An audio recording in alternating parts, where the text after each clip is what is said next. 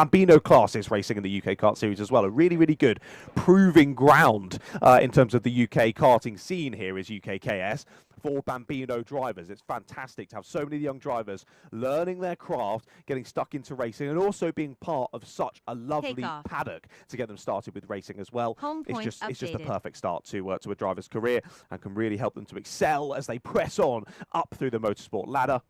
And whatever they crack on with the rest of their career. I wish all these drivers the best of luck as they inevitably get older and move up the karting classes. Let's have a look then. Mighty Bambino, heat number 1. The grid looks a lot like this. Oliver Reynolds will take pole position with Luca Pede alongside him on the front row. Aidan Castleman and Max Tetlow are on row 2, with Joshua Chung and Arthur Etherington on row 3. Row 4 has Theo Abraham and Ray Furdy. Jonah Curtis and Harriet Jones are out at the top 10 on row 5. They're followed by Max West and Cruz Rogers. Then it's Briella Stevens and Oscar Osborne, Thomas Wilford and Archie Watkins, then Oliver Mullen, Jack Ross, Hayden Constable, Finn Bowers and Ayrton Tennant rounds out the grid. Should be 21, I believe, on the grid for this one, but Ayrton not setting a time in qualifying, so potentially we won't see Ayrton Tennant out, but we'll keep our eyes as to whether the 48 does appear on the back of the grid.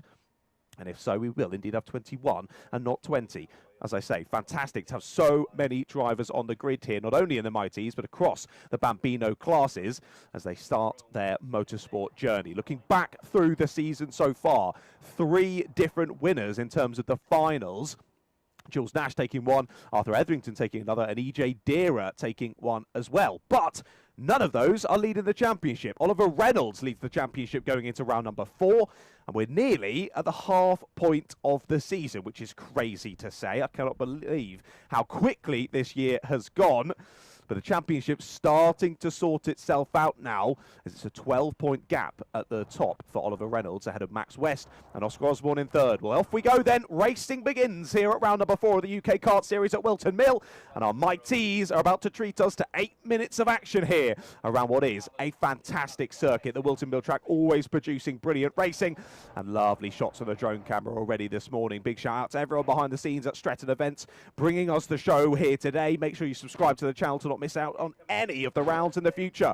Well, drivers sorting themselves out across this first lap. Looks as though Luca Pede has got to the front already, and there was a spinner up at Christmas Corner, I believe, as well. A couple of stragglers just there at the back getting underway after some calamities on race number 1. Well, already that's a decently sizable pack breaking away at the front, isn't it? 7 drivers involved in this leading squabble as they break away from the rest of the order. I believe it's Ray Furdy on the back of that pack. We'll double check when they come through to end lap number 1, but I can tell you for sure the number 4 is in the lead of the race. Luca Pede with a lovely start from the front row of the grid. Wasn't quite pole position for Pede, but he's made up for it on lap number 1. The 77 of Reynolds from pole drops behind him into 2nd, very much sticking with him for the moment. He pulls to the inside line. I don't think he'll quite be able to get alongside. He tried to there. You saw that little wiggle from Oliver Reynolds there as he came across the line. Tried to pull alongside there on Luca Pede, couldn't quite do it, but uses the slipstream up towards Christmas Corner. Potential overtaking opportunity up there, always a nice place for moves, and can also be an opportunity not only up the inside, but round the outside. We see that a decent amount now up at Christmas Corner, of course made famous by Mr. Macaulay Bishop. Plenty of other drivers have made that move work in the past as well. Let's see if we see that today. Side by side for 4th place there, you can see as they head down into the middle section of the circuit, and they're still side by side as they come down the hill. Move round the outside. That was exciting stuff there as they squabble for 5th place. That's Chung and Etherington going at it there on lap number 2. Already a couple of minutes through this then, and Reynolds still pressuring Pede. A little bit of a love kiss there as they head through the boot, and that's a cheeky move up the inside there from Aidan Castleman. Door was left open by the 57 of Max Tetlow there just through the right-hander, and a nice exit off of the previous corner for Castleman. Sees him take the place. On to lap number 3 we go then. And a reshuffle at the front. Pede from Reynolds. I do think it's Castleman getting involved, and Castleman looking up the inside of 1, maybe up the inside of 2. Through to Christmas we go, and it's a double overtake from Aidan Castleman. Fantastic move for the young driver, and he's into the lead of the race. Awesome battling at the front, and this should hopefully invite those 3 behind back into this leading scrap as well. If these drivers continue like this for the next 5.5 minutes, where you can see already moving to the inside to defend is Castleman.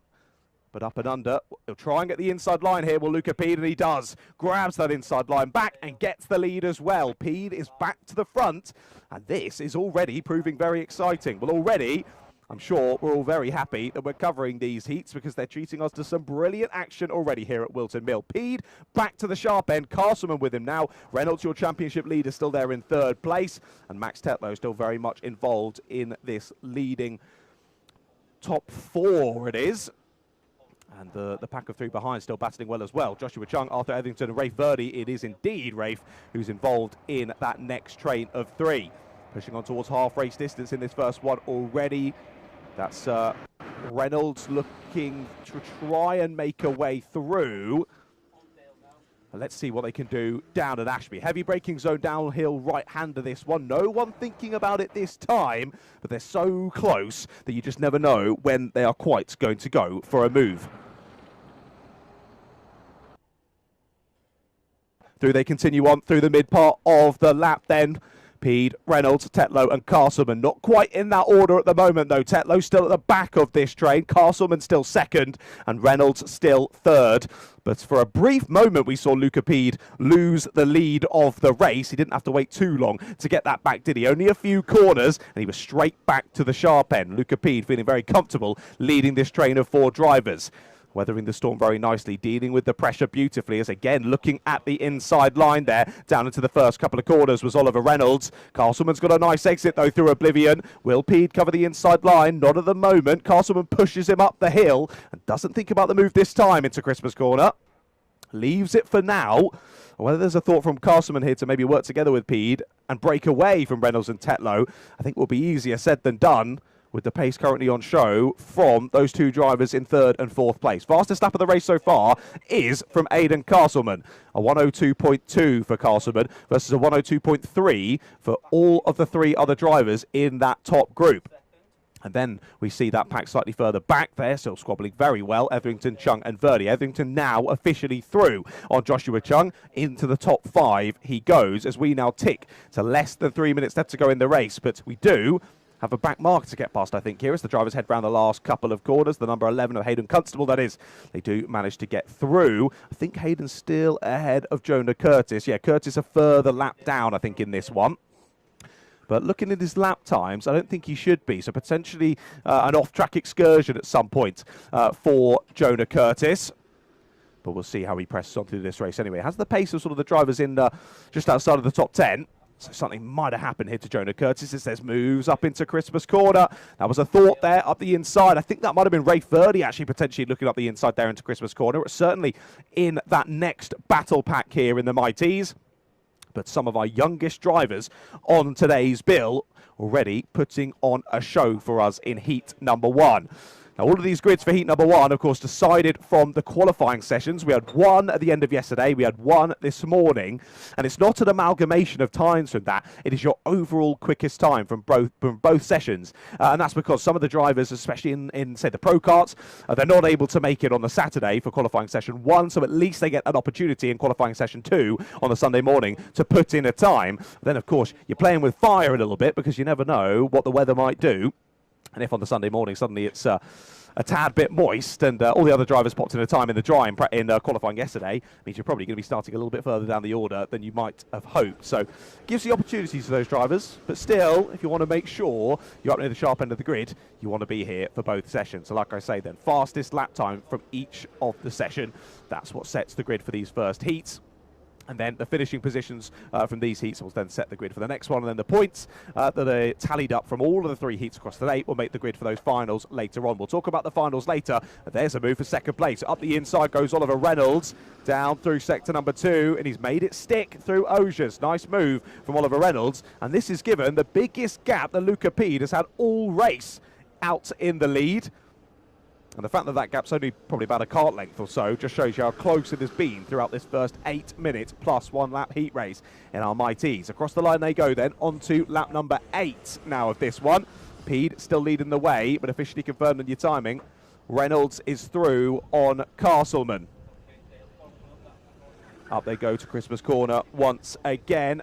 And thinking about the move up the inside, this is the move for the lead. Through they go, that's Reynolds to the lead. Pete trying to fight back on the exit. Can he get the inside line? He has. Pete back through. And now Castleman's the one looking up the inside as they head down into Ashby. Not quite able to pull alongside Oliver Reynolds. But your championship leader is putting up the fight here as we're on the penultimate lap of the race. Opportunities dwindling here to find the lead. Reynolds did momentarily. A little bit of loss of speed on the exit, saw P get it back, but up the inside of Osiers goes Oliver Reynolds, and Reynolds is back through once again. We're side by side as we head down to the boot here in Mighties. Time has hit 0, and that means next time around the drivers will see the last lap board. Reynolds is a bit wide, and P is up and under again. They're going to go side by side into the final corner. Aggressive from Oliver Reynolds. He sends it back up the inside line, and he gets the lead back once again. So for the first time in a while, it's Oliver Reynolds who leads the way. And it's the crucial moment, isn't it, on the last lap. But watch this run up into Christmas Corner. Pede is sent to the outside line. Castleman is going to get the push, or give the push, sorry, to Oliver Reynolds, and he makes it through. It works for Castleman, and he follows Reynolds through on the inside line. That means Pede is down to 3rd. Well, he won't want to stay there. He's looking up the inside into Ashby. Not a good enough exit, though. Sadly, another driver stopped there up at Christmas Corner as well. Right in the dying moments of the race. What a shame for that driver. Not quite making it through to the checkered flag.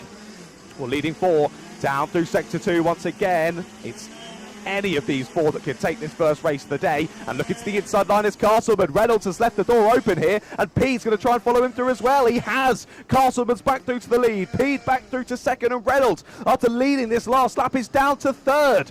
Through into the final couple of corners we go. Back marker there as well as they run to the line. It will be Aidan Castleman who takes it on the line. Great race there to kick off the day. Our Mighties putting on a brilliant show with Castleman taking the win then ahead of Luca Pede and Oliver Reynolds, your top 3.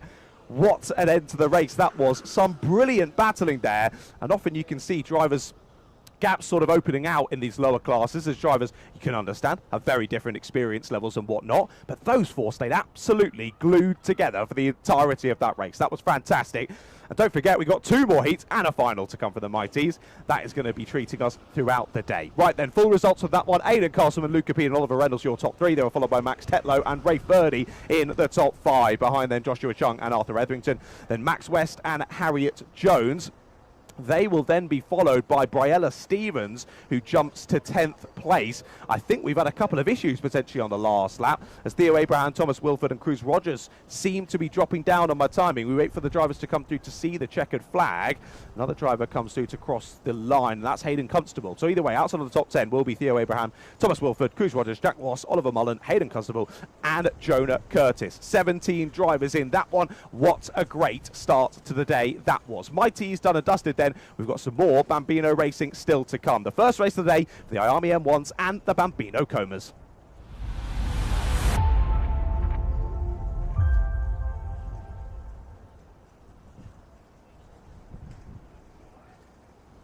More Bambinos to be treated to then, ladies and gentlemen. The first heat of the day, as I say, for M1s and Bambino Comas coming up next. And well, if that first Bambino race is anything to go off, this is going to be mightily, mightily exciting. Split grid, though, as we say for this one. So, what is that? 8 of our M1s, and then I think it's 8 as well. It is 8 as well, Bambino Comas. So 16 drivers on the grid in total in this one. Will still be a standing start for these drivers, I do believe. That'll be the Iame's going off the front, and then the Comas going off the back, as the Iame's a decent bit faster, to be fair.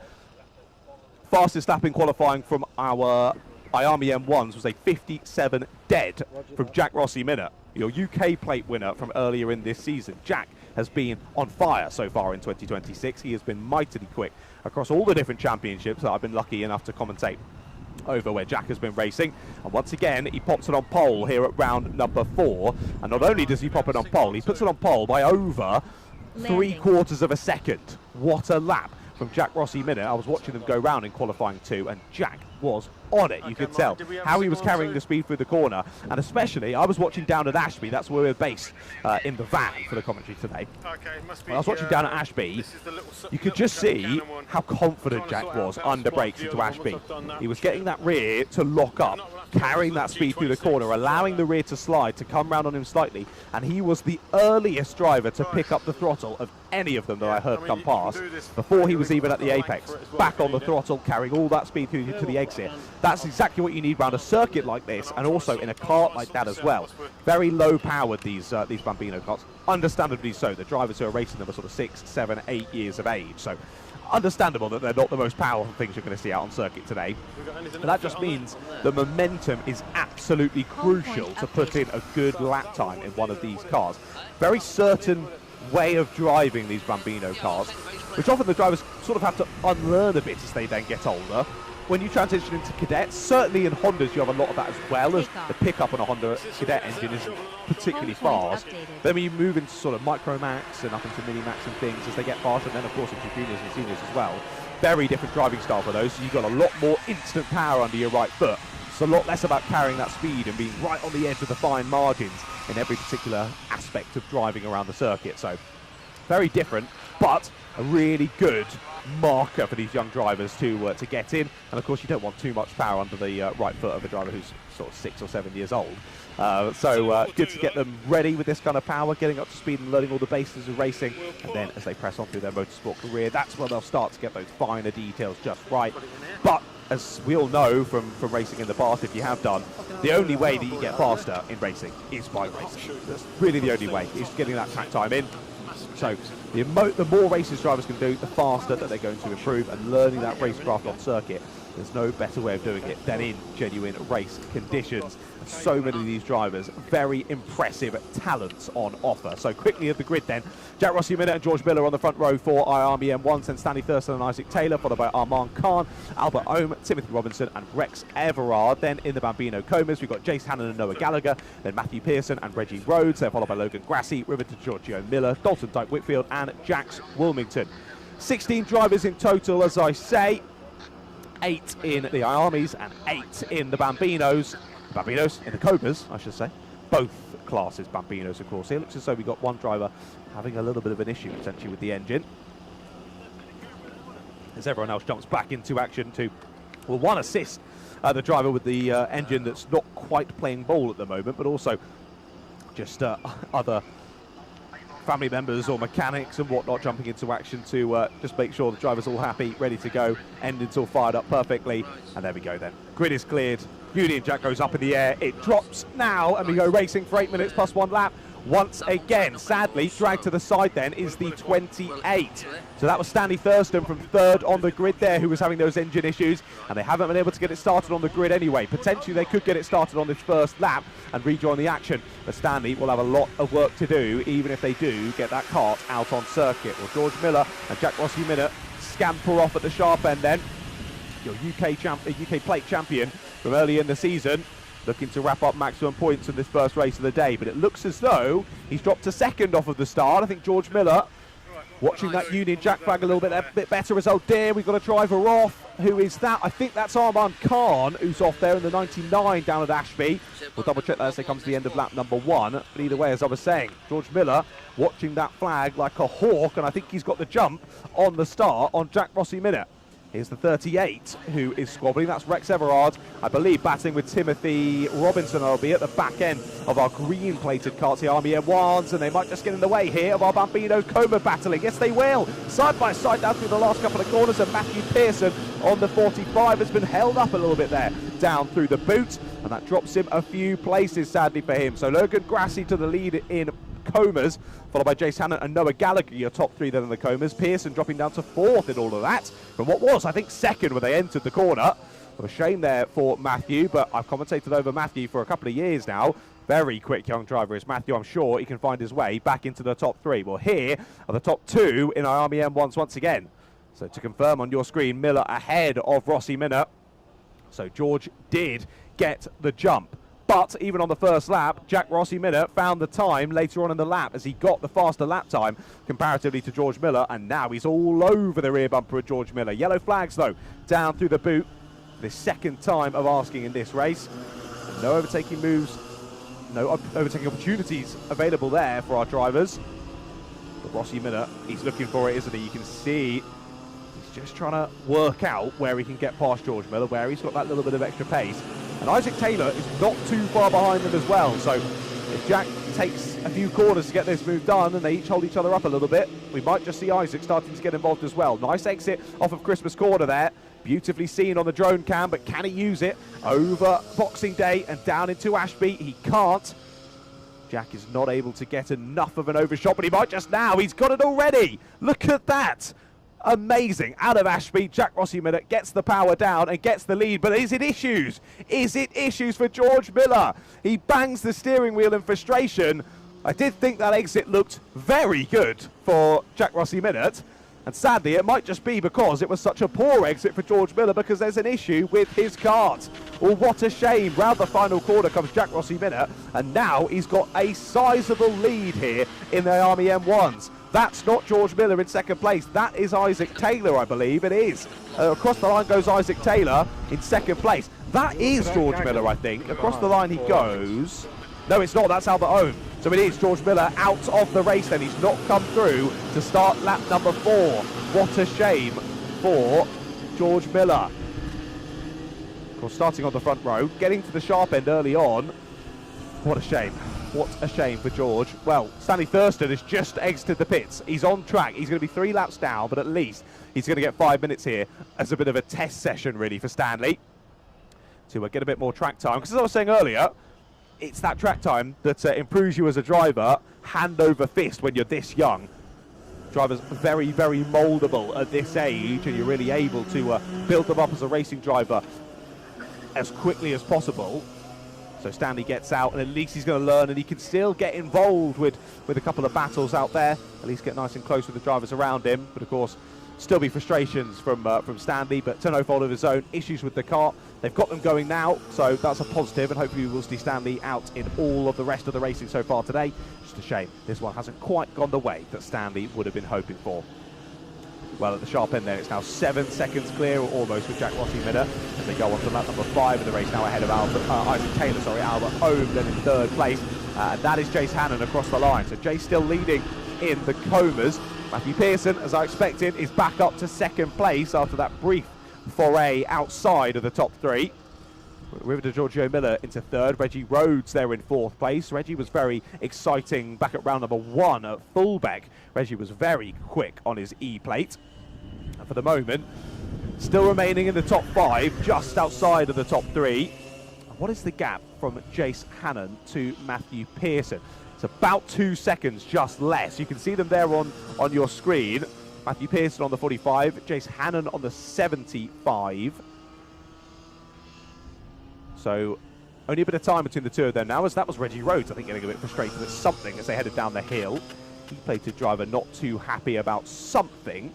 Either way, Reggie's still there, involved in the top 5. We're still yellow flags down to the final couple of corners.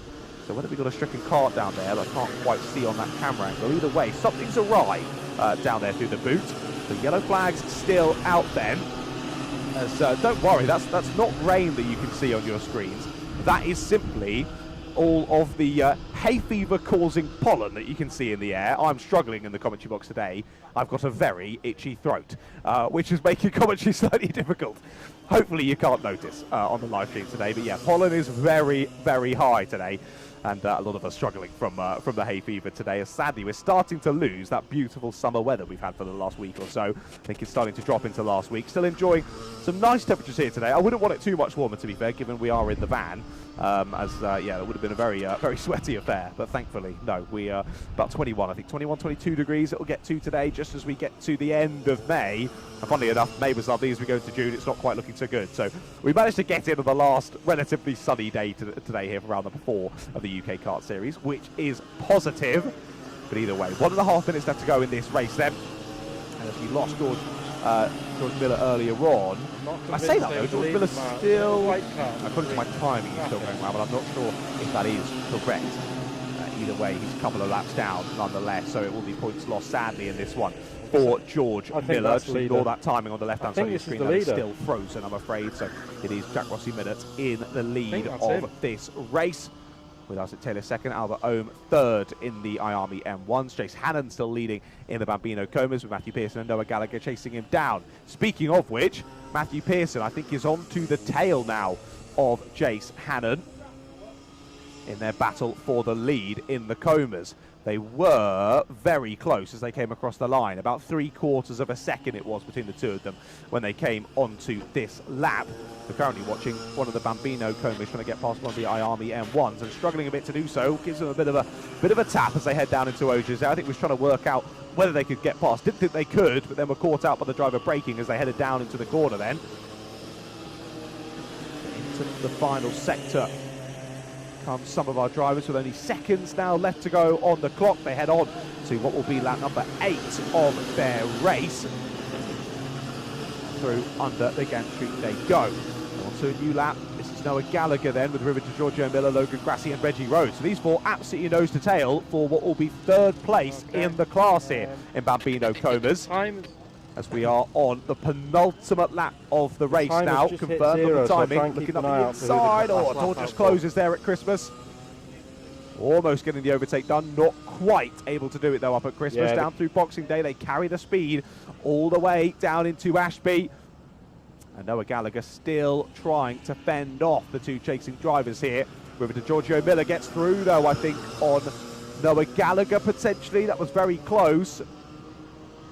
They're still side by side. Actually, I think that's one of our Iame M1s potentially stuck in the middle of this one. I can't quite see the numbers on the camera, but we're still side by side down into the bottom section of corners. Number 8 closes the door. Very close there. As River to Giorgio Miller does make it through. Giorgio Miller battling very, very well there as these drivers now head on to their final lap of the race, I believe. We'll see, no, it'll be when Jack Rossi comes through to start. He's now involved in that battle. I just saw him coming across on the timing screen. I was like, hold on a second. No way is he involved. He is. So he's already coming through to lap some of these drivers as well. That's how fast Jack Rossi Minnaert has been in this race. He's going to be over 20 seconds clear in the lead in Iame M1s. That's crazy.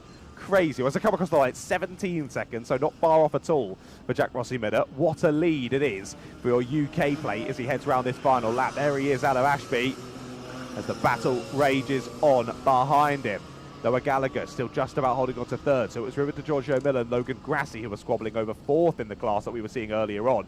To Giorgio Miller now trying to keep Logan behind as they head down through Oges. Celebrating already. Jack, oh, wait, hold on, Jack's coming to the pits. I've got the last lap board on my timing, Jack. Jack thinks he's won the race. Jack's not seen the checkered flag. Oh my goodness. Oh no, Jack. Oh no. Checkered flag comes out, and I don't think Jack Rossi Minnaert is going to win this race. What a shame for Jack Rossi Minnaert. I can't believe it. I think he's thought that we've gone to checkered flag, but it wasn't. It was the last lap board. What a shame for Jack Rossi Minnaert. He is such a lovely young lad, is Jack, and he is going to be kicking himself after that one. What a shame. Well, we wait to see Isaac Taylor. Isaac Taylor's already come across the line then, so Isaac Taylor does take the win in Iame M1s. Jack Rossi Minnaert is going to drop down to the last of the drivers on the lead lap, which I think will be... No, it won't be fourth, because Armand Khan and Rex Everard are just about on the lead lap. So that will drop him to sixth, I think, when all is said and done. Well, calamities for Jack Rossi Minnaert. What a shame. He was absolutely demolishing that race. He was flying in that one. As I said, when he went on to the last lap, he was pretty much 20 seconds clear almost of Albert Ohm, or Isaac Taylor, sorry. Getting my drivers confused now. But Isaac Taylor comes through to see the checkered flag, and Jack Rossi Minnaert doesn't. What a shame. Well, there we go then. Isaac Taylor takes the win. Albert Ohm second. Timothy Robinson in third in the Iame M1s. Then in terms of our Bambino Comas, Matthew Pearson and Jace Hannon in the top two, followed by Noah Gallagher. Now, a lot of the drivers haven't come through to see the checkered flag here, so there might have been a bit of miscommunication on track here. I can only tell you what I can see from the cameras, and this is what we're seeing on the live timing as well. That's your provisional finishing order, but I won't run through the rest because I think there might be some more discussions after that one as to what has happened. Either way, Isaac Taylor takes the win on the road in Iame M1s, and Matthew Pearson takes the win on the road in Bambino Comas. We said when Matthew Pearson dropped to 4th, I had a sneaky suspicion he might just get his way back through to the lead, and he did. Great battling from Pearson, and he takes the win on the road, as I say, in Bambino Comas. Well, what an interesting first heat of the day then for the other two of our Bambino classes, and that brings them to a close for their first round of heat. Straight out onto the circuit though comes our next heat of the day, which is heat number 1 for Honda Cadets. They head out on circuit now, and the Honda Cadets get ready for their first race of the day.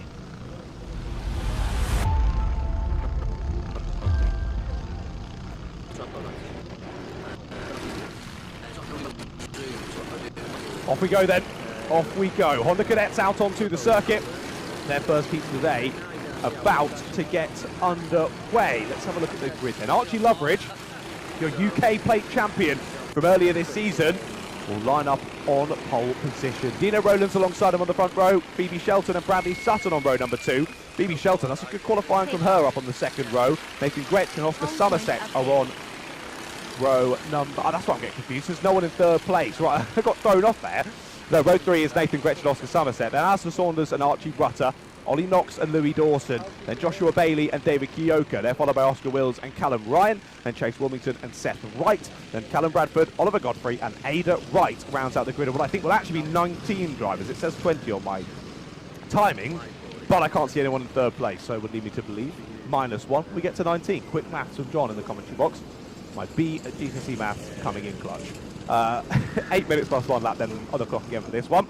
And Honda Cadets always run well here at Whilton Mill, always produces good racing this circuit, well, across all the classes, but particularly in the Honda Cadets. Hopefully this is going to be another exciting one. Can anyone challenge Archie Loveridge? He's always a formidable force in Honda Cadet, is Archie Loveridge.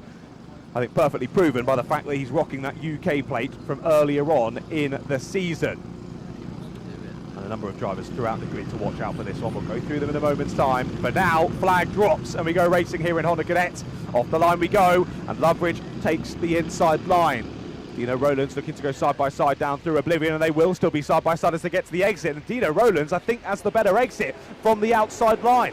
Cuts back across and holds the lead as they head up into Christmas Corner. It all checks up in the mid-pack as Kiyoko, I think that is going wide in the background, manages to slot back in, but it is Dino Rowlands who takes the race lead off at the start. Loveridge to second, Shelton still there in third place. As down into Ashby, so many Honda Cadets converging on the same piece of tarmac, but they've all made it through this first lap, at least that I can see. Big move up the inside there, that was in the mid-pack of the top 10. Nice move through up the inside into Osiers. Potential change of place there for one of our drivers. But already, these top 3 trying their best to break away. I think it's Nathan Gretsch who's trying to go with them there on that green card. We'll double check that as they head through under the gas for the first time. Across the line, Rowlands no, it says Loveridge across the line first. My sincerest apologies if Loveridge has broken through to the lead, but I'm not sure if that is right as they carry on up the hill. Oh no, that is Loveridge, that I see from the drone camera now, so they have re-switched around. They'll continue on down the hill. So maybe that's where it's catching me out then, because it's a Project 1 racing kart for the 21, which is Dino Rowlands. Okay, apologies, I know Archie Loveridge used to race with Project 1. Clearly that has changed, so apologies for getting them mixed up. But the Project 1 driver down into second place then. So Dino Rowlands fighting well on that first lap, but Loveridge did get the lead back on that first lap, apologies. So despite the lovely start from Rowlands, he wasn't able to chop across. And Loveridge is able to remain firm at the sharp end. And on to lap number 3 we go. These two sticking absolutely nose to tail. They're starting to try and drop Shelton now. Saunders then in 4th place. He's got past Nathan Gretsch on the first lap of the race. And Gretsch has now been passed by Bradley Sutton as well. So Bradley Sutton on the 53 now leading that next train of drivers here in Honda Cadet. They're still continuing to drop away from our top 4. And now it seems as though Sutton, now that he's got into 5th place, trying to break free of the chasing pack as they're side by side on corner exit. The 81 there, Joshua Bailey trying to find a way through. Squabbling with Nathan Gretsch as they head on down the hill to Osiers once again. Now, Joshua Bailey's been very impressive throughout this season so far in kart sim esports, so I've been lucky to commentate over. And Joshua Bailey, not only is he fast in the virtual world, he's very speedy out on the real circuit as well. You saw him making those moves and finding his way through to what is now 6th position, I believe. On the timing, up 6 goes. Gretsch to 7, and Knox, Somerset and Rutter all involved in that train. Callum Ryan going with them as well. Callum's been doing well over at Rye House so far this year, has Callum. Right up near the sharp end, but for the moment he's stuck in the middle pack, getting properly stuck in with a long train of drivers. Well, Dino Rowlands remaining glued to the rear bumper of Archie Loveridge for the moment. They head down through lap number 4 of this race. A little bit wide there, through the left-hander of Wilkins. But able to collect it up, avoid the green stuff there on the right-hand side of the circuit, or the left-hand side of your picture. And is able to wrangle that kart through the middle section. And as I say, keep very much within touching distance of Archie Loveridge. But it's one thing being able to keep yourself on the coattails of Archie Loveridge. It's a whole other thing actually finding a way through. Goes to hit half race distance now in this first season today in Honda Cadet. Let's see if Dino Rowlands can find a way past. Christmas. Now 2 trains at 2 really, as Shelton and Saunders begin to do battle. Saunders taking a couple of laps to just get onto the rear bumper of Phoebe Shelton. But Alistair now sizing up Phoebe and seeing where maybe he can think about a move. But as he checks over the shoulder out of Ashby, he's also well aware of quite how close the likes of Bradley Sutton and Joshua Bailey are now getting. And Bailey still dragging the rest of that group with him. Gretsch, Knox, Somerset are all in the rest of that train. Then a bit of a break now back to Archie Rutter. He battles with drivers all the way down to 18th place, down to David Kyoka at the back of that train. So 9 different drivers battling over the last space in the top 10. As I say, Shelton and Saunders getting caught now. Gretsch and Sutton looking to chase them down. Bailey with them there as well.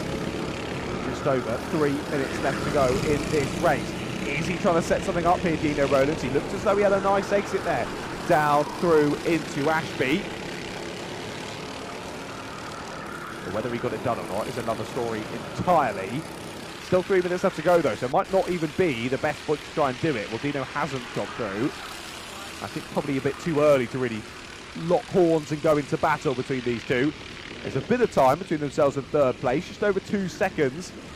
Still not really enough though. Side-by-side battling action at Honda Cadet could lose quite a bit of time. They lose that slipstream effect. Just as we saw in the comas in all of the 3 Bambino classes, to be fair, all about carrying the speed. The same here in Honda Cadet. As I mentioned earlier, it's that good step up really from Bambino classes into cadets. As here's a move for 3rd place. That was Saunders looking up the inside of Shelton there into Christmas corner. Has he got it? Yes, he has. You see the green carts through in the background there. So Alistair Saunders finds his way into the top 3 past Phoebe Shelton.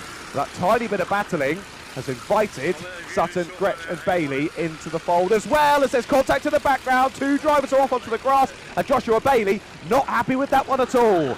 So that must have been Ollie Knox looking up the inside of Bailey there as they headed through Wilkins. Bit of contact made and both of them go off and wide. Bailey throws his hands up in frustration. Understandably so, from Joshua was battling well in this race, and now he's got a bit more work to do as he finds himself back down to the back of that pack. So it's now Loveridge and Rowlands, Saunders, Shelton, Sutton, and then Knox. So no, it can't have been Knox, it was Nathan Gretsch, sorry. Apologies to Ollie Knox fans in the live chat, it was not Ollie involved in that one. He has found his way into 6th, with Somerset 7th, Rutter 8th, then Gretsch and Bailey down to 9th and 10th. So it was Bailey trying to get past Gretsch, I think, and that contact occurred. A shame. Just over a minute now left to go in the race. Those top 2 have absolutely checked out now in this one. Loveridge and Rowlands are off and clear by nearly 4 seconds now as we head on to what will be, I was going to say the penultimate. This is going to be mighty close. They're doing 53-second lap times here as they cross the timing beam. Oh, it's going to be under 53. Just. It's going to be 50 seconds as they cross the line. So on to the penultimate lap of the race we go then. Loveridge leads us onto it as he has done for every lap so far in this race. But it hasn't been many laps when it's been over a 1/10 of a second between Loveridge and Rowlands. And Rowlands has done this entire race so far to see whether he can find a way past, sort of study the data from Loveridge ahead to find out where he's that little bit quicker, where he can get the move done, where he can ensure that Loveridge can't get a better exit and get him at the next corner. Easier said than done, but these two have talent on talent for these two, Loveridge and Rowlands. Let's see if Dino can find a way through here to head through to the final lap. Here into the boot they go for the penultimate time in this race. A battle for third, still absolutely pressing on as well. Saunders trying to now fend off the likes of Shelton, Sutton and Knox. On the last lap to go then. I think that was Rowlands pointing forward to Loveridge, but no need for that, Dino. It's on to the last lap of the race. You've got a nice bit of a gap at the sharp end. I think Archie is fair enough to think about defending here. He did it in a sense every lap so far in this race. And there's exactly why. Good exit there from Dino Rowlands. Can he make use of it though? Down into Ashby. Looks right, looks left does Loveridge. Covers it off nicely down to Ashby. Nice exit. Will Rowlands thinking about the inside line? Not this time. Through Wilkinson go and into Osiers for the last time. Covering the inside line is Loveridge once again. Is this exit off of Osiers and down into the boot, which will be crucial. And Loveridge has done enough. Covers the inside, the holds to the middle of the circuit. It'll be Rowlands looking to the inside line, but not able to get it. Loveridge has driven perfectly through that final lap, as he has done for the entirety of the rest of the race. It goes to Archie Loveridge as Dino Rowlands does the Macarena across the line. Well, there you go. Nice little celebration down from Dino Rowlands. There's some frustrations across the line there. You can see as well that Joshua Bailey and Nathan Gregg, I think both as frustrated with each other there. We only saw the aftermath of that. It's not the causation of it, so we couldn't possibly comment. Either way, they finished down at the bottom end of the top 10 because of that. But Loveridge wins then ahead of Rowlands. It was Shelton back to third on the last lap then, so a couple of moves made on that final lap with Shelton getting back past Alistair Saunders it was, of course. So Saunders dropped to the back of that pack on the final lap, so it all kicked off in the battle for third. Shelton finished in third. Ollie Knox was fourth in the end with all of that. Bradley Sutton rounded out the top 5. He was then followed by Archie Rutter and Oscar Somerset. Alistair Saunders, Joshua Bailey and Nathan Gretsch rounded out the top 10. So Bailey and Gretsch losing a few points there, courtesy of their scuffle, shall we say. Seth Wright just outside of the top 10 ahead of David Gioka. And Chase Wilmington and Callum Bradford. They were followed by Oliver Godfrey and Callum Ryan. Then Oscar Wills, Louis Dawson, Zachary Dormer. Then Aidan Wright rounds out the top 20, followed by Leo Balendron, Connor Sturdy, Joey Comer, and Bonnie Shilcock there, rounding out your 24 drivers. All making it to the checkered flag, and all making it to the checkered flag on the lead lap as well. Good to see. Very quick drivers there in Honda Cadets. And some good racing in that one. But Loveridge holding on to it, remaining firm and defending beautifully. Well, Honda Cadets done dusted then. We'll see their older brothers and sisters in the R200s out a little bit later on. But before that, we've got our first heat of the day for our Junior British Pro Kart Championship. Landing.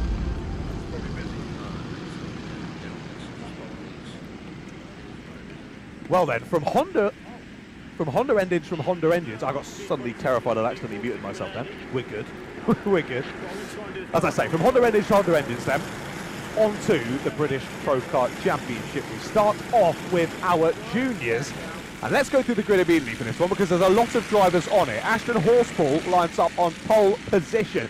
And he gets that pole by just over a tenth, which doesn't seem like much, but in Pro Kart, that's quite a bit. Matthew Plant, your UK champion, is alongside him on the front row. Lewis Dean and Peter Webster on row 2, with Lorenzo Martin and Archie Young behind them. Then Sebastian Thompson and Carter Lundy, followed by Finley Iron and Harry Pennington. Then it's Finley Worthy and Jensen Smith on row 6, followed by Rowan Marshall and Isaac Hobbs. Then Nicole Allardyce and Thomas Stevens, Louis Coomer and Joseph East. The Coomer older brother, I imagine, in this one, from the Honda Cadets. Joseph East alongside him, Oliver Dormer and Mia Duffel round out the top 20. They're followed by Tyler Goodser and Jamie Rowbottom. Greg Matthews, Callum Falconer and Emma Falconer round out the grid. Do we go to a race start? No, we are going to go around again. I think the drivers think we've gone to the start, but it will be a false start flag. You saw there, a little bit scuffly as they went across the line. Some drivers slightly out of formation, and we will send them round again for a false start. There's a move up into Christmas Corner for second place, but hopefully they do start to realise that it was a false start. As we head down the hill, it has been officially called on my live timing, and there you can see Adam Marshall post 5. The chevron flag comes out, and drivers will get back into their original grid order. So a bit of extra time, try and get a bit more heat into those tyres. will settle back into 2-by-2 formation once again. Looked as though it was a decent start for Matthew Plant. But that being shown then on the live timing as maybe to why we went to that chevron flag, not only because it was a little bit mixed up there in the middle of the order, but also Matthew Plant did cross the line ahead of Ashton Horsfall. It was by 9,000ths of a second, but either way, leader on the grid, pole position holder, needs to be the one to take to that green flag first. Well, off we go then, keeping it nice and slow around the last couple of corners. We go 2-by-2 into the tram lines once again. Drivers, let's go! Flag is dropped, and the Junior Pro Kart Championship goes to green as one driver straight across the grass there through oblivion. They rejoin, and that was a bit of a heart-in-mouth moment for the driver, but they do manage to slot back in unscathed. Up to Christmas Corner for the first time. A little bit of loading in the mid-back, but often the case when you've got so many drivers on track at the same time, they all manage to make it through. I think your UK-plated driver might have just made it to the sharp end potentially on that start. Well, whoever's had that brilliant start, it's either Horsfall or Plant there at the sharp end, and they are already scampering off. They've got a nice gap there at the sharp end, and those first few corners have worked very, very nicely. As there's a look for second, actually might turn into defensive third. Not enough though, up the inside goes the number 4. That is Sebastian Thompson with a nice start to the race, and he's all a bit argy-bargy there into the boot for the last couple of corners. Through that, I guess we can still call it new chicane. It's pretty old now, isn't it? But at least we'll still know it's the new chicane. And it all closes up there, very tight section of the circuit, and one where really only has one line. So you try and go side by side, and you lose each other so much time that Squabble's continuing on to third place. And that's Sebastian Thompson continuing to move forward. It is. So Thompson now into third place, finding his way past Peter Webster, and it was Ashton Horsfall with the great start. And Matthew Plant actually with an awful start, down to 9th place for Matthew, off of the front row of the grid. So outside line off the start, not working that time for your UK plate champion from earlier in the season. He's got some work to do over the next 6.5 minutes of this race. So Horsfall leads, as I say, lovely start off the line for Ashton, and he has now got this race. He's got one hand on this race already, hasn't he? And it's Lorenzo Martin who's broken clear in second place, and he is the driver looking to chase him down. Bambino for the neutral. Horsfall was the fastest on the second lap around the circuit, 52.8. The only driver joining in the 52s was Lorenzo Martin in second place, 52.9 for Lorenzo. So another 10th, nearly a 10th&a-half opens up on that second lap, as it might be a re-overtake for third, not quite. Over through Boxing Day. A little bit of a shimmy over the curve there for Peter Webster as he tried to get back to the inside line, couldn't quite do it. And there is a driver off up at Christmas Corner as well. They made it all the way to the tyre wall and grassy bank up at the top of Christmas there, which is tough to do. Doesn't look like much on the camera there, but I can tell you in real life there's a lot of grass between where that corner ends and the grass bank where we've got our cameraman. So that's pretty impressive to end up there. I've done it myself in a top 100 car, and then had the enjoyment of pulling the car all the way back down to the track. It takes a while, so good luck to the driver that's stuck up there. I think it's Isaac Hobbs. Hobbs is dropping down the order like a stone. So Isaac Hobbs, your number 8, is the driver that's still stuck up there at Christmas Corner. He's going to drop a lap down because of all of that, sadly, for Isaac. He qualified 14th. And I think, trying to look at everyone that dropped down, I think he gained a few places off the start. I think he was up into the top 10, so it had been a good start to the race for Isaac Hobbs, who sadly didn't continue on into the second half. Up at Christmas Corner, we didn't see how it happened, whether it was self-inflicted or in a skirmish with another driver. Either way, Isaac dropping down to the back of the order. More moves attempted there up into the boot. Not quite able to get it done as these drivers wobble. Across the line they go onto a new lap. I think that was Archie Young getting stuck in. He's lost a couple of places on this lap though, but a penalty. Your driver in second place, Lorenzo Martin, has just got himself a penalty. What a shame for the number 69. I can't see on the timing what that penalty is for, but either way, he was under investigation for a couple of minutes, and now it has been confirmed as a penalty on the timing. So even if Lorenzo Martin was to catch Ashton Horsfall, he couldn't win this race. And, well, he could if he got far enough clear, I guess, but that would be easier said than done. Either way, we don't really need to think about that because Horsfall is continuing to extend his gap. It was another 10th&a-half on the last lap, and he set another fastest lap of the race. A little bit wobbly there through the boots of the number 88. Sees Finley Iron lose the position. 22 scampers back through. So Finley had done the hard work earlier in the lap to get past Harry Pennington. But a little bit of a wobble, as I say, through the boots. Sees Pennington take the place back. 3 to 8 they go once again. Side by side for third and side by side for fifth there. Up into Christmas corner. That's Matthew Plant trying to find his way back through the order after what was, safe to say, a difficult lap number 1. But the UK plated driver, I think, has made it stick and finds his way now back into 5th place past the H plated kart, if I'm not mistaken. And it's Lewis Dean and Sebastian Thompson just ahead of them. There is Sebastian Thompson leading this train of drivers. Those 4 absolutely line astern now in their battle for 3rd place, and they're now inviting Archie Young back into this one as well, as he's cleared off from that bobble we were looking at earlier between the likes of Pennington and Iron. If they changed around again, have they, at the end of the lap? No, Pennington's still in 8th, 9th. Rowan Marshall, Denson Smith, Vinny Worley, Thomas Stephen, Mia Duffel, Joseph East, Carter Lundy, Oliver Tormer, Tyler Goodson. They're all involved in that battle. I can't keep going with the names. There's so many involved in that squabble for 8th. It's 8th to 18th involved in that battle. Crazy close here in the British Junior Pro Kart Championship. But as we've come to expect throughout this season, the racing has been epic. And now, very much, Sebastian Thompson has turned his attention to the drivers behind, as there is Matthew Plant up the inside of Lewis Dean. Down through Auges they went. Plant saw the opportunity, tried it up the inside, but it's not quite worked, and now he's going to lose a place. Back through goes the H of Peter Webster. They'll run side by side through the boot, and aggressively the UK plated driver of Matthew Plant is able to get his way back in front. Good battling there through the boot. Plant gets back into 5th place then. Sebastian Thompson has been given the tiniest bit of breathing room.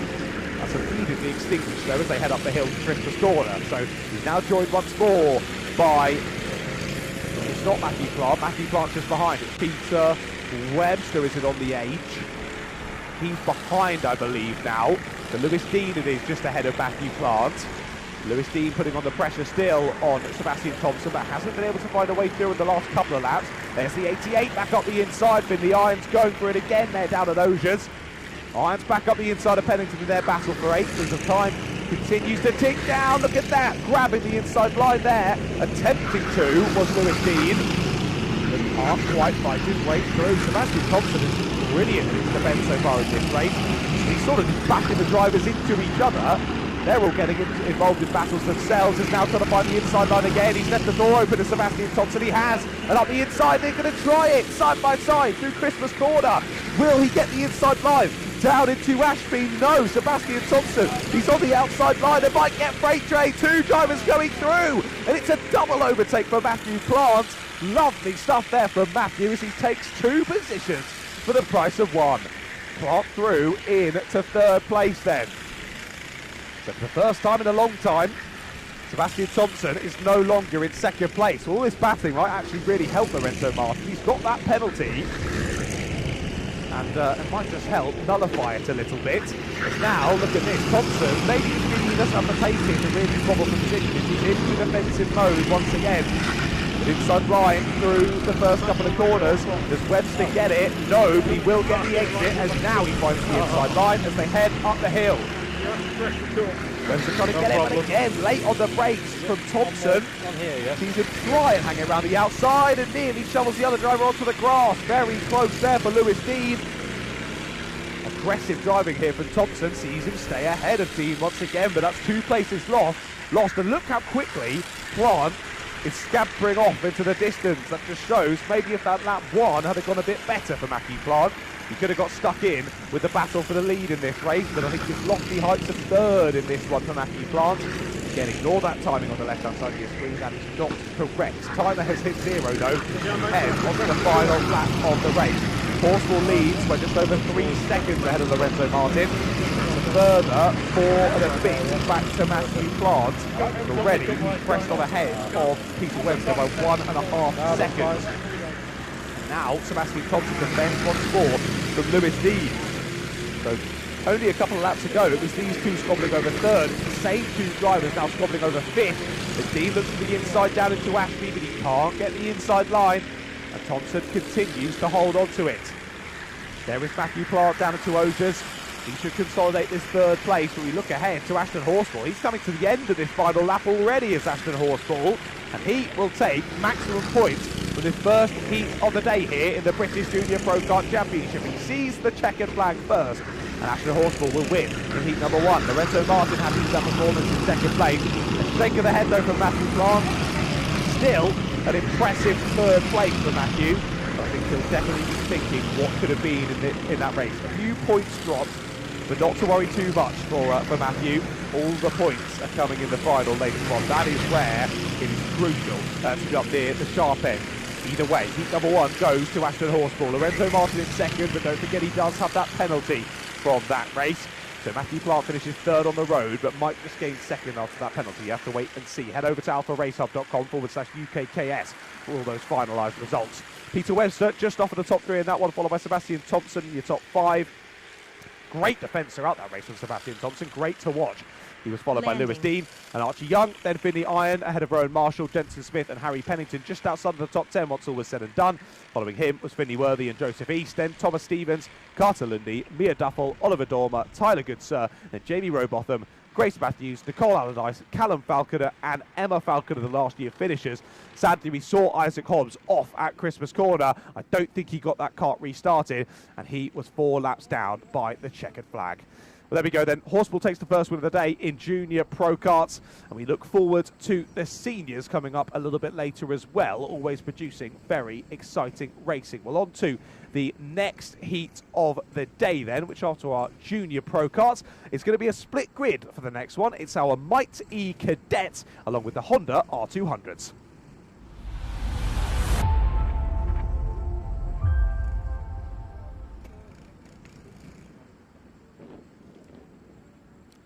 So then, as I say, split grid for this one. We'll have 13 drivers in total, 10 R200s and 3 Might E Cadets. Well, out onto the track they go already, and that was some pretty aggressive tyre warming there from JJ Allen as he exited the pits, got that car properly sideways as they headed out onto the circuit. But either way, looking to get as much temperature into those tyres as possible, and it's clearly working for the moment for JJ Allen as he's on pole position. 51.391, that pole time from JJ in qualifying, puts him, what is that, about 2.5 tenths. So about a quarter of a second the difference in terms of overall lap time between JJ Allen and Jensen Charity in qualifying. Charity joins Allen on the front row with Hallie Finlater and Jake Barnett on row 2, Ethan Pearson and Harry Parker-Rea on row 3. Then Maddie Horsfall and William Hosaka on row 4, with Alfie Facer and Jack Clark rounding out the 10 drivers on Honda R200s. Our 3 Might E Cadets are Jack Swong, Harry Ross and Jaden Bond, rounding out the 3 drivers on the grid for them. So Jaden making the jump from Honda Cadets then to Might E Cadets. So interested to see how Jaden takes to this machinery. I've seen Jaden do a decent amount of practice around a couple of different tracks over the last couple of months. So Jaden continuing to improve in terms of his overall pace, which is great to see. And as I say, let's see how he takes to Might E Cadet machinery, because although he's very experienced in Hondas, is Jaden. Of course, Might E Cadets very different in how they feel underneath you, and in terms of that power delivery especially. Well, 2x2 to the lights then. Let's see if the Honda R200 can get it underway first time of asking. They can. They see the Union Jack drop, and we get underway. I think a bit of frustration there from the anti-pole side of the grid, headed up by Jensen Charity. Hand up in the air as he came across the line, as he was a little bit further back from the pole side of the grid. But either way, he missed the jump there, and that affected all of the drivers on that anti-pole side. So JJ Allen leads us down then. The 55 of Jensen Charity is into second place, with Finlater third on the number 20. Has she dropped further down on this first lap of the race? Potential that she did. We'll see as they come through to the end of lap number 1 where those drivers sorted themselves out. The 38 of Jake Barnett is into third place. And we'll see who's there in fourth as they come across the timing beat to end lap number 1. Either way, it's been a good start for JJ Allen. And despite anti-pole side not quite getting away as quickly as they might have hoped, Charity holds on to second. Finlater does stay in fourth. So only 1 position lost on the opening lap there for Hallie. Jake through into third. There's a move for fifth place as well. The 44 of Harry Parker Ray gets past Ethan Pearson there up at Christmas corner. Nicely done under brakes there from Harry. You saw him kick out the rear end there under brakes. Got it stopped nicely though on the number 44 and drops the 77 out of the top 5. Matty Horsfall going with them as well. And William Hassack not too far behind either. There are your 3 in Mighty Cadets as there's a move up the inside as well. Jaden Bond and Jax Wong, I think that is going at it for second and third in the class, with Harry Wass slightly further up the road. Only by a couple of tenths, though, I will say. So those 3 still very, very close together in terms of the pack in our Mighty Cadets. So 7 minutes plus 1 lap still on the clock in this one. All of the heats so far today, or all of the heats, sorry, across today will be 8 minutes plus 1 lap. And those finals later on, 10 minutes plus 1 lap for those ones. So a little bit longer to make moves, but equally a little bit more opportunities to be overtaken as well. So how it plays out in those finals will be crucial, especially for the weighting of points as well. Massively weighted towards those finals. It's 24 points for the heats and 100 points for the final victory for all of the classes except our Pro Karts. And the Pro Karts, both the juniors and the seniors, 60 points for a heat win and 180 for a final victory. So still a massive weighting towards the finals. So although these 3 heats very important, it's all those building blocks getting ready for the final later on and getting a good enough position to get yourself at the sharp end and start as you mean to go on in the finals later on this afternoon. This was also, of course, our first rolling, apart from the Pro Karts we saw earlier on, our first rolling start of the day. Our Bambinos and then our Honda Cadets as well, all standing starts for those drivers. I do believe rolling starts all throughout the rest of the day. The top 2 still absolutely nose to tail then between Alan and Charity. These 2 battling very, very well as they head through to the end of this lap. There's all a little bit of loss on the exit there potentially as nearly closes the chasing driver to the grass there. That was very close across the line between those 2 as Alan and Charity continue to do battle here in Honda R200. Jax Wong has now overtaken the 14 of Jack Clark from the Honda R200, so our Mighty Cadet still getting stuck in with the rest of the order, and Jack Wong's only about half a second then off of Alfie Facer now as well in 9th overall. So Facer and Clark has just dropped off at the back of the rest of the pack in Honda R200, so top 8 still off and clear, about 5 seconds between the top 8. But not too distant at all between the top 2. Then we find about 2 seconds back to Barnett and Finlater battling over 3rd. But still, Alan leading Charity. And we did see that little mistake down through the final corner last time around for JJ Allen. Just had a little bit of tyre squeal through the right-hander. Allowed for Charity to get that nice exit, but he wasn't able to do anything with it just yet anyway. Couldn't get the inside line quite, and JJ Allen was able to chop across and hold on to the lead for now. Crucially, for now. Half race distance then. 4 minutes gone and 4 minutes left to go, and Charity still absolutely piling on the pressure.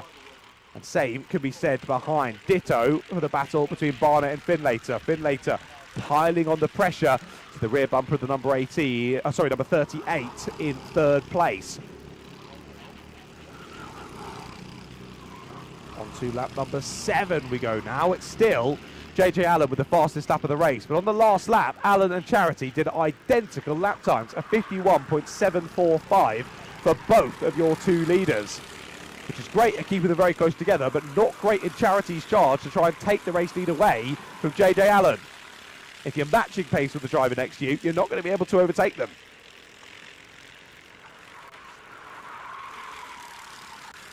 So as that battle continues on, they're now catching, I think that's Jaden Bond, isn't it? Yeah, it's Jaden Bond in the Mighty Cadets, who's now dropped a good 30 seconds off the back of Harry Wass. So something's happened to Jaden Bond earlier in this race, as he's doing very similar lap times to Harry Wass. They're within 400ths of each other in terms of their fastest laps of the race.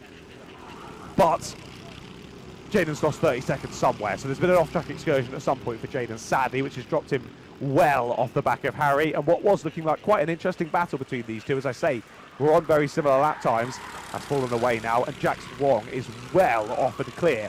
53 dead is the fastest lap of the race so far for Jax Wong, and that is a second quicker than both Harry Ross and Jaden Bond. So Jax mightily quick in a Mighty Cadet, as I've seen across other championships in the UK, and he's bringing that here at round number 4 of the UK Kart Series as well. Just over a minute left to go in the race then. Opportunities beginning to dwindle here for Jensen Charity. He needs to go for it soon enough, just Jensen, or he's going to have to settle for the points for second place in this one. So once again, it's a Project 1 racing kart versus this blue liveried kart, which I'm struggling to remember the team of at the moment, but the same team that we saw Archie Loveridge racing in Honda Cadets.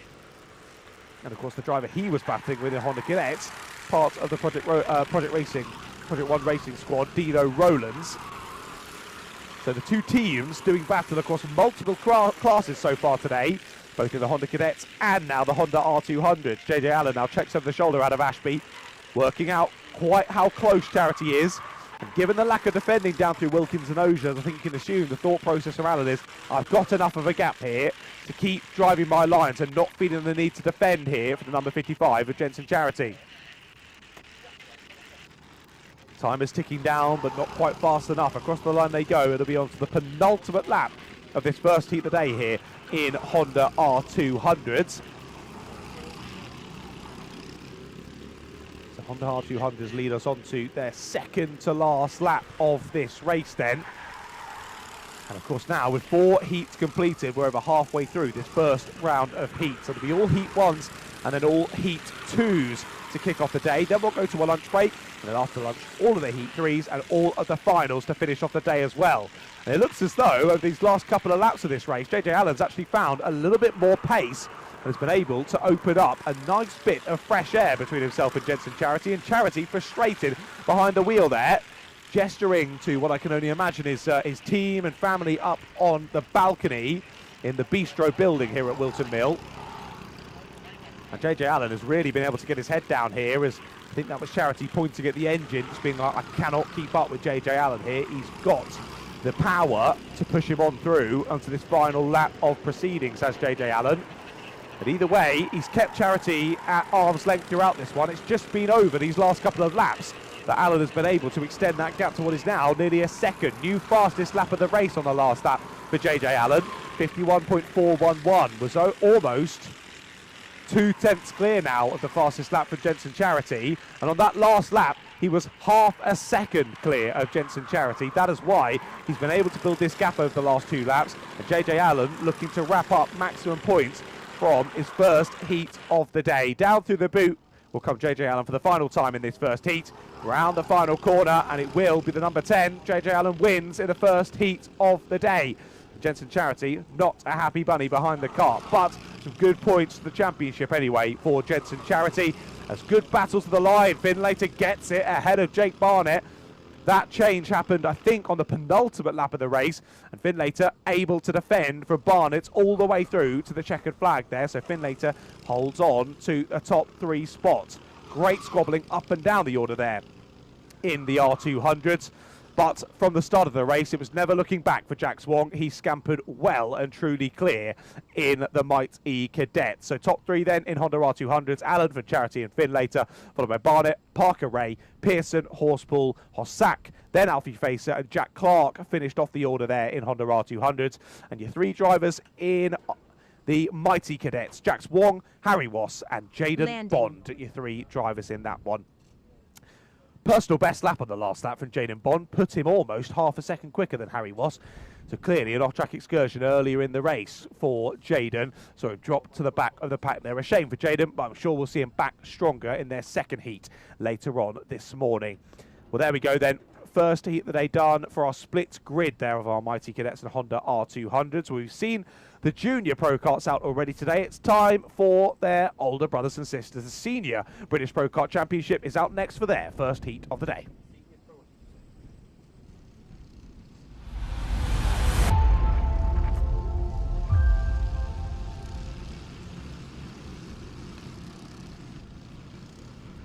Well, juniors treat us to some really exciting racing. Seniors will be just the same, ladies and gentlemen. Don't you worry. 36 drivers on the grid for this one. My goodness. Let's see how we go for this one then. Aaron Alexander, your driver with the #1 plate. Your champion from last season lines up on pole position. John Hogan alongside him on the front row with your UK plate champion Bradley Rowe on row 2. He's joined by Clayton Ravenscroft. James Stradwell and Carl Ruddock on row 3, followed by Riley Bowen and Alfie King. Craig Day and Aaron Lord round out the top 10. They're followed by Oscar Buckley and Tom Hewland. Then it's Ned Booth and Alfie Wilkes, Mick Lord and Jonty Beswick, and Ronnie Rowe and Connor McCarthy. I've got 2 drivers here down as UK plate. That's very odd. Don't know what's happened there. Anyway, Bo Harbour and Paul Scaife are round out the top 20. They're followed by Max Manningham and Oliver Hall. Then Steve Nichols and Peter Sharp, Ollie Clegg and Jack Hewland, then Archie Cotton, Simon Sharp, Charlie Brooks, Jay Shepherd, Andrea Bahario Mastita, Sean Deacon, Kenny McAllister, Rodney Taylor, Gary Evans and Jonathan Nadell rounds out the 36 drivers on the grid here for British Pro Kart Championship. Look how long those 2 queues are, and they're about to go racing for 8 minutes plus 1 lap. They look to the Union track, and it falls. We go racing here in the British Pro Kart Championship, and Aaron Alexander leads us down into the first couple of corners. But Alexander, Rowe, Hogan, Ravenscroft, so many drivers in this field that could win this race, and let's see who does take the spoils in the first heat of the weekend. Well, as I say, it's a good start from Aaron Alexander, takes to the front immediately. One of his teammates, though, I think that is in the background over the grass and losing positions, dropping back into the pack. The 74 getting ahead there down at Ashby. That was Connor McCarthy on the 74 finding a way past. And now the 88 is going to shuffle their way through as well. That's Jonty Beswick getting a place down at Ashby. But either way, look at this. Is that Aaron Alexander clearing off already? Of course it is. Aaron Alexander looking to break away immediately in this race. And it is, to second place, it is Bradley Rowe on the UK plate. John Hogan in third, place of Ravenscroft fourth. And then it's all reshuffled behind. Drabwell's to 5th, King to 6th, Day to 7th. Craig Day's up 2 spots on this first lap. Biggest movers, though, Mick Lord up 3, Bo Harbour up 3, and those are your only 2 up there. A few other drivers up 2 so far in that first lap, and there's the move for second place. John Hogan up the inside of your UK-plated driver, Rowe to 3rd, but now might get overtaken by a couple more. Not quite.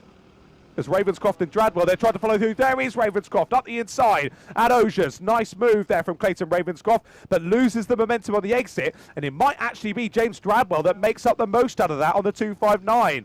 Ravenscroft on the 259. There he goes. So he's now into 4th. So it is the #5 of Dradwell. So I was right. My hunch was correct. But that bit of time lost there on corner exit from Ravenscroft and Day, wasn't it? Or Bradley Rowe, sorry, on the UK plate, allowed for James Stradwell to find his way past. So Dradwell's into 3rd then, Ravenscroft 4th, and Bradley Rowe in 5th. They head down to Ashby once again, but key point in this race, Aaron Alexander clearing off at the sharp end already. Down through the middle section of the circuit, drivers battling very, very nicely.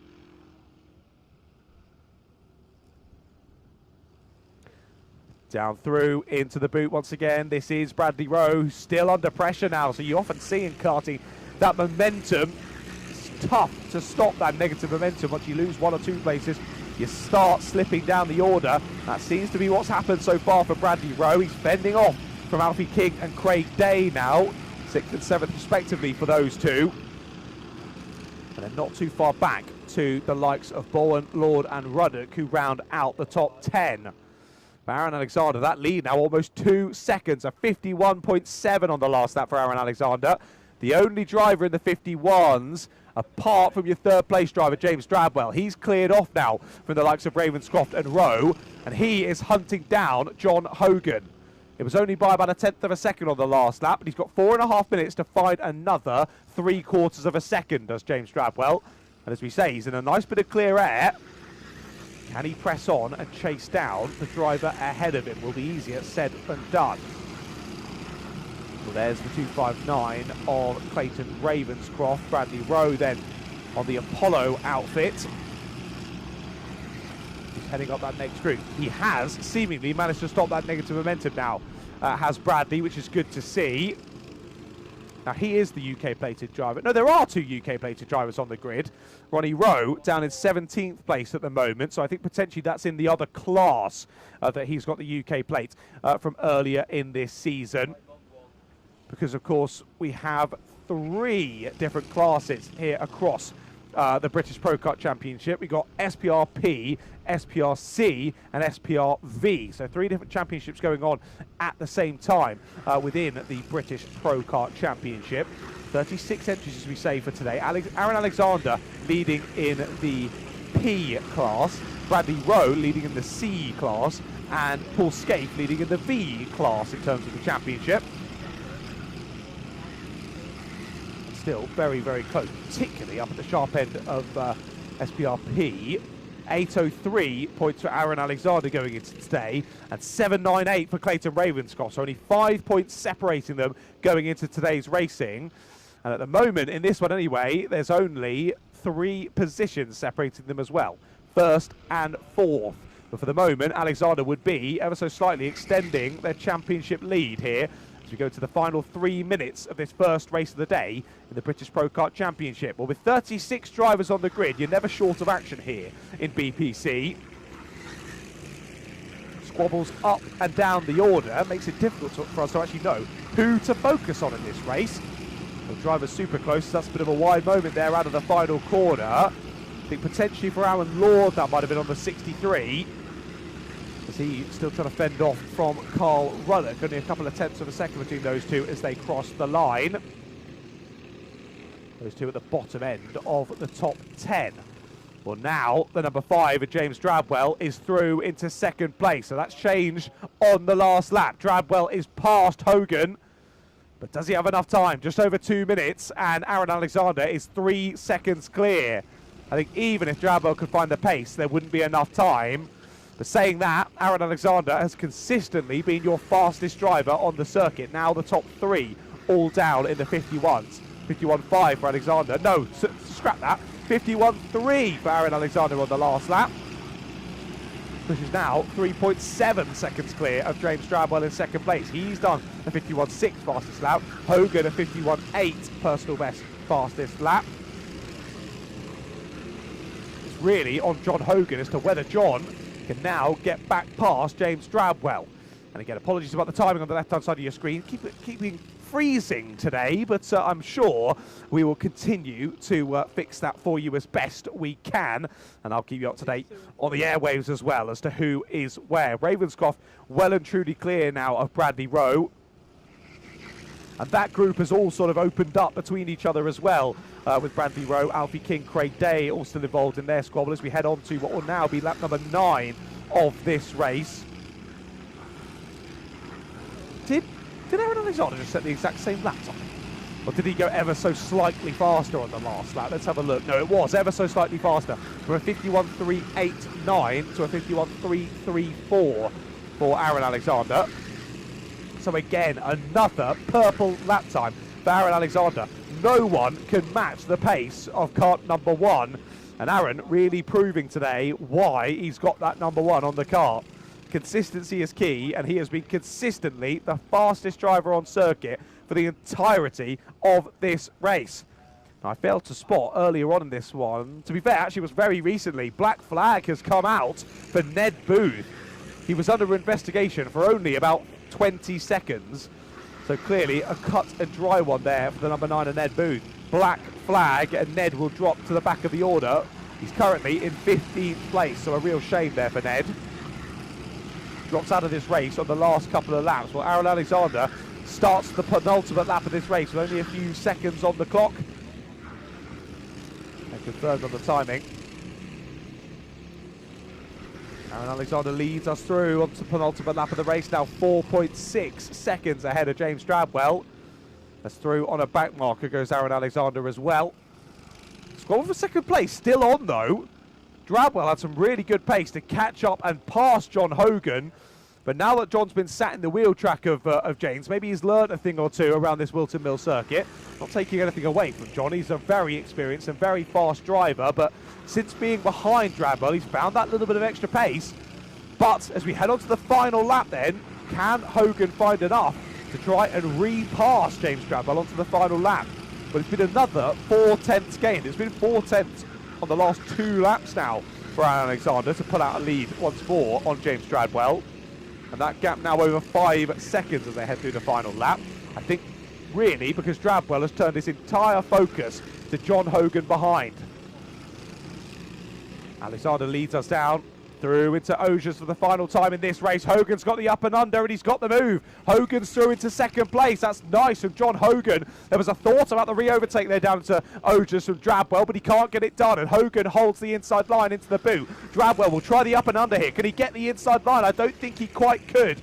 Either way, Aaron Alexander gets the win in the first race of the day here at round number 4 of the British Pro Kart Championship, and Hogan gets second place back on the last lap. Good to see the thumbs up between the 2 drivers, and Clayton Ravenscroft closed in there by 1.2 seconds on the last lap, but it was a little bit too little too late, sadly, for Clayton. He couldn't quite match the pace of those 2 drivers ahead. He did get down into the 51 zone in the last couple of laps, and so did quite a few of our drivers, to be fair. 7 of the 8 in the top 8 down into the 51s there when we did get through to the checkered flag.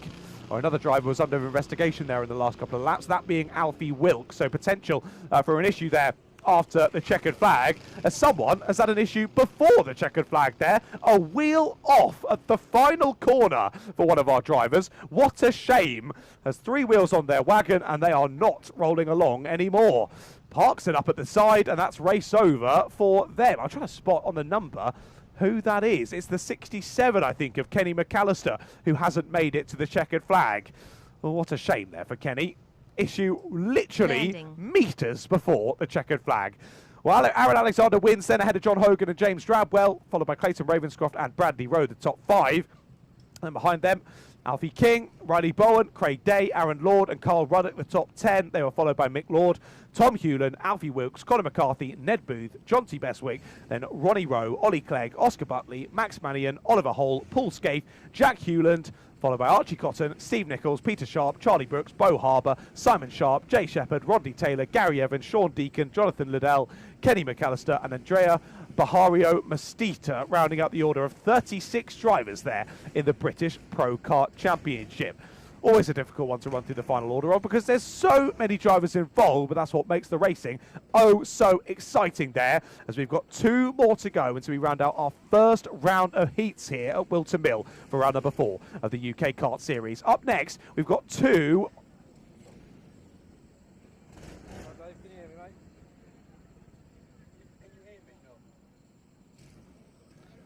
Up next, we've got 2 of our guest championships here for today.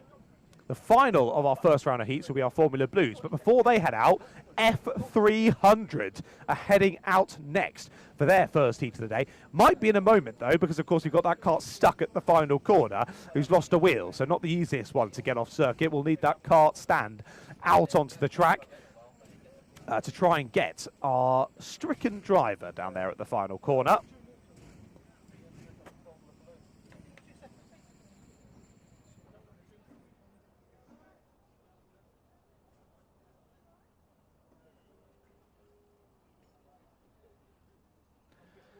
We see there, kart stand back out onto the track, which is good. Driver about to be saved and back into safety they go.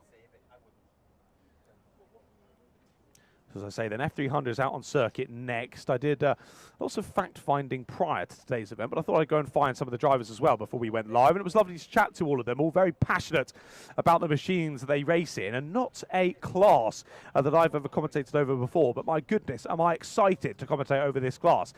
These engines, firstly, sound awesome, and it's because they're pretty much all rotary engines that'll be racing out on circuit. It is a 4-stroke class, so other engines are allowed, but predominantly rotary engines out on circuit, all basically running Axros, I believe, out there.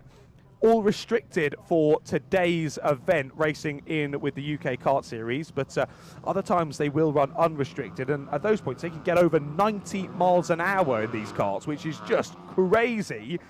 I was being shown some some data on the screen. I'm going to try and remember. It was Guy that was showing me said data. If I can get up the grid, I can actually find out who I'm talking about.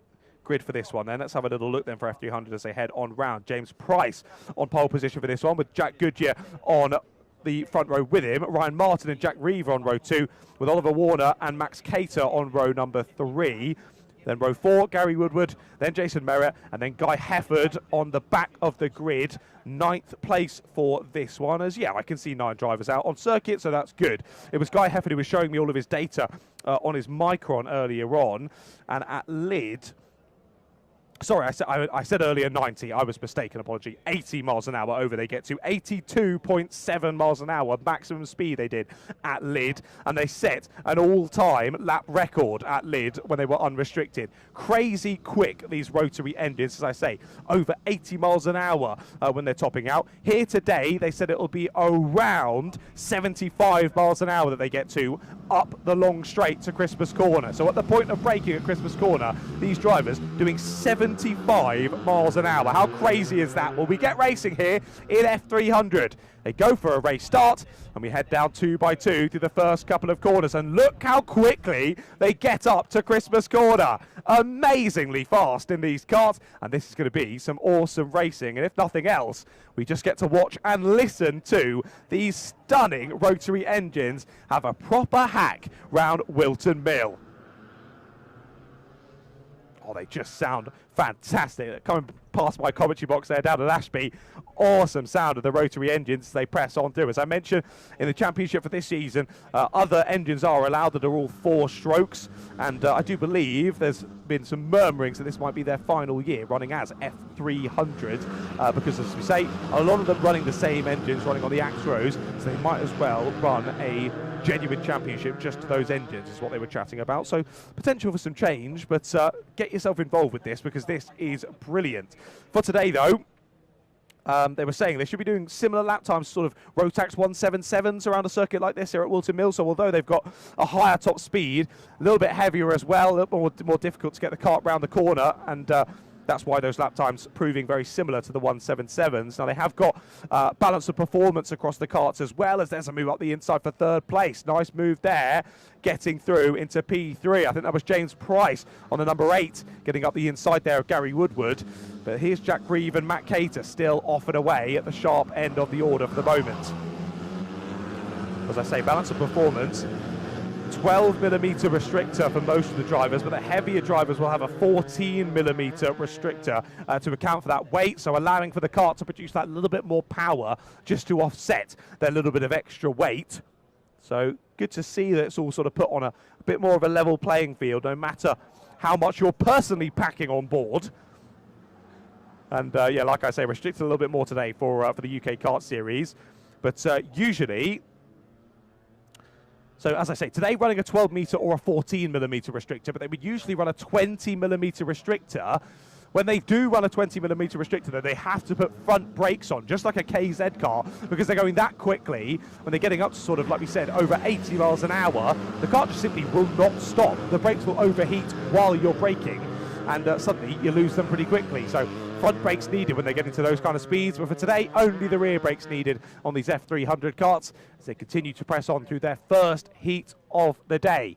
And still, Jack Reeve, the one leading us through it. Matt Cater then in second. James Price it was who made the move down through Ogiers, wasn't it, on the previous lap? So Price into 3rd. Ryan Martin now in 4th, followed by Jack Goodyear, then Gary Woodward, Oliver Warner, Guy Hefford and Jason Merritt. So I think Goodyear's lost a couple off at the start, has he? Yes, down from 2nd to 5th, I believe. But Jack Reeve and Matt Cater both having brilliant starts from 4th and 6th on the grid respectively. Reeve gaining 3, Cater gaining 4. So a lovely start from both of those, but they are not the fastest out on circuit at the moment. Jack Goodyear now finds himself in 4th after starting 2nd on the grid. Has just swapped in the fastest lap of the race. 47.111 for Jack. 2/10 quicker than James Price in 3rd, but half a second quicker than Jack Reeve and Matt Cater. So it is 3rd and 4th who are now closing back up to your race leaders. How quickly can they do so?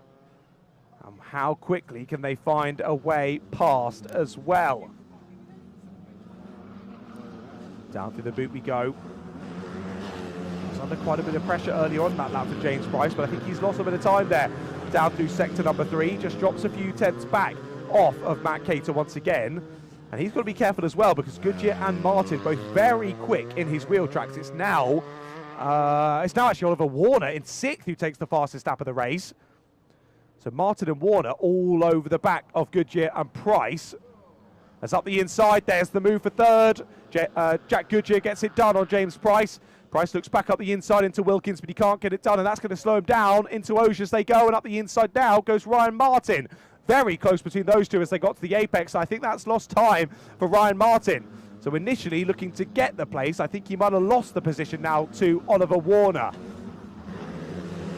So Warner then through into 5th place overall now. We'll see if that's all confirmed on the timing as they come across the line. Goodyear to 3rd, Price to 4th, Warner to 5th, and Martin to 6th.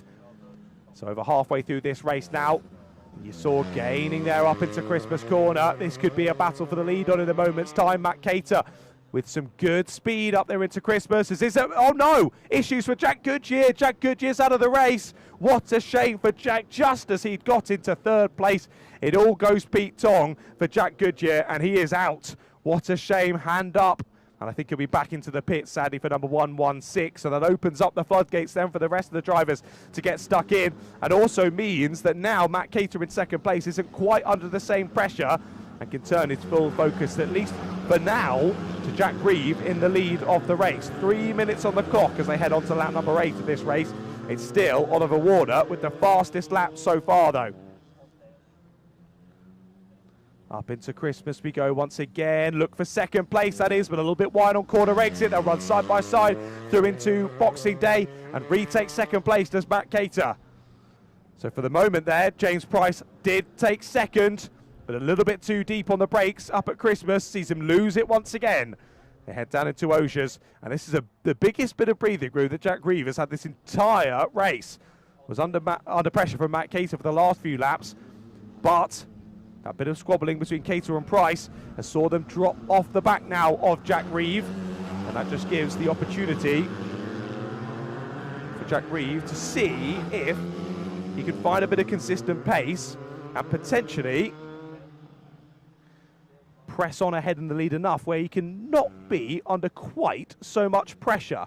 But easier said than done, especially when the pace from the drivers around him is quite so impressive, as it's all gone wrong up at Christmas corner. A couple of drivers off there, what a shame. Yellow flags as a move, thinking about it for 2nd place there. Driver nearly off on the grass, wide on the exit. Classic. Just as I take a look away to try and get some more through flow of air here in the commentary box, I miss a big move up at Christmas corner. Apologies, we've lost 2 from our leading battle there with only a couple of laps to go. But what was proving very aggressive and exciting battling at the sharp end has nullified somewhat as we've lost a couple from it. James Price and Ryan Martin it is who have dropped down courtesy of their squabbling. So Reeve leaves from Cater, and now Warner in 3rd place. Woodford's through to 4th, Hefford's through to 5th. Price comes across the line in 6th, a couple of tenths off the back of now that battle for 4th place. It will be lofty heights of 4th for him. But Ryan Martin, you saw his kart there up through Boxing Day getting pushed to the side of the circuit. Ryan Martin is out of the race. What a shame for kart number 17. Hopefully we do see them back out in heat number 2 slightly later on.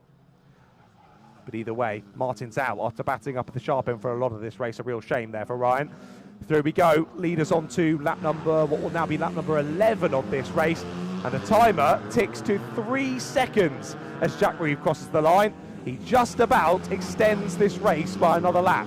And Warner has made the move as well. So Oliver Warner's up to 2nd now, ahead of Matt Cater. 1.5 seconds now between Warner and Reeve. What was the difference of pace on the last lap? Reeve was a little bit faster, but of course Warner was having to make moves. I don't think there'll be enough time here for Warner to get through into the lead, but crazier things have happened in the UK Kart Series. Let's see what happens over this next lap and a half. Timer has well and truly hit 0 now. So it'll be 1 lap, 1,128 metres for Oliver Warner to see what he can do to steal the lead away here. Look how much he's closed up only through that last part of the lap. 1.2 seconds Oliver Warner gained on Jack Reeve on the last lap, a 46.5, and he's going for the lead. Up the inside, he's trying it into Christmas corner, and we have a reshuffle. What a move from the 46 of Oliver Warner, and what unbelievable pace Oliver Warner has had in the second part of this race. He's through on Jack Reeve, and he takes the lead on the final lap. Unbelievable scenes here in F300 at Whilton Mill. And it will be Oliver Warner who leads on only the last lap of the race, but that's the lap where that lead matters most. Through the boots he goes, and it will be Oliver Warner from 5th on the grid to take the win in heat number 1. Great showing from him across the line, and he is so happy with his performance. Not even a reaction across the line. Yeah, is what it is, mate. A battle through the pack. That one was all in hand. All went to plan there for Oliver Warner, and he takes the win on the road. Jack Reeve then follows him across the line. And again, Warner opened up another 8 tenths on that last lap ahead of Reeve, impressively so. Matt Cater rounds out the podium there in F300, followed by Gary Woodward and James Price in the top 5. They're then followed by Guy Hefford and Jason Merritt, and then Ryan Martin and Jack Goodyear. Neither of those two finishing the race. What a shame. Goodyear and Martin out. Both drivers battling up at the sharp end earlier on, but calamities there up through Christmas corner and Boxing Day saw them out of the race. Well, there we go then. 9 drivers taking to the start. I think only 7 taking to the checkered flag in the end, but F300 done and dusted for their first heat of the day. As I mentioned, we do have another guest championship joining us in a moment's time, and that will be both our seniors and juniors for Formula Blue.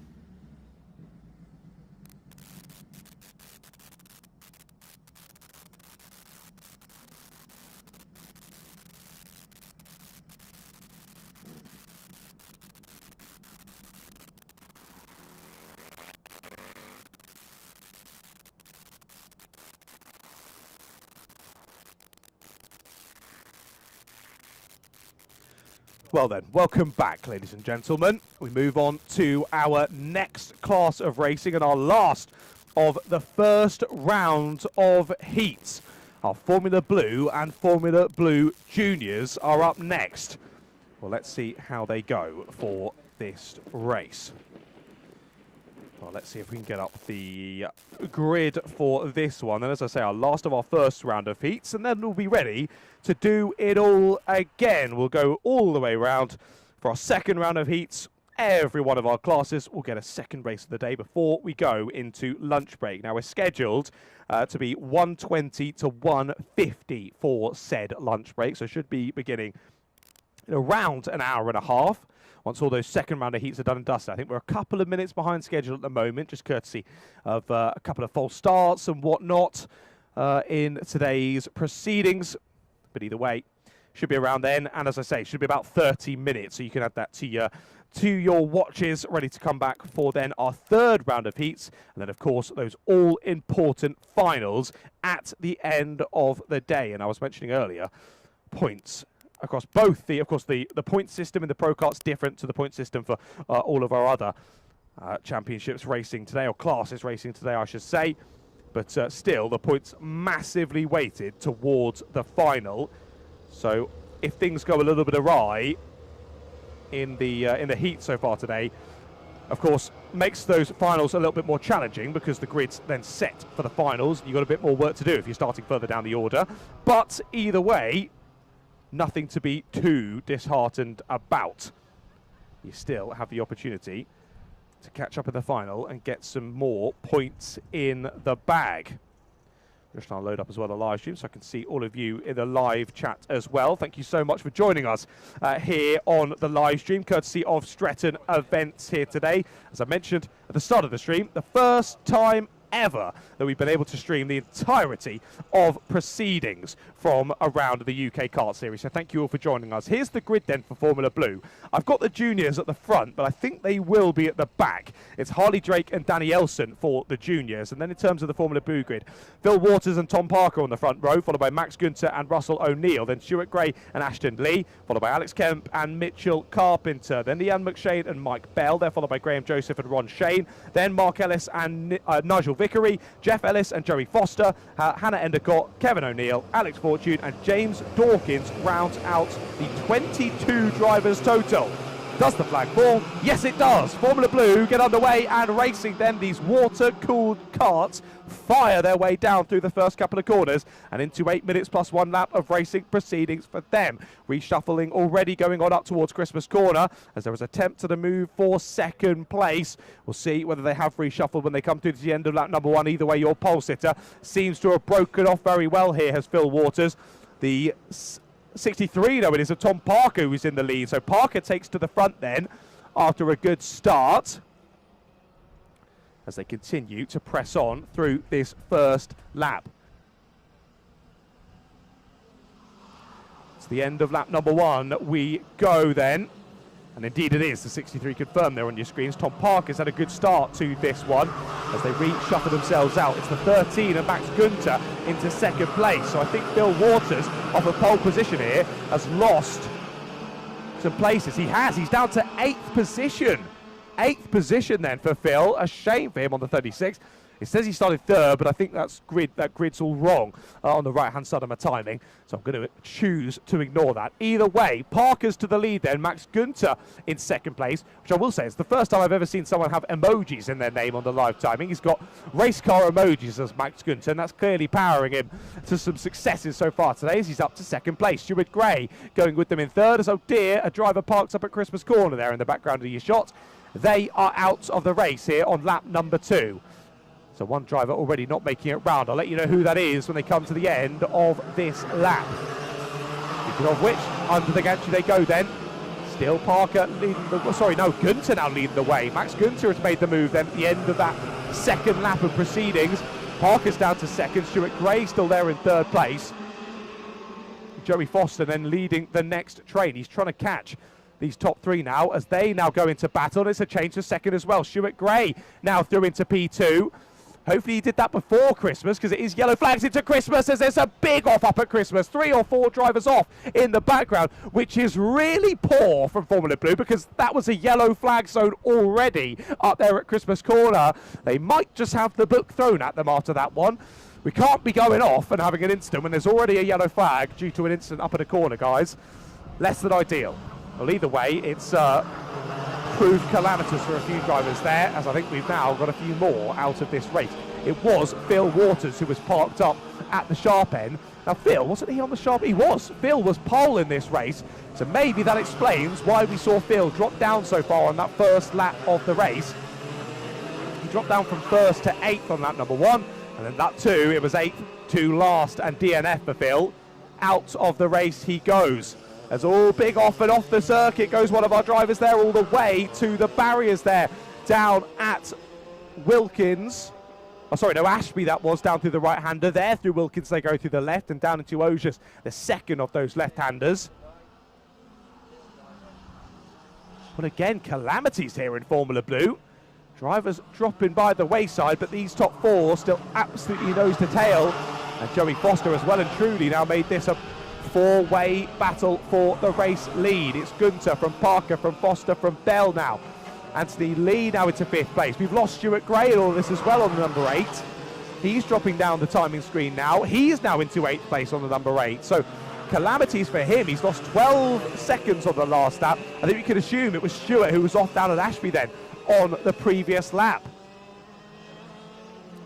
But Stuart Gray was involved in the leading battle. He now drops into 8th place. The leading 4 now, Günther, Parker, Foster and Bell. Who's that trying to catch them now? That's Anthony Lee in 5th place, chasing down your leading 4. As around the outside, trying to make it to the inside there was Mike Bell. Couldn't quite force his way to the inside line there on Joey Foster. Foster able to consolidate 3rd place for now. On to lap number 6 of this race they go then.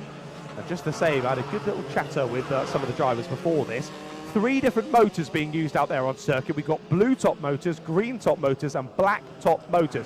The blue tops, 100cc, used by the lighter drivers and the juniors. The green tops, 115cc, used by the majority of drivers who are in sort of the middle point of the weight. And then the heavier drivers using the black tops, which are 125cc. So and then they all balance them off with restrictor plates as well. So that's how they all make it fair between the drivers, depending on their weight.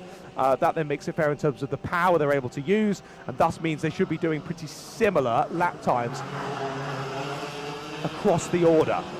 Now, Joey Foster, ex-Formula Ford racer, is Joey Foster, and he's getting stuck in now here in Formula Blues. Great to see him returning to karting once again in what is such a loved class in kart racing. I think you can call these retros sort of older Iame engines. They're not used nowadays, so I think, is that what we need to sort of tick to be able to call something a retro? It's not used consistently now, so thus I would consider it a retro class here in Formula Blues. And I've got my own personal love for Formula Blues as well, as it sort of runs in the family. Not my family, my girlfriend's family. Chris Derrick, ex-multiple Formula Blue champion is Chris Derrick, father of my beautiful girlfriend Lucy. So very well aware of Formula Blues and amongst the Derrick family, and that's been passed on to me in the Ratcliffe family as well. Lots of love for Formula Blues, and Chris was always a formidable figure across all retro kart racing, and specifically here in Formula Blues as well. But plenty of other drivers rising to the fore in his absence, and these top four still squabbling very, very well. Sadly, it looks as though we've just lost a driver in the last couple of minutes. Harley Drake has got themselves a meatball mechanical flag. So Harley out of this race, and that was one of our juniors as well, sadly. So Harley, we've lost a few laps ago. We've lost Phil Waters a couple of laps before him. And since then as well, we've lost Graham Joseph from this race as well. So 3 drivers out of the race, out of 18 total, 15 continuing on round. And good to see as well, Danny Elson, the only one of your Formula Blue juniors left in the race, still getting stuck in with this scrap. Danny finds himself in 11th at the moment. And currently a bit of no man's land, 4 seconds ahead of Nigel Vickery in 12th. And 4 seconds behind then Stuart Gray in 10th place. But look at the battle for the lead then, it's starting to all kick off here. Max Günther just about fending off Tom Parker. As now Joey Foster getting stuck in the Formula Ford racer there with Mike Bell as well on the number 4. This could all reshuffle itself through to the checkered flag here. But how many times have I said easier said than done so far today? Really going to be proven here by these drivers in Formula Blue. Is looking up the inside there, trying to get the race lead there. Through the boot was Tom Parker, forced his way to the inside line, but it wasn't quite enough. Not quite enough this time then for Tom Parker, but he's got a couple more opportunities to try and do something about it, but sadly for him, he's still got Foster and Bell absolutely breathing down his neck there in second place. And one more missed opportunity at the race lead, and he's going to lose second. Well, not even. We don't even need to wait for that. Foster's up the inside, and Joey Foster's through to second, and through follows Mike Bell as well. Can't get the power down the exit, and Tom Parker's going to drop well off the leading battle here on the penultimate lap of the race. What a shame for Tom Parker. He's been super quick throughout this one, but he's going to, as I say, fall by the wayside there in the dying moments. Well, it will indeed be Max Günther, who's been leading for a lot of this race, who leads us on to the final lap of proceedings. It's Günther from Foster from Bell. Half a second separating those top 3 as you go on to the last 1,128 metres of this race. Up to Christmas corner for the final time. Look how close Joey Foster is now. He thought about a move, or he did go for a move, sorry, for second place there through Ashby on the previous lap. Can't get it this time. He's got a nice exit down into Wilkins. He'll try the up and under here. Can he get the inside line? Not quite. Parker's just got it off. Sorry, Günther's just got enough in terms of grunt on the exit there to keep ahead of Joey Foster. Foster will throw the kart down through the boot, but not able to get the inside line. Opportunities dwindle to 0. It'll be a run to the line, but Günther's got it. Max Günther wins in heat number 1. And he really had to deal with a lot of pressure there from many different drivers across that race. And Günther takes the win. Fantastically done there from Max Günther, as I say, weathered the storm beautifully, and he was well deserving of maximum points there from heat number 1. Joey Foster, battling through well. Hold on a second, from 18th on the grid from Joey Foster. Oh my goodness, what a start. It would have actually been 16th on the grid there from Joey Foster, but still, That would mean 14 places gained in the first heat from Joey Foster. That is ridiculous. Fair play, with Mike Bell joining them in said top 3. He himself gained 7 places in that first heat. Well done to all those drivers. Tom Parker and Anthony Lee round up the top 5. They were followed by Alex Kemp and Russell O'Neill. Then Leanne Shane, Jeff Ellis and Danny Elson rounds out the top 10 and your winner in the juniors. Following him, Stuart Gray, Nigel Vickery, Ron Schoen, then Mitchell Carpenter, Mark Ellis, Graham Joseph, Harley Drake and Phil Waters. Sadly, those last 3, Graham, Harley and Phil, none of them making it to the checkered flag.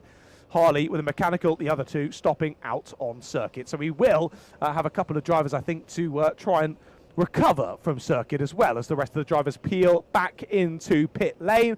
But that is it then for our first round of heats here from round number 4 of the UK Kart Series at Whilton Mill. What an exciting morning it's been so far here from Whilton Mill, and it has been the morning. We tick over midday and we tick on to now the second round of heats. All of the classes that we've seen so far today, we're going to be seeing them all out yet again, and it's now back round to our Bambinos.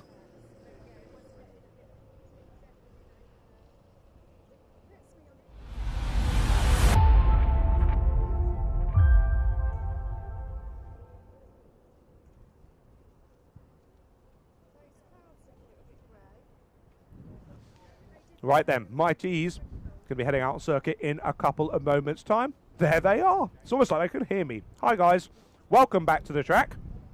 Let's get ready for their second heat of the day then. It was a good one in the first heat. Of course, Aidan Castleman taking the win in the first heat.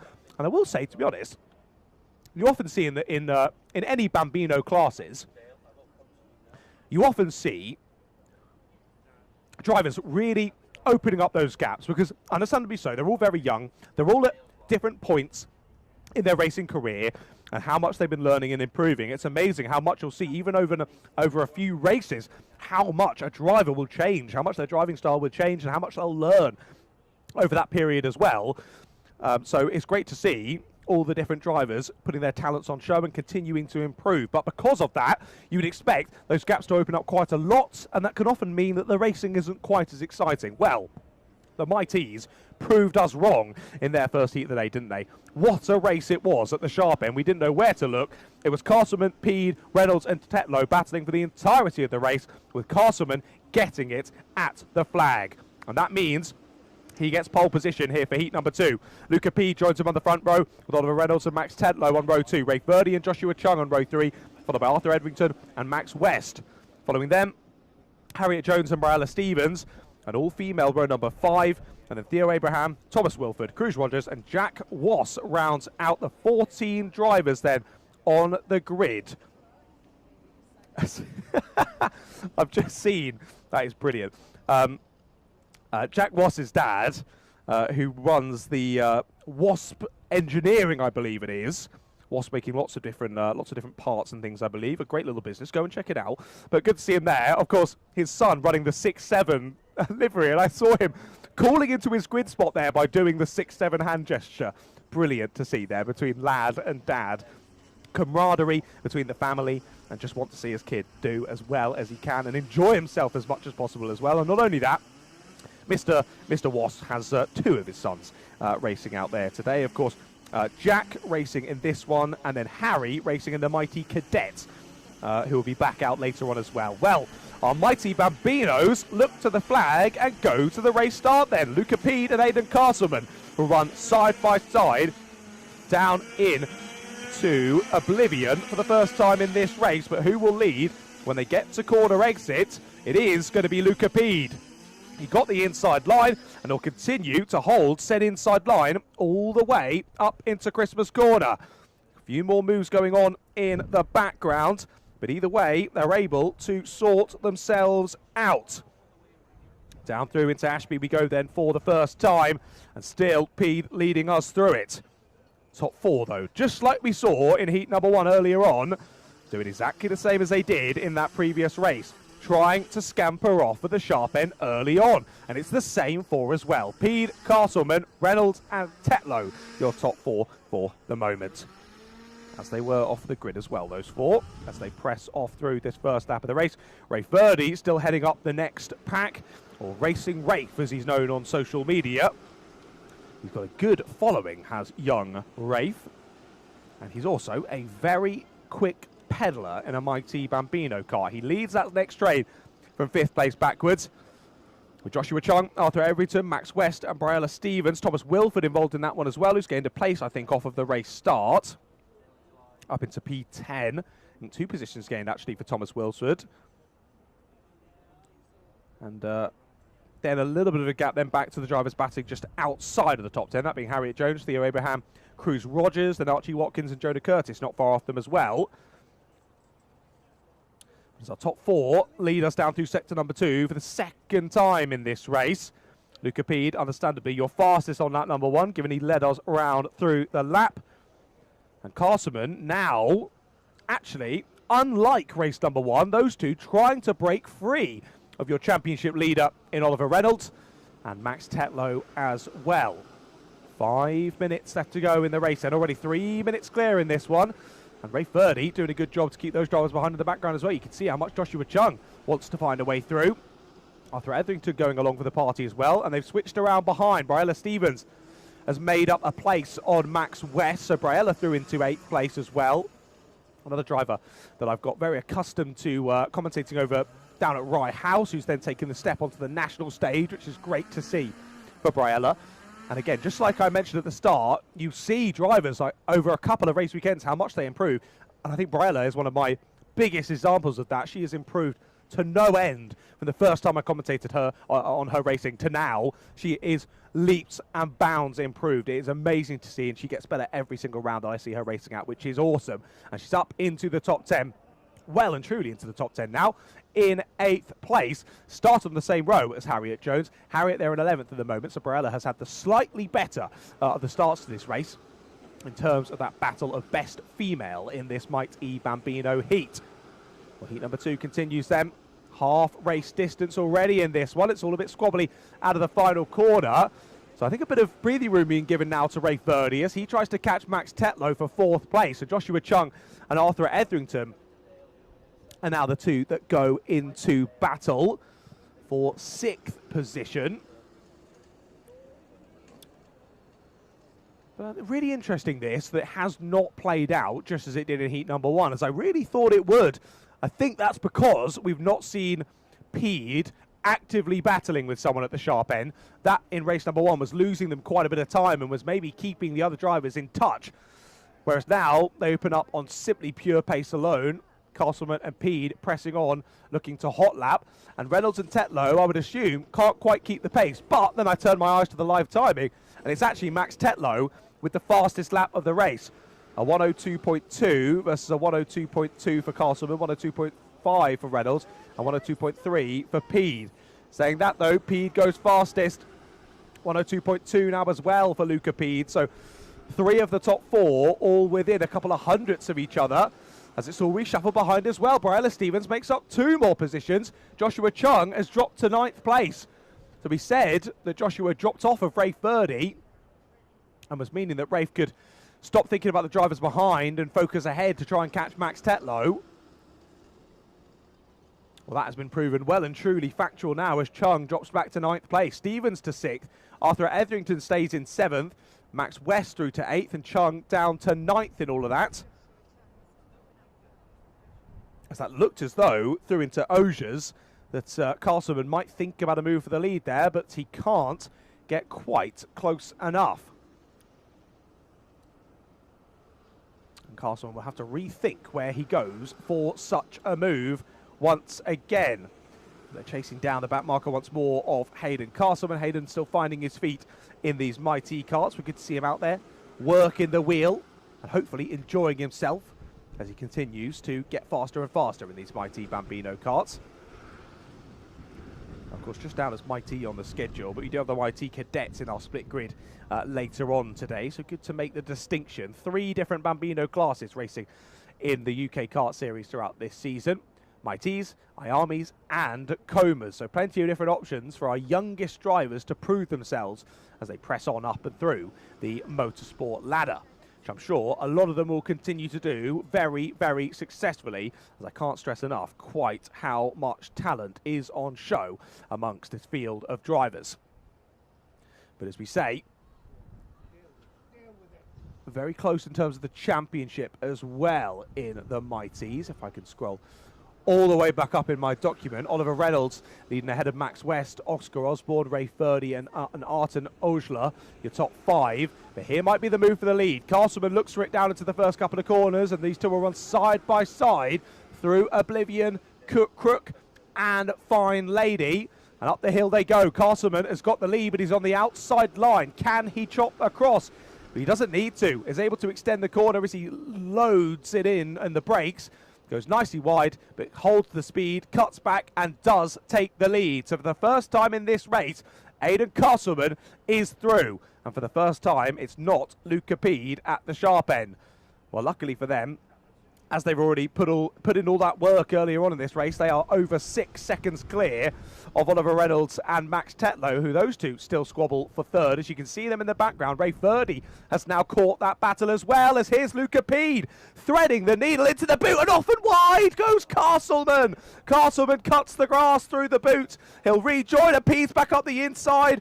I think all fair in all of that. He's rejoined and he's lost the place. I think you can call that fair, and no penalty now needed for Castleman, despite that bit of lawn mowing there for Castleman. He decided he doesn't want to race anymore. He wants to do the chores at home, and he starts cutting some grass here at Whilton Mill. I'm sure the groundskeeping team will be very pleased with some assistance there from Aidan Castleman. Castleman not too pleased. He now lost the lead he worked so hard to get. But that was beautiful from Luke Capede.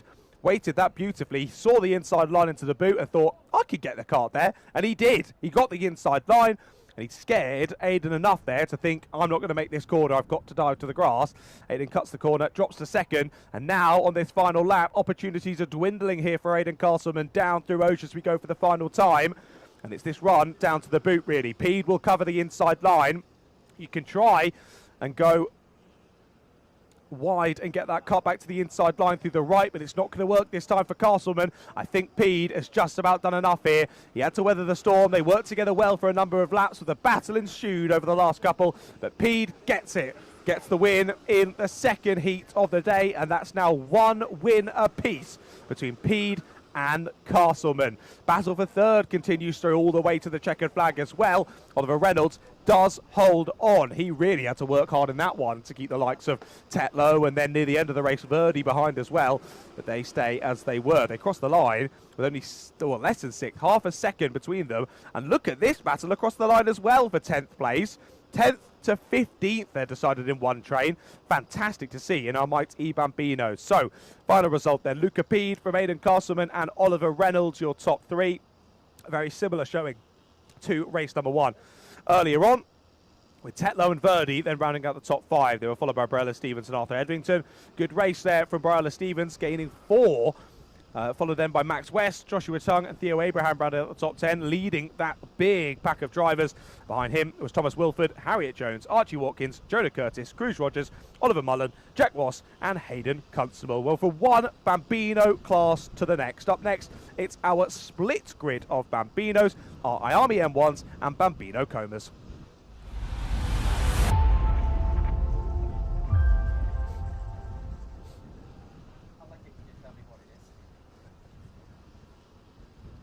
Well then, as we say, from one Bambino class to another, the M1s and the Comas come out on circuit in a couple of moments' time. Their race was exciting in and of itself, and I can see, for all the Jack Rossi Minute fans, he was reinstated to the race win at the end of heat number 1. Now I said, oh dear, Jack's made the mistake and he's coming a lap early. And then we had a brief discussion in between then and then the next race, and we do think that there was an accidental wave of the flag to Jack Rossi Minute. So that was why he then thought the race was over. The marshal then quickly brought it in and realised it was the last lap. Jack had already seen it, assumed, came into the pits, understandably so. So I think what really has been hands off there. We made the mistake. We got to reinstate Jack. He was so far ahead in the lead. It is his race, and it has been done. So Rossi Minute reinstated to the lead then. And that means he gets pole position for this upcoming race. Isaac Taylor alongside him on the front row, followed by Albert Ohm and Timothy Robinson. Then Arman Khan and Rex Everard followed by Stanley Thurston and George Miller. Those are your 8 in Iame M1s. Then we look to the 8 in Coma Bambinos as well. Matthew Pearson and Jace Hannon on the front row for that one, followed by Noah Gallagher and River DeGiorgio Miller. Logan Grassi and Reggie Rhodes, then followed by Jack Wilmington and Dalton Dyke Wickfield. And once again for this one, Bambino classes returning, and that means we're back to a standing start for this one. Well, it's been a very exciting morning of racing so far, but of course solo comms is not the easiest. So as these drivers go around, I'm starving. I'm going to have a bit of my gingerbread man. Back in a second.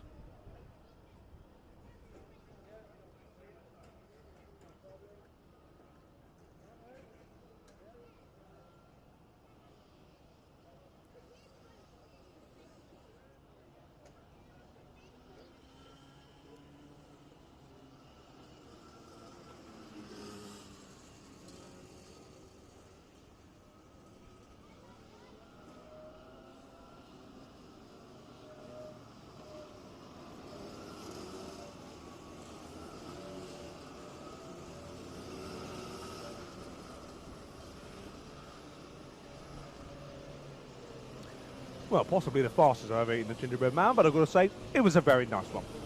Thank you very much, my lovely girlfriend, purchasing that for me. I'm a gingerbread man fiend, in case any of you want to know. There's a Ratters Media fun fact for you today. If you ever want to bring me anything to halt a commentator's curse, if you want to get a commentator's blessing rather than a commentator's curse, all you need to do is bring me gingerbread man, and immediately you can never have bad luck for the rest of the day. That is a fact. Off we go then.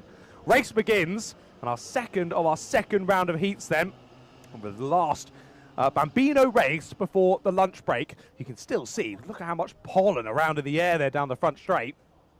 I'm sure some of the drivers probably struggling as I am here in the commentary box with the pollen out today. Lots of itchy throats, but either way, drivers not letting it halt their performance, as there's been some awesome talent on show so far today, and now our Comas and Iame M1s crack on for their second race of the day.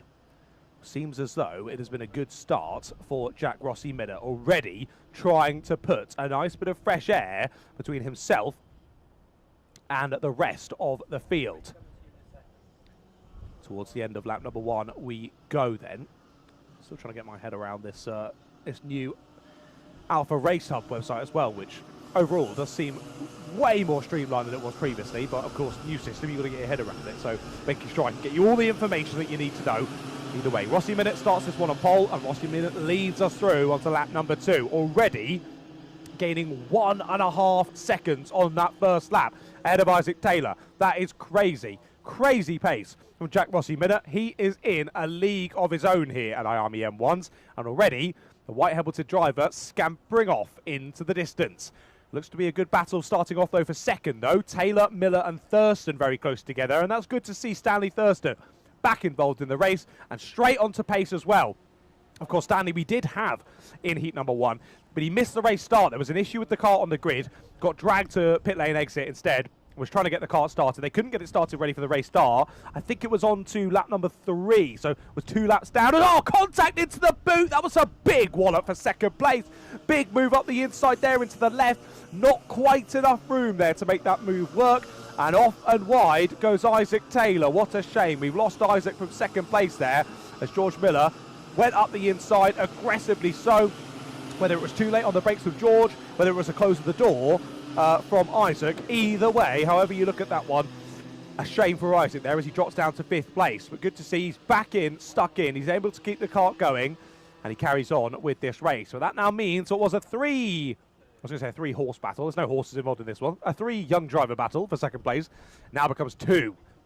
And now it's Miller and Thurston there in second and third respectively. And they have around 3.5 to 4 seconds gap then ahead of Timothy Robinson, who himself has then a further second to now Isaac Taylor in 5th. And Isaac Taylor is rejoined actually sort of at the front of quite a big squabble. Following him, Albert Ohm, Arman Khan and Rex Everard all batting for position in Iame M1s. Still Matthew Pearson leading the way in the Comas, but only by about 0.6 of a second at the moment. Of course, Matthew Pearson had a bit more of a challenging heat number 1 earlier on today. Dropped back into the pack, dropped to about 4th place, and then had to work through the rest of the race to get those positions back. But he did. And Matthew Pearson, as I mentioned in heat number 1, he's been racing for at least a year, if not 2 years now, has Matthew. And he's been so impressive. I've seen him improve throughout racing at Rye House and now on the national stage as well. And he is going from strength to strength. And from this one, he fought his way back in heat number 1 to get the win and thus pole position in his class for this race. And he's not looked back so far in this one, but now he's got Logan Grassi on his tail. It all changes around as Jace Hannon and Noah Gallagher, I think, have come together on the last lap. They both did a 1:22 on the last lap, so 18 seconds off the pace. I don't think it takes a rocket scientist to realise that something's happened there between Gallagher and Hannon as we're squabbling for second once more in Iame M1s. This is the 28 of Stanley Thurston trying to find a way through there, down through the boot. And for the moment, George Miller able to keep his nose ahead, just about. As you say then, Gallagher and Hannon dropping down the order. That's a real shame for them. Down to 7th and 8th at the back of the Como Bambinos now. And that's given now a bit of breathing room to Matthew Pearson ahead of Logan Grassi. What was a 6/10 of a second battle now turns into a 2.5 second battle. Or 2 seconds, sorry, between Pearson and Grassi, then 2.5. It was back to River to Giorgio Milo. That's now up to 4 seconds, that gap back to River, who finds themselves in 3rd in the class at the moment. Reggie Rhodes, once again, finds himself in his usual 4th place. Seems to be always where I see Reggie Rhodes. It's either a win or a 4th, really, for Reggie that I see him in. As these two still absolutely going at it here for second place in Iame M1, continuing to fall further off the back of Jack Rossi Minute, though, as these two very much focused on each other. It's a new fastest lap of the race from Jack Rossi Minute, 57.9 for Jack. Both of our two drivers in 2nd and 3rd, both a second off of that pace of Jack Rossi Minute, 58.9 for both of those two. And those are the only 3 drivers below a minute at the moment. That was the battle across the line for 4th you've just seen come through your shot. Robinson, Taylor and Ohm, that is. Tim, Isaac and Albert all squabbling over 4th place. And Matthew Pearson has now got through an Armand Khan. I think potentially an issue or a slow lap here for Armand Khan. He's just dropped out of 8th and he is dropping down the order like a stone now, sadly, for Armand. I saw his post on social media, not a name I recognise in the UK Kart Series. I do believe it's his first round, at least his first round I've commentated over. So welcome, Armand. Wished you luck on social media last night. Sadly, it's gone wrong, I think, on lap number 6. He has now come around under the timing beam, but it was a 1:16, so 14 seconds lost there on that last lap for Armand Khan. An issue, a mistake, an incident with another driver. Something's happened to Armand, and he's dropped from 8th overall to 11th overall, losing a few positions, but only to the drivers in the Bambino Como. So in terms of points for the championship, I don't think anything lost there, apart from 1 position lost to Rex Everard. Less than a minute now left to go on the timing. Jack Rossi Minute now finds himself 7 seconds clear of this battle for P2. But Stanley Thurston still not able to get past. There is Jack Rossi Minute now putting a lap on a couple of drivers. I think that would have been Noah Gallagher and Jace Hannon, which just shows how much time they lost in that incident a few laps ago. But they are now, well, 2 drivers I would expect to be fighting for the win in Bambino Como are now getting lapped by the Army M1 class. Just shows how much time they lost. Well, Jack Rossi Minute, he gets across the line with 7 seconds left to go. So no, he doesn't start the final lap. He starts the penultimate lap of the race. Just Jack Rossi Minute. He just about sneaks across the line with a bit of time in hand there, just Jack Rossi, who extends the race by a lap. Not that it's going to matter to him too much, unless there's a mechanical issue. I would never wish that on you, Jack, though. I hope you make it to the checkered flag. All he needs to do is keep doing what he's been doing for the rest of the race, keep himself at about a 7-second gap, and he'll be mightily happy with that performance. And that will then mean, with his reinstated win in heat number 1, a perfect day so far for Jack Rossi Minute. Maximum points will really help him in continuing to extend his gap at the sharp end of the standings. Army Bambino, let's have a look. Yeah, Jack Rossi Minute 342, Henry Exton 326. And we don't have Henry racing here today, so Jack, with his results, will extend his lead in the championship. But also for the fact that Henry Exton isn't here, his closest challenger. He is 33 points ahead of Isaac Taylor going into today. And Taylor currently a few positions back from Jack, 4 to be exact. Isaac currently finding himself in 5th place overall at the moment. Matthew Pearson still leading well and truly in the Coma Bambinos as well. Now finds himself 5 seconds clear of Logan Grassi. So as Jack Rossi Minute leads us through this final lap, it looks as though both your victors in Iame M1 and Bambino Coma will win by over 5 seconds. Rossi Minute and Pearson showing off in this race, showing the pace that they can put down. Not only that, the pace they can put down consistently as well, and that is what has allowed them to draw out such a sizable lead in only an 8-minute plus 1 lap race. But Jack Rossi Minute, he'll be coming through the final corner now to take the checkered flag. There he is across the line. Jack Rossi Minute wins once again in Iame M1s, and it's 2 from 2 for today for Jack, your UK plate champion from earlier in the season. George Miller second, Stanley Thurston in third. He'll be happy with that one after a difficult race 1 due to mechanical issues. You wait for the rest of the top drivers in Iame M1, and also your winner in Coma Bambinos across the line soon enough for Matthew Pearson, and he should win, as I say, by around 5 seconds ahead of Logan Grassi. So be coming across the line soon enough. Looks as though potential change there right at the dying moments. Good battling just outside of the top 3. So your final result in that one then, Jack Rossi Minute from George Miller and Stanley Thurston, the top 3, followed by Isaac Taylor and Timothy Robinson. Then Albert Home, Rex Everard and Arman Khan, your 8 drivers in Iame M1. There is Matthew Pearson across the line. He now takes the win in Bambino Coma again for the 2nd time today. So both Jack and Matthew continuing a perfect showing so far today. On the podium as well for Bambino Coma in that one, Logan Grassi and River DiGiorgio. Miller, of course, no proper podium in the heats. So just the heats. In the finals as well, we'll get those proper podium and silverware to take home as well. Just off of the top 3, though, Reggie Rhodes, Dalton Doe Whitfield, James Hannon, Jax Wilmington and Noah Gallagher. All making it to the checkered flag on that one, though, which is good to see. Well, there we go then. All Bambino classes done and dusted for both their 1st and 2nd heats of the day. We continue to press through the running order. How many have you got left? 5 more to go before we get to the lunch break. And up next, it's our heat number 2 for Honda Cadet.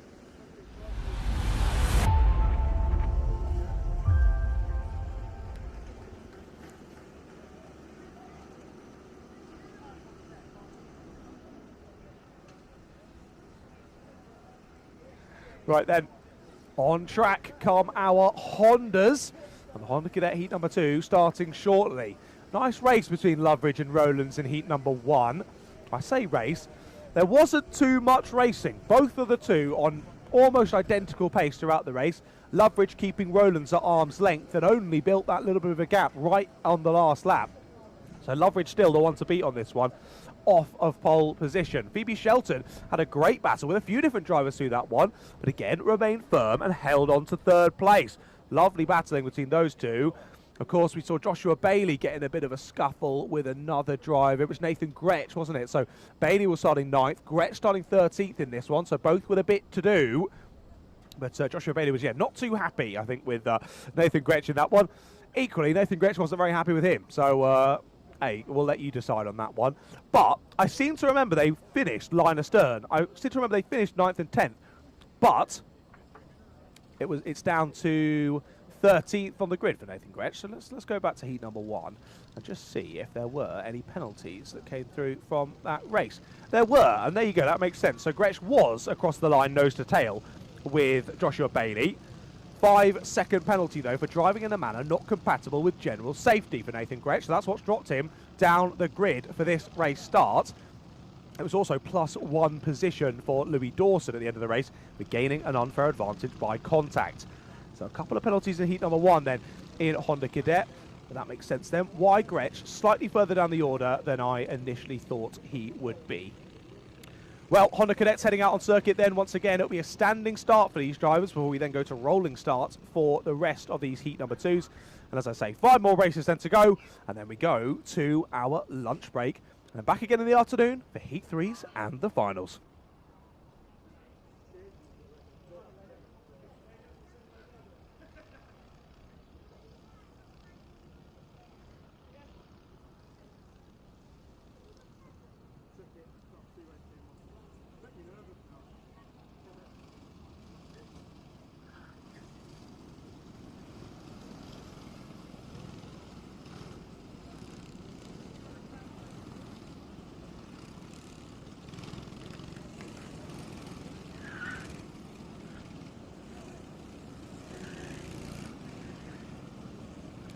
Well then, I'm back.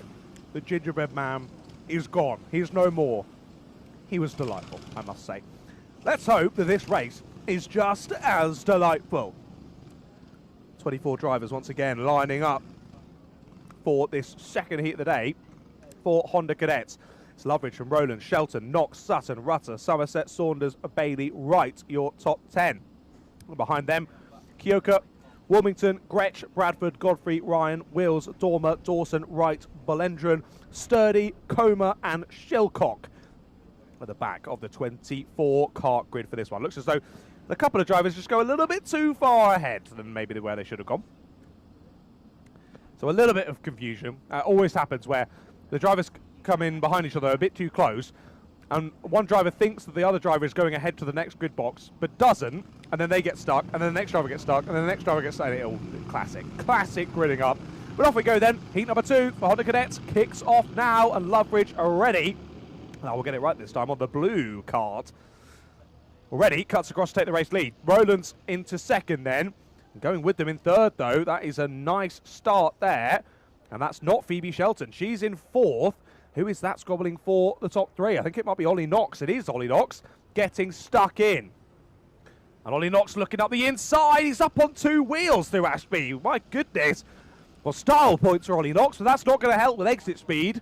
You want all 4 wheels touching the ground. That's what I usually find is best for grip. But oh no, Ollie gets a wallop there from Phoebe down through Osiers, I think that was. And they head through to the exit. Has it all reshuffled? I think it has, yes. Phoebe's through, and Ollie is dropping back into the pack now as there's a bit more scuffling there. Up through the final couple of corners. Here they go then, down onto lap number 2 then. So the first time then, very much unlike in heat number 1, Loveridge already building a bit of a gap. Rowland's there in second as they press on through to lap number 2.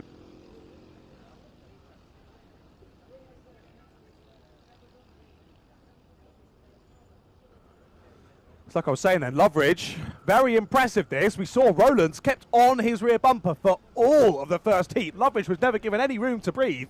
Well, in this one, a very different start to the race. And we see the Project 1 driver actually closer to Phoebe Shelton in third than he is to Archie Loveridge in the lead of the race at the moment. So will we now see that slipstream effect help for Shelton to keep onto the back of Rowland's, brings Knox and Sutton with her as well, and maybe Rowlands will get sucked into this battle for second instead of trying to catch back up to Archie Loveridge in the lead. But we'll see. It's over the next couple of laps, so this is all going to work itself out, and it will be the question of then whether Phoebe Shelton goes for a move for second place, or if there's an agreement, an unofficial agreement to work together and try and catch back up to Archie Loveridge. Well, he nearly finds himself a second clear now at the sharp end, with just less than 5 minutes left to go. Going to be a tough one for the rest of the drivers to catch, considering that he is still... He was a tenth of a half quicker than Phoebe Shelton on the last lap, but he was 2/10 quicker than Dino Rowlands. So Phoebe quicker than Dino, and the same can be said for Knox and Sutton. Fastest out of the chasing drivers is actually Bradley Sutton at the back of this train on the number 53. So they're topsy-turvy right now in terms of the fastest in the group. The fastest at the back, and then one step forward, one driver forward gets faster and faster, gets slower and slower and slower, sorry. So they should all be closing up now. Just as I say that, Dino Rowlands goes, John, I'm going to destroy that point you've just made by putting in the fastest lap of the race. 53.397. But Dino Rowlands goes quicker than any of the drivers around him, and now he again wants to lead the charge to Archie Loveridge. But he was much quicker than Loveridge on the last... okay, no, I tell a lie. He was 0.085 quicker than Archie Loveridge on the last lap. Definitely can't use the word much for that kind of gap. That is a very, very small margin that he was quicker than, but either way, he was slightly faster. So let's see if he can do something with that. That's the query, though. If he can do something with that extra pace. Even little by little, 3.5 minutes, especially if Dino can maybe get a bit of a push here from the likes of Phoebe, Ollie and Bradley. Might just be able to see if they could reel back in Archie Loveridge. But beating Archie Loveridge in a Honda Cadet car, not something you often say in commentary, that someone's beaten Archie Loveridge in a Honda Cadet, but you never know. You never know. lap times of the last lap. Phoebe Shelton was your new fastest driver, 53.170. Now goes, well, was a 10th clear of Rowlands and Knox, 2/10 clear of Sutton and Loveridge. So again, that pace is meandering through this group as well. Who is the fastest out of the 6 of them? And Joshua Bailey in 6th, now closing up to the back as well. He is dragging Alistair Saunders along for company as well. See those two in the background there. It's not too far back to Oscar Somerset as well. Bit of a gap then back to the battle at the bottom end of the top 10. That's Rutter, Wright, and now Gretsch getting involved as well. So Gretsch has gained a few so far in this one. Biggest mover though, up 5, Oliver Godfrey. Godfrey's gained... no, sorry, it's not Oliver Godfrey. It's Louis Dawson who's up 5 as he gains another one on the last lap. It was Seth Wright who gained 4. Big moves in this race already, to be fair. A couple of drivers really putting pedal to the metal. But in such a fast but closely matched field here in Honda Cadets, it's easier said than done to actually find a move when drivers are so similarly matched on pace. Well, Loveridge's gap, we saw it get up to the lofty heights of about 8 or 9 tenths of a second. It was down to 3 tenths at the start of this lap. And look at that, Rowlands has broken clear of Shelton, Knox and Sutton, despite Shelton setting that fast lap a couple of laps ago. Once again, the pendulum swings back the way of the top 2, and they've broken free. A quarter of a second now separating Loveridge and Rowlands, with a minute and a half left to go in this second heat of the day. And that is closer. That is closer than a quarter of a second. That's nose to tail between your 2 leaders. Come on then, Dino, let's see a move. Dino down into Ashby we go. It says a move behind. Move for 3rd place. Knox is through. That was nice under brakes there from Ollie Knox. Gets the move done on Phoebe Shelton. And really all that's going to mean, though, is that those 3 lose a bit of time to your race leaders. And it's going to be crucial for the likes of Knox, Shelton and Sutton. This battle between Loveridge and Rowlands will be crucial. If it plays out just like it did in heat number 1 and Rowlands sits behind Loveridge, no chance of them catching up. Absolutely none. They really, really need for Rowlands to go for it here and send a cheeky move. Let's see if he decides to do just that. Up towards Christmas Corner they go for the 8th time in this race. 35 seconds on the clock, so this will be the penultimate lap of the race. Loveridge still leads. A little bit wide there up at Christmas for Knox, but he's held on to 3rd place at the moment. Down into Ashby they go. Under brakes, potentially could be under a little bit of threat, and indeed Phoebe Shelton does send it up the inside. Wide goes Knox. He loses 1 to Shelton. He might lose 2, not quite. Able to hold the inside line down into Wilkins and does consolidate 4th position. Keeps Bradley Sutton behind in 5th place. But here we go then, round into the boot for the final time in this race as the timer ticks to 0. 1,128 metres here for Loveridge to hold on. Very different race to race number 1. But looking at the camera shot now, you wouldn't think it. It looks identical to how it was in race number 1 now, but Dino Rowlands has had to prove his pace throughout this one.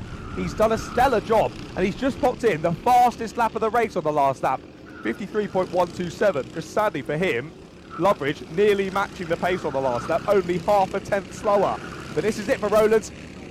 He's going to go for it. He opens up the inside line. Lovely red from Dino Rowlands, and he's through down at Ashby. Loveridge checks over the shoulder. He can tell right the next group, they're too far behind. This is a straight battle between us 2, and he's got the inside line. Loveridge has got it. Great racing here in Honda Cadets, and Archie Loveridge is back to the front. Well, that lead for Dino Rowlands lasted all of 2 corners. And so for the rest of the race, and now through the final couple of corners, Loveridge has got it. Through into the last turn we go, through pit bend, and Loveridge again had to work for it, had to battle back through there on Dino Rowlands, which he did fantastically well. Archie Loveridge makes it 2 wins from 2 here so far today at round number 4 of the UK Kart Series in the Honda Cadet 200 class. Dino Rowlands, 2 races in a row then that he's had to settle for 2nd place. Of course, he would have been hoping for the win, but still impressive and still a really good haul of points as well for Dino Rowlands in terms of the championship. But again, he showed in that one he could make the move on Archie Loveridge. Loveridge just got the better of him there with the re-overtake, really nicely set up. Dino tried to cover it off there, but it was just a little bit too late. Archie had already got the overlap, And at that point, he warranted room at the corner, which Dino Rodens gave him, to be fair. It was lovely racing between those two. I look forward to seeing more of that in the final heat and, of course, the final at the end of the day. Ollie Knox did get through to third, and Joshua Bailey got through to fourth. So that all kicked off in the battle behind there in the dying moments. Bradley Sutton rounds out the top 5, and Phoebe Shelton, after being in third for most of that race, drops to 6th at the checkered flag. A shame for her, but still some good points. She still should be very happy with her performance there. She's racing really, really well today. Oscar Somerset, Alistair Saunders, Nathan Gretsch and Archie Rutter, your top 10. They were followed by Seth Wright, Callum Ryan, David Kyoka, Louis Dawson, Oscar Wills, Chase Wilmington, and Zachary Dormer, Oliver Godfrey, Ada Wright, Connor Sturdy, Callum Bradford, Joey Comer, Bonnie Shilcock, and Leo Belendron rounds out the order. And yet again, another race where all of our competitors made it to the checker flag, which is always what we want to see, especially in our younger classes as well. Well, there we go then. That is done and dusted then for both our Bambino racing. Honda Cadet's done as well. Only a few more left to go before lunch. Up first, though, it's heat number 2 for our British Junior Pro Kart Championship.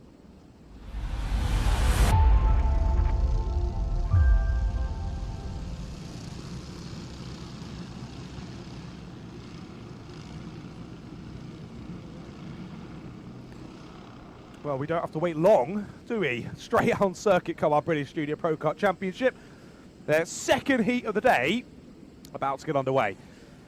Ashton Horsball lines up on pole position with Matthew Plant alongside him on the front row. Lorenzo Martin and Peter Webster on row 2, with Sebastian Thompson and Lewis Dean on row 3. Archie Young and Finley Iron are on row 4, with Rowan Marshall and Jensen Smith on row 5. That rounds out the top 10. They are followed by Harry Pennington and Finney Worthy, Joseph East and Thomas Stevens, Carter Lundy and Mia Duffel, then Oliver Dormer and Tyler Goodser, Jamie Robotham and Grace Matthews round out the top 20. Then finalising the grid, Nicole Allardyce, Callum Falconer, Emma Falconer, Isaac Hobbs and Louis Coomer. That is your final order then. Louis sadly not starting in the first heat of the day. Hopefully we do have the number 151 out on circuit this time. And of course Isaac Hobbs, we lost a few laps into that one, an off-track excursion. I think it was on lap 2, wasn't it, if I'm not mistaken. It was a difficult start on the first lap and then a mechanical failure on lap number 2. So that sort of explained maybe why it was a difficult start on lap number 1. Isaac's got a job to do though for 24th on the grid in this one. I wish him the best of luck. Right then, one driver off already before we even get to the race start. Engine gone already, before they even really got into the tram lines. What a shame. Well, they're doing their best to get engine back on and see if they can rejoin the race, but already they'll drop so far behind the rest of the pack. It's basically game over in heat number 2 before it even really got underway there. Well, off we continue through lap number 1, and still scuffles in the mid-pack as one driver over the grass there on the inside of Boxing Day. Less than ideal line, that one. But either way, they do manage to get it back on circuit and rejoin the action with a few positions lost. Well, Horspool already scampering off into the sunset, the sharp end, but he has got a driver going with him. It's Matthew Plant on the UK plate. Had a tough first lap of the race, did Matthew Plant in heat number 1, dropped down the order, but he fought back valiantly. Really, really well done for Matthew. And again, it was a case of what could have been in that race for Matthew Plant. I think as well, he started second on this race. I need to check the result from race number 1, but I seem to remember he finished third. Really impressive race for Matthew Plant, but again, it was as I say, it was a what could have been, given those early issues in the race, dropping down the order. Then he had to waste all his time fighting back through to the sharp end, and he had really good pace. He seemed as though it was the only one that could really take the challenge to Ashton Horspool, who just led and gapped from the start in heat number 1. We did think, Matthew could bring a good fight here. Let's wait for heat number 2. Well, heat number 2 is now, ladies and gentlemen, and we get to see whether this does all start to kick off between Horspool and Plant. Who's going on? Oh, locking up the brakes there down to Osiers. Nearly took out our camera. Thank goodness they caught it on the grass there and avoided the camera. Well, off they go. Off they go. They're still trying to wrangle the cart back onto the black stuff. But less than ideal line, to say the least, there down at Osiers. That's not where you want to be going. Let's see who that was then. Who drops down a few positions with that one. Isaac Hobbs has had a good start to this race. Up to 17th at the moment from 24th. So 7 positions gained so far. And who was that? Grace Matthews it was on the 111 that went wide down at Ashby on that previous lap. He saw, I think, about the inside line, then have a second think about it. But then at that point, had missed her braking point, and off and wide she went. well to sort of gather it up on the, I was going to say kitty litter, but it's not really, it's not gravel, it's just the rocks that have come out of the ground there because so many people have been off down at Ocean. So she manages to catch it up on there and rejoins the action, but a few positions lost, sadly, for Grace.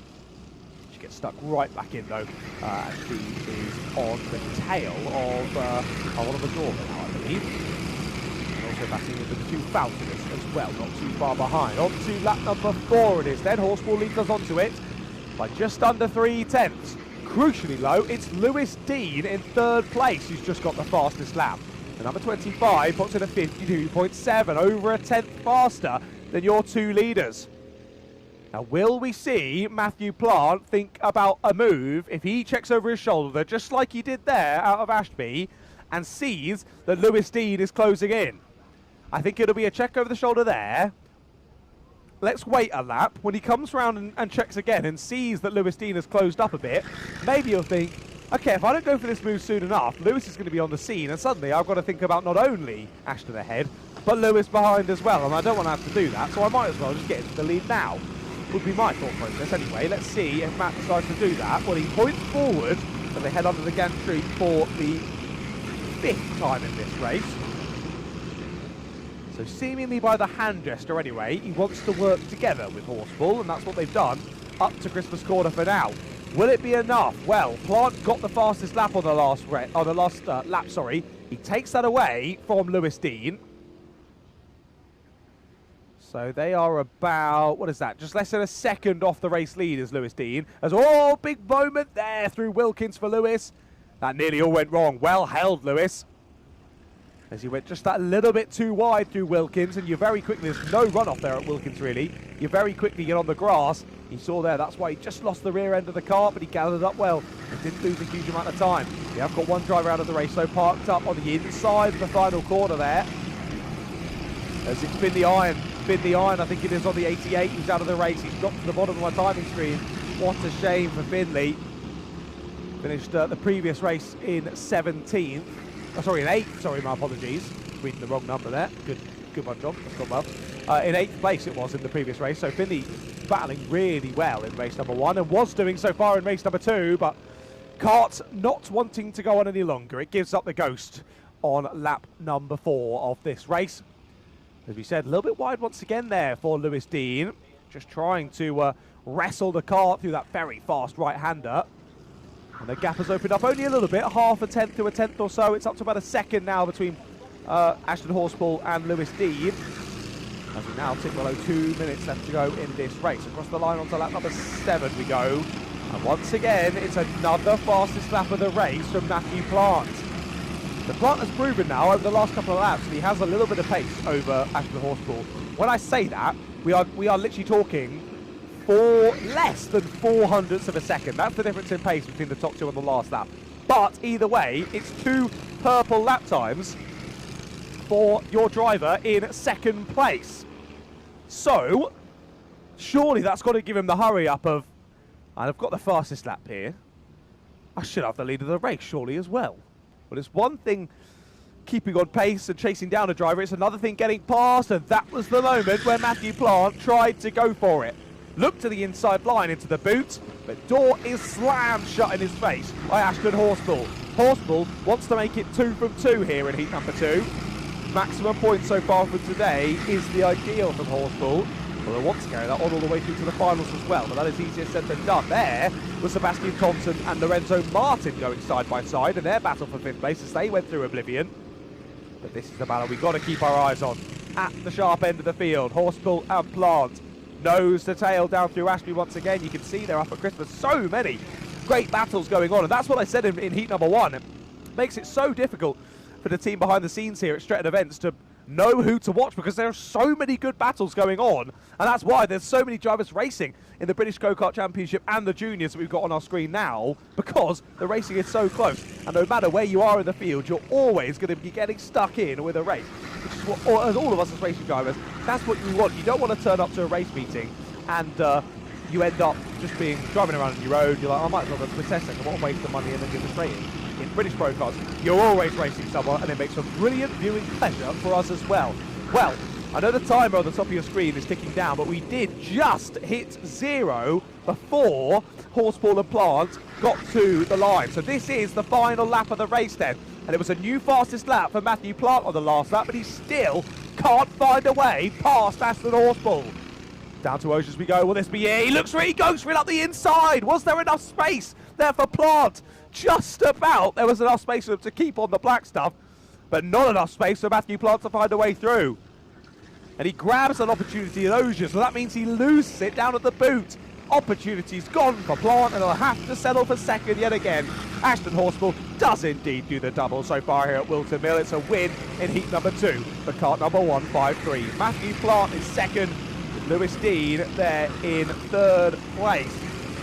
About 3/10 ahead of Peter Webster, so I had a good battle with Peter as well. We had sort of 2 groups of 2 at the sharp end, then a group of 3, which was Lorenzo Martin, Sebastian Thompson and Harry Pennington all battling over 5th.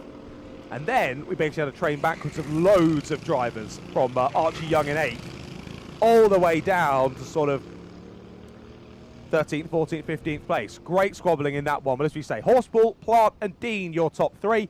They were followed by Peter Webster and Lorenzo Martin in the top 5. Then Sebastian Thompson, Harry Pennington, Archie Young, Rowan Marshall, Jensen Smith, the top 10.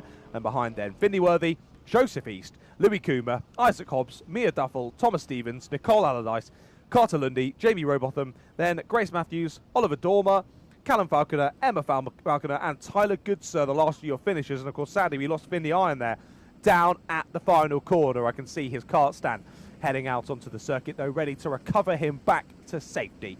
And there we go then. Heat number 2 of the British Junior Pro Kart Championship is done and dusted. Yet again, another very good race. And as we expected, with a bit of a better start for Matthew Plant, he is able to get stuck in and be right on pace with the race leader. I say that, he had the fastest lap throughout that race, but still couldn't find a way through on Aston Horseball. That is the crucial metric for that one. Horseball, lovely bit of defence, keeps Plant behind despite multiple attacks there. Great racing between those two, and I can only imagine the gloves are going to start slipping further and further off as we go through the rest of the day, and that final sure to be a spicy one between those two. If they hold each other up enough as well, we might see many more getting involved as well. We saw the big battle packs forming just so far in these 2 races in the juniors anyway. It's been the top 2 to scamper off in both. Well, there we go then. That is heat number 2, as I say, done and dusted for our British Junior Pro Kart Championship. Our split grid is up next. 4 more heats in total. Next up, heat 2 for Honda R200s and Might E Cadets.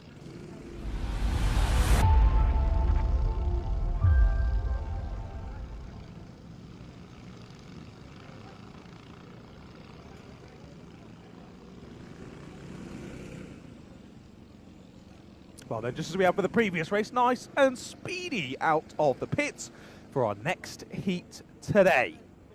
Well, Whilton Mill has already been a fantastic setting, hasn't it, for round number 4 of the UK Kart Series, and thank you all so much for joining us on the live chat. We go through these races so thick and fast in the UK Kart Series, I never have any time to answer any of you in the live chat, so hello to everyone in the live chat. Thank you for all your love and support for all the different drivers out there racing today. It's been great to see loads of different people being shouted out. I'll try and go through that when we go through to our 3rd round of heats in the afternoon. I think I'll try and give a bit more focus to the live chat and give shout outs to drivers and make sure I highlight everyone that you want me to talk about. But for this one anyway, before they go to a start, JJ Allen, Jensen Charity on the front row for R200s, followed by Hallie Finlater, Jake Barnett, Harry Parker Ray, Ethan Pearson, Maddie Horseball, William Hossack, Alfie Facer and Jack Clark. And then the 3 mighty cadets, Jax Wong, Harry Ross and Jaden Bond. Off we go then. Nope, we're not going. Chevron flag, drivers. Let's go round again. Well, just as I say that then, as I rush through the grid order for this one, classic. It's always the way, isn't it? When I rush through a grid order, that's when we go chevron flag. Hey ho. Well, it gives me some opportunity to say hi to some of you in the live chat and give you your shout outs. So lots of love for Chase Wilmington in the chat. Lots of love for Jack Rossi Minute. Come on, Isaac. Come on, Jack Rossi, keep up the good work. All the family are willing you on. From Bob, thanks, Bob. I'm sure Jack will be very appreciative. Well, he's been absolutely smashing it so far today, hasn't he? Let's go, Jax, says Bam Bam. This will be Jax Wilmington in this one as well. So we've got Chase and Jax Wilmington racing so far today. Great to have both the Wilmingtons in force here today.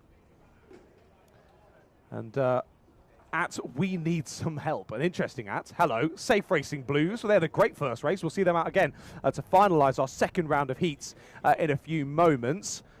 Pokey Luke as well, so what's going on with the timings? We keep having the timings freeze on our end, I'm afraid. So, again, that's why the timing tower on the left sometimes being a little bit wrong, but I'll try and keep you updated and also try and make sure we update it and get it fixed as quickly as possible for you. But thanks for holding off with us and understanding as well.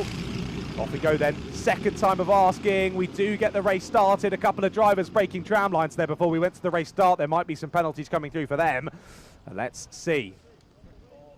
I come back from lunch and find out I've just missed the second heat. Well, Pokey, you should have been keeping an eye on the time, shouldn't you? You've got to keep an eye on that schedule. I'm afraid I can't hold up the races for you, mate. So you've got to get this stream back up. And that's why you've got to have the stream up and open all day, so you don't miss any of the races. And some of the other races that maybe you weren't thinking of watching, you might really enjoy. So keep that stream open, and we'll keep you up to date. Don't worry, my loud, shouty voice will make you well aware when a new race is starting. We're through. We continue on through this first lap. Seems as though it's been a decent start for the sharp end of the order. JJ Allen is not leading this race. Hallie Finlater has had a great start to the... Oh, she's in second place. There we go. So it was such a good start from JJ Allen. And then he's caught me out at the end of the first lap. He is that far clear at the sharp end. So JJ Allen starts lap number 2 then.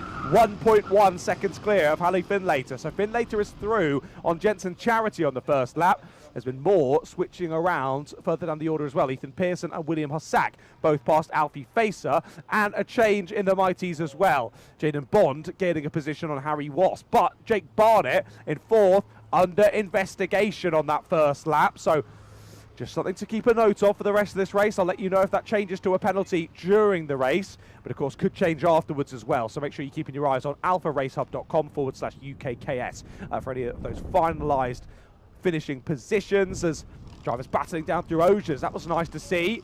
As we're side by side further ahead though, lovely battling into the boot here. This is for 5th place, I believe it is. The 44 of Harry Parker Ray aggressively finding a way through there on Ethan Pearson.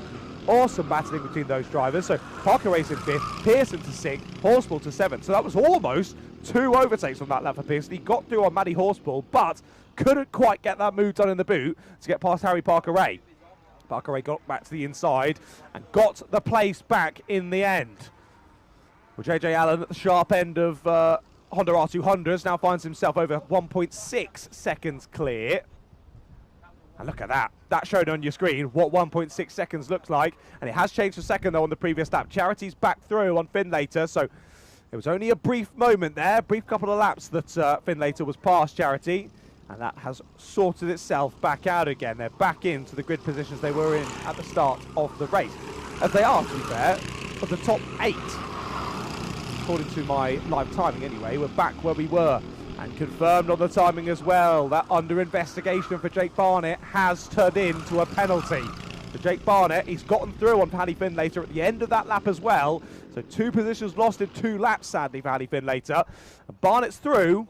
But a positive for Finlater is that she'll be getting that position back more than likely at the end of the race due to that penalty for Jake Barnett. Now, again, I can't see what that penalty is for the live timing or what the penalty is, whether it's a position, whether it's a time, what it is. You'll have to find that out over in Alpha Race Hub post-race or when we go through into Heat 3s and the finals. I'll try and give you a bit of update as to what was the final showings in those previous races. But we tick down to over half race distance then here as more squabbling continuing on in this second group of drivers. I think the potential change has happened then. Is that the 77, is it potentially, of Pearson? Who's second in this train? If it is, it stayed the same. It is. So it's Parker Ray, Pearson, Horspool, Hossack in their squabble for 5th place. They stay as they were. They head on to lap number 5 now. Still JJ Allen and Jax Wong with the fastest laps in their respective classes. So both of the leaders in each class also with the fastest lap, a 51.6 for JJ Allen, a 53.1 for Jax Wong. But Jax Wong 6/10 quicker than his closest challenger in Jaden Bond, and then JJ Allen is 3/10 quicker than his closest challenger in both Charity and Barnett, setting very similar pace. Barnett ever so slightly faster than Charity, I must say, and only 6/10 back here when they started lap number 5 and they're about to go on to lap number 6. Let's see how that gap changes. Increases between JJ Allen and Jensen Charity, decreases but not by very much between Charity and Barnett, by 0.02 of a second. 51.941 for Charity, 51.939 for Barnett. Basically stays identical between those drivers on that previous lap. These four still as they were. They're continuing to battle over 5th place, with Parker Ray really having to weather the storm here in P5 to keep these charging drivers behind us. Looking to the inside there, Ethan Pearson popped the nose there, didn't he, down at Ashby? Was a little bit too late though to actually make a meaningful move, but he's really just trying to fake out Harry Parker Ray ahead, isn't he? He's trying to lull him into a false sense of security. That's all a bit of contact on the back straight. That's going to allow for Maddie Horspool to slip on by, and she does. So they all reshuffle then. Pearson's to 5th, Horspool's to 6th, and Parker Ray's down to 7th and all of that. So it must have been a move up the inside into Osiers from Pearson that sees him take 5th. And that little bit of contact on the exit there, which Ethan Pearson was not very happy about, sees Parker Ray then drop behind Horspool, and then through the boot, drops behind her sack. So in the space of 1 lap there, 4 places lost for Parker Ray. Just as I was singing his praises for weathering the storm so well for those few laps, it all goes wrong in one singular lap. There was a little look up the inside there from Maddie, but Ethan able to hold that wider line, carry the speed through, and keep his position in the top 5 for now. But Maddie Horspool is looking quick, isn't she? She's looking speedy on the number 37, right in the wheel tracks of Ethan Pearson at the moment as they continue this battle over 5th place. And they find themselves, what is it? A few seconds, 4 seconds off of the back of the next group of drivers, that being Hallie Finlater in 4th place. And indeed, there it is. It's exactly 4 seconds as they come across the line to start a new lap. Leaders started it with around 50 seconds to go, which is about the lap times they're doing. So this is going to be close when JJ Allen comes through to the gantry as to whether he sees the last lap board or whether it's 2 more times around for him. Either way, shouldn't matter too much because he is still over 3 seconds clear of the rest of the field. 3.2 seconds clear for JJ Allen. That difficult first lap for Charity has really held him up. And even though now he's settling into relatively similar pace, Jake Barnett behind still faster than Charity and still putting him under pressure. 6/10 between 2nd and 3rd here. We head through towards the last couple of laps. It will be 6 seconds to go when Allen crosses the line. 2 more laps of the race confirmed then here in the Honda R200s and Might E Cadet. As you say then, Jensen Charity 3.5 seconds back in 2nd place with about 6 or 7 tenths between himself then and Jake Barnett. Here are those two on your screen as they head down into Osiers for the penultimate time in this race, and this battle for 5th continues to rage on. Horspool still piling on the pressure to Pearson, but unable to find a way through just yet. Anyway, it's been a good race so far for both of those two drivers, gaining some decent positions. And Jax Wong in the Mighty Cadets still leading, and leading by a comfortable margin as well. Good to see Jaden Bourne back on pace in this one and getting stuck in once more. But is 4 seconds behind Jax Wong at the moment, so pretty similar gaps between the two leaders in both of the classes out there racing at the moment. But your leader of JJ Allen, the Honda R200s, has started the final lap of the race. And those gaps between Charity, Barnett and Finlater that were so close for a lot of this race have just opened up ever so slightly now. A few tenths to a second now in between them just means there shouldn't be much battling between them through this last lap. I'm sure Pearson and Horspool will continue to go at it though, and Hossack not far behind them. Sadly, Parker Ray, after dropping away from that battle, has really dropped far from it. He's 7 seconds behind them now. So what was a great bit of defensive prowess from Parker Ray has turned into maybe one not quite to remember, sadly, this one for Harry, but I'm sure he'll be back stronger in heat number 3 later on, and he showed what he could do there in his defence of 5th position for a lot of this race. But here comes your race leader and race winner then. JJ Allen takes the checkered flag and wins again in Honda R200s. Another driver going 2 from 2 so far today, and that one from pole position for JJ Allen. Across the line come the rest of our drivers. Ethan Pearson's happy about that, as he should be. Held off Maddie Horspool and William Hossack as he closed up there for the final lap of proceedings. So JJ Allen wins on the road then, 3.5 seconds clear of Jensen Charity, with Jake Barnett 3rd overall. But don't forget, Jake had that penalty. He ended up about 2 seconds ahead of Hallie Finlater. She had to find out on the Alpha Race Hub how much that penalty will affect Jake and how much that will affect his race finishing position, and of course the points that he then gets to the championship as well. So Finn Later behind him in 4th, Ethan Pearson 5th, then Matty Horsball, William Hassack, Harry Parkaway, Alfie Facer, and Jack Clark, the last of your Honda R200s. And then your top 3 in Mighty Cadet, Jack Swong, Jaden Bond, and Harry Wass on the O plate there. 12th overall, 3rd in the class. Well, there we go.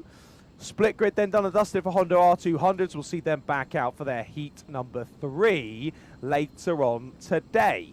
And again, we continue to tick on towards the lunch break, ladies and gentlemen, but we've still got lots of exciting racing before we do get to that little break. 3 more left to come. 1 more of our usual championships, and then our 2 guest championships as well. But first things first, heat number 2 for the juniors was very exciting. Let's jump on to the seniors.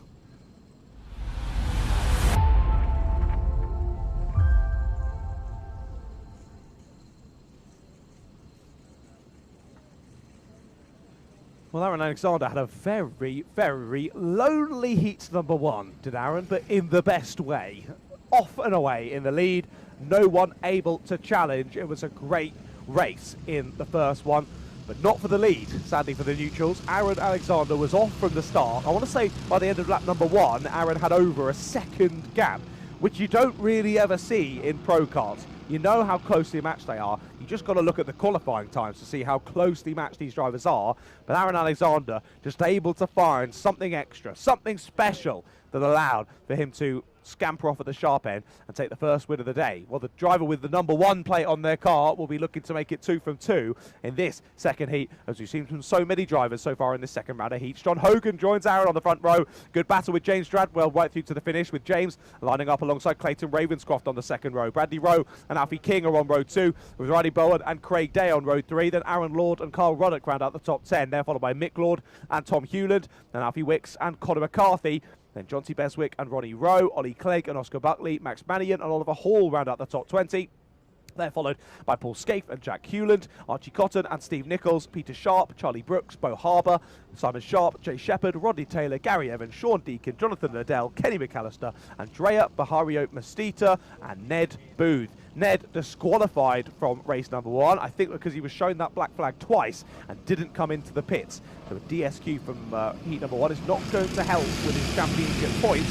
Let's see what he can do for the back of the row in this one then, back on the grid. Let's see how we go then. Aaron Alexander, just like we saw in heat number 1, chops straight across to that outside line through turns number 1 to carry as much speed through Oblivion and Crook as possible, and tries to extend that second gap just like he did in heat number 1. It's all chaos up at Christmas Corner though, as somehow they all managed to make it through. I spoke far too early. 4 or 5 drivers across the grass there through Christmas, not through Christmas Corner, that's Boxing Day, isn't it, through the right hand of the next one. So I definitely spoke too early there. They all made it through Christmas, which was great to see. Boxing Day, not quite so much. Well, Aaron Alexander, yet again, another fantastic start to this race. Able to get the jump and able to get the chop across as well, which is easier said than done. John Hogan there in second place, still has James Stradwell for company then as we head on to lap number 2. And Clayton Ravenscroft going with them. He's dragging Bradley Rowe along for company as well. And that is the top 5 as we head on to lap number 2. Changes further down, it's not been a great first lap, sadly for Alfie King. He's got 6 places on that first lap. As places gained, the drivers ahead. Riley Bowen, Aaron Lord, Ollie Clegg, Tom Hewden, Conor McCarthy, all gaining places. Ollie Clegg was up 9 places on that first lap. That's crazy. 9 positions gained on the first lap for Ollie Clegg. That is the biggest mover so far today. So even though the likes of Archie Cotton gained 7 on that first lap, and Tom Hewden gained 4, 9, the lofty heights there. Peter Sharp gained 6 as well, so a few big movers on that first lap, but 9, the one to beat there. Ollie Clegg, what a first lap from 17th to 8th. And now, let's see who's close up to the leaders. Well, it was 1 second after lap number 1. 400 slower than you did in race number 1. Aaron, what are you doing? I thought you were better than that. Only a second clear after lap 1. Oh, honestly. I'm joking, I just can't tell. What a start yet again from Aaron Alexander. A second clear after lap number 1. He gets another couple of tenths there on lap number 2. Hogan and Drabwell for the moment, whether it's the grid working together or simply how it's playing out, it's making sure that Aaron doesn't scamper off into the sunset quite so quickly. But even though they're not battling, Aaron's able to do enough to keep extending that lead gap. Only driver in the 51s on that second lap. The rest of them, all 52s, 53s. 2:10 again on the previous lap for Aaron. Hogan and Drabwell then nose to tail, and this is the battle behind. That's changed though, hasn't it? Yes, Bradley Rowe is through. So Rowe is through to 4th place, then he's past Clayton Ravenscroft. Ravenscroft down into 5th place, and you saw on an absolute charge back at Shellington at round 2. Ravenscroft was mightily impressive, particularly in those very dangerous conditions. Here at Whilton, much drier, so now anyway, I think there's potential for some precipitation later on today, but I think it will stay dry in my humble opinion. I'm not a weatherman though, so don't trust me. We're almost halfway through this one. Still nice and dry out there around the Whilton Mill circuit. But still, Aaron Alexander continues to extend that gap at the sharp end. Confirmed on the timing then, Bradley Rowe through into 4th place. Despite him not saying that on the timing on your left hand of the screen, I can tell you he has made that move stick. But they're not really catching up to these two ahead of Hogan and Drabwell though. Let's see how that gap changes. 1.7 between 1 and 2, and then 1.4 between 3 and 4. It's now 2.1 and 1.4. It barely opens up between 3rd and 4th, but opens up by another, almost half a second there between Alexander and Hogan. Ridiculous. 51.4 for Alexander, 51.8, 51.9, 51.9, 53 chasing in 2nd, 3rd and 4th. The UK plate now, Bradley Rowe getting onto pace a little bit more now. We're talking like 10th in it really here, but a little bit more than he was done when he was stuck behind Clayton Ravenscroft. Let's see if he can drag Clayton along with him as well. But actually Clayton now being reeled in a little bit with the likes of Riley Bowen and Aaron Lord as well. And Ollie Clegg, of course, in with a shout too after that mega start for him. Remains in 8th place now though.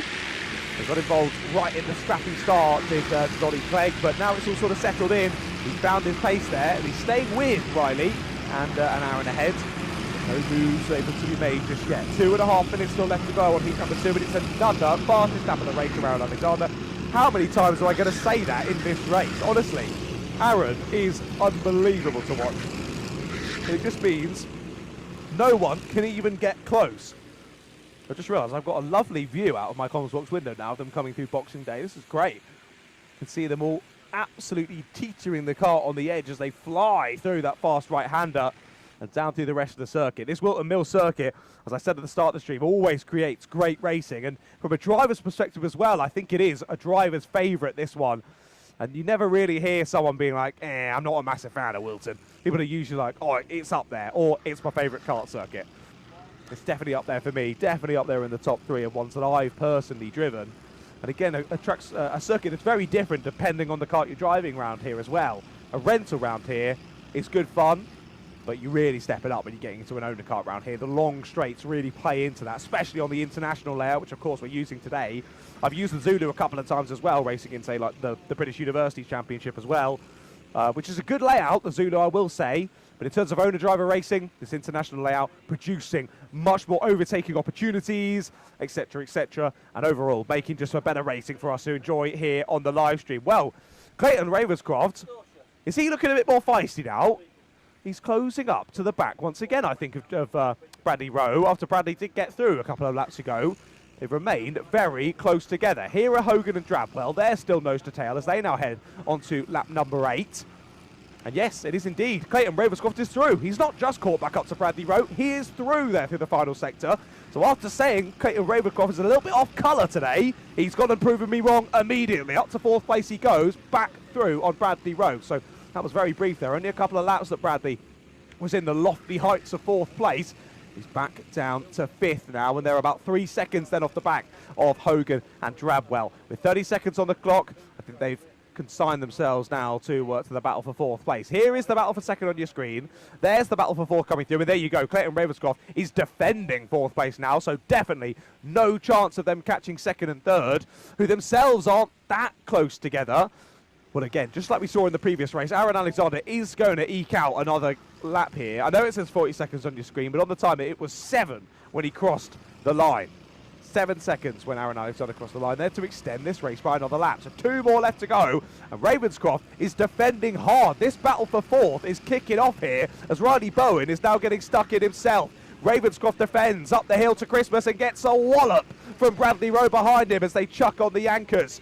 Clayton Ravenscroft maybe just braking a little bit earlier than he would usually, just to hold that speed and hold the place through the corner. Round the outside tries Bradley Rowe, an audacious overtake attempt, and it's going to work. He's got the inside line for Wilkins. Lovely move that was for Bradley Rowe, and following through as well is Riley Bowen.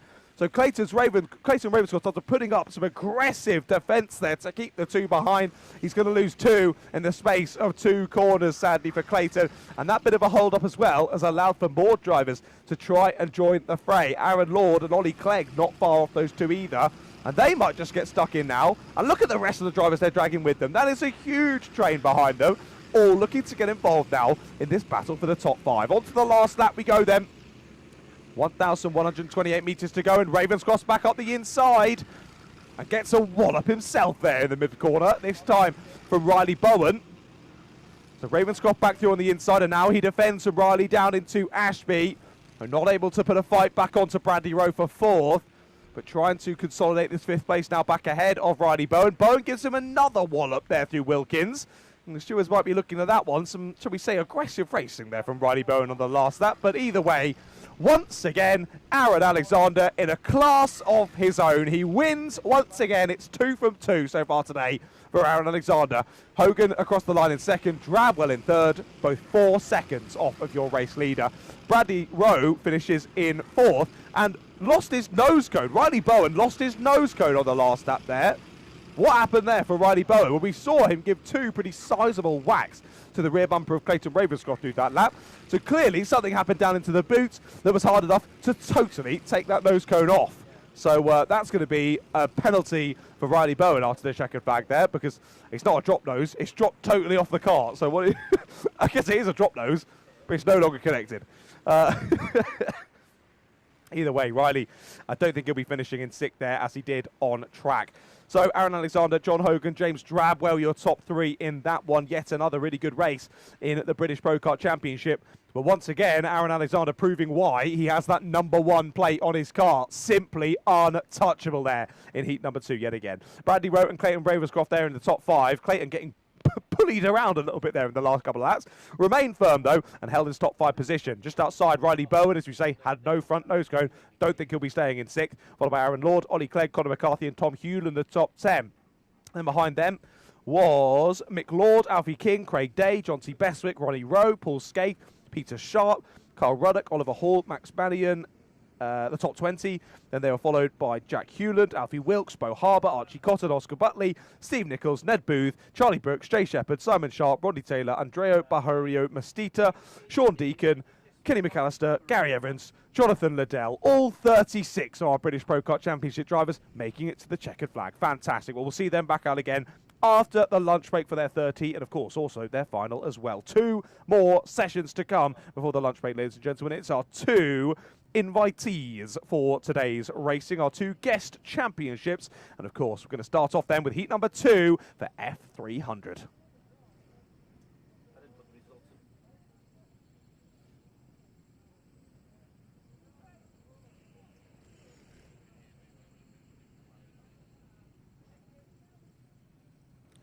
Well then, won't be too long until we see those rotaries back out onto the circuit then.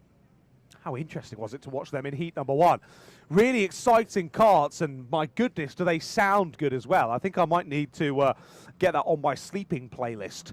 The sound of rotary engine karts lulling me to sleep. It's always what I enjoy. I was just having that chat with people. I was at a 24-hour event the other day, and I was saying about how actually it's quite lovely when you're at a 24-hour race and you're sort of in the tent and you've got the cart screaming off in the distance. It is a lovely sound. I think that's also for me, especially as well. I spent a lot of my childhood at a racetrack in the caravan, so that's sort of a usual for me, was listening to the sound of racing going on while I was lulled to sleep. Of course, when I was very young, going to sleep while racing was still going on, but it's still there. Nice memories for me, and it's those sounds are just lovely, aren't they? And these, as I say, these karts just sound like nothing else. They are brilliant, and I've got to say, now I've got the back door of the van open a little bit more here in the commentary box. The smell is great as well, I've got to say. They smell fantastic. So these rotaries are about to put on a show for us yet again with our 9 drivers, wasn't it, taking to the start indeed. Oliver Warner and Jack Reeve on the front row, Matt Cater and Gary Woodward on row 2, and James Price and Guy Heffern on row 3, with Jason Merritt, Ryan Martin and Jack Goodyear rounding out the order. We had a few drivers fall by the wayside though in heat number 1. Let's hope they all make it to the checkered flag. Easier said than done when you're running engines like this though. They can't be the easiest to maintain. Let's see how the drivers go then. Union Jack Falls, we go racing once again here in the UK Kart Series, and it's heat number 2 for F300 that gets underway. Once more time on the clock. I've just spotted, I've only just started the racing, it's on 7 minutes, so maybe these guys doing 7-minute plus 1 lap heats rather than the usual 8-minute plus 1 lap heats for our typical classes, as they're confirmed on your screen. 7 minutes for these. I assume then it's the same for our Formula Blues. I'll confirm that when they go out next time around, but look at that. Scampering off at the sharp end already. Well, Jack Goodyear, of course, these guys will also have their own rules and regulations and things, sort of how the grids are set and whatnot as well, because I do think it is Jack Goodyear at the sharp end. That's what my timing says anyway. Let's wait for it to come through to the end of lap number 1. It seemed as though Jack Goodyear was actually on pole position. As he comes across the line, it is Goodyear the lead of the race, and he was at the sharp end of the grid. So the grid that was on my timing screen was not correct. So they clearly do their grids differently, is how we're doing for the rest of the day. Either way, Goodyear, who had issues in race number 1, starts this one from pole and already looking to scamper off. Almost a second gain on this first lap. And hearing them lock up as they head down into Ashby is just awesome. And then hearing those rotaries fire back into life as they hit the throttle on the exit and power their way through all the way down to Wilkins. Battles galore continue on anyway. Jack Goodyear, as I say, a second clear. Then 8/10 back from Oliver Warner in second, back to Gary Woodward in third. And then it's very close back from there. We've got Woodward, Cater, Martin, Price, Reeve, all in a train from third place backwards. There they are coming up the final corner.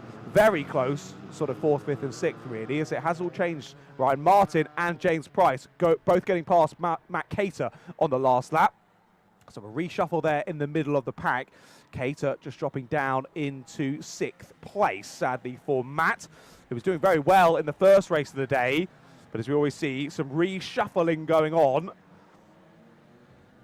And of course, drivers could have had issues in the first race, whether that meant a DNF or simply just meant they weren't quite going at the pace that maybe they could have done in the first heat. Well, they could come back stronger in this one, and maybe why we see some drivers who weren't really there or thereabouts in the first heat are getting properly stuck in here for heat number 2. As I mentioned in the first heat, this is a 4-stroke class, so you can use plenty of different engines, but most of the drivers are using rotary engines. Axe Rose it is that they're using. And as I said earlier, I think they'll be the last year that they're called F300. They might just create simply an Axe Rose championship for drivers with these rotary engines to battle in, as that's very late on the brakes of the number 8. Well held, James Price. That was fantastic. Had that car pretty much perpendicular to the corner there as he was at the apex, but he got it stopped. Sadly, the move didn't work out as Ryan Martin was able to get the power down on the exit and get the place back. But either way, add some Tokyo Drift music over that, and that TikTok's going to bang. So that was awesome up at Christmas Corner. I mean, I say that. Whether any drivers here in F300 actually use TikTok is another story. But anyway, almost half race distance in this F300 race. And still, Jack Goodyear leading a fantastic race here from the sharp end. 2.5 seconds clear he is as we head on to lap number 5. Oliver Warner. Again, Oliver Warner himself about 2.5 seconds then clear of Gary Woodward. And here is Gary leading up the next train. So he's starting to become under a bit more pressure then from Ryan Martin and James Price, as these three scamper their way down the hill, up the inside. Late on the brakes there goes Jason Merritt. I heard that one out of my commentary box. Gets it all sorts of locked up under brakes, but gets the move nonetheless. Ryan Martin is in to 3rd place. He sent it so late on the brakes there to the apex. Gary Woodward, I think, got a bit spooked by him at the apex. Didn't realise he was going to be there. Had to turn out the corner and give the room at the apex to Martin, which he did. Lovely racing between the two of them. And it's 3rd place now for Ryan Martin. And Woodward now finds himself under a bit of pressure from Price. Oh no! Is that Oliver Warner? Is that Oliver Warner? It is! Oliver Warner's kart gives up the ghost then as he tries to head on to lap number 6. But he won't make it on to lap number 6. Oliver Warner is out of the race. And that now means that overtake from Ryan Martin on Gary Woodward. It was for 3rd, but actually turns out it was for 2nd place. Now, with the DNF for Oliver Warner, and I've just seen a mechanical flag is out for Matt Cater as well. So it was going a lot better in this race in terms of DNFs, but sadly the second half is coming to bite some of these drivers. Oliver Warner pulls over to the side with a mechanical issue, and now a mechanical flag for the 64 of Matt Cater. He'll have to come back into pits in a moment's time, and it will be a DNF, sadly, for kart number 64. Well, that leaves us with 6 drivers still involved in this race. Goodyear leading now by 6 seconds, because of course it was 2.5 to second, and then 2.5 from second to third. But the driver that was now third is into second, so that all compiles into one singular time between Goodyear and Martin. As I say, almost 6 seconds between the two of them as they head through onto lap number 7. Woodward and Price right in the wheel tracks here, and this is the battle that you're seeing on your screen. Not too far, then back to Matt Cater in the Tony Kart livery, but he's going to be heading into the pits in a moment if he's seen the mechanical flag and does adhere to it straight away. He should be coming in this time around. So although it's a 4-kart battle for second, it will become a 3-kart battle. Saying that though, he's not coming to the pits. He has carried on round for another lap, so hopefully he does see the mechanical flag this time. Doesn't acknowledge it either way, but we've got to keep our eyes and ears open when we're out on circuit, drivers. Be watching that digital board every time you come around. That's the only way that race control can communicate with you. So you've got to be watching it. And I can see now why, through that shot through Christmas, as to why Matt has that mechanical flag. And unless he has no peripheral vision, he will know as well. There is no left side pod on that car at all. You can see there down the hill. There's none at all. It's not there. It's come off at some point over the lap. So he will know that that's a mechanical issue, and maybe Matt just kind of deciding to, well, I'll get disqualified anyway, so what does it matter? I'm just going to do these laps and have fun. But of course, it is a safety thing, not having a side pod on. If someone accidentally T-bones you, well, instead of hitting the side pod, they're going to hit you. So we kind of need to bring you in, Matt. He hasn't come in again. He's got 2 mechanical flags now. It's going to be a DSQ, and the book thrown at him, really, for Matt, sadly. The Goodyear still leading them. Actually, gap has been closed massively, I've just spotted, by Ryan Martin. 1.2 seconds on the last lap, that gap closed. I think luckily for Jack Goodyear, he pressed on so early in the race that it's not going to matter. But what a couple of laps it's been for the likes of Martin, Woodward and Price behind. They are absolutely chomping away at that early battle that was gained by Jack. Or early lead, sorry, I should say, that was gained by Jack. As I say, 1.2 seconds on the last lap. It's 4.6, but the time has hit 0. Jack is going to go on to the last lap, which he has. So even if that gap has closed again by 1.1 seconds, which it hasn't, it's closed by 4/10 on the last lap. So Jack still has a 4-second lead ahead of Ryan Martin as he goes on to the last lap. Bit of a wobble, though, through Fine Lady, and that might lose third place as round goes James Price. Hey, I would have gone for it too, James. That door was open for the taking, wasn't it? That little wobble there through Fine Lady from Gary. You saw James just licked his lips and thought, oh, he's lost the speed, I'm going to go for it. But Gary was just able to bleed off the brake enough there to hold that line. Maybe James could say he was warranted a little bit more space at the apex. Either way, he tried to get it stopped without hitting into Gary. Locks up the brakes. Round he goes. Luckily, he's got enough time to keep 4th place. But here comes Jack Goodyear. A difficult race 1, but a very, very positive race number 2. The win goes on track to Jack Goodyear. Well, gap is closed down to 3.2 by the checkered for Ryan Martin. So again, maybe it's a what could have been there for Ryan Martin. Some great pace there in the dying moments. But I will say Jack was 2.2 seconds off of his pace from earlier in the race on that last lap. So maybe he was just cruising through to the finish there, was Jack. And just basically being like, right, if I don't push it too hard, I shouldn't get a mechanical. So maybe look after it. No mechanical, get these points, and then I can push harder again in heat number 3 later on. But there you go then. Jack Goodyear wins in heat number 2 for F300, followed by Ryan Martin and James Price. They were followed by Gary Woodward. Matt Cater in 5th, but of course, multiple mechanical flags. He will be disqualified from that one, so it will be 5th to Jack Grieve, 6th to Jason Merritt, and then, of course, DNF for Oliver Warner as well, and it'll be DSQ for Matt Cater. A shame for Oliver Warner, though, in 2nd place. And, as we said, had a bit of a margin to Jack ahead, and he had a good margin to the likes of Ryan, James, and Gary behind as well. So he was almost guaranteed for that P2, but his car decided it didn't want to get to the checkered flag. Hopefully we do see him back out, though. Hopefully it's not too much of a difficult fix ready for heat number 3 later on, and he's got the lunch break to try and do something about it as well. Speaking of, one more heat left to go here for our 2nd round of heats before we go to what should be about a 30-minute lunch break. Heat number 2 for our Formula Blues is up next.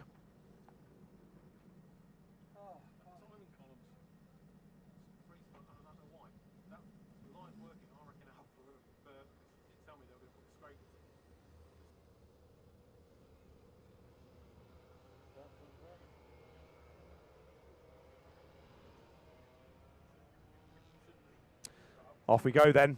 Smoke billows out of our Formula Blues as they head out onto the circuit. Well, if anyone's not a smoker trackside, you are now. As you get covered in smoke from these Formula Blues, they all oil up as they head out onto the black stuff, and we get ready for these water-cooled karts to do battle once again. Let's have a look at the grid then for your last of the second round of heats here at round number 4 of the UK Kart Series in 2026. Max Günther and Joey Foster on the front row, with Mike Bell and Tom Parker on row number 2. Anthony Lee and Alex Kemp on row 3. They're followed by Russell O'Neill and Leanne McShane on row 4. Jeff Ellis and Stuart Gray on row 5, followed by Nigel Vickery and Ron Sean on row 6. Then Mitchell Carpenter and Mark Ellis on row 7. Graham Joseph and Phil Waters on row 8. Then Hannah Endicott and Kevin O'Neill on row 9. Alex Fortune and James Dawkins on row 10. And then our 2 juniors on row 11, Danny Elson and Harley Drake. Of course, Danny, the only one making it to the checkered flag out the 2 juniors in race number 1. Hopefully, both of them make it this time. Let's see then, 2 by 2 to the start. And the grid I've read out is totally wrong, because I can see the number 10s on the front row, and I said that he was starting down on 15th. So that grid was completely wrong. That's on Alpha Timing, but we'll call them through after lap number 1 either way. It was Mike Bell and Graham Joseph on the front row for this one, and it is those 2 leading up into Christmas corner, side by side into Christmas for 3rd place, as one driver in the background uses all the runoff they can, but does keep it off the grass, and they now scream their way down into Ashby as that's a big move on the inside. There's going to be contact, that there is, up and over the back of another driver he goes. That was the 62 into the 63. Anthony Lee into Tom Parker, that was. And I looked at Anthony Lee, just totally misjudged his braking point or had an issue. The fact he's carrying on leads me to believe it's the former. As they're side by side into the boot, off. They're both off. Big move there. That was for 3rd place between Mitchell Carpenter and Phil Waters, and Carpenter is sent off into the shadow realm there, into the boot, and he's going to drop massively down the order because of that one. I don't think he would have been happy for that one. I think driver up the inside maybe felt they were warranted a bit more space. 6 of one, half a dozen of the other there, in my opinion, that one. Either way, the 26 of Mitchell Carpenter has a lot of work to do now from the back of the order, and he's 6 seconds off the next driver now. What a shame. Well, Mike Bell has done an absolute storming start in this Heat 2 for Formula Blue. He's now 1.7 seconds clear at the sharp end is Mike Bell. Phil Waters into P2, Joey Foster to 3rd, Alex Kemp to 4th. Of course, I can't really tell you where they started on this grid because it was wrong on Alpha Timing, so it's still going to be wrong on the live timing as well. But either way, it's been an interesting start, and these top 4 all starting to break off now. That's Bell, Waters, Foster, and Kemp. Oh no, issue! Flat. No, it's not a flat tyre. It's a broken front right. That was was that Joey Foster? It was. Formula Ford racer Joey Foster is out of heat number 2 in Formula Blues. And you saw there, the front right was moving all around the shop. It was not connected as it should be, and Joey Foster is out of the race. Well, what a shame for Joey. He had a really good first heat. Was looking on for another one here in heat number 2.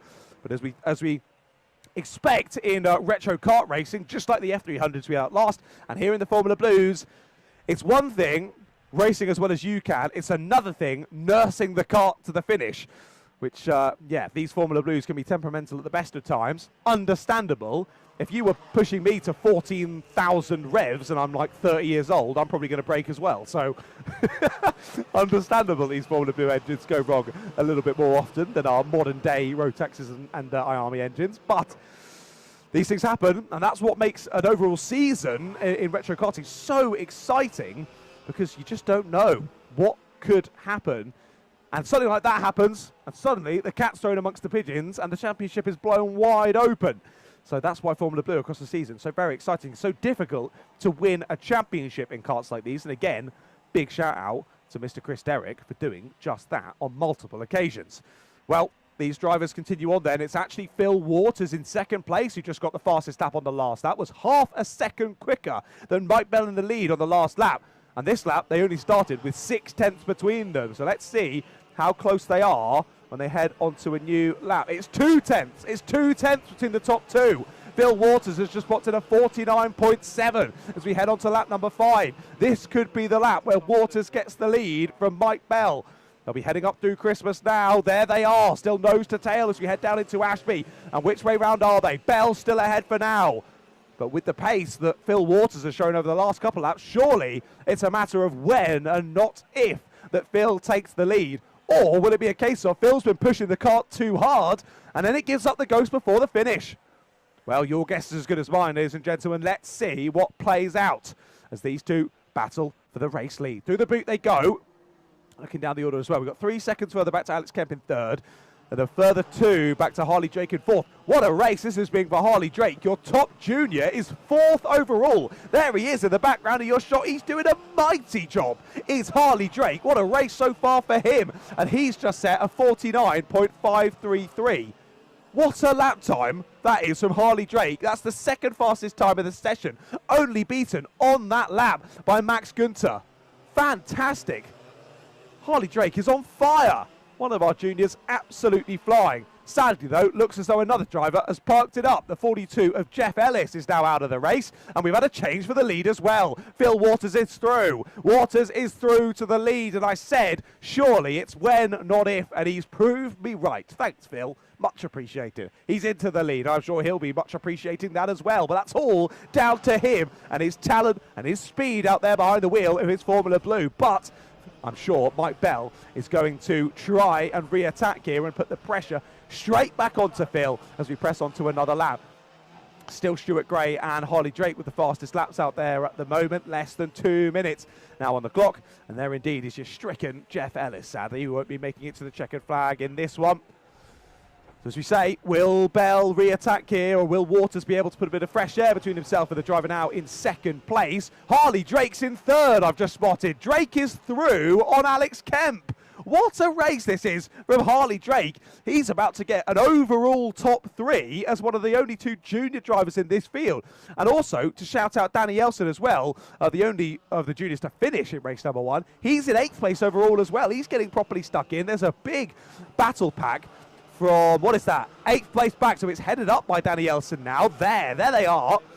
Danny Elson heading that one. No, sorry, that was Harley Drake. I'm getting the 2 juniors confused. That was Drake, Kemp, Gray, and Günther, all very close for 3rd place overall. There, through your shot now, that was Danny Elson on the number 24, who's right involved in a squabble, as I say, with Elson, McShane, and Lee in 8th, 9th, and 10th, respectively. 45 seconds on the clock. And they're doing 49-second lap times. We will get 2 more laps after this one, ladies and gentlemen. Well, Formula Blue, firstly, awesome to see so many drivers out there on circuit, but also the racing has been brilliant. I've commentated over Formula Blue before when they've been a guest at the Forest Edge Kart Club. They've always been exciting, but not a patch on today's racing. This has been great. Sadly, though, we've got another driver who's going to be exiting this race. Tom Parker on the 63 has just got a mechanical flag. So Tom Parker, despite racing well and being in there in 7th, as there you see him, checks over, pops his hand up. Right, okay, yeah, I see why I've got a mechanical. And Tom Parker is out of this race. Well, that gives another position to Danny Elson. And in that battle for 8th place, there has been a switch around. Anthony Lee is through on Leanne McShane. That is a change for P9, just behind that junior driver of Danny Elson. Well, time's now hit 0. To confirm, this is the penultimate lap of the race. And yeah, what a shame. Tom Parker entering the pit center at the end of that lap. He's done every lap but one of this race, it'll be. And it will be a DNF for Tom. What a shame. What a shame. So 3 drivers we've lost from this one, which, to be fair, I'm pretty impressed with in a Formula Blue field. Only 3 to be lost from 18. And on to the final lap we go then, and Phil Waters will lead us onto it, and he's now built nearly a 1.3 second gap ahead of Mike Bell. After getting that lead, he has scampered off, hasn't he? Brilliant stuff from Phil Waters, and let's see, hopefully that car keeps all happy through these last couple of laps, as he just chucks it past the back marker. That's the 10 of Graham Joseph that he's found a way through there. And just seeing, of course, I'm seeing why people were jumping up the order, because Tom Parker has come in to serve that mechanical flag. So well done, Tom. He's keeping his eyes on the digi flag. Of course, ready for communication from race control. That's exactly what happened, Tom. You've done that beautifully. But Phil Waters, here you go. Then the 36 is into the boot for the final time. What a race it's been for Phil Waters. Battled his way through, got past Mike Bell and didn't look back. Waters wins in heat number 2. It'll be Mike Bell second. And look who's there in third. Harley Drake finishes 3rd overall as one of our juniors. And he was catching Mike Bell hand over fist. He caught Mike by 9/10 of a second on that last lap alone. Crossed the line, half a second back. One more lap and Harley Drake could have got second in that race. Fair play to you, you impressive young driver. Well done, Harley. Stuart Gray just missing out on the top three, there in 4th place, with Alex Kemp behind in P5. Max Günther then 6th. Danny Elson, your other junior, in 7th overall. Still a very good race from Danny. Then followed by Anthony Lee, Leanne McShane, Russell O'Neill, Nigel Vickery, Mitchell Carpenter just crosses the line there. And soon enough, we should see Ronchon and Mark Ellis. There they are. They'll come across the line. Do they stay as they were? Yes, they do. Ron 13th and Mark 14th. Graham 15th. And, of course, Tom Parker got a mechanical. And both Jeff Ellis and Formula 4 legend Joey Foster parking it up with issues in that race. But as we come to expect in retro karting, yet again, though, Formula Blues putting on a show for us. And not only Formula Blues, the entirety of today's action has been super exciting. Thank you so much for joining us here on the Stretton Events YouTube channel for round number 4 of the UK Kart Series in 2026. My name is John Ratcliffe. Go and drop me a follow at Ratters Media if you've enjoyed the commentary so far today. And make sure you subscribe to the Stretton Events channel to not miss any of the future rounds. But we've still got plenty more racing left to come today, ladies and gentlemen. Don't you worry. We go into what I believe will be around a 30-minute lunch break. And then once we come back, it'll be all the Heat 3s and all of those all-important finals as well to finish off the day. Don't go anywhere, drivers. We'll be back in a few minutes, ready to kick off the 3rd round of Heats. We'll see you then.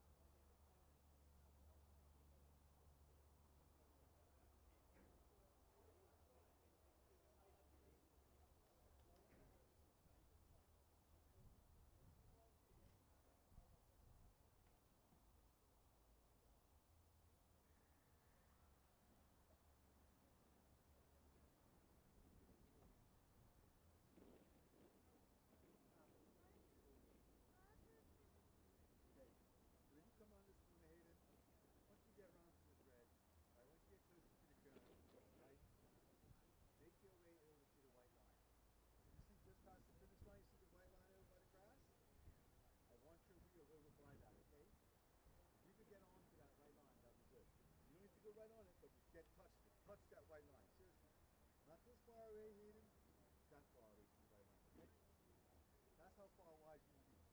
Coming on this straightaway here before this turn, you almost got to be on that grass by the hut. When you get to those tires just past the hut, that's when you start turning into that corner. But you don't need to let off as much gas. Okay? Nothing. You need to get a second. And the first turn down there, you go really wide like that. You go that curve. It's almost a straight line to the second turn. Right? Keep the gas on. Do not let off.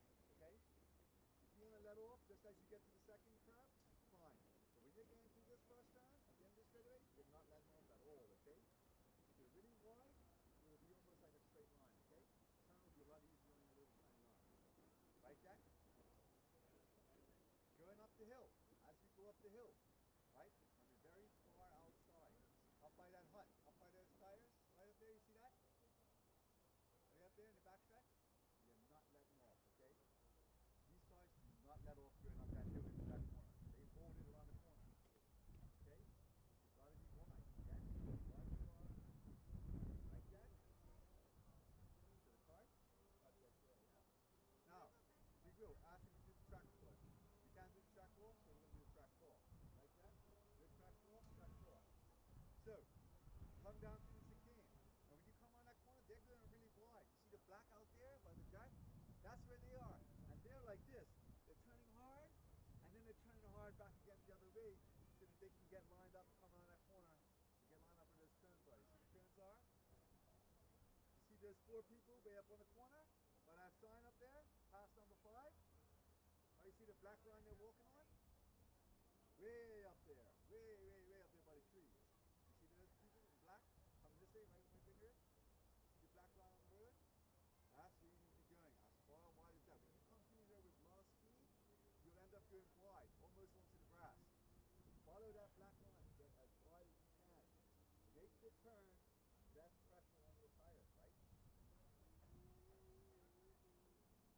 Make the turn, less pressure on your tires. Come down. Hey, listen, you're coming down by number 5. You're almost on the grass there by number 5. And then you cut in. Okay, and then you cut in on the white and red. Out wide, which you do pretty nicely. And then by the time you get to those cones down there here,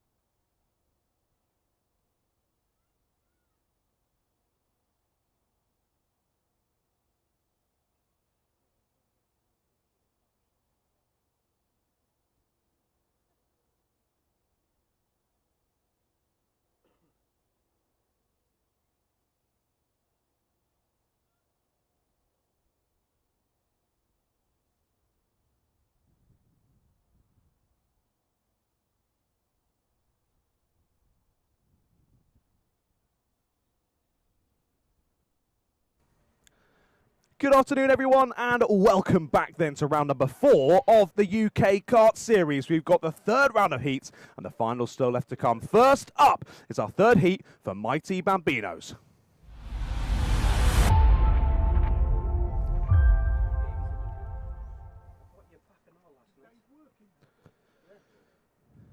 Off we go then. Welcome back after the lunch break. A brief pause there to make sure we're all well-fueled and ready to go for this afternoon's racing. Not only the drivers out there, but everyone in support, all the marshals as well, who of course keep this event running safely, all the medical staff, everyone behind the scenes, both at Stretton Events and Whilton Mill. Big shout out to everyone putting on such an awesome event so far, and we've got plenty more great racing to come this afternoon. As I say, third round of heats for all the different classes. I've been told for the second round and then the third round of heats, we've shortened to 7 minutes plus 1 lap, so just 1 minute off of each of the race times for this third round of heats, and then it'll be 10 minutes plus 1 lap, at least scheduled at the moment, for the finals. I'll let you know if any of that changes, but here we go then. Third heat of the day for Might Ease. Luca Pede lines up on pole position once again with his rival, Aidan Castleman. What a great battle that was in heat number 2. Castleman not quite able to get the better of Pede. Reynolds and Tetlow take row 2, with Everington and West on row 3, followed by Joshua Chung and Theo Abraham. Then Thomas Wilford and Harriet Jones. They're followed by Archie Watkins and Jonah Curtis. Cruz Rogers, Oliver Mullen, Jack Moss and Hayden Constable round out the grid then.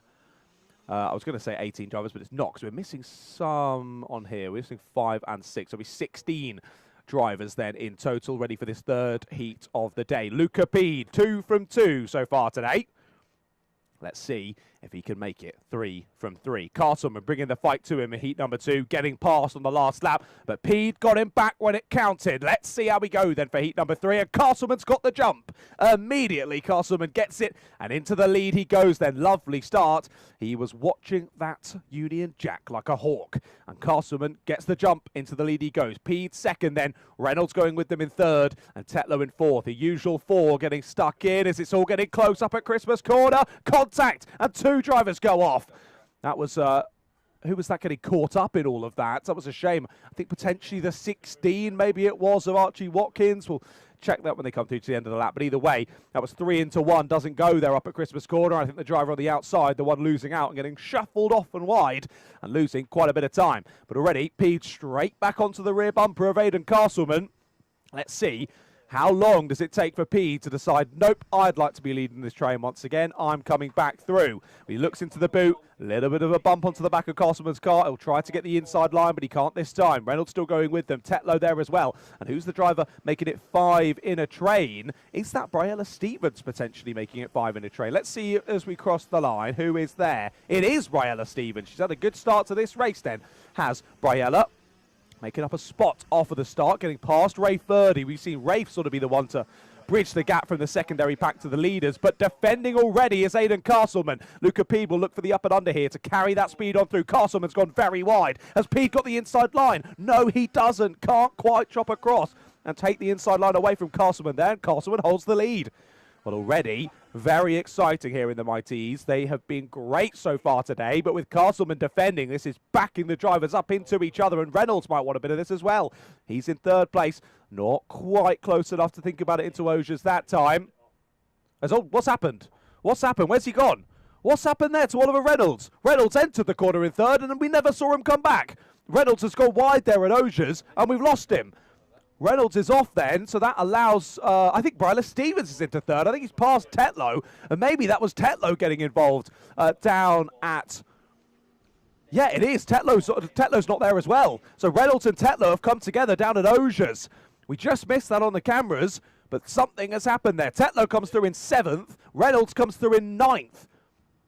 So something has played out there down at Osiers. What a shame for those 2 drivers. They dropped down the order. Thankfully for them, though, they've got a bit of time to make it back up again. It says 5.5 on your screen, but I can tell you it's 4.5 minutes on the live timing, plus 1 lap. So Briella Stevens up into the overall top 3 then. This has been a great race for her in third place. She checks over the shoulder coming out of Ashby just to see quite where Racing Rafe is behind her in 4th place. Well, he's not that far behind, in all honesty, Briella, so you might need to just take judgment of him as he potentially drives up to the back of her cart. We'll see how their pace differs over the next couple of laps. Barella was ever so slightly faster on the last lap by a couple of tenths. But we also have got to keep at least one eye on this battle out front. Pede still all over the rear bumper of Aidan Castleman. But this has been the longest time of any race so far today in Mighties that it's not Luca Pede leading the way. And again, to reiterate on that camera down the front straight, it really does look like it's raining very hard. I promise you it isn't. That is simply all the pollen and things in the air as we come to the end of a very sunny period here in the UK. And lots of pollen flying around, making for some very itchy throats, particularly for me in the comments box, which makes it a bit more challenging. But either way, we're thoroughly enjoying the racing. No rain as of yet. I'll let you know if that changes, though. For the moment, still nice and sunny here at Whilton Mill. Castleman remaining firm in the lead of the race then, as we tick down to over half race distance now, just over 3 minutes left to go in the race, and Luca unable to find a way back through just yet. Rafe is definitely catching Briella now for third place on that last lap. To be fair, Briella was only about half a tenth, so although it did look closer through that camera shot, maybe not quite as much as I thought. Still a good few kart lengths between third and fourth place. And looking further back, Chung in fifth, about a second clear of Abraham, then in sixth place, and a further second to Max Tetlow, who's in seventh. Reynolds is now back through into eighth, so Tetlow and Reynolds now occupying similar pieces of tarmac. As, oh dear, it looks as though Reynolds then dropped those plays. Oh no, he's actually straight onto the back of Tetlow. That's what it is. So it's Abraham, Tetlow and Reynolds. Nose to tail, squabbling over sixth place. Here comes Luca Pede, trying the up and under to get the outside line, which then will become the inside line for Boxing Day, but he doesn't get it. But he will try the up and under. Well, Castleman pointed forward there. We've got just over 2 minutes left to go in this race, and Briella and Rafe, okay, they're relatively close, but they're not that close. So I'm not sure if Luca Pede will listen to that, but for the moment, he sticks in behind. Whether that's out of choice or not, I don't know. I'm afraid I can't read his mind while he's out on circuit, but either way, he's staying behind for now. I spoke too soon. What an exit off of Ogiers, and Pede's got the lead before they even get to the braking zone. Luca Pede to the front of the order once again. And for the first time in this race, Castleman has led from the start, got that lovely jump, and Pede's got it done though. Clearly, that was a bit of lost momentum off of Ogiers for Aidan Castleman. And Luca Pede makes the most of it, grabs that opportunity with both hands, and back to the sharp end he goes. Well, now it's the turn of Aidan Castleman to once again try and find a way past Luca Pede. Pede thinks about opening up the corner, realises quite how close Aidan Castleman is, and almost does as they get into the corner. Not quite enough room given, and they just about make it through. In the background, Rafe Verdi is up the inside and past Briella Stevens. Nice move up at Christmas corner there for Rafe Verdi, and into third place he goes. So this will be a good haul of points for him if he can hold on there. And still fourth will be a very impressive performance for Briella, but I know she'll want to fight back here on Rafe Verdi. Can she do it over the last couple of laps? 1 minute left to go on the clock. Drivers will be coming round onto the penultimate lap next time as our top two get past Hayden Constable. What am I talking about? I mixed up Castleman and Constable there and just a total mishmash of both names. Hayden Constable it is, who's still finding his feet, as we mentioned in the previous heat. Good to see him continuing to improve as the other drivers slingshot their way past down through the boot. And thankfully, Hayden very well aware of the situation around him and able to give the room to the drivers squabbling for position. That battle behind for fifth is still raging on. We've got Tetlow and Reynolds side by side as they head on to a new lap. And Joshua Chung just about keeping them both behind. But the old rivals then between Max and Oliver, that battle rages on here into the last few seconds of the race. Penultimate lap this is here for Mighty Bambinos. Their third and final heat of the day. Next time we see them out, it will be that all-important final later on, where there's so many more points on offering. But Aidan Castleman wants the points for the victory in Heat 3. Up the inside he goes, but up and under goes Pede. Beautiful racing between these two, and Luca Pede gets the lead back. Fantastic there between these two young drivers. To remind you, all the drivers in this field, single-digit ages, and you're being treated to racing like this. Smart racing as well, which is just awesome to see in the Bambinos. They're so switched on. And you see there from Luca Pede, racing far beyond his years there, watching, seeing what Aidan was going to do and having an immediate response to it. Well, there's 1 lap to go then, and Castleman's going for it again. Up the inside into oblivion. We're side by side through Cook. They just about give each other enough room there through Cook, and into Fine Lady we go, and Castleman gets the lead. He just about has the run, but he's going to hold the inside line. He doesn't know that Pede's opened it up behind him. He'll try to slingshot his way to the outside line, but he can't quite get it. Castleman able to cover the move, but does he cover it down into Ashby? He holds the outside line, but clearly not a good enough run there for Pede to steal the place back, but he loves it down here. We know he loves it through sector number 2. The left of Wilkins first. He might try into those years though if he can get the exit. Aiden sort of half covers it off, just enough to stop Pede from going for the move, and Stevens is close to birdie in the background as well. There's also the battle for 5th, but we've got to keep this battle for the lead on. Pede's looking for the inside line, but it's not enough. Into the boot they go, and Castleman holds on to it.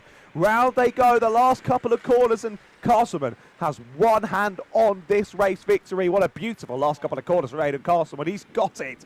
Castleman wins in heat number 3, and it's him who will sit on pole position for the final. 2 wins from 3 for Castleman and 1 for Pede, if I'm not mistaken. I think I said at the start of this race it was 2 out of 2 so far for Pede, but I think I'm actually incorrect now. I think back to it. Yes, indeed, checking the timing from earlier. I was indeed wrong earlier. My apologies. Aidan Castleman now with 2 wins under his belt from today, and Luca Pede with 1. I'm sure that battle will continue on into the final.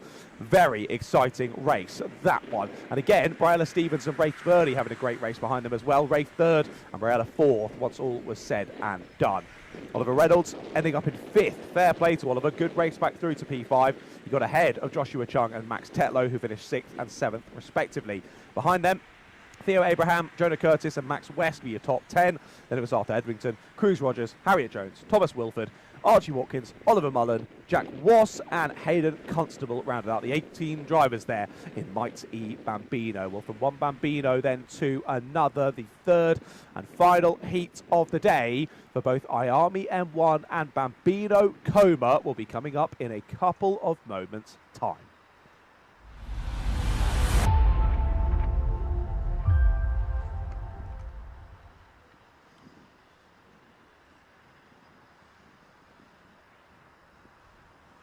Soon enough then we'll be seeing the last of our Bambino drivers back out onto the circuit. And let's see if Jack Rossi Minute can get 3 from 3. And similarly so, Matthew Pearson can get 3 from 3. As we mentioned, lovely battle between Castleman and Pede throughout the day. Got that info wrong to start with, so apologies. But 2-1 for each of those two, whereas these 2 drivers at the front end of their classes in M1s and Comas, these 2 are going for 3 from 3 today.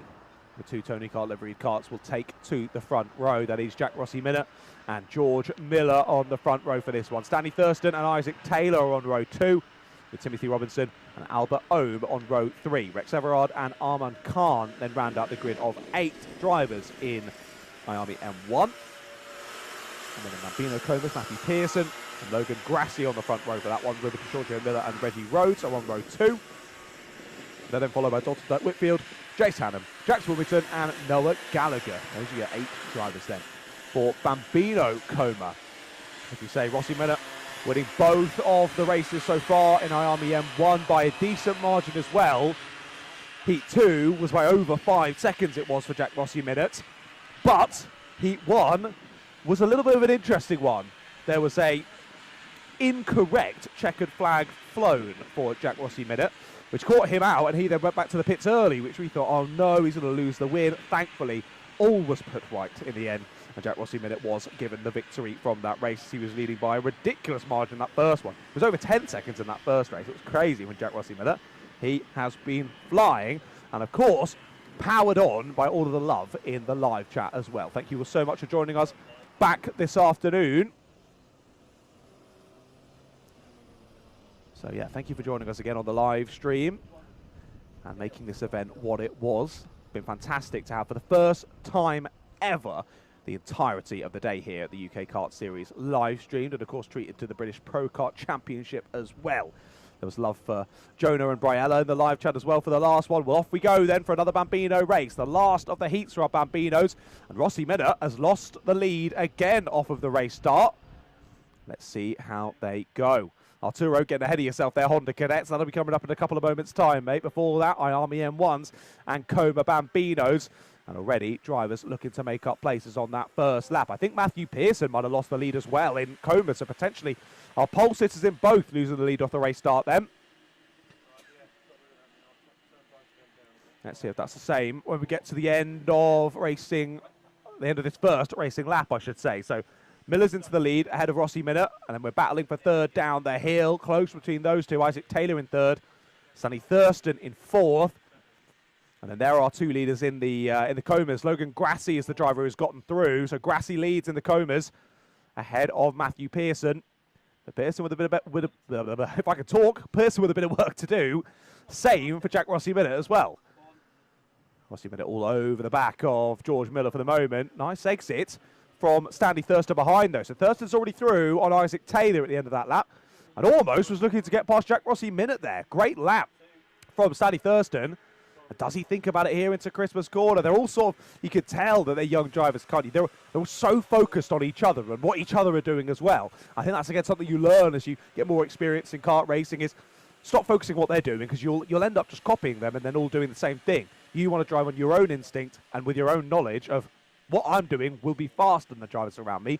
So I know it's going to work and I'll get to the lead. If you start copying what everyone else is doing around you, you're going to start doing exactly the same as them, and thus you're not going to move forward. So Jack Rossi Minute knows that. He's won both the races so far by a decent margin. He just needs to find a way through here on George Miller, which is easier said than done. Miller doing a good showing at the moment, keeping these two behind, but Stanley Thurston is really keeping Jack Rossi Minute in check, isn't he? Thurston is looking very fast there in third place, and that just means Jack Rossi Minute has to think on sort of 200% brain capacity here. He's thinking about the driver ahead and the driver behind, fully focused in making sure those positions, well, I was going to say those positions don't change. He'd love for it to change, for it to become a 2 to a 1, but he doesn't want to slip back to third and make the charge for the rest of the race even more challenging. Isaac Taylor has dropped off of this top three battle now. He was totally with them for the laps 1 and for a bit of lap 2. Now here on lap number 3, though, he's dropped a few kart lengths off. But you never know, if Miller, Minner and Thurston come together, Isaac Taylor will be right back in with a shout for the race victory. Albert Ohm, they're behind him with Timothy Robertson, Rex Everard and Arman Khan, your 8 in the Iame M1. Matthew Pearson has managed to get back through on Logan Grassi on lap number 2. So Pearson's back to the sharp end in Coma Bambinos, but Rossi Minute still not quite there in the Iame M1s. Let's see if Pearson can now build a gap ahead of Logan Grassi, or whether Grassi can bring the fight to him. Not far back, to be fair. It's not just those two out front in the Bambino Comas. You've then got 3 other drivers going with them. That's River DeGiorgio Miller, Jace Hannon, and Reggie Rhodes, all in that leading squabble in the Coma Bambino. So an exciting one at the sharp end there. Just as exciting here in the M1s as well. And still, Jack Rossi Minute on his Tony Kart livery, unable to find a way through on his fellow Tony Kart livery in George Miller. Down the hill we go, though, to Ashby. Jack looked pretty close there, but clearly didn't think he was quite close enough to think about a move on George. And it is still Stanley with the fastest lap. He's just got another one on the last lap. 58.6 for Thurston, 58.7 for Minute, and 58.8 for Miller. Here he goes. This is it from Jack Rossi Minute. He's gone for it. Up the inside into the boot. Nicely done on the brakes there from Jack Rossi Minute, and he gets it done. That one looked simple for Jack. Got the overrun out of Osiers. As soon as he was alongside, outbroke George Miller very nicely, and into the lead he goes. Well, immediately trying to follow through is Stanley Thurston. They'll go side by side, almost into oblivion. Stanley just backing out of that one. And now giving himself another opportunity up the hill. Actually, it's a nice exit from George Miller. Not quite good enough to pull alongside. But let's see. They really need to bring the fight straight to Jack if they want to stop him from pressing on into the distance in this race. Still 2.5 minutes left to go. So we're well and truly over half race distance in this one. But we've seen in earlier races how quickly Jack can scamper off. So really, Stanley trying to find a way through on George Miller as quickly as he can. That's exactly what he's trying to do at the moment, as you see him pulling out from the toe, eyeing up his rival, but not quite able to get the overspeed just yet to feel confident about putting in a move. Well, there we go. On to lap number 6 this will be now. And let's see if the lap times change at all. Now that Minute is in the lead. Oh, it does indeed. New fastest lap of the race for Jack Rossi Minute. 58.2 now the pace being set by him. So that's pendulum has swung back the other way. It's now Jack that's fastest, George second fastest, and Stanley Thurston third fastest out of this train. The only drivers down below a minute, though, and all 3 of them are in their 58s. So they're all pushing each other on that little bit faster as well. So I said about you start copying the drivers around you and you end up doing a similar pace. That is sort of happening a little bit, but I think that's also egging them all on to go a bit faster as well. They're all finding a good bit of pace. But for the moment, I think Stanley Thurston just getting a bit frustrated. He cannot find a way past George Miller. He's been stuck on his rear bumper now for almost 2 laps. He just cannot find a way past. And this is giving the smallest bit of breathing room to Jack Rossi Minute. That gap opening up now to, what is that, 2, maybe 3 kart lengths at points. And they cross the line with 1 minute and 4 left to go. So this will be on to, I think, the 3rd last lap of the race. Just about. Oh, just about. Eke 3 out rather than 2. Well, they head up the back straight now, up into Christmas corner. He looked for it there to George Miller. Didn't quite feel he had the overrun to get it done, and they run down now. Past my vantage point here, down into Ashby. And not close enough is George Miller. He likes that run out the final corner, though, up the straight into Christmas corner. That seems to be where he's strongest. I couldn't quite tell if that was a point forward there from Jack Rossi Miller, or what that was. That hand gesture, but either way, I don't think they're going to listen to you, Jack. We're going to be going on to what I think will now be the penultimate lap of the race. It is every man and woman for themselves as we come through to the end of this one. Stanley Thurston still not able to find a way through here on George Miller, taking nothing away from George. His pace has been fantastic, absolutely on par with Stanley's, but Stanley did drop into the 57s on the lap before last. He's just popped in another 58 dead, 57.9. For Stanley Thurston. Let's look at the run up the hill again. George Miller almost close enough, but just not quite. And they did indeed just about eke out these extra laps, which won't be great for Jack Rossi Miller. He would have much preferred to have this as the final lap, but no, this will be the penultimate lap of this 3rd heat of the day here for our Iame M1s and Coma Bambinos. So Rossi Miller, by these 3 being so quick, they've extended another lap out and gives the opportunity for Miller and Thurston to find a way back through, or for Minute to make a mistake. Not that I ever think he would, but you just never know. The pressure gets onto you late on in a race like this. Jack's just got to remain firm, keep his eyes pointing forward, hitting his markers, and he should have this one in the bag. On to the final lap we go then. Checks over the shoulder, does Jack Rossi Minute. Working out quite how close Miller and Thurston are. Does he need to cover off into Christmas corner? The answer is no. I think he'll probably check again as he heads up the hill here. He does. There you go. Checks to see where he is. I think that was half attack, half defence there from George Miller as he takes the slightly tighter line up to Christmas corner. And Jace Hannon, despite taking the optimum line, not able to make the most of it. Not able to find a way past. But of course, they've already gone past. I think it was Jax Wilmington, the back marker. They are catching a few more now who are all in their own battle themselves. So this could throw the cat amongst the pigeons here as they come out of Osiers. They're going to be catching another group of drivers who are battling. There you go. Jack Rossi Minute is able to get through. The other 2 aren't, and that is crucial for the end of the race. Jack Rossi Minute rounds the last couple of corners and will be unfazed here through the last couple of turns. Through he goes. Take another race win here, and Iame M1s. It does go to Jack Rossi Minute. He wins again in Iame M1s. But George Miller and Stanley Thurston putting up a great battle there in Iame M1s, right to the flag. It was lovely to see, and hopefully we see more of that into the final later on today. Now we wait for our top drivers in Coma Bambino. Isaac Taylor very happy across the line there in 4th place. Well done to Isaac. That checkered flag being waved as we wait for the rest of the drivers to appear. Hopefully soon. Where are they? Where are our Bambino leaders? Well, that's another Iame M1 coming around the final corner as they come to the line now to finish the race. That's Albert Ohm in 5th. A very happy Timothy Robinson comes across the line in 6th. Well done, Timothy. And a few more drivers coming through to the end of the race now as these 2, I think, squabble for position. This is Rex Everard and Armin Khan. Yes, fighting over 7th. That goes to Rex Everard, and across the line, Pearson's got it.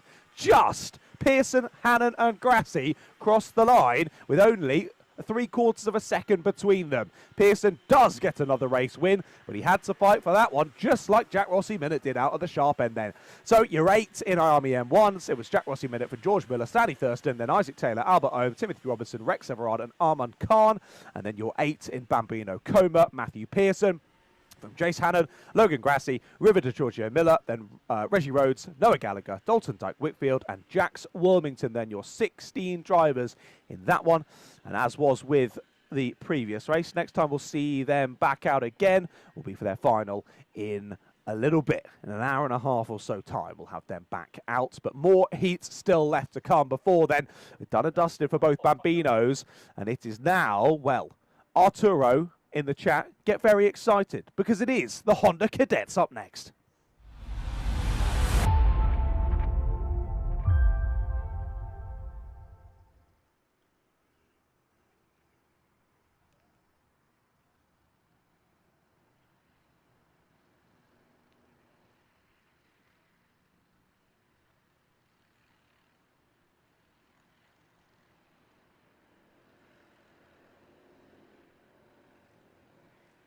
Right then, Honda Cadets out onto the circuit once more. Their third heat of the day is about to get underway. Let's have a look at the grid then for this one. It is Archie Loveridge once again on pole position. He has been absolutely dynamite today, hasn't he, Archie Loveridge? But saying that, he's had plenty of drivers challenging him at the sharp end as well. Dino Rowlands, love for him in the live chat from Arturo Karting. What did you say? My mate Dino Rowlands. So I'm always rooting for him. I was here an hour ago, but left early, but still rooting. Go on, Arturo. He's on your screen now, Arturo, and let's see what he can do from second on the grid alongside Mr. Loveridge. Ollie Knox and Joshua Bailey are on row 2, with Bradley Sutton and Phoebe Shelton on row 3. Oscar Somerset and Alistair Saunders are on row 4, with Nathan Gretsch and Archie Rutter rounding out the top 10 on row 5. Row 6 is Seth Wright and Callum Ryan. Row 7, David Kioka and Louis Dawson. Row 8, Oscar Wills and Chase Wilmington. Row 9, Zachary Dormer and Oliver Godfrey. And row 10, rounding out the grid of 20, is Ada Wright and Connor Sturdy. So off we go then. Let's get ready for the third and last heat of the day for our Honda Cadet drivers. Really interesting between Dino and Archie so far today. Archie getting the upper hand on both occasions though. As we look at the championship, it is Archie Loveridge leading the championship as well, ahead of Oscar Somerset and Dino Rowlands, third in the championship. Comes in today 34 points behind Loveridge, and sadly for him, he's been second to Loveridge in both races so far, so it would be more points lost in terms of the championship so far for him, but he might jump Oscar Somerset after this. We'll wait and see. Off we go then for heat number 3 in Honda Cadets, side by side for the lead, but as we get into the first couple of corners, it is Archie Loveridge who gets the jump, gets the chop across and gets the lead. Well, he'll look to defend up the hill, but no, he opens up the corner. Will Rowlands think about it? No. Holds that inside line and consolidates second place as Kioka might be off. He is off and round. Thank goodness he didn't get collected there. That was mighty close for David. He's thankfully been able to spin it back around, but he's lost some time and some positions because of that. Two drivers getting very close together there as they head through a couple of corners. That was Joshua Bailey and Ollie Knox battling. They've got very similar carts, though. I think Knox got back through there into third place and relegated Joshua Bailey to P4. But once again, as we've gotten so used to today, Loveridge leads the way ahead of Dino Rowlands. And as we say, Knox and Bailey in third and fourth. Is Phoebe Shelton still there in fifth? I'm not sure she is, you know. No, she's down to sixth now. So Bradley Sutton, I think it is, up into P5. It is. So Loveridge, Rowlands, Knox, Bailey, Sutton, Shelton, Somerset, Gretsch, Saunders and Rutter, your top 10 as we head then onto lap number 2. Knox the fastest on that first lap. Battle's going on behind though. Sort of half defence, half attack there for the 46. That was on the 96 maybe of Chase Wilmington. Slightly further down the order, I think it was Chase, you know, on the 96. Battling there with Louis Dawson. Oliver Godfrey having a good start at this race. 4 places gained on the first lap. 18th to 14th, good start for Ollie. So let's see if Oliver Godfrey can find any more through this second lap of the race. But our leaders head down into the boot for the second time. And once again, it is Loveridge and Rowlands locking horns for the lead of the race. Well, Arturo is going to need, Dino's going to need all your love in the chat possible here. He's not been able to topple Archie Loveridge yet today. This is a third chance of doing it in a heat. And then it'll be leaving it all down to the final where points really do mean prizes. As we say, that weighting very heavily towards the finals. Despite them only be a couple of minutes longer, that is where you really launch a championship charge. So let's see. Really, Archie can win all of the heats. And if Dino wins the final, then it might just, the point swing might swing back his way. So again, not too much to worry about in this one, but equally, you know that Dino will be wanting a win here from the heats at round number 4 of the UK Kart Series. Ollie Knox under a lot of pressure for third place at the moment. Joshua Bailey right on his wheel tracks. Bradley Sutton trying to go with them as well. And Phoebe Shelton not far back at all. Yeah, so those three in a chain. Phoebe Shelton almost in touching distance in that squabble for third. Then a bit of a gap then back to Oscar Somerset. Second in the championship going into today is Oscar. And he has got a lot of drivers for company, hasn't he? It's Somerset. No, he's not leading that train anymore. Saunders now leads that train in seventh ahead of Gretsch. Somerset, Rutter, Ryan and Dawson. And then not far back then to the likes of Wilmington, Godfrey, Wills, Wright, Kiyoka that we've all seen. David, of course, having that spin on the first lap when he's gained a couple of places back. There on lap number 3. 19th to 17th he goes. Relegate Zachary Dormer and Callum Bradford back down a position each. Let's look at that. Using all the runoff possible there out of Wilkins, weren't they? The two leaders absolutely white lining it, doing their best to get as much time out of this Whilton Mill circuit and continue to extend that gap at the sharp end. They want to get far and away ahead of Knox, Bailey and Sutton before they ever start to do battle. But will it be too little too late? That's what we found out in the previous races. Rowland's working together with Loveridge really well to open up that gap at the sharp end, but then just not quite having the pace to get a move done. So let's see. Will it maybe be the better option for Rowlands to go for it early and try and lead? As there's Bailey up the inside. Aggressive up at Christmas corner. Joshua Bailey's through into third. And through follows. No! Off onto the grass. Off onto the grass goes Bradley Sutton. Looking like he could make a place, but he loses one. And back up the inside goes Ollie Knox. Nearly going to shuffle Bailey off onto the grass there on the exit. They'll run side by side down through into the left-hander once again. And look who's back on the scene. It's Phoebe Shelton. As I said, waiting in the wings there. When it all kicked off ahead, she's picked up the pieces and joins the fight for third place. So it's now Knox, Bailey and Shelton. Sutton has dropped off in between now them and the chasing pack headed up by Alistair Saunders. So a shame there for Bradley Sutton. You saw what he was trying to do because it was Bailey that went a little bit wide after making that move. He got round the outside of Knox and then almost to the outside of Bailey. He got the nose cone just alongside, but Bailey moved across to take the full line and just popped him onto the grass there. As soon as he touched that grass, lost all sorts of steering ability and had to wrestle the kart back onto the black stuff, and by that time he'd lost the position he gained and another one and lots of time. So a shame there for Bradley Sutton, but he's settling back into it well. However, it seems as though he's being reeled in now by that pack headed up by Alistair Saunders. I say pack, two of them have started to break away now. Saunders and Gretsch in 7th and 8th might just catch up to the rear bumper here at Bradley Sutton, and Sutton might need to start thinking about those drivers behind him. Well, ahead, Shelton's got the move done on Joshua Bailey, that is, so it's all switched around. Bailey's to 5th, Knox to 4th, and Shelton to... Sorry, Knox to 3rd and Shelton to 4th, yes. So Knox and Shelton both getting through. Likely that was a move from Knox on Bailey that then Shelton was able to follow on through. Either way, they've reshuffled, and I'm sure Joshua Bailey will be wanting a move done up at Christmas corner once again. 1 minute and 20 now on the clock. 50-second or so lap times.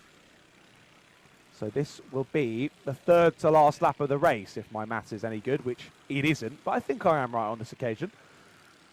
Still Loveridge and Rowlands absolutely nose to tail here, but still, as I said in the previous heats, Rowlands has made no attempt to go for a move at all. It's not as though Loveridge has been covering them off really well. Rowlands has not been trying to overtake. They've been working together very nicely, but as we saw in Heat 1 and Heat 2, when it gets to that pressure point end of the race, Loveridge is able to keep Rowlands at bay. We might just see that repeat again here. Let's look at that. That squabble for 3rd place. They're really not far behind now, are they, from 6th place backwards? And it's a longer train than it once was. Sutton, Saunders, Gretsch, Somerset, Rutter and Ryan now all in that train. And if Knox, Shelton and Bailey lose a little bit more time, suddenly it's going to go from being a 3-car battle for 3rd to, what is that, from 3rd to 11th for 3rd. However, time ticking down. They might be saved by the bell here, as that is a big check over the shoulder for Dino Rodens. Surely Dino knows now. We've got ages back to the battle for 3rd. I've got to go for this. Lick the stamp and send it, Dino. Let's see how he goes. Last couple of laps. Time is ticking to 0. It will be the final lap next time, ladies and gentlemen. Timer hits 0. Through the final quarter they go then. Can Loveridge make it 3 from 3 in Honda Cadet so far here at round number 4 of the UK Kart Series in 2025. 1,128 metres to go here in Honda Cadet. And look at this battle for 3rd. It is. It's closing up and it's kicking off here as we go on to the last lap. But we've got to keep our eye on this one. Loveridge defends. Loveridge defends up into Christmas corner as expected. Looking for the up and under potentially is Dino Rowlands. He can't pull alongside. Yes, he can. Ignore me. He can. He's got the inside line and Rowlands has the lead. Brilliant there from Dino Rowlands. And finally, at the final time of asking, he grabs the lead off Archie Loveridge. But will Loveridge have a reply? Shelton's into third. Great battling between those three. Shelton's into third. Now Knox and Bailey are squabbling over fourth as well. But as we go down to the last couple of corners, who's it going to be? Loveridge or Rowlands? Rowlands holds the inside line. Loveridge tries to get the inside, but he can't. Rowlands beautifully defends the position, but he fights back through anyway. They're side by side, almost into the last corner. Phoebe Shelton's off in the background from third place, but it will be Dino Rowlands who wins in heat number 3. He gets it done, and finally means that Archie Loveridge doesn't win a race in Honda Cadets, and it isn't going to be 3 from 3, sadly for Archie. Dino Rowlands gets the win in heat number 3. Very well done from Dino, and I'm sure you're very excited about that in the chat, Arturo. Yes, you've said like 4 different chats in all caps, so I think you're quite excited about that one. Dino gets the win. Very well done to him out on track. And this time, Loveridge has to sell off a second, but a first, and a second for Archie will surely mean that he takes pole position in the final. Let's see if Dino can replicate that over a 10-minute final later on this afternoon. Right then, your finishing order in that one. Rowlands from Loveridge and Bailey, your top 3. So it all changed at that group from third backwards right at the dying moments. What a shame for Phoebe Shelton, who was in third there onto the last lap. And DNFs.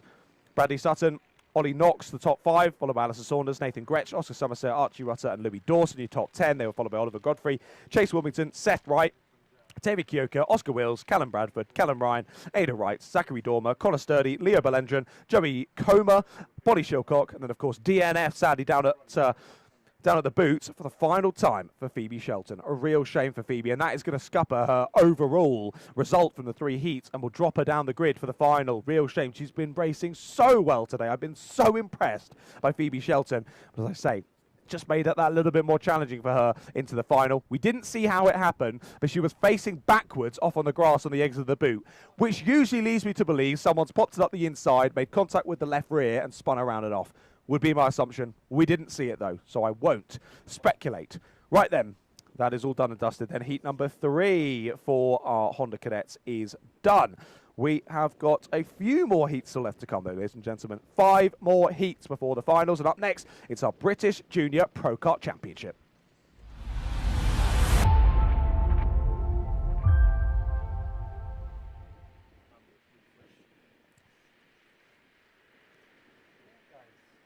Right then, heat number 3 for the British Junior Pro Kart Championship. Ashton Horsball on pole position once again with Matthew Plant alongside him. Those two battling very well in the last race. Let's hope for more of that. Lewis Dean and Peter Webster on row number 2 with Lorenzo Martin and Sebastian Thompson on row 3. Harry Pennington and Archie Young are on row 4. With Rowan Marshall and Jensen Smith rounding out the top 10. They're followed by Finley Worthy, Joseph East, Louis Kuma, then Isaac Hobbs, Mia Duffel, Thomas Stevens, Nicole Allardyce, Carter Lundy, Jamie Robotham, then Grace Matthews, Oliver Dormer, Callan Falconer, Emma Falconer, Tyler Goodser, and Finley Iron, your 25 drivers. Well, we saw issues in race number 1 for Isaac Hobbs. He was able to battle his way back through to 14th in heat number 2. That's where he starts for this one. Issues in heat number 2 for Finley Iron. So it's now his turn to do what Hobbs did in heat number 2 and see how far up the field he can get from the back of the grid. Off we go then, 2 by 2 for the 3rd heat of the day here in the British Junior Pro Kart Championship. To the line we go then. We watch that Union flag, and it drops now. We're racing once again here. 2 by 2 into the first couple of corners. Always a spicy one through Oblivion. It is very spicy. 2 drivers off there on driver's left. 4 drivers off there on driver's left. Somehow they all avoid the wall on the outside there. I know from experience that all comes up very fast. Impressive that none of them hit it. We carry on through the first lap, but I think a serious reshuffling of the order has happened there, because that skirmish that saw the drivers go off track was not that far down the back. That was in the top 10, I think. So we might just see, as I say, a bit of reshuffling by the end of this first lap. Either way, looks as though the top 4 have continued unscathed. Horspool from Plant, from Dean, from Webster, as they were on the grid. Well, those 4 down through the boot for the first time then. Horspool How does he deal with this pressure from Matthew Plant? Dealt with it beautifully in heat number 2. Let's see if he can do more of that in heat number 3. Horspool again, another driver who has had a perfect day so far today, if I'm not mistaken. And I know I got that wrong with Luca Pede, so I am double checking. Yes, indeed. Winning heat 1 and winning heat 2 for Ashton Horspool. Matthew Plant, of course, issues in that first heat of the day. And battled back through well in heat number 2. Second place. Very impressive result for Matthew. But of course, he was the UK plate champion at the start of the year, so we'd expect him to be up at the sharp end, wouldn't we? And Matthew, let's see if he can bring the fight to Ashton again here in heat number 3, or whether Ashton can slowly but surely build that gap out the sharp end. Lewis Dean still with them there in 3rd place. And I had thought it was all 4 off the start, but it wasn't. The H plate has dropped down massively. Peter Webster was one of those drivers. So I did say that I thought it was drivers near the sharp end involved in that squabble down through the first couple of corners. It was Peter Webster, Harry Pennington, Sebastian Thompson, Nicole Allardyce, Joseph East and Tyler Goodser all falling down on that first lap and all having a very slow first lap of the race. All at least 10 seconds off the pace on that first lap. So I can, I think, rightly assume we had 4 drivers off at Oblivion. I think it was those 4 that are down at the bottom, sadly, and one of those being, let's say, the H-plated driver of Peter Webster, who started in 4th place. So it did all kick off at the sharp end, and it's kicking off at the sharp end again. Just about covers off that move, does Matthew Plant. Well, Plant initially looked for the move, sort of gave it up, but then Lewis Dean went, all right then, I'll have the inside line, and back Plant went, no you don't. Back to the inside he went, again, half attack, half defence. Either way, he stays in 2nd place. The Horspool is under pressure here. He is under pressure. Can Plant find a way through, though? Easier said than done. Ashton has been an immovable force so far today. As I said, I thought the top 4 were unscathed after the first lap. No, it's Lorenzo Martin who's gone with them. But it's the driver behind him, Archie Young, in 5th. You can see him there in no man's land, blue kart with the green helmet. He is flying, 53 dead on the last lap for Archie Young, faster than anyone else on track. But especially the 4 drivers ahead, at least a 10th, if not 2 tenths quicker than all of them on the previous lap. Any more squabbling like we've seen already, surely Archie Young will be on the scene. As he's cleared off now from, that's Isaac Hobbs who now leads that train. Of course, we saw him out of heat number 1, so he's now battled through from 14th on the grid in this one to 6th at the moment. A good race so far from Isaac Hobbs. Him and Louis Kuma sort of doing that together, really, as Isaac's going from 14th to 6th and Louis going from 13th to 7th. So they sort of press through the pack together a little bit there.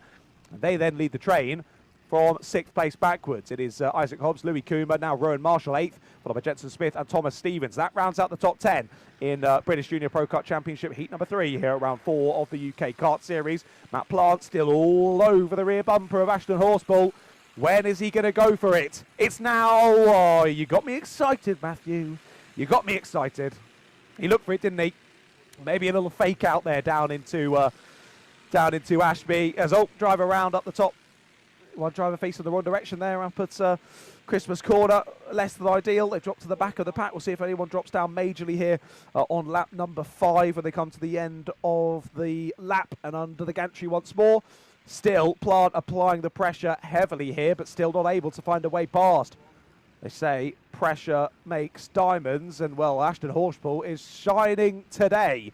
2 wins so far, and he's only got 2.5 minutes to secure a 3rd to his name, but Matthew Plant wants that for himself. He's not close enough to think about it into Christmas corner just yet, and Lewis Dean and Lorenzo Martin still battling well over 3rd place, those two, and Archie Young, is he still closing in on the lead as he is? It was about a 10.5 on the last lap that he closed in to Lorenzo Martin. So there's a potential for 3rd in this race from Archie Young if he can pick up the pace ever so slightly more. But 1 and 2 probably off and gone by now. Isaac Hobbs starting to break off as well there in 6th place. You can see he's just starting to build a bit of a gap now that Rowan Marshall is through on Louis Kuma. That would have given that bit of a breakaway then, wouldn't it? Through he goes. And Rowan Marshall now the one chasing him down, who's been on good form so far this race as well. Got overtaken earlier in the race by Hobbs and Kuma, but he's back through on Kuma and now has his sights back set on Hobbs once more to get back into the top 6. For the last couple of laps, there's just been enough of a gap between Horspool and Plant where Matt can't go for a move. He's just not quite close enough to lick the stamp and send it. Let's see if he can, though. Can he close up enough here over the last lap or 2? to just give himself that opportunity to send it late on the brakes? Or will he think, it's Heat 3, this isn't where points being prized, this isn't where I get a trophy, let's just bank the points for second. I don't mind that Ashton's now got 3 wins from this one. It is what it is. We're banking good points and we're setting ourselves up with a good grid position for the final. 2 trains of thought there. You've got the thinking man's thought, which is that, and then you've got the racing man thought, which is, no, I want to win the race. So let's see. Which one does Matt Plant decide to go with? Does he think long term, or does he think, I want to beat Ashton Horspool right now? Well, let's see. Up to Christmas corner they go then, both checking over the shoulder like it's going out of fashion. I'm trying to work out where the other drivers are to them. They don't need to think about Dean and Martin at the moment, but if they start swapping around positions, it will be a matter of 1 or 2 corners until Dean and Martin are back on the scene. Dean's back on the scene. There you go. Less than 30 seconds left to go. This will be the penultimate lap of this race, ladies and gentlemen. The British Pro Kart Championship heat number 3 about to come to a close. Sadly, that pace for Archie Young hasn't quite been enough to catch the top 4 now. Really, it's been really good pace, but the top 4 haven't really been battling. So that just means that although his pace is slightly better, a 10th or so a lap, there was too much of a gap for him to catch that. And as we come across the line, the timer just hit 0 before we do so. Final lap begins here in the British Junior Pro Kart Championship. Will it be Horspool? Will it be Plant? Will it be someone else take the win in this one? Is it a good enough exit from Oblivion and Crook? It is for Ashton Horspool.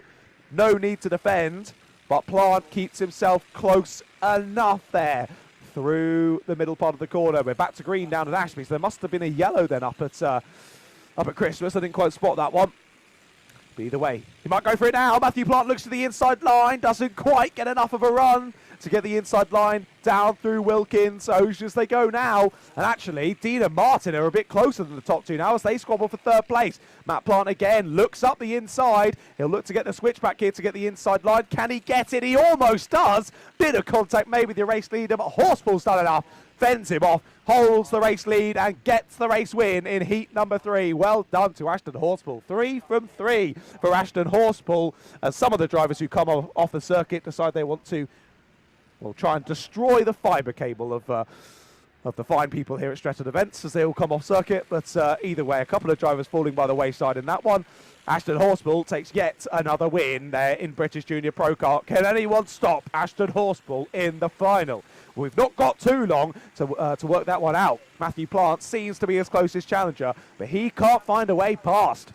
Lewis Dean finishes just ahead of Lorenzo Martin, and he does fend him off there over the final lap, with Lorenzo Martin 4th, Archie Young then in 5th. Well, by Isaac Hobbs, he's done a good job then from a DNF in heat number 1 to 14th in heat 2 to now 6th in heat number 3. That'll help him for the grid for the final. Rowan Marshall, Jensen Smith, Louis Kuma and Thomas Stevens are top 10, followed by Peter Webster. Good comeback drive there from Peter Webster, dropping down all the way to, what was it, 19th after that first lap, back into 11th. Not too bad from Peter. He'll still be pretty frustrated with that one, but hey, 11th. We'll take it, Peter. We'll take it. Harry Pennington, then Mia Duffel, Finley Iron, Finley Worthy, Carter Lundy, Oliver Dormer, Grace Matthews, Jamie Robotham, Tyler Goodser, Nicole Allardyce, Emma Falconer, Callum Falconer, Sebastian Thompson, and Joseph East. Both the 2 last ones, Sebastian Thompson and Joseph East, not making it to the checkered flag, sadly, in that one. Well, next time we see them out will be for their final. More heats left to come, though, ladies and gentlemen. Our last proper split grid of the day. Up next, Honda R200s and Might E Cadet.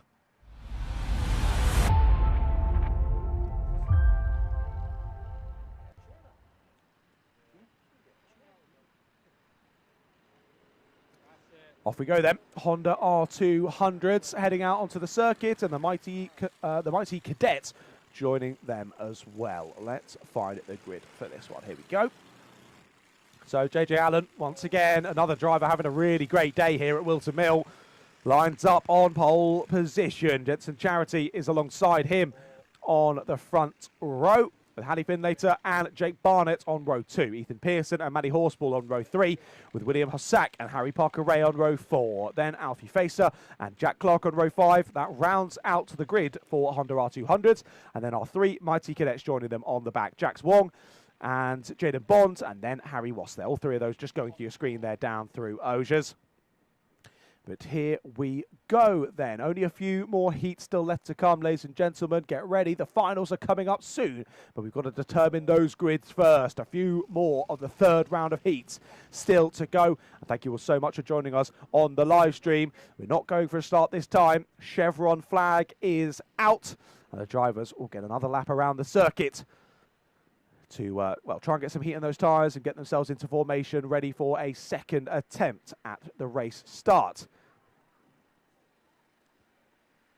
Just having a look through some of your comments in the live chat. Good to see you all chatting and getting stuck in. It's nice to see you all having a little conflab in the live chat. Seeing as well, David Nichols, well done. Dino controlled and pounced at the right time. He did, David. It was a very impressive showing there in the Honda Cadets from Dino Rowlands. See if he can do just the same in the final later on. Aidan Ingram saying the same. Great move that it was, wasn't it? It was impressive from Dino Rowlands, and that's the kind of move you have to pull off to win a race in Honda Cadets. It's yeah, not the easiest of category to be winning races in. Very competitive, and you'll find karts very similar matched in Honda Cadets, and it really is all down to the driver, and that just shows why it was so impressive. Not only that, it was also passing Archie Loveridge, who UK player holder. He's won championships in Honda Cadets in the past, if I'm not mistaken. He's very impressive in the virtual world in karts and esports as well. He's a tough cookie to crack, but Dino was able to do just that in the heat. We look forward to their final a little bit. Their older brothers and sisters go to a race start now. Honda R200s, I nearly said Honda Cadet, Honda R200s go to a race start. And off we go then. 7 minutes plus 1 lap on the clock once again. And off we go up to the top of the hill. Up to Christmas we go for the first time. There's some love in the live chat from Aidan Ingram once again. Go on, Alfie. Let's see my old whip do well. The Alfie Facer driving Aidan Ingram's old kart then clearly. Thanks for letting us know, Aidan. So let's see if Alfie can wrangle your old machine to a positive result here in heat number 3. There's been a good start once again for your pole sitter, JJ Allen. Takes the race lead and already is trying to put some nice bit of gap between himself and Hallie Finlater, who's into second place. Nice start for her. Ethan Pearson and Jensen Charity going with them. So Charity's dropped from 2nd to 4th off of that race start. And he's got some work to do. He's been the one keeping JJ Allen in check. But now he's got to do a bit of battling with some other drivers instead. Out the corner they go. What a lovely exit up the inside goes Ethan Pearson. It'll get the push from Jensen Charity. And through will try and follow as well, the number 38. That's Jake Barnett trying to follow through as well as they get all sorts of scuffly out of Christmas Corner and down into Ashby once again. Up the inside again goes Jake Barnett. Side by side still with Hallie Finlater, but Hallie manages to stop that negative momentum for now. Drops from 2nd to 4th. So it's Ethan Pearson to 2nd. Jensen Charity into 3rd. And Hallie Finlater now down into 4th and might be 5th now, as back up the inside goes Jake Barnett. Gets it stopped nicely into the boot. Hallie will try and get the car up and under, but no, door is closed. There's a bit of bargy ahead as well between Charity and Pearson. Charity getting a nice run off the final corner though, but he'll be on the outside as we head into Oblivion and Crook, but he gets it. He might just battle his way through there. He'll have to be aggressive to do so, but no, finds himself on the outside line and might now lose a place. As back through goes Pearson and Barnett follows him as well. This is an awesome battle for 2nd place, but this is handing the race win to your race leader, JJ Allen. Bit of a wobble there through Boxing Day for Jensen Charity. He put his hand up in frustration as if it was a causation from someone else there. I didn't see how that happened either way. He was sliding off to the exit. He did well to catch it and holds that on to 4th position. So Pearson to 2nd, Barnett to 3rd, and Charity to 4th for now. Finlay to 5th. She's now got Maddie Horsbull for company as well, with Harry Parker Ray and William Hossack in that train too. So 2nd down to 8th, all very, very close. Then Jack Swank, Jada Bond, Harry Wass, there as they were from the race start. Those 3 gaps just opening up a little bit between those. And I've just seen as well, JJ Allen is under investigation. Your race leader is under investigation. Now, not sure what for, but surely it's got to be something around the race start, because since that point, he's not been near anyone else. So you would assume something on the first lap, that one then for JJ Allen. We'll wait and see whether that investigation turns into anything during the race. I'll be sure to let you know as soon as I know any more information. But for now, we keep our eyes firmly locked onto this battle for 2nd place, still headed up by Ethan Pearson. As that's Jake Barnett trying to get involved, but he's going to leave himself hung out to dry on the outside line. Charity reads that well, but not quite well enough. Tries to give the push to Pearson, but no, Barnett has raced well here, and he gets his elbows out. He's not afraid to sharpen those Spanish archers. Old elbow out today, and he's trying to hold on to third place, but it's a lovely exit from Oblivion and Crook. Up the inside goes Jensen Charity, and he will grab third place back now. Gets it done, second time of asking. Back through into P3 he goes. And JJ Allen, you saw him there just at the bottom of your shot, almost 4 seconds clear of the rest of the field now. Last that was a 51.9 versus the rest of the drivers in this leading train. 52.6, 52.7, 52.6, 52.3, 52.5, 52.5. So all just about, what is that, 6 or 7 tenths of a second off of the race leader at the moment. He is, well, I was going to say slowly but surely, not even slowly, pretty quickly eking out that gap at the sharp end and not needing to look back at all. Well, Ethan Pearson now finds himself under pressure. It was Jake Barnett for a few laps. It's now Jensen Charity who he finds himself under pressure from. And Jensen, we've seen P2 throughout today. He wants that P2 back from Ethan Pearson, but can he get it? Just less than 2.5 minutes left to go on the clock. So a few more laps of this race, probably 3 in total, I would have thought. Maybe 4. But Jensen Charity doesn't need 4 laps. Up the inside he goes, immediately down at Ashby. Runs a little bit wide, but I think that's enough to keep the speed in and take the place, and it is.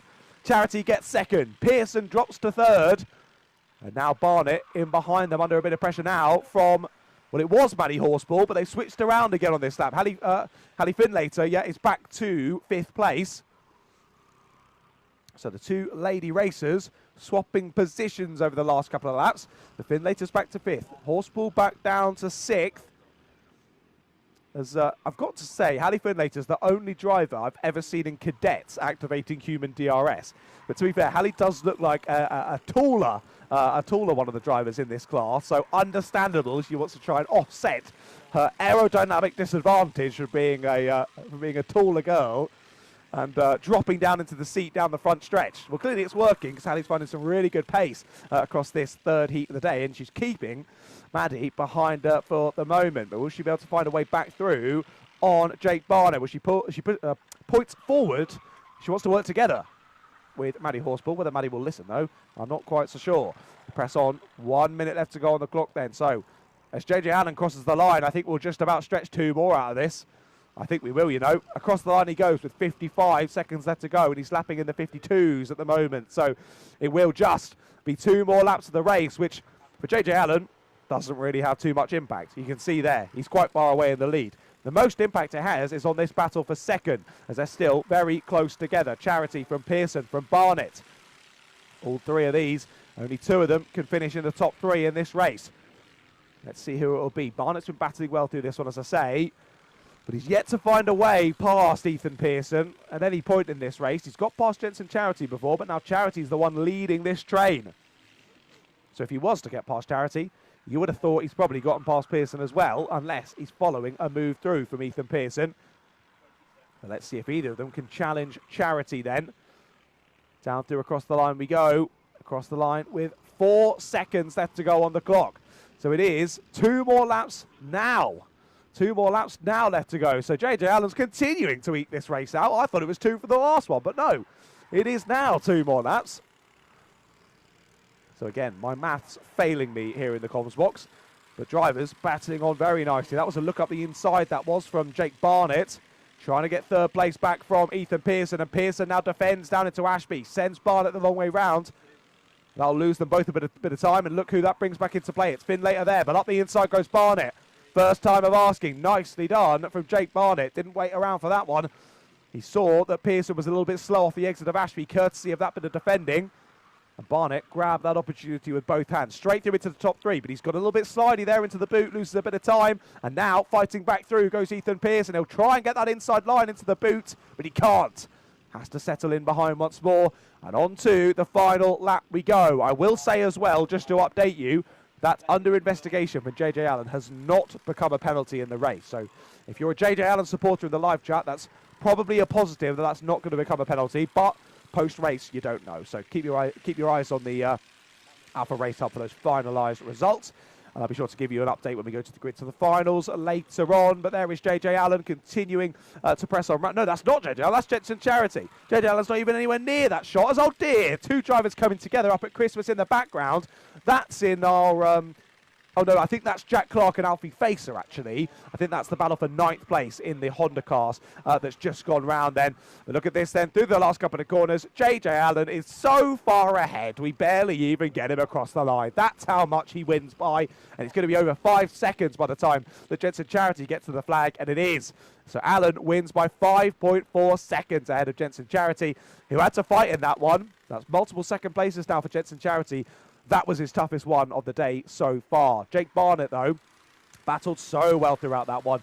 Did get back past Ethan Pearson with a couple of laps to go and held on to the flag. Pearson finishes in 4th, with Matty Horspool then in 5th. He does get ahead of Paddy Finlater there on the last lap. Well done to Paddy Horspool. Finlater has to settle for 6th then, ahead of Harry Parker Ray, William Hossack, and then Jack Clark and Alfie Facer. Across the line they went a couple of moments ago. I think Jack Clark got past Alfie Facer on that last lap, and I do think it was those two who were up at Christmas. Less than ideal. But either way, they do make it through to the checkered flag. And then Jack Swong, Jaden Bond and Harry Wass, your top 3 in the Might E Cadets as well. Those 3 as they have been for the day so far. It's been good to see them out battling and getting involved as well. Well, off we go then. That is done and dusted for our Honda R200s and, of course, our Might E Cadets as well. Only a couple more heats left to go now. What have we got up next? Of course, it's the last of our regular championship before we go on to the guests for this weekend. Up next, it's heat number 3 for the British Pro Kart Championship.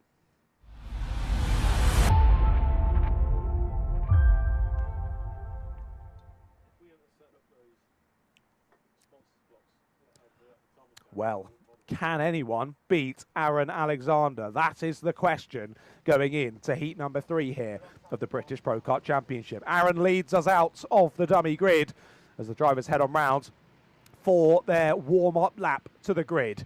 Aaron Alexander then, 2 wins from 2 so far today, has been simply untouchable in the British Pro Kart Championship. Let's see if he can make it 3 from 3 here in the 3rd heat of the day. John Hogan lines up alongside him on the front row with James Dradwell and Bradley Rowe behind. Hogan and Dradwell battled nicely in that 2nd heat earlier on, with Rowe and Ravenscroft having a nice battle as well. Ravenscroft and Bowen are on row 3. They're followed by Aaron Lord and Ollie Clegg. Then it's Conor McCarthy and Tom Hewland who round out the top 10. They're followed by Mick Lord and Alfie King. Then Craig Day and Jonty Beswick. Then Ronnie Rowe, Paul Scaife, Peter Sharp, Carl Ruddock, Oliver Hill, Max Mannion, Jack Hewland, Alfie Wilkes, Bo Harbour, Archie Cotton, Oscar Buckley, Steve Nichols, Ned Booth, Charlie Brooks, Jay Shepherd, Simon Sharp, Rodney Taylor, Andrea Baharu Mastita, Sean Deacon, Kenny McAllister, Gary Evans and Jonathan Liddell. 36 drivers on the grid once again for this one. Ridiculous how many drivers take to the circuit here in the British Pro Kart Championship. But you wouldn't get this many people involved in the championship if the racing wasn't epic. And again, just shows the numbers involved. Too many drivers want to race in this championship, and only the best of the best get to compete. Off we go then. 36 drivers dive into oblivion for the first time. Just about all making it through. One driver flirting with the grass on the outside. There was one driver gets chucked straight to the grass on the outside, thankfully.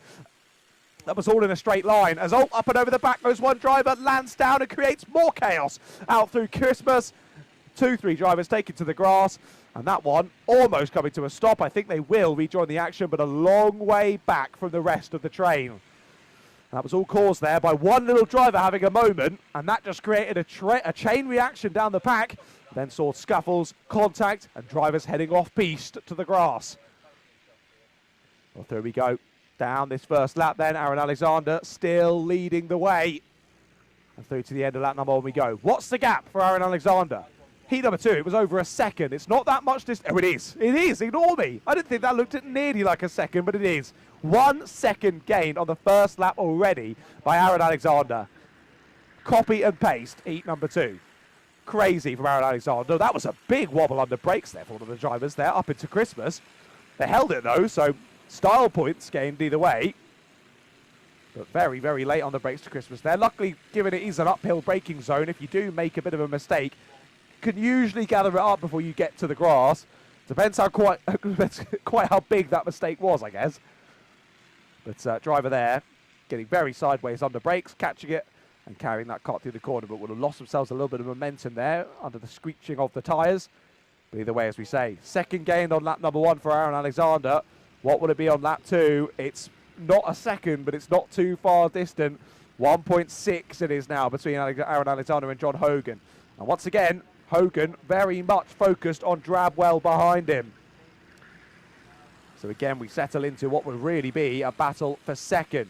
Bradley Rowe then there in 4th place on the UK plate, your champion from earlier on in the season. As Drabwell looked close there as they headed down to Ashby. But clearly, Drabwell not feeding quite close enough. As he sticks in the wheel tracks for now.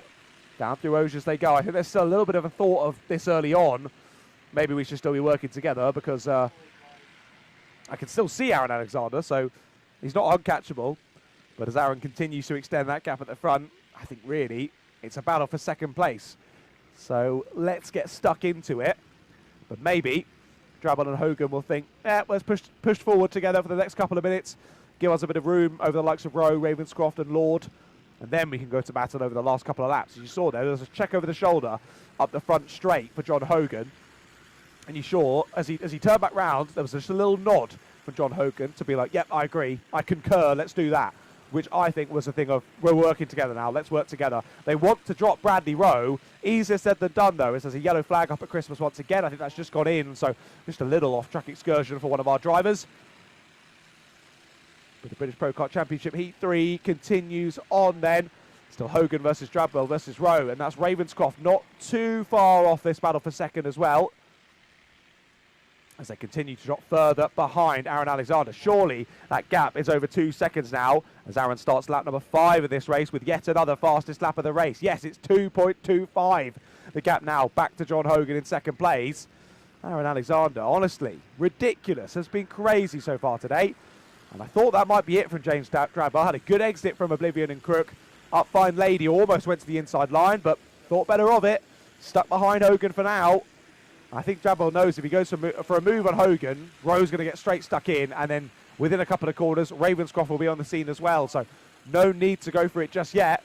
With 3 minutes left to go on the clock, we're only just over half race distance, so a bit of time for things to happen, but equally we're starting to press on towards the pressure point of the race here, where maybe John will start to think, might need to get on with this one and getting this overtake done. As we've worked together for however many laps, and I look behind, and Bradley Rowe's still there right behind me, so it's not quite worked. Across the line we go then. Another fastest lap of the race for Aaron Alexander. Of course it is. 51.5. The only driver in the 51s. Well, he was. Now Bradley Rowe goes into the 51s. So 51.9 for Bradley Rowe. Here's the move for second. He goes for it to Strange Drabwell. Up the inside into Christmas. Exactly the move I thought he was going to make last lap. But he just waited an extra 1,128 metres to give it a second chance. And through into second place he goes. Well, indeed, as expected, Bradley Rowe right on the rear bumper now of John Hogan. And I think one more overtake like that and Ravenscroft will be back on the scene as well. It will not be much to close up that couple of kart lengths gap back to the teammate of Aaron Alexander. Less than 2 minutes now left to go on the clock here for heat number 3.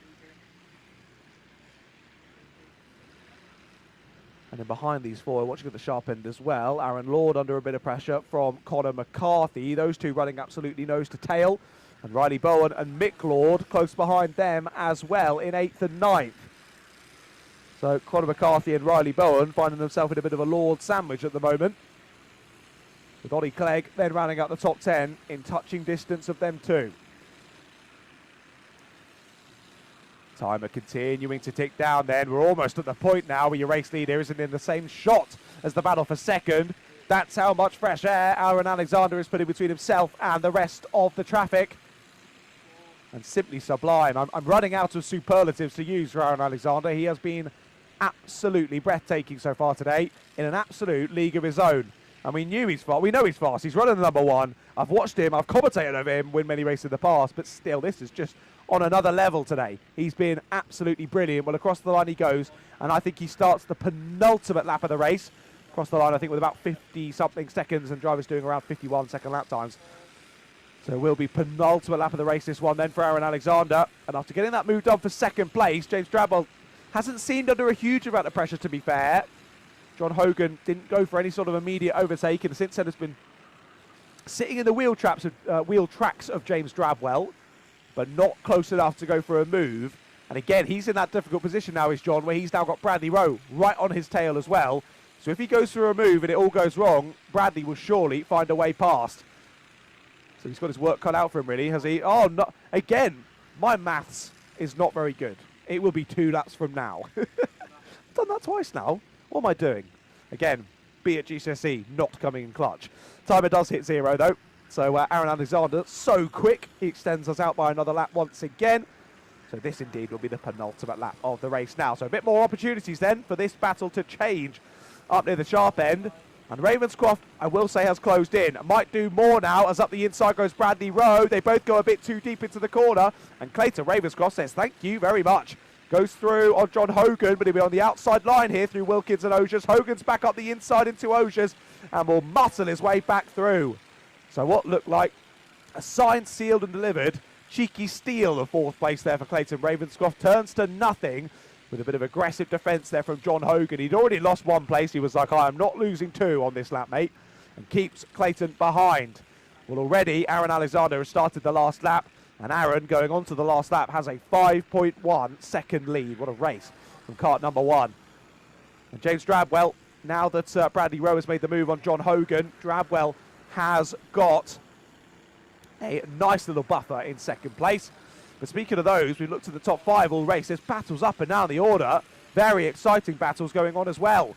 Down to Ashby go these 4 drivers. They'll squabble for position in the dying moments. And which way will this one go further down the order? Well, this is 6th, 7th, 8th and 9th. That was Aaron Lord, Riley Bowen, Conor McCarthy and Mick Lord all battling over P6. But here is your race winner. I can call it already. He's so far clear. Round the final corner comes Aaron Alexander to win again in the British Pro Kart Championship. And yet again, you don't need a celebration when all you do is win. Well done to Aaron Alexander. Yet another win to his name here today from round number 4 of the UK Kart Series in 2026. James Stradwell does get 2nd place, with Bradley Rowe rounding out the top 3. He was followed by John Hogan and Clayton Ravenscroft in the top 5. And then that battle for 6th place backwards. That was an exciting one to the flag. It did change a little. Aaron Lord, Riley Bowen, and then Mick Lord in 8th, Conor McCarthy in 9th. So they swapped around on the last lap, I think. And then head of John T. Beswick, the top 10.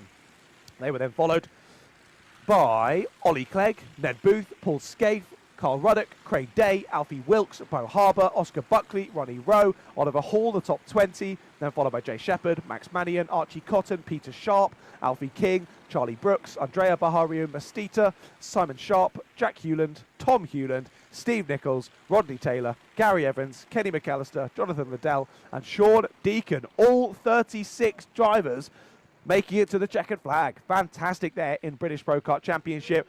Their heats are all done, though, and it is domination from Aaron Alexander. Well, let's see if that continues on. Aaron winning yet again. Off we go then. 2 more heats still left to come, ladies and gentlemen. And it is our 2 invitees, our 2 guest classes for today. We'll be finalising it, of course, with the Formula Blue. But up first, it is F300 for their heat number 3.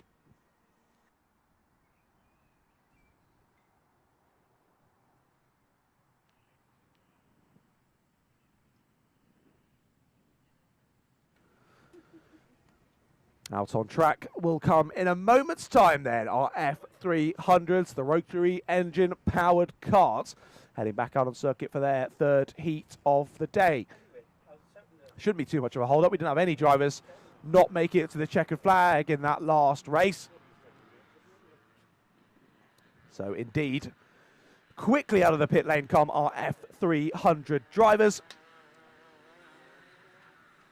And they, as I say, will press on for their 3rd heat of the day. Jack Goodyear starting on pole position for this one with Ryan Martin alongside him. James Price and Gary Woodward are on row 2, followed by Matt Cater and Jack Reeve. Then it's Jason Merritt, Guy Hefford and Oliver Warner, your 9 drivers on the grid for this one.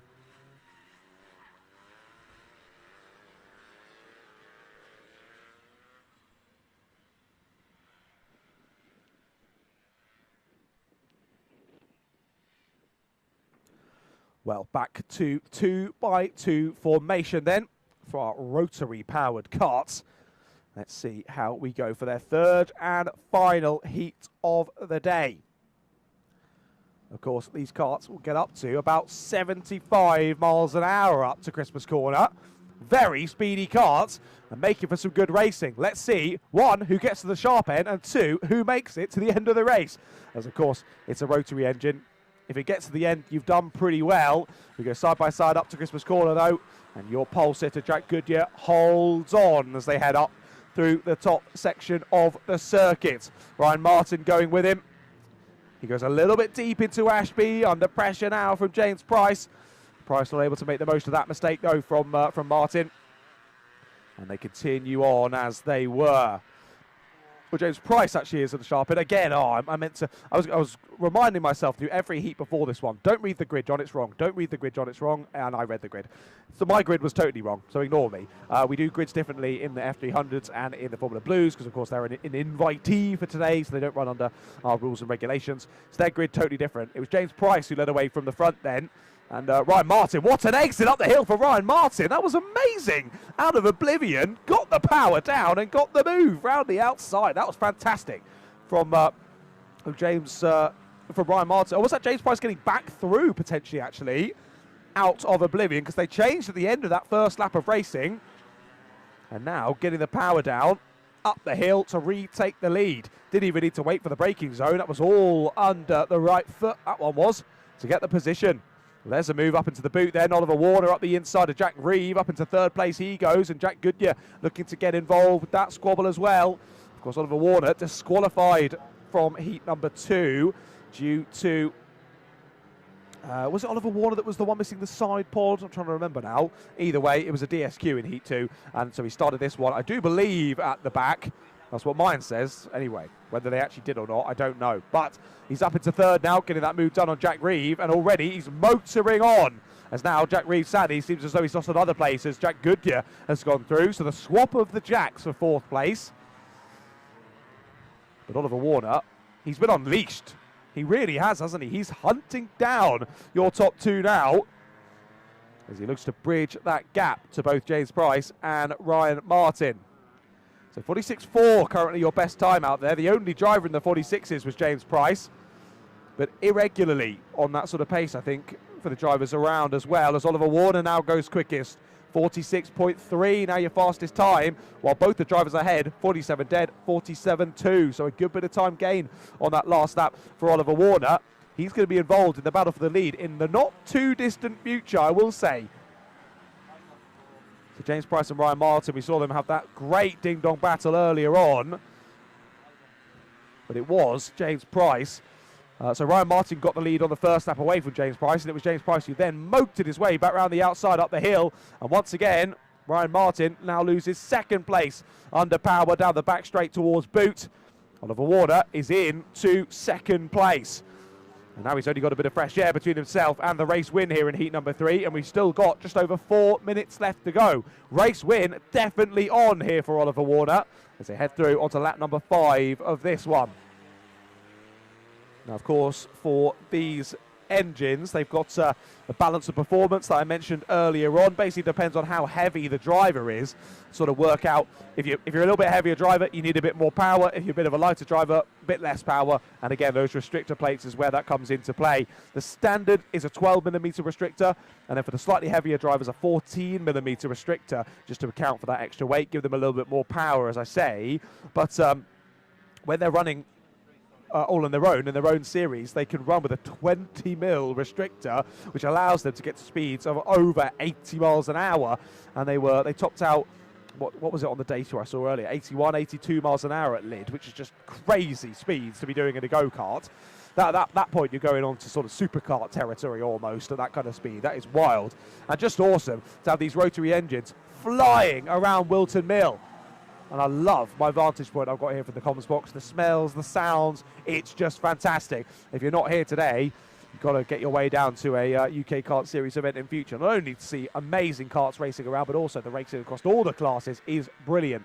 The coverage, fantastic. And of course, then you get to hear me shouting random words for a good few hours as well. If you enjoy that, that's another positive of the live stream. But equally, here at the circuit, the whole vibe of the event is always lovely for UK Kart Series. So make sure you come and get yourself involved. If you've been watching the racing and think, oh, I need to have my own share in this bit of action, get yourself involved ASAP. There's still a few more rounds of the season still to come this year. Of course, round number 4 here today at Whilton Mill.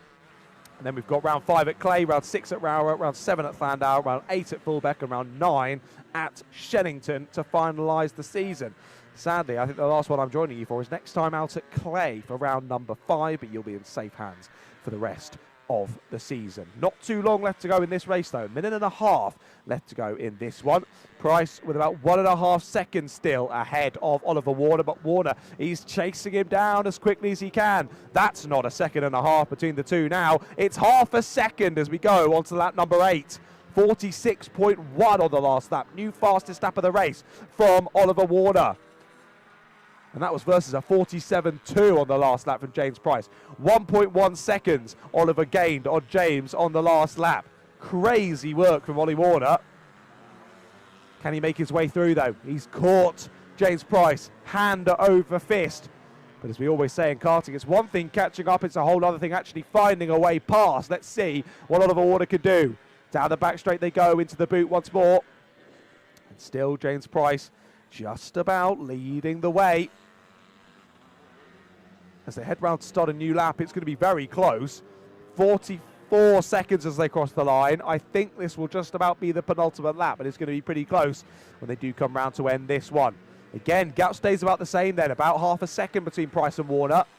And Warner needs another one of those absolutely monumental lap times here to try and close back up. I say that, his monumental lap was a 46.1, and on the last lap he did a 46.5. So not far off at all, but issue for him is that James Price also put in a 46.5 on the last lap, hence why the gap didn't really change. And again, that gap looks about the same as they head down into the boot for the penultimate time, I believe, in this race. Again, it's going to be close on the time. We're at 5, 4, 3, 2, 1. Yes, we are going to get it. Final lap then starts now for F300 in their third heat of the day. Price versus Warner. Who is going to get it here? 1,128 metres to decide this one. Luckily for James Price, he's found some pace when it counts, and he's turned up the wick. He's just been able to extend that gap back up to 0.6 now, keeping James Price at arm's length. James Price is keeping Oliver Warner at arm's length, I should say. James Price been leading this one since the start. Had to battle well early on, didn't he? But got the lead, and since then hasn't looked back. Well, he's had to at occasions because Ollie Warner has caught him hand over fist, but he's kept Warner behind, and he's kept the race win in heat number 3. Win goes to James Price. Well done, James. Lovely showing, and wins again by just over 0.6 seconds ahead of Ollie Warner. Good race through from the back, though, from Ollie Warner. Of course, after the DSQ in heat number 2, that was a race from last almost to first for Ollie Warner. But good to see the thumbs up between the two competitors. Proud of each other's performance, and Ollie just couldn't quite do enough there to get that last to first victory. Ryan Martin finishes 3rd overall, with Jack Goodyear in 4th, Matt Cater in 5th, Gary Woodward in 6th, Jack Reeve in 7th, and then we should soon enough, as you can see the checker flag being waved, we should have Jason Merritt rounding the last couple of corners for himself to also see the checkered flag and bring heat 3 for the F300s to a close. And before today, I won't lie to you, I hadn't really heard of the F300s, but I wish I had. Rotary engine racing is some of my new favourites. That was great, awesome racing, and quite how fast they're doing this lap of Whilton Mill takes my breath away. Well, as much as it can as a commentator, if it did take my breath away, I'd be pretty useless at my job, wouldn't I? So, anyway, yeah, okay, I can see there's a new side pod on the number. Oh, there's actually 2 different side pods on the number 11, so I think maybe some wars early on for the number 11 of FD100. But either way, that was our penultimate heat of the day, done and dusted. There's only one more 7 minutes plus 1 lap race left to go. And then we'll head on to what I believe will still be 10 minutes plus 1 lap for all of the 8 finals coming your way. Before that, though, heat number 3 for our Formula Blues.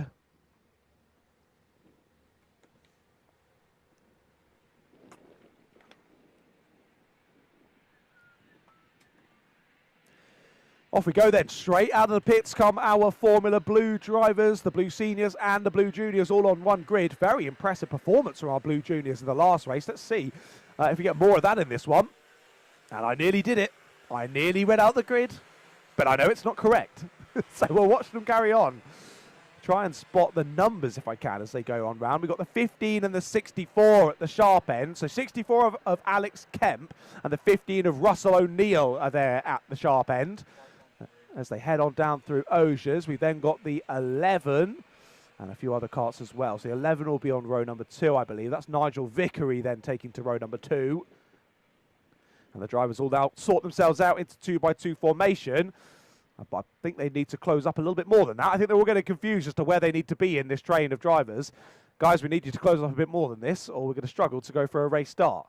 Yeah, slow it down. We're in 2x2 tram lines, but I think we're a bit confused as to where we all should be in this train. Well, do we go to a race start first time of asking then? The drivers look for the Union Jack, and I think we will, you know. Formula Blue, it's lights out. Off we go then for racing action, and the O-Plate's got a lovely start. Beautiful start for the O-Plate. And that, of course, I believe is our Formula 4 driver, if I'm not mistaken. I've got no O-Plate on my timings. That's really helpful, isn't it? Through they go up into Christmas Corner, and it has been a breakaway already for the O-Plated driver, who, again, I don't have on my timing. So I'm confused. We'll see who it is at the end of this first lap. Either way, good scuffling to start with. Russell O'Neill, Stuart Gray, Alex Kemp, Max Günther, all at the front. As the Formula Blues press on for their last heat of the day. Let's see what the juniors can do from the back yet again. Harley Drake and Danny Elson both scampering their way up the order, impressively so in heat number 2. As Harley Drake got through into the top 3 overall from the back of the grid. Crazy impressive from Harley Drake. And let's see, how many positions does he gain? That'll be why, because it's not an O-Plate, John. You silly sausage. Stuart Gray it is in the lead of the race on number 8. Hey, 8 is pretty close to a 0. I'll give myself the slide on that one. Please do as well on the live stream. Stuart Gray leads them ahead of Russell O'Neill. So that's a change from the start then. So Stuart Gray did get the jump we saw off the line, round the outside into oblivion. And now, Stuart's not even really looking back, is he? He's almost a second clear after that first lap of proceedings. He's got the 15 of Russell O'Neill behind him, who Russell has Max Günther for very close company. Alex Kemp then in 4th, and Tom Parker rounds out the top 5. Joey Foster, we saw DNF'd in heat number 2 due to issues with the carts. We saw the front right was no longer attached to anything, bouncing around like it was in a trampoline park. And he had to park it up at the side, but he rejoins us for this race once again, and he's there in 6th place at the moment. Off we go onto a new lap then. Stuart Gray now 1.4 seconds clear. What a start to this one it's been for Stuart Gray. Really impressively so, as he is off and away, isn't he, at the sharp end now. As there's a move up the inside for 5th place, that is Joey Foster getting the move done on Tom Parker. Down at Ashby. Those two reshuffling themselves as we continue to press on in this race. We've sort of broken off into 2 big battle packs now, haven't we?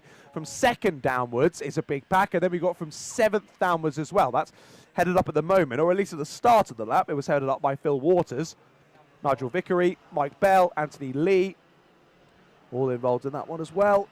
I think both of our juniors are involved in that squabble as well. See if they made any more spaces up. They have. Harley Drake's now up to 11th. And more places gained for him, as here's a side-by-side action up into Christmas Corner. Up the inside goes the 63. Tom Parker now through on Alex Kemp. So Joey Foster did it on the previous lap, and now Tom Parker's through as well. No, so I thought that was Foster through on Parker on the last lap, sorry, but no. It was Joey Foster gained 3 places on the last lap. 3. Amazing. From 6th to 3rd, past Kemp, Parker and O'Neill. Waters passed O'Neill as well into 6th. So we've now got Gray, Günther, Foster, Kemp, Parker, Waters. I think Tom Parker got past Alex Kemp, though, we saw down at Ashby. So another change, that time for 4th place. And absolutely battles galore here in Formula Blue. They've been brilliant so far today. Really putting on a show for us here at round 4 of the UK Kart Series. And clearly this Whilton Mill circuit working well for these water-cooled old Iame engines as well. As here's a re-overtake. Back up the hill they go, and back up the inside. This is on the 64. So Phil Waters now getting through. So we've seen Joey Foster past Alex Kemp, Tom Parker past Alex Kemp, and now Phil Waters past Alex Kemp. Sorry, Alex, but that momentum dropping him backwards. 3 positions lost in the last 3 laps, sadly, for Alex. And now he finds Russell O'Neill in his wheel tracks. And there is the number 4 of Mike Bell, not too far behind them all as well. We've seen him up in the top 2 in earlier races. So maybe we can expect some more pace from him later on in this one. Let's wait and see. Stuart Gray, that gap at the sharp end sort of stabilises. Oh no, 63 is out. Or was it a mistake at the final corner? 63, mistake out the final corner from Tom Parker. I thought initially he was pulling over to the side there, but I think that was he'd just gone slow. As oh dear, someone else off at Christmas as well. Well, Parker was slow there, getting off the corner. I think he was able to, I was not saying get it back into gear. Of course, they're not geared, but you know what I mean. Picked it up again, gets back involved in the train, but sadly, oh no, it's Harley Drake who's off at Christmas corner. What a shame. Just as I was singing his praises, up and through the order, he was up into the top 10 at the time he retired from the back of the grid. Of course, third overall, those lofty heights aren't coming here in Heat 3, sadly, for Harley. It's a DNF, a real shame for the young driver, but still, he's been mightily impressive so far today. And I'm sure he'll be back stronger in the final, but that is... Actually, no, it's not going to matter. Of course, I was going to say that's going to affect his starting position for the final, but it won't because the junior's got to start from the back anyway. So actually... won't matter too much for the final for Harley, but of course he'll be gutted he's out of this race, especially given the fact he was motoring on so well. Whoa, that's a massive off up at Christmas corner. That's got to be no brakes for that driver. That had to be no brakes for Jeff Ellis. Big off up at Christmas corner. I initially thought he totally outbraked himself on the 42, but no, that had to be no brakes. And yeah, they're looking back at said brakes, and I think maybe realising, oh, there's something's not quite right there. Well, thankfully, that happened at Christmas corner because I think that's the only corner on this circuit where you'll get away with that. My goodness, that still would have been a scary one, though. That would have been very, very scary for Jeff Ellis.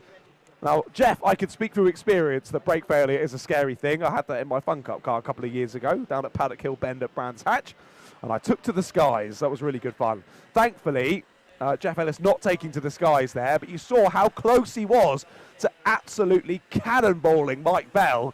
He was inches away from clattering into the back of his car, so well done as well to Jeff Ellis for avoiding what would have been a monstrous accident there. He avoided the back of Mike's car. He sent himself off and wide, very far off and wide, but a very good job to avoid what could have been a much bigger incident. Now, I see he's no longer there. Is that him actually trying to get the car back round? Yeah, the number ended with a 2, which would lead me to believe that is Jeff Ellis going round. Nice and slowly, though, as if my assumption is correctly, he doesn't have much brakes on board. Doesn't want to go too fast because he's going to struggle to slow himself back down. So staying on the grass, staying out the way of the rest of the drivers and getting himself back to the pit lane. Well, less than 10 seconds left to go then. So Stuart Gray has started the penultimate lap of this race. I said that the gap had stabilised between the top two. Well, it's opened up majorly once again, back up to 2.6 seconds. I think that was a potential move for 4th place we've just seen on our screens, if I'm not mistaken. As we head on down through, it was for 3rd place, yes. So this is Foster, Gunter and Waters battling over 2nd, 3rd and 4th respectively. Stuart Gray still well off, as I say, 2.6 seconds to the good is Stuart. And it was Phil Waters making the move on Max Gunter. That was what we saw on your screens a few quarters ago. Well, timer has hit 0. On to a new lap we go then. Final lap of the race begins. And Stuart Gray leads us onto it. He's lost 4/10 on that last lap to Joey Foster, now that Joey Foster is in a bit of clear air. But it's the final lap. I don't think Stuart Gray has too much to worry about here. Of course, barring mechanical issues, you never know what's going to happen with these older Iame water-cooled engines. I mean, kart engines are touchy at the best of times, aren't they, in terms of making it to the end of a sprint race? So, especially ones that are from the 90s and 2000s. Well, for the moment, Stuart Gray nursing that engine home and almost has the fastest lap. Very close. 3,000ths difference between him and Phil Waters, but it's Joey Foster with the fastest lap in this one. He's been trying to catch up to Stuart Gray, but he hasn't got enough time to do it. Stuart Gray rounds to the last couple of corners, and the number 8 will take the win. My eyes aren't wrong. Stuart Gray does have an O plate on. Yes, I just saw that through the final corner. I'm good. I'm glad to hear that I was finally right once in the commentary box. And Stuart Gray, he has an 8 on the live timing, but it's an O plate on the kart. So Stuart Gray, your O plate champion from earlier in this year. Joey Foster finishes behind him this time. 2nd place on the road, with Phil Waters rounding out the podium. Did get past Max Gunter on the penultimate lap. Then Alex Kemp rounds out the top 5, followed by Mike Bell, Russell O'Neill, Nigel Vickery, Anthony Lee, Danny Elton, the top 10. Your only junior to get to the end in that one, sadly, was Danny. Mitchell Carpenter finishing just outside of the top 10 in 11th. Then Ron Sean, Mark Ellis, Graham Joseph, That's the last few finishes in 14th. We lost Tom Parker, Jeff Ellis and Harley Drake from that one. A shame, but hopefully we do see all three of those back for their final later on today. Well, that brings us to the end not only of all the heats for Formula Blue, but all of the heats in total here at round number 4 of the UK Kart Series at Whilton Mill. What a day it has been so far. But it's all been leading up to this, ladies and gentlemen. I hope you're all very excited in the live chat.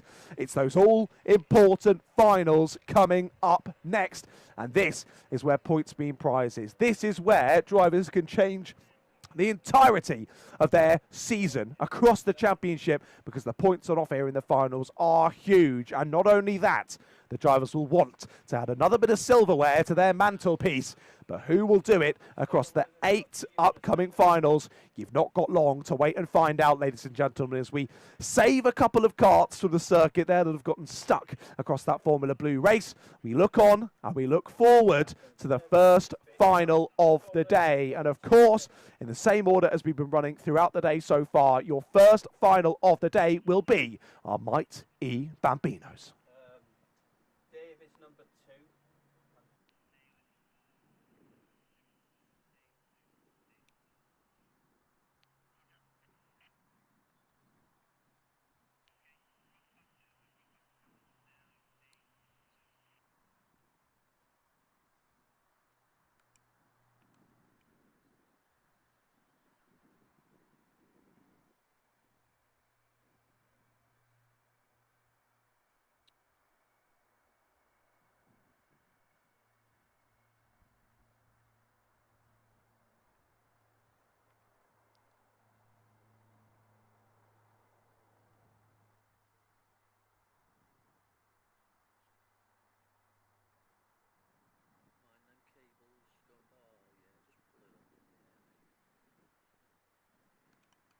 Takeoff. Home point updated.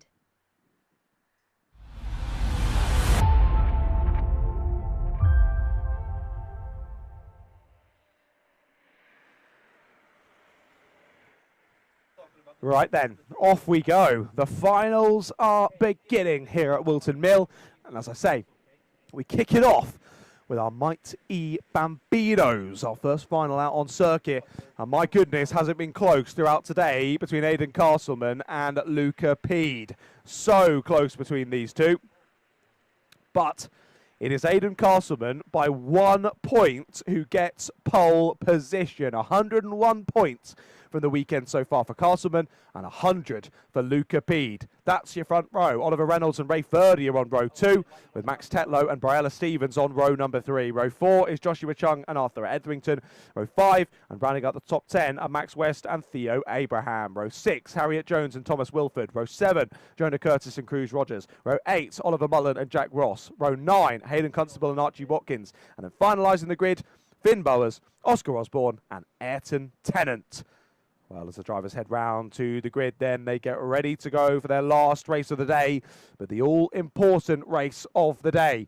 Who will take the win in the Might E Bambino final? What do we think, live chat? Let me know. Who are you supporting in this final? Who do you think is going to take the victory? Will it be Aidan Castleman? Will it be Luca Pede? Will there be issues for those two at the front and someone else comes through to the fore? You just don't know. 10 minutes on the clock. 2 or 3 minutes longer than we've been used to so far today. More time to get overtakes done, but more time to be overtaken. Off we go then for the finals at round number 4 of the UK Kart Series. And a beautiful drone shot to lead us through as Aidan Castleman immediately takes the race lead. Luca Pede pushing him up the back straight, and it's relatively chaotic in the group behind. Rafe Verdi is to third, as that's a big move to the inside line there, and contact and round. 3 drivers off already. What a shame. Way too late on the brakes there for one of our drivers, and that spins round your championship leader. Oliver Reynolds, leading the championship going into today, drops to the back of the order in the final. What a way to kick it off. I can't believe how much that has changed up not only this race, but the championship. That one move up at Christmas Corner has changed everything. Well, on we go then Three breaking away at the front are Castleman, Pede and Verdi. Can Rafe Verdi get stuck in with this battle for the lead? It's been a two-horse race for the entirety of this day so far in Mighty Bambino's. Castleman and Pede have been a cut above the rest. Can Rafe Verdi get involved here in the final? Who's gone to fourth then? Is it Max Tetlow who's gone to fourth? Let's get that live timing on. No, it's Arthur Etherington who's gone to fourth. Theo Abraham to fifth, Max West in sixth, Jonah Curtis seventh, Joshua Chung eighth, Thomas Wilson ninth, Cruz Rogers 10th, Reynolds is in 11th, Stevens is in 12th, then Mullen, Wass, Watkins, Tetlow and Constable. So it was Tetlow, Stevens, Reynolds, I think, all involved in that off-track excursion. I think Joshua Chung as well, but he lost out the least through all of that. But what a shame then. I didn't see which driver it was that dove in a little bit too late on the brakes there into Christmas Corner. But then other drivers off in sympathy and getting chucked off and wide. Another one of those, a shame, being Bryla Stevens. Had a great race in heat number 3. But has got work to do then in the finals. Catch back up. There is Oliver Reynolds putting in the work to try and get back through and up the field. And there is Luca Pede taking to the lead. He's got it. Exit of Osiers down into the boot. Pede gets the lead.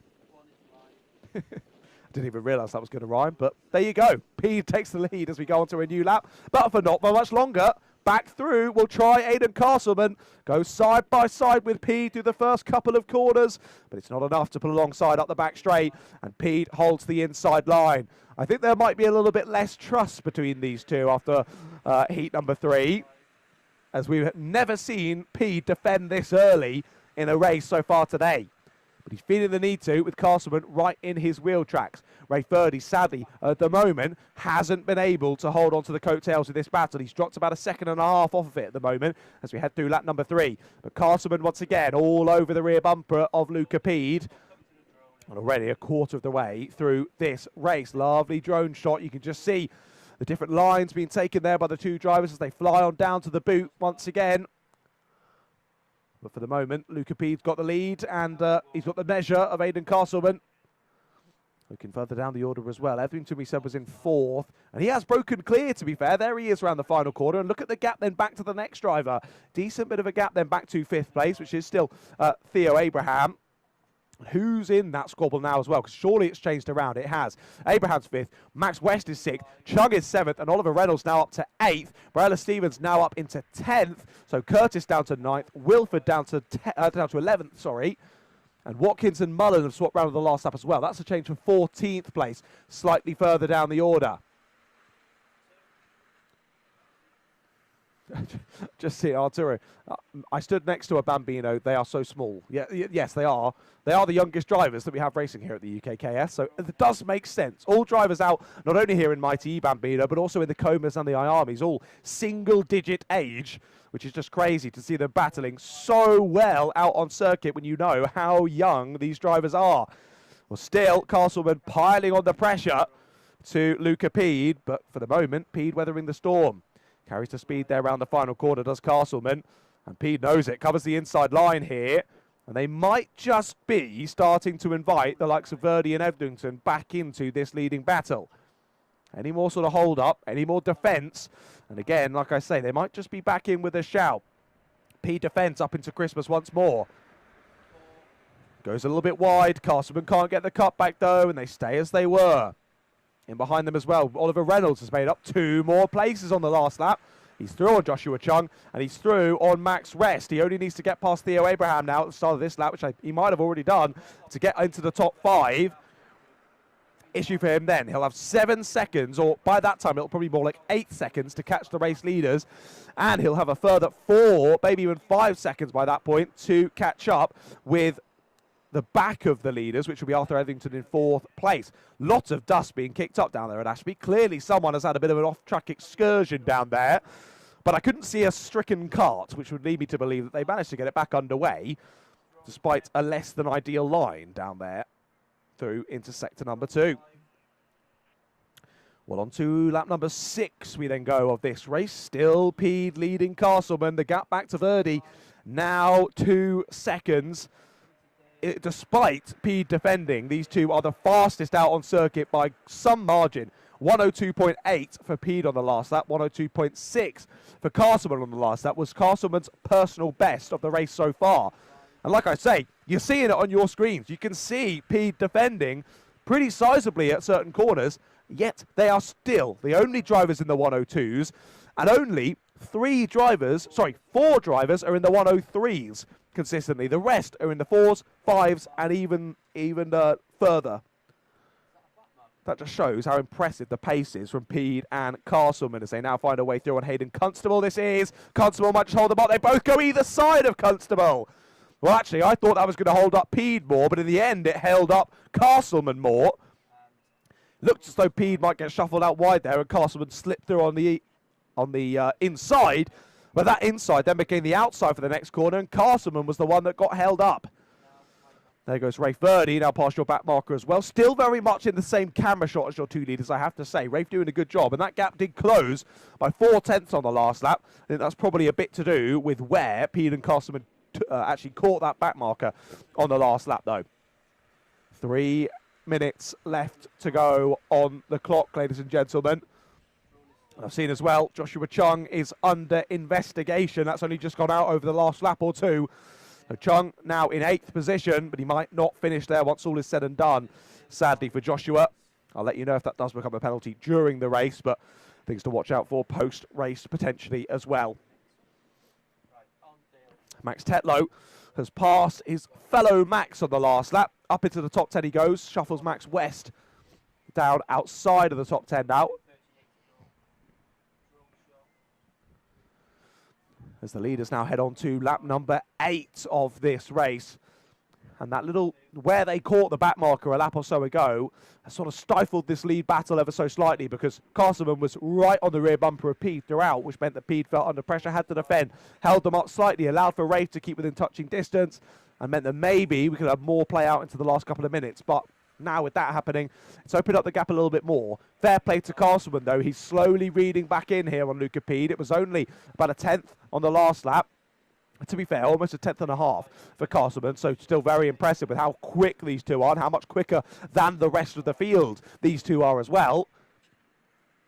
Castleman's trying to reel him back in, and Pete's defending. Right, this closes them back up once again, and we're nose to tail once more here in mighty Bambinos, with only about a minute and 40 left on the clock.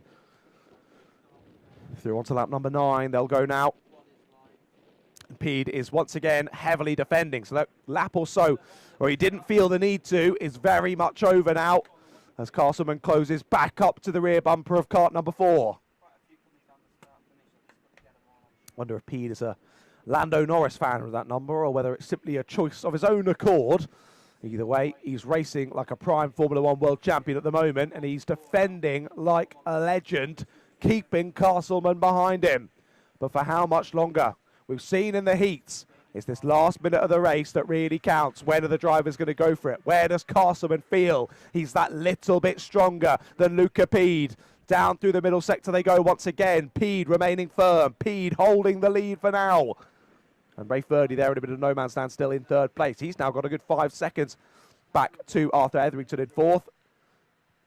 And Oliver Reynolds is the driver leading the next train now, ahead of Briella Stevens as well. She's had a great drive back through the pack. Has Briella Stevens back to join Oliver Reynolds, in 5th and 6th.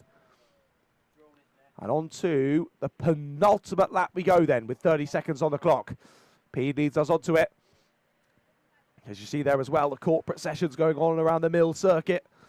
A great destination Whilton Mill is for all sorts of activities. But the only activity we're focused on at the moment is the battle between Pede and Castleman. Again, Castleman trying to get the run down the hill. And can he get the inside line? He's pulled to it, but can he pull alongside? No is the answer. Not enough of a run for Aidan Castleman. And he can't use that overspeed to his advantage. And Pede has the upper hand for now. Again, Castleman, he's looking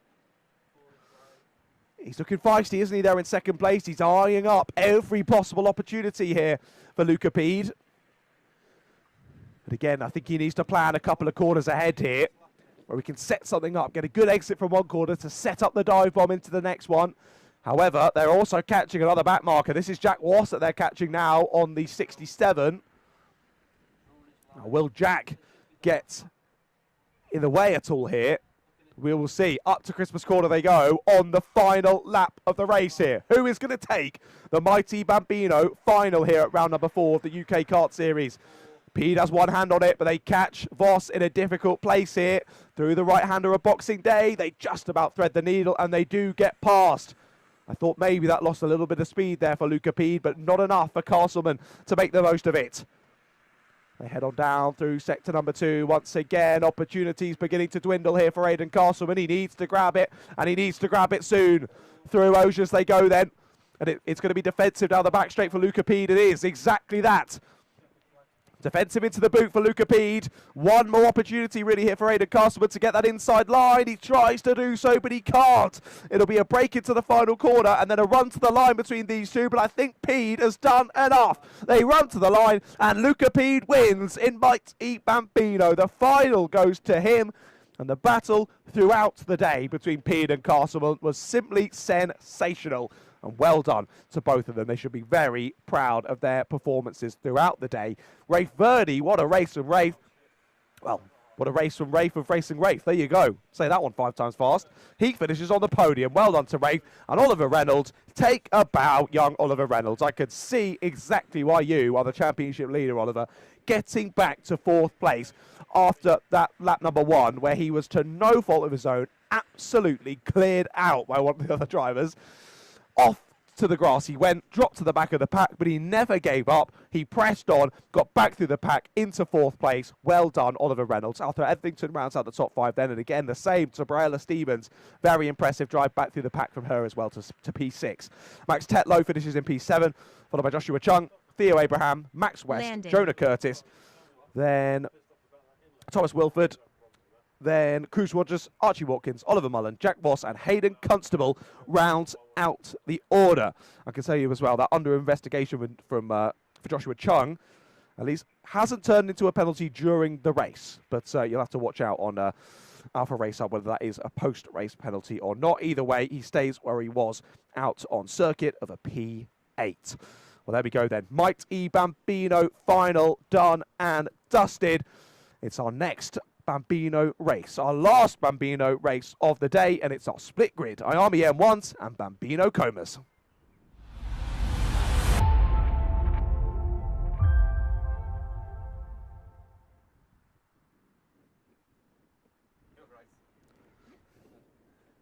Right then, more finals still to come. And like I say, more Bambino action still to come. Our split grid of 8 Iame M1s and 8 Bambino Comas. It has been pretty much a clean sweep throughout this class, throughout the day. Throughout these 2 classes, from 1, Jack Rossi Minute in Iame M1 and Matthew Pearson in Bambino Comas. There comes, I think that was Isaac Taylor potentially out first. And let's run you through the grid then. Jack Rossi Minute, maximum points from today so far, 102 for him, with Isaac Taylor joining him on the front row in Iame M1s. George Miller and Stanley Thurston are on row 2, with Albert Ohm and Timothy Robinson on row number 3. Then row 4, and finalising the grid for the M1s, Rex Everard and Arman Khan.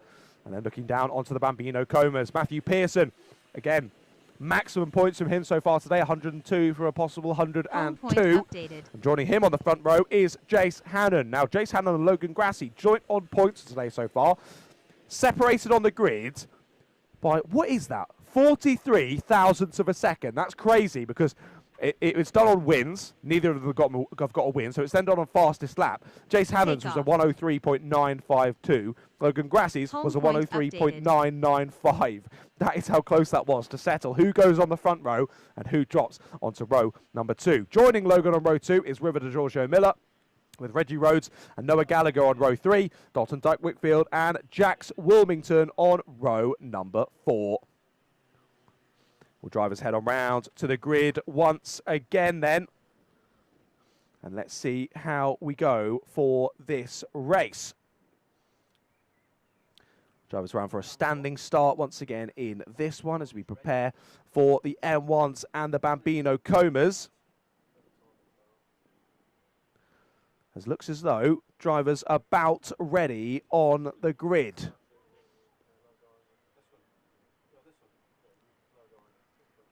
Off we go then. Drivers underway. Looks as though it was a good start for Jack Rossi Minute on the UK plate. Off he goes, heading around the circuit straight to the race lead. And I will say, I think that's the first time so far today that Jack Rossi Minute has held the lead off of the race start. Every other time, someone else scampering on by, getting a slightly better start, and then he's had to fight his way back through the race. Even then, he's overtaken, got to the lead, and then driven off and clear. Let's see what he does here across the final. 9.5 minutes still on the clock then. Rossi Minute leads ahead of Stanley Thurston and Isaac Taylor, your top three. Thurston already applying the pressure here, as Isaac Taylor, as I say, close behind. They're in third place. Let's see if Isaac Taylor can get involved in this battle. Well, if Rossi Minute and Thurston start squabbling anymore, it surely won't be long until Isaac Taylor is on the scene. He's right there in touching distance. I've got to give a big shout as well, a big shout out to the Thirlby Primary School. Big up Thirlby Primary School. Isaac Taylor, I know, will be showing all his friends his racing footage from the weekend. So a big hello and shout out to everybody at Thirlby Primary School. As here might be a move for the lead though. Thurston's got a lovely run up to Christmas Corner. And Stanley Thurston to the lead. But he goes a bit deep. Rossi Minute trying to fight back to the inside line. Can he get it? No. Door is closed in his face by Stanley Thurston. And wow, look at this. Rossi Minute's won every heat so far today. But the final, Stanley Thurston is bringing the heat. Which is funny because this isn't a heat, this is a final. Ignore terrible banter from John in the comms box. But on we go then. Rossi Minute down to P2, and now onto the scene is George Miller. So Isaac Taylor's down to P4 after that previous lap. It was a 101.8 on the last lap from George Miller. What a flyer. 101.8 from George Miller. And now, sadly, Isaac Taylor finds himself in a bit of no man's land there in fourth place. You'll see him appearing to shot right about now. There he is in P4 as he tries to close back up to the top three. He needs a bit of crazy racing in this top three, doesn't he, to chase them back down and get stuck in once again. Well, also, this battle at the front end of M1s is so exciting. But of course, we've got the Coma Bambino race going on at the same time. That's all changed at the sharp end as well. Jace Hannon, Logan Grassi, both now ahead of Matthew Pearson as we're back up the inside for the lead. Rossi Minute goes for it down at Ashby, and he does get it. But Stanley Thurston holds the inside line as they head down into Wilkins, and he gets the lead right back. Awesome racing between these young drivers in Bambino machinery, don't forget. Awesome battling between these three, and George Miller trying to get himself stuck in now as well. But like I say, Stanley Thurston has turned it up a gear here for the final. Stanley's been quick throughout today, but this, he's showing us another page in the book of Stanley Thurston. And could that page have race win Whilton all over it? Let's wait and see. On we go. 7 minutes still left to go in this race. And drivers in the top three, very close on pace. 58.2 for Thurston, 58.6 for Minute, and 58.5 for Miller. Well, these three continue on nose to tail. As Isaac Taylor sadly fallen about 6 seconds now off the back of this battle. I don't think he'll be getting stuck in later on in this one, sadly for him. But we keep our eyes focused here on Jack Rossi Minute. Does he have the run through Boxing Day? Not quite enough. As they continue on down.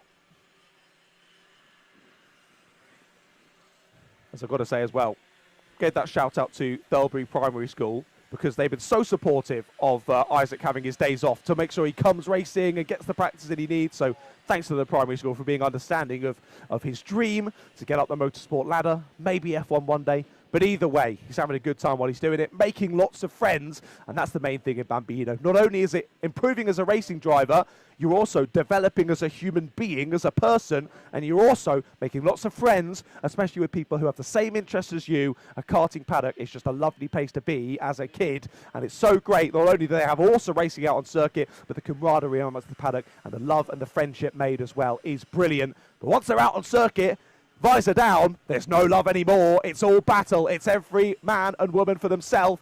And now Jack Rossi Minute trying to find his way back through here on Stanley Thurston. He's got the run on the outside. There's a bit of contact as they head down into the corner. Well, that was, I think, Thurston trying to open up the corner yet again. Didn't quite realise how far alongside Rossi Minute was there. But either way, Thurston holds the lead then. Rossi Minute tries to get the inside, but no, he sent the long way round by Thurston. But either way, it doesn't matter. Doesn't quite get the run, and Thurston holds the lead. Through the boot they go. Bit of a bump there from Rossi Minute. Has he got a much better exit than Thurston? He's got to be careful.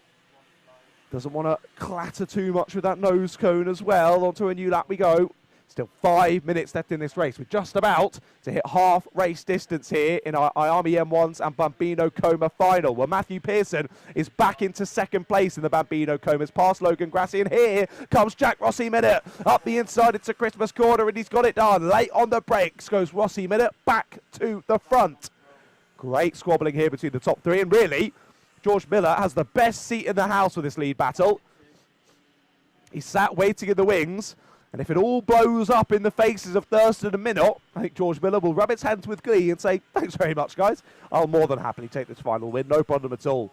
Well, let's see if that does happen. Rossi Minot now looking to break away, and this might help. This might help.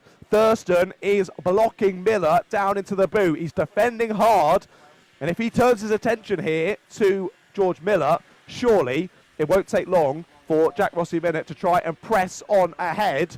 Sorry, mate, you make a better door than the window. Get out the way. Onto a new lap we go. 4 minutes left in the race. And now Rossi Minot back to the sharp end once again. Like I was saying, Pearson's back through into second in the Comas. And those two are absolutely nose to tail in the Comas as well. Hannon and Pearson are having a great battle for the lead in the Comas. But these three still going at it in the M1s. Thurston back down into the attacking role in this race, as Thurston and Rossi Minot have traded blows plenty of times through this race, both physically and metaphorically. But for now, Rossi Minot's back to the sharp end. Thurston did get himself a contact warning while they were scrapping, what we saw a couple of laps ago, but only a warning, so nothing to worry about just yet for Thurston. And with just over 3 minutes to go on the timer, we're slowly running out of time here, as now our top three catch a couple of back markers as well. This is Jack's Wilmington that they're coming up to now. Let's see how quickly and succinctly they can find their way through the back marker. Easier said than done, especially with these young drivers. Firstly, they could be a little bit unpredictable at times. And secondly, oh, wide goes Thurston. Oh, I thought that was going to be onto the grass. He did well to collect that one, but again gets stuck behind Wilmington on the exit. Well, there we go. Opportunity for Jack Rossi Minot. This is it, Jack. If you want to scamper off, this is your time to pop in a fastest lap of the race. Let's see if he can do it. Finally, courtesy there of Jack's Wilmington, to no fault of Jack's, I will say. He was driving his line, no problem at all. Stanley outbroke himself and went wide there, and then got stuck behind Jack's as they came through the next corner in the left-hander. So nothing on Jack's there. Stanley, little mistake there, has just dropped him a few kart lengths back from your race leader of Jack Rossi Minot. And they are well and truly closing up to the Bambino Comas as well now, as we head on to a new lap of this race. As we say, Hannon and Pearson still nose to tail in 9th and 10th. There's all just round the back marker there. Is that Dalton Dyke Whitfield potentially? Maybe River de... I think that was only a singular number, so it would lead me to believe it's either Reggie Rhodes or River de Giorgio Miller. Either way, they make their way through, and now this is where it becomes really challenging for our M1s, because it's not just who's the fastest or who can battle the best. It's who can get past the back markers quicker and without issue as well. That's a key one, without issue. Firstly, making a mistake and going off track and losing yourself loads of time. Secondly, making contact with the back marker and getting yourself a penalty as well. So that's what we've got to do. Who can do it quicker? Well, for the moment, it's Jack Rossi Minot who's doing a stellar job of it, scything his way through the slower drivers in the other class. And there's the 8 of River de Giorgio Miller they're getting past now. So no, it was Dalton Dyke Whitfield they got past. Now they've got past Noah Gallagher. Now it's the turn of River de Giorgio Miller and Reggie Rhodes, who are in 5th and 4th in their class, respectively. Matthew Pearson's got the move done, though, ahead. Pearson's into the lead in Coma Bambinos. I can tell you that for sure. He passed Jace Hannon. Those two still within a couple of tenths, though, as they head on to this lap. So it's not done between Pearson and Hannon. With Pearson's track record throughout today, now he's into the lead. My assumption would be he could drive away with it. But let's wait and see. 30 seconds just over left to go on the clock. It will be close, but I think it'll probably be 2 more after this. As again, there are our M1s getting past our Comas there, down through the second sector. As Jack Rossi Minot, the UK plate is on the lead for our for our Iame M1s versus the 45 in the lead at the moment for our Bambino Comas. There they come across the line. That was Matthew Pearson and Jace Hannon side by side for the race lead in Comas, and they're now being caught by the leaders in Iame M1s. We could have a converging moment of the leaders in both classes here in only a few moments' time. This is very, very close, as here comes Jack Rossi Minute up to the back of the two leaders in Coma Bambinos. How quickly can he get past? He goes to the outside, up and under for Jack Rossi Minute. He should get both down the hill, and he does. Nicely done. There is back up the inside goes Jace Hannon. Hannon takes the race lead once again in Coma Bambinos. What a squabble this is. Let's look at that. Stanley Thurston's trying to cut his way through the back markers as well. He's within touching distance of Jack Rossi Minute here as we head through to the final lap of the race. Rossi Minute leads Stanley Thurston in Iame M1s, and Jace Hannon now leads Matthew Pearson in the Coma Bambinos. Well, they're just at the back of the shot there, going through the boot. I think Rossi Minute has one hand on this victory. Stanley Thurston is going to do everything he can to try and catch him on this final lap. But across the line, what's happened to Matthew Pearson? What's happened to Matthew Pearson? He's gone. Matthew Pearson is not with Jace Hannon. He is not there on circuit. We've lost Matthew Pearson. What a shame he's dropping down the order. I think Pearson is out of the race.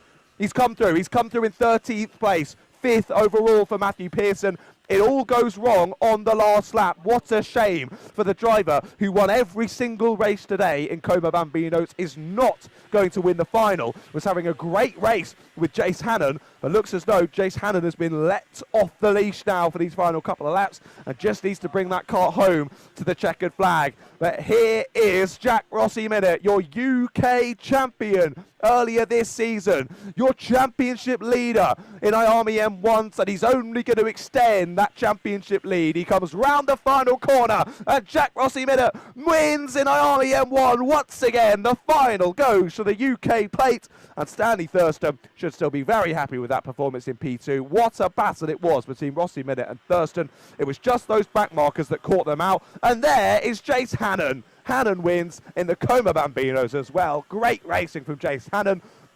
Battle with Pearson all the way through to the final lap. Just whatever happened there to Matthew Pearson dropped him off that train. There he is coming through, ends up in 5th.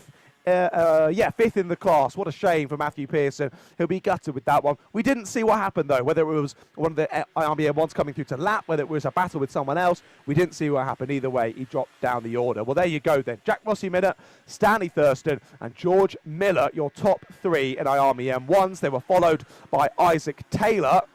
And then we wait for the rest of the order because the battle is actually still quite close down from 5th place backwards. Who's it going to be across the line? I think it is Albert Ohm who just gets it. He does, ahead of Rex Everard, 5th and 6th for those two. And we're side by side across the line behind them. Robinson stays just ahead of Armand Khan. That rounds out the 8 drivers there in Iame M1. And then your 8 drivers in Coma Bambino, Jace Hannon, followed by Logan Grassi and River de Giorgio Miller. Your top 3 in that one. Those 3 on the podium with silverware to take home. Noah Gallagher, Matthew Pearson, Dalton Doug Wickfield, Jax Wilmington, Reggie Rhodes there finalises the 8 drivers in Coma Bambinos, and that is all our Bambinos done and dusted for the day then. A very well done to all of them. They should all be very proud of their performances throughout the day here at round number 4 of the UK Kart Series. All continuing to improve, all getting that extra experience and building confidence, and that's all we want to see from the drivers in the Bambino class. They should all go home with a big smile on their face. A very well done to all of them. Well, as I say then, Bambino classes are done and dusted. Up next should be quite an interesting one. The Honda Cadet Final is coming up next.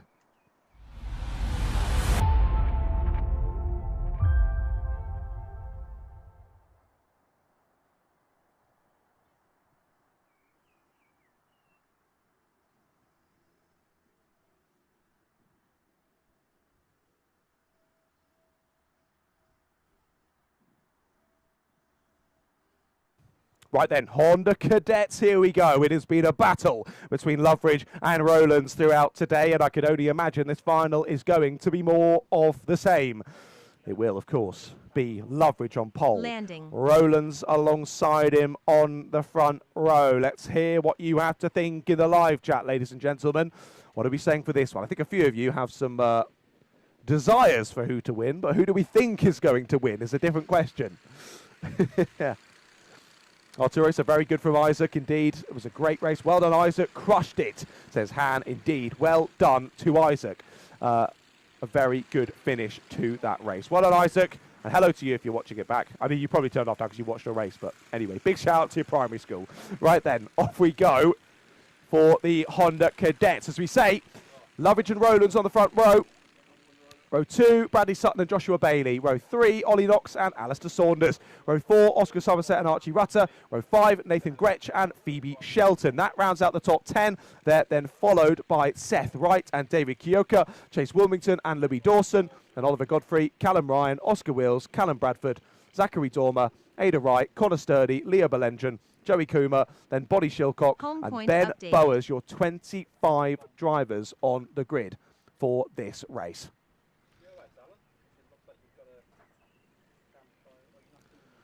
Well then, 10 minutes on the clock once again for this one, and the Honda Cadets, as I say, always produce good battling here around Whilton Mill. Let's hope for more of the same here in the final.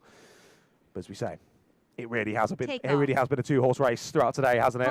Rowlands versus Loveridge. They've been in a league of their own, and I'm not talking about the Sky One program. I think that reference is so out of date.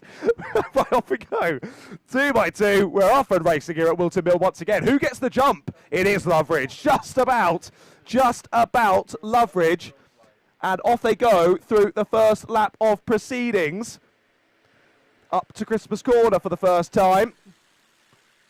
And let's see how we go. That one, just resetting that timing for you. We're still showing the old race. Don't worry, we are under the car. Oh, off the track we go. Oh, no. One driver absolutely shoved off wide. There I say one. There's 3 drivers off. So calamities through Boxing Day. As 3 drivers into one does not go. And off track, they all proceed. What a shame. Facing the wrong direction there. There's a bit more contact up and over the back. That's a big off. Thank goodness they landed back down on all 4 wheels. Nearly taking to the skies. They're one of our Honda Cadet drivers. That was a big one. And thank goodness they're all okay from that one. Back down on all 4 wheels. I think back into the race as well. They're made of tough stuff, these young Honda Cadet drivers. And they press on for 9 more minutes of this race. So after lap 1, then it's Loveridge and Rowlands from Bailey. Knox, Sutton, Saunders, Somerset, Rutter, Shelton, Kioka. Your top 10. I think David was under a bit of pressure there, heading up the back straight, side by side. No, sorry, that was just ahead. That was Shelton and Rutter going side by side. Phoebe trying to make a position back. Of course, Phoebe further down the grid as you would have hoped for this final, courtesy of that DNF at the last corner. Well, not quite, it was at the boot, but pretty much at the last corner in heat number 3. Had battled so well and was definitely a contender for the top 3 here in the final, but she's got work to do here, and Archie Rutter is the first driver. She's trying to find a way past. Here goes Knox and Bailey side by side. Knox is through. Knox has made the move stick up into the top 3. He goes, and Bailey's up and over the back and over. Over goes Bailey and flips. Oh, that's a big one for Joshua Bailey. I hope everyone avoids him. I really hope everyone avoids him. Slow down, please, drivers. Oh, that's a big one for Joshua Bailey. We're straight to red flag. Ollie Knox is straight over to help his friend. That was a big one. Drivers slowing down through the yellow flag zone. Big one for Joshua Bailey. I hope he is all okay. You saw how that happened. Up on 2 wheels he went. And you see the momentum. As he landed back down, he folded sideways, but then the momentum then flipped him up and over the other way. So much momentum in one of these karts that a sudden change of direction causes something just like that. And I hope Joshua Bailey is all okay. That was a big crash for Joshua Bailey. And as I say, I've been thoroughly enjoying commentating over him in Kart Sim Esports recently. And I've been thoroughly enjoying commentating over him in real life today. He has been brilliant. Joshua Bailey, a standout talent in Honda Cadets. But for this one, he's not going to be up at the sharp end once results are called. What a shame. What a sad way to end it there for Joshua Bailey. He was battling so well there with Sutton, Knox, Saunders as well, all getting stuck in there, battling over 3rd place. But it was Bailey and Knox there going side by side. That can often happen through that final section of corners there, down through into the boot. Oh, hello, Alan. I can see him on the screen.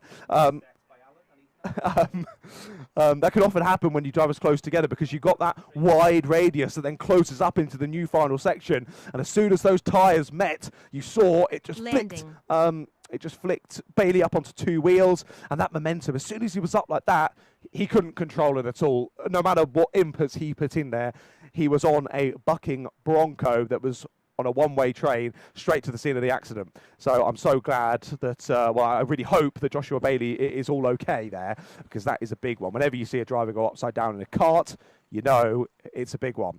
So I really hope that he's all okay. Of course, understandably so, we've gone to full red flag conditions here at Whilton Mill. Archie Loveridge and Dino Rowlands almost off and away at the start already in this one. Maybe as we would have expected, but not how we want to see a race play out here, especially with our younger drivers involved as well. Thoughts always with Joshua Bailey. I hope he's all okay, and I hope you get confirmation soon enough that Joshua is all right. Well, there we go then. The Honda Cadet 200 final coming to a brief pause. And for the moment, as I say, we are under red flag conditions. And as soon as I have any more information, I will be sure to pass that on to you. But in terms of the rest of the afternoon, this is, of course, our Honda Cadet final.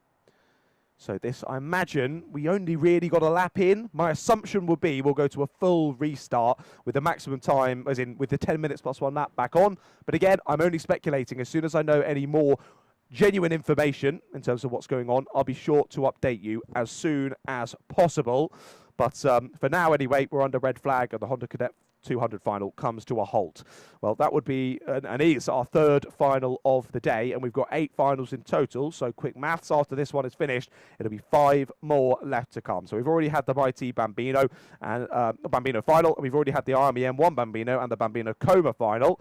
So Honda Cadet will get restarted hopefully soon enough. The medical staff straight on the scene there with Joshua Bailey, making sure he's all okay, and I hope I can give you a positive update on that one. After this final with the Honda Cadets, as I said, I do think we'll get it fully restarted. Once that is said and done, it'll be the British Junior Pro Kart Championship final, then the mighty Cadet and Honda R200 final, then the British Pro Kart Championship final, and then finalising with our 2 guest championships, the F300 final, and then the Formula Blue, both the seniors and the juniors out for their final, to finish off the day of what has been a really brilliant day of racing so far here at Whilton Mill. As I say, this circuit always creates very exciting racing, and when you've got the talent on the show like you do here at the UK Kart Series, that is a recipe for success, and it really has been a great day of racing for us to enjoy here on the live stream. If you have been enjoying it, make sure you drop a like on the live stream and subscribe to the Stretton Events YouTube channel as well to not miss any of the future rounds of the UK Kart Series, and of course the British Pro Kart Endurance Championship as well. So British what am I talking about?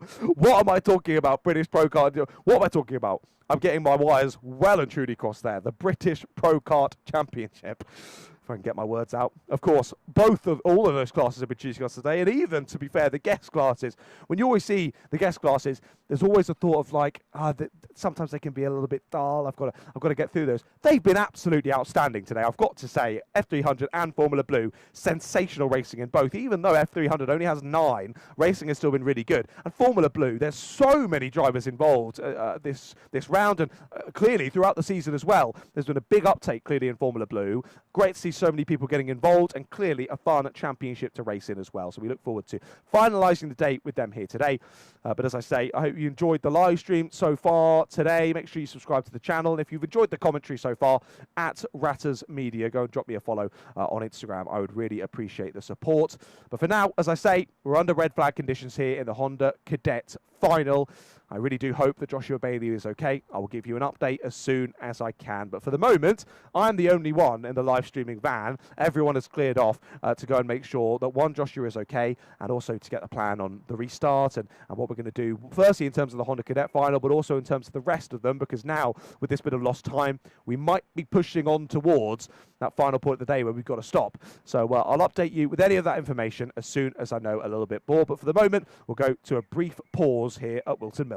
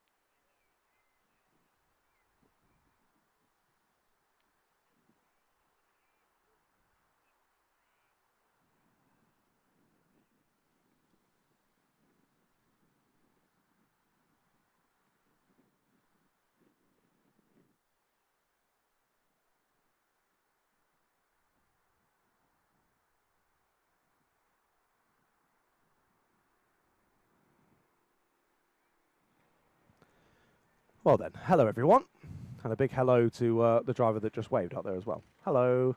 That was Archie Rutter giving us a nice little wave, and Phoebe Shelton behind him was nice and relaxed a moment ago with feet up on the steering wheel.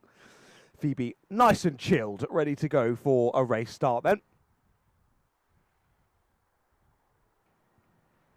As you can see, drivers getting put into single file formation. I'm trying to spot. Let's have a look then, because I can probably work this out. Who have we got? 53 of Bradley Sutton, and the 82 is following him, which is Ollie Knox.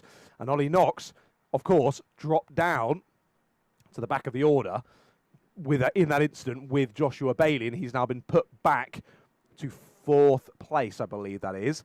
Who's he then got behind him? Alistair Saunders behind him. Then the 144 was for Somerset. Then it's not Phoebe Shelton, it is Archie Rutter. It says that Phoebe Shelton was in front. I'm trying to work out whether we're going back to a full grid restart, 10 minutes back on the clock, restart the whole thing as if those first laps never happened, or whether we're going from the time we stopped at single file formation to a sort of effectively a safety car restart as you would have in car racing. Trying to work that out at the moment. For the moment, I think everyone on circuit is also trying to work that out as well, as the 44 has got his hand up and wants to speak to Mr. Alan Lord and work out, I think, what is going on. That must be Oliver Godfrey, I believe. It is indeed the 144 of Oscar Somerset, slightly further ahead on his Project 1 machine, I believe that is. So the 44 behind that was of Oliver Godfrey, asking for a bit of assistance. I think trying to get an idea of how we're going to play this one out. And as I say, I don't have the information for you to give, trying to work it out myself, so your guess is as good as mine. But also, I'm afraid I don't have any information on Joshua Bailey either as well. We don't have any connection with race control down here in the comms box, so not sure of Joshua Bailey's... well, I'm sure of his whereabouts because the ambulance is headed off the circuit now and they're parked up in their usual spot. I hope he is all okay. Now, I can't imagine we'd be getting this race quite so quickly back into order and going for a restart if Joshua Bailey needed to go to hospital urgently. So hopefully just a check over to make sure he's okay. Often you're better to have a flip as a younger driver than you are when you get into sort of your late teens and into your 20s, because those bones, they stiffen up, don't they? You're not quite as malleable as you are when you're a young kid, and often that's where you find the young kids often bounce when they have a fall, whereas older people like myself don't. We just snap. So good. Hopefully Joshua Bailey is okay, and hopefully we do see him back out and racing very, very soon. Sadly, it's not going to be in this final. And Joshua Bailey was definitely on for a top 5, potentially even a podium, as he was battling with Ollie Knox at the time for 3rd place on track. So a real shame there for Joshua Bailey. Of course, not how we want anyone's race to end, not how we want anyone's day to end at all in any class. But thoughts are with Joshua Bailey, and I do hope that he is all okay. Make sure you go and give him a follow on Instagram at Joshua Bailey Racing. I'm sure that's where you'll get an update on his condition and how he is after that flip. It's never nice to see a kart flip, and like I say, I really do hope that that Joshua is all okay. Well, there we go then. Thank you all once again for joining us. Thank you, Luke. Much appreciated. Pokey Luke saying, I've been really enjoying the commentation is what you've called it. I like that. I've never heard that word, Luke. Commentation, I'll call it that. You are a really good commentator. And yes, commentator is really good. Thanks, guys. Much appreciated from the two most chatty people in the live chat. I really appreciate that, guys. Doug Hutchinson saying, yes, I just said to someone, if that had been me, I would need a chiropractor. Yeah, 100%. Yeah, I could be in a much smaller crash than that and still need a chiropractor. I mean, I get up out of the bed in the morning and think I need a chiropractor. So good that I'm not the one flipping upside down. And sounds like it's the same for you, Doug. Yeah, we're not quite as bouncy in our old age, are we? Anyway.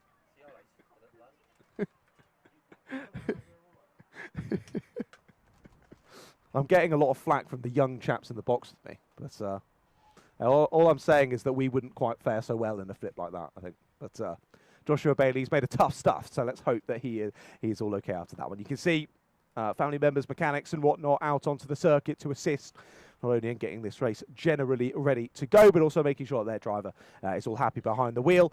And we just wait for further information. Arturo, commentator, do you have a TikTok so I can follow? I do. All of my socials, Instagram, TikTok, it's all at Ratters Media. That's Ratters Media. So go and drop me a follow, Arturo. Much appreciated. Aidan Ingram, question for the commentator. What are your experiences racing? Well, thanks for asking, Aidan. Thanks for caring about little old me. I've done a bit of racing, but not loads. Started off, well, obviously I did rental karting when I was a kid, as most people generally involved in a bit of racing as a kid do, at team sport and all your usual digs like that. But then it was really when I got to university where my boat sport career, I guess you would say, started. Racing for my university team. I went to Cardiff Uni and I raced for them in the BUKC, so the university's karting championship, racing in the Club 100 karts. And of course Club 100 had their big international finals event this weekend, which has been pretty sizable over at Kart Silverstone. But that was really, really fun racing. My proper racing experience though, Aidan, I did 2 years in a championship called the Fun Cup, which is a car racing championship that goes all across the UK. And I was in a family team. It was me, my dad, and my brother. It was so much fun. I loved it so much. But let's just say the numbers are quite sizable in terms of payments for racing in that. I won't give you an exact figure. You'll have to talk to me in person for that one, Aidan. But let's just say it was quite a bit of money. We did it for 2 years, and after that 2 years, we couldn't afford to do it for a third, sadly. Hopefully we might go back in future, but we'll need to be checking down the back of the sofa to see if there's any loose change hanging around, because a tough one. As I'm sure you all know in the live chat, you've almost certainly done a decent bit of racing yourself, whether that is team sport rentals, whether that's owner karting like we're watching today, whether that's off in cars. You know, racing is expensive, and it's an expensive sport, but it's the best sport nonetheless. And there you go, Aidan. That's my little escapade into commentary. I mentioned it's commentary into racing myself, sorry. I mentioned earlier on, because we saw a driver lose the brakes. I do believe it was lose the brakes in the F300s. It was either the F300s or the Formula Blues earlier on. And they lost their brakes, and thank goodness it happened at Christmas, because it's got that nice runoff where he was able to lose quite a bit of speed before he reached the bank. I had a very, very similar experience at Brands Hatch. You can go and find it on my Instagram if you want. My Fun Cup car, I don't know if you all know Brands Hatch, but out of Clearways, the final corner, you then got a long run down the front straight all the way to Paddock Hill. And Paddock Hill's a pretty committed fast corner as well, but you do a lot of braking. We were sort of going down from about 120 miles an hour to sort of 70 or 75 into the first corner. Well, that was when my car decided it didn't want to have brakes anymore. And I had nothing, went straight into the back of another driver, hit their rear wheel, went up, took off into the skies. Thank goodness I landed on all four, smashed into the barrier, destroyed the car.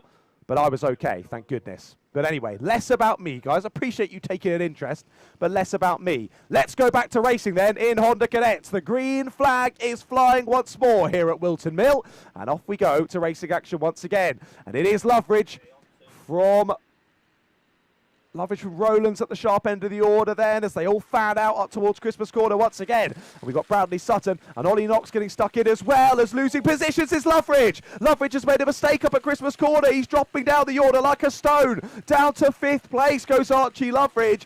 And that has just changed up this Honda Cadet final. Dino Rowlands moves to the front of the order. Knox is in 3rd, and in between them is Bradley Sutton. So Alistair Saunders then is into 4th place, and that means Dino Rowlands now down into 5th. Oscar Somerset going with them as well. As that's a move back up the inside. Loveridge trying to force his way through at the boot. Bit of contact there with Alistair Saunders, I think that was, as he found his way back through into 4th place. And once again across the line we go then. Let's call them through. It's Rowlands, Sutton, Knox, Loveridge, Saunders, Somerset, Rutter, Shelton, Wright and Kioka, your top 10. So Loveridge dropping down to 5th. It was Alistair Saunders. He got back through there at the end of the lap, up through the boot. And Saunders there pointing forward, wanting to make sure Loveridge doesn't defend. I think Loveridge full focus back to these 3 ahead then. And amazing that Ollie Knox, involved in that incident with Joshua Bailey, is back in the race. Not only that, he's back in a podium position. Sadly for him, though, he now finds the UK plate champion from earlier in the season, Archie Loveridge, all over his rear bumper, and Archie Loveridge potentially looking up the inside into Osiers. Can't quite get the move done down there. But look at that, they are nose to tail. But Loveridge needs to get this done pretty swiftly. As look at that, it's all closing up through the boot. And again, Loveridge loves that move to the inside in the boot. And he did it from 5th to 4th on the last lap. He does it from 4th to 3rd on this lap. And on to lap number 6 of the race we go then. And now only one driver between himself and his usual arch nemesis from today, Dino Rowlands. Rowlands has gained about 8/10 though while he's been clear on his own at the sharp end. Will Loveridge go for it? Doesn't feel he's quite close enough this time up at Christmas Corner. Maybe he's waiting for the boot again. He loves an overtake there, but would he waste too much time waiting until that later point in the lap? But he continues for the moment, following line astern with Bradley Sutton. And Dino Rowlands, as we say, nice breakaway on this restart to 8/10 of a second, but is it enough? Loveridge is through. Up the inside goes Loveridge down at Osiers, and it's back to 2nd place for Archie Loveridge. So I don't know what happened to him earlier in the race, where he lost that time and those positions up through Boxing Day. But either way, it's only taken a couple of laps for him to get back into the top 2. Well, on to lap number 7 we go then, and once more it's Rowlands and Loveridge at the sharp end. And Archie Loveridge, whilst doing an overtake on Bradley Sutton, sets the fastest lap of the race so far, 53.4, gains 3/10 back on Dino Rowlands on the last lap alone, and now he's only 6/10 off of the rear bumper of your race leader. Can Dino Rowlands wrap this one up in the final, but he's still got 4 minutes to try and hold on to it. Hold on to this. Easier said than done for Dino Rowlands. And of course, looking back through the rest of the races so far today, Heat 1 and Heat 2 both went to Archie Loveridge. Heat 3 went to Dino Rowlands. And that momentum has shifted, hasn't it, through Heat 3 and now into the final. It's Rowlands leading Loveridge once again. But as we stay, bit of time still left to go in this one. Checks over the shoulder, does Dino Rowlands. As it's another fastest lap from Archie Loveridge. He has the bit between his teeth now as he chases down kart number 21. Up to Christmas Corner we go once again. Little check over the shoulder from Loveridge. Working out how close Bradley Sutton is. Not close enough to think about a move. And Loveridge needs to be absolutely fully focused now ahead to Dino Rowlands. Get onto the back of him. And he needs to get past quickly as well, because they've not dropped the rest of the field like they have done in previous heats. That's 1, 2, 3, 4, 5, 6 drivers following them. We've got the top 8 still in the train here. Or top 7, actually. Clearly my maths is wrong. No, it can't be, because Phoebe Shelton is not on the back of the train. She's 2nd to back of the train, and she is in 7th, according to my live timing, unless she's made a move earlier in this lap on Oscar Somerset. Well, we'll see the confirmation of that when they come to the end of this one. Rowlands remaining firm, though, dealing with the pressure really nicely at the sharp end of the order. He'll check over the shoulder, and he will see visually how much closer Archie Loveridge is now. Less than 4/10 back to Archie. But this time, it's not Loveridge with the fastest lap. It goes to Bradley Sutton. Don't count Bradley Sutton out in all of this. He's right there going with these top 3. And they are now starting to drop the likes of Knox, Saunders, Somerset, Shelton and Rutter. So it is down to 8 in this leading group. And we've now split off to a 3, a 2 and a 3. Rowlands, Loveridge and Sutton, Knox and Saunders, and then Somerset, Shelton and Rutter. Those are your groups here as we head on through this final of the Honda Cadet 200s. 1 win for Rowlands so far today. 2 wins for Loveridge. But as I said earlier, those points really weighted to the finals. So heat win, 24 points. Final win, 100 points. This could be huge for the championship. And Rowlands now under a lot of pressure. Loveridge onto the rear bumper and Sutton very much with him as well. It's now Loveridge's turn to retake the fastest lap of the race. Look at the run he's got down through Oblivion and Crook. Surely it's got to be defence. No, it's not. It's not defence. He points him through. Rowlands has pointed Loveridge through there up at Christmas Corner. I don't know what the strategy is there for Dino Rowlands, but he didn't make that difficult at all. In fact, he made that very simple for Archie Loveridge. I'm not going crazy in my live chat. I saw a point there. Did you as well? There was a point through. I could have sworn there from Dino Rowlands. She said, yeah, go to the inside line. Maybe a case of, you're going to overtake me anyway. Let's make sure we don't lose time, or make sure I don't lose second to Bradley Sutton. I don't know. There's a minute left to go on the clock in the final, Dino. Let's get stuck in. Well, he's right there on the rear bumper of Archie Loveridge, and now he's the one with the work to do, as Archie Loveridge once again leads this race. It's taken him a good few laps to get back into the lead, but now he's done it. And even with that overtake, another fastest lap of the race for Archie Loveridge, 53.132, as they push each other up the back straight. I think the strat here is Dino's wanting to work with Archie still, to make sure it's just them two battling for the win and not Bradley Sutton. But I think it might be a bit too late for that, to be honest, Dino. Hey, let's see. I'm more than happy to be proven wrong when you send a cheeky move on the last lap. But if Archie takes this win, I think that point where you pointed him through has got to be the nucleus of what was the causation of that final result. Well, for the moment, Rowland's very much keeping within touching distance of Loveridge, and to be fair to them, they are dropping Bradley Sutton by a couple of kart lengths now. Time is going to hit 0 just before they come across the line. Final lap begins in the Honda Cadet final. And that group behind is all closed up as well, but with Knox, Saunders, Shelton, Somerset and Rutter. Well, this is it then for Dino Rowlands. And doesn't Archie Loveridge know it? Covers the inside line. He'll look to get the switch back and carry the speed through to the exit, but will it be enough here for Dino Rowlands? Down to Ashby we go for the final time in this race. Covers the inside line again.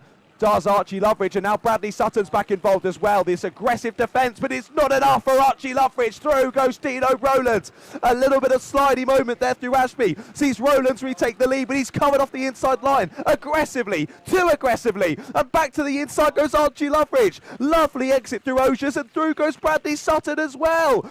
Back up and under will try Dino Rowlands, but he can't get the inside line. Loveridge retakes the lead at the crucial moment of this race. Round the final corner comes the UK plate to win in the final. Brilliant racing at the sharp end there in Honda Cadets. And a great re-attack there on the final lap from Dino Rowlands. I thought he was going to prove me wrong, but sadly, the re-attack there from Loveridge got the position back. It was that overly aggressive defence into Osiers there that lost Dino the race win there, sadly for Dino.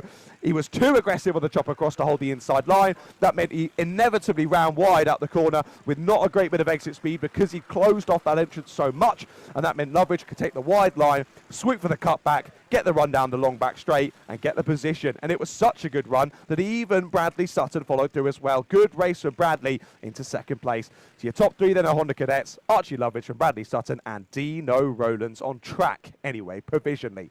Plenty happened in that Honda Cadet final. Behind them, Ollie Knox.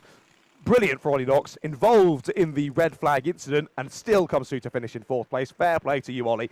Alison Saunders rounding out the top 5. Phoebe Shelton just behind in 6th, and followed by Oscar Somerset, Archie Rutter, Louis Dawson and Seth Wright to the top 10. They were followed then by David Kyoka, Callum Ryan, Oliver Godfrey, Oscar Wills, Chase Wilmington, Callum Bradford, then Zachary Dormer, Ada Wright, Connor Sturdy, Joey Comer, then Leo Belendran, Bonnie Shilcock, and then, of course, we lost Joshua Bailey and Nathan Gretsch in that final. A real shame.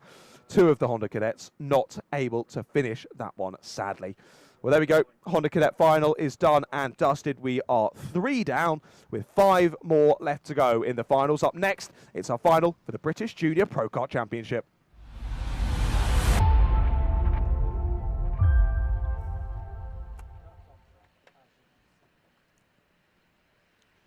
Well, as you would imagine, after that slight hold-up there in the Hondas, we're rattling through these thick and fast now. British Junior Pro Kart Championship final begins in a moment. Ashton Horspool starts on pole position with Matthew Plant alongside him on the front row. Lewis Dean and Lorenzo Martin are on row 2.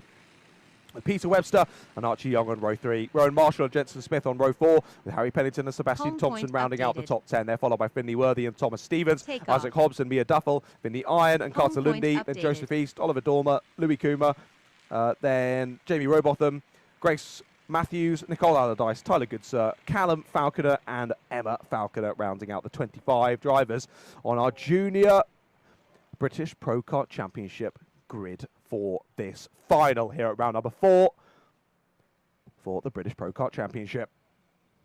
Right then, 2 by 2. Horspool has been sensational so far today. He's got one more race to try and do it here in the final. 10 minutes on the clock. He's trying to make sure that the anti-pole side of the grid doesn't get a jump start. Off we go then.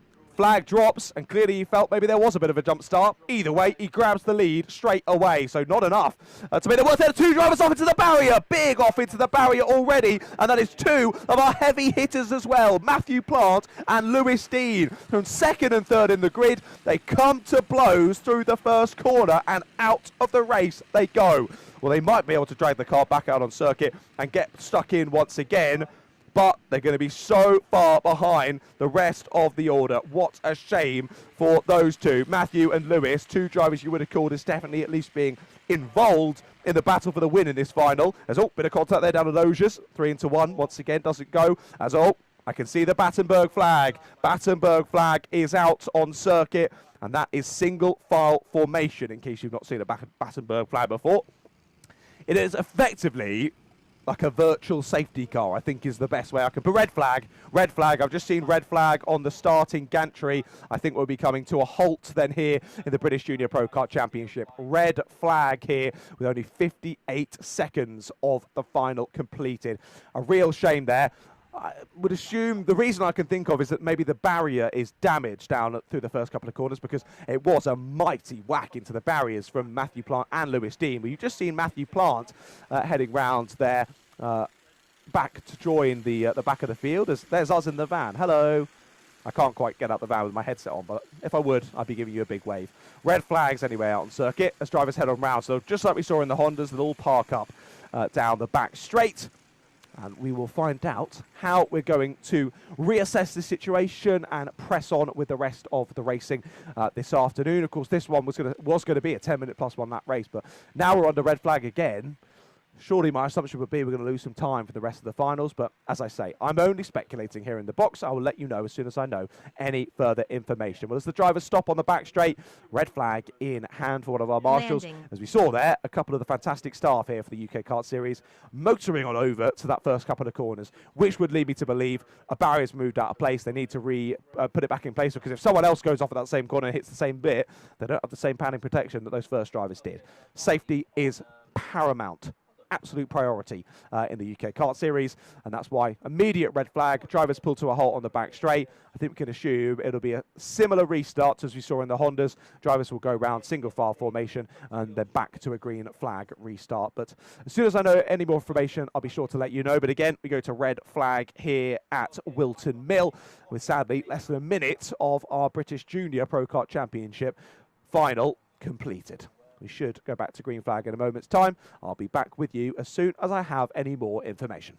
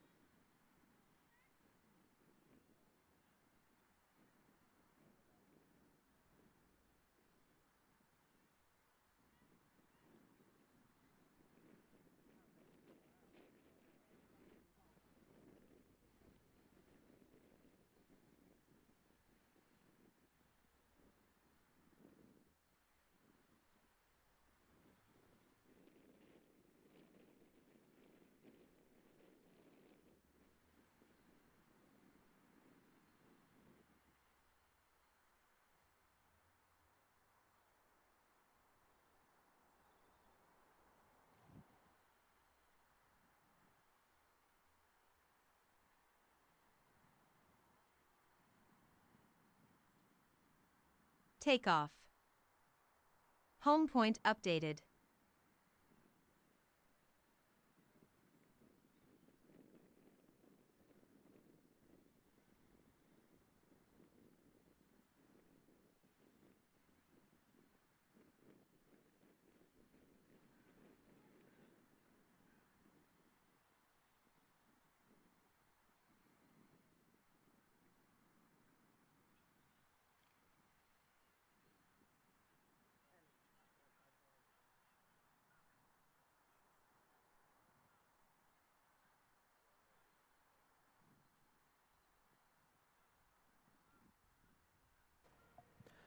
Hello, ladies and gentlemen. Welcome back.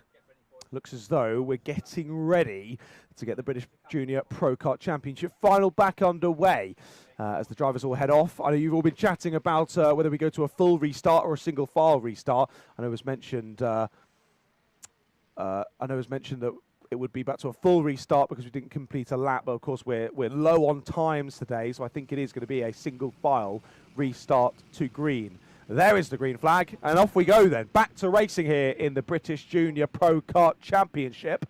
And it is indeed a single file restart. Then a couple of drivers off and wide there through Oblivion and Crook once more. And we reshuffle near the sharp end as well. So Horspool leads us up through Christmas Corner for the first time. And all very close in behind as well. Webster, Marshall, Pennington, Martin all in that leading 5 as they head down into Ashby for what is now the 3rd time in this race. But the first on our restart laps. Thank you as well for to Pokey Luke or was it Pokey Luke or was it someone else? No, sorry, it was Aidan Ingham. Thank you, Aidan, for saying it's Lewis Corner or Lewis Comer. Lewis Comer. Thank you, mate. Lewis Comer. I will get that right from now on. Thank you. It's the end of the lap we go then. Horspool still leading the way. Under a bit of pressure though, still. From Webster, Marshall, Martin, Pennington. So we've still got, what, 5 in the train and 2 stragglers pretty close as well. That being Sebastian Thompson and Jensen Smith, not too far off the leading quintuplet. Horspool remaining firm at the sharp end. The H-plate of Peter Webster still the one behind him, with Rowan Marshall, Lorenzo Martin and Harry Pennington going with them as well. So 6.5 minutes then left to go of this final. And let's see how it plays out then. Can Ashton start to build a bit of a gap at the front here, or will Peter, Rowan, Lorenzo, Harry get stuck in here and make this a proper scrap at the front end of the field? Well, Webster seems as though Marshall behind has gotten caught up in squabbling with Martin and Pennington. So Horspool and Webster have broken clear now. See if they can do anything with it. See if Webster can catch back up to the coattails of your race leader. See no check over the shoulder there from Ashton Horspool. He is absolutely locked in. Staring straight ahead. No need to worry about the drivers behind. If I hit my lines and do my lap times, I know I can drive away with this race. It's surely the thought process going on in the head of Ashton Horspool. Oh, Webster just looking to remain in touching distance. Easier said than done. Gap was just under 4/10 as they went onto this lap. Of course, Horspool, your fastest on that restart lap at 53.177. But then again, he was the only driver with clear air in front of him for said restart lap. And more squabbles going on down through into the boot once again. And these 3 chopping and changing. I think they've stayed as they were. We'll see if it does change. Nope, they have stayed as they were. Marshall, Martin, then Pennington, 3rd, 4th and 5th respectively. And now the battle behind was 2 between Thompson and Smith. Worthy now getting involved in that as well. We've got Sebastian Thompson, Jensen Smith and Finley Worthy in a train of 3. And then Isaac Hobbs heading up the next one ahead of Archie Young, who gained 2 places on that restart. Well done to Archie. Up into the top 10, he fires himself. That shuffles Mia Duffel and Lewis Comer. I got it right, I think. Cheers, mate. Down to P12 now it is for him. As there we see Sebastian Thompson defending on the number 4. We've seen some good defence throughout the heats from Sebastian. And let's see if he can keep the drivers behind. Well, this is slightly further ahead, I believe. Yet the battle for 3rd place, an attempt from Lorenzo Martin. But it's not going to work. Rowan Marshall able to weather the storm there through the boot and just about wrestles his car back ahead of Lorenzo Martin. But Lorenzo has been looking feisty since that restart in 4th place. He's got a nice exit up the hill He's going to pull to the inside line, and he has got the inside line. I think he's got enough overlap. No, he doesn't. Not quite able to get enough overlap. Not able to get the place, and has to rethink that one once again. He'll be getting so frustrated. Not only for one, he can't get past Rowan Marshall, but for two, he can see Horspool and Webster driving off ahead of them. Slowly but surely, they're both eking out the gap, and that gap now is 2.2 seconds from Horspool to Marshall. But up the inside goes Lorenzo Martin into Ogiers, and he's got it done. I think that's what needed to happen. He needed to catch Marshall off guard there, and that's exactly what he did down at Ogiers. Late move to the inside under brakes and makes his way through into the top three. Now it'll be interesting to see whether there's immediate repass from Rowan Marshall, whether Harry Pennington gets involved as well, or whether there's a bit of downing of the swords for a brief moment, and whether they can push each other back up towards Horspool and Webster. Well, this will be telling. Up the straight they go, and yes, Marshall does give Martin a push. Battle behind as well. This is a position for Archie Young. Well, he's trying to get one anyway, and can't get it. Isaac Hobbs, that what he was trying to take ninth place away from. It doesn't work that time. Hobbs able to release the brake, carry the speed through the corner, and keep ninth place for now.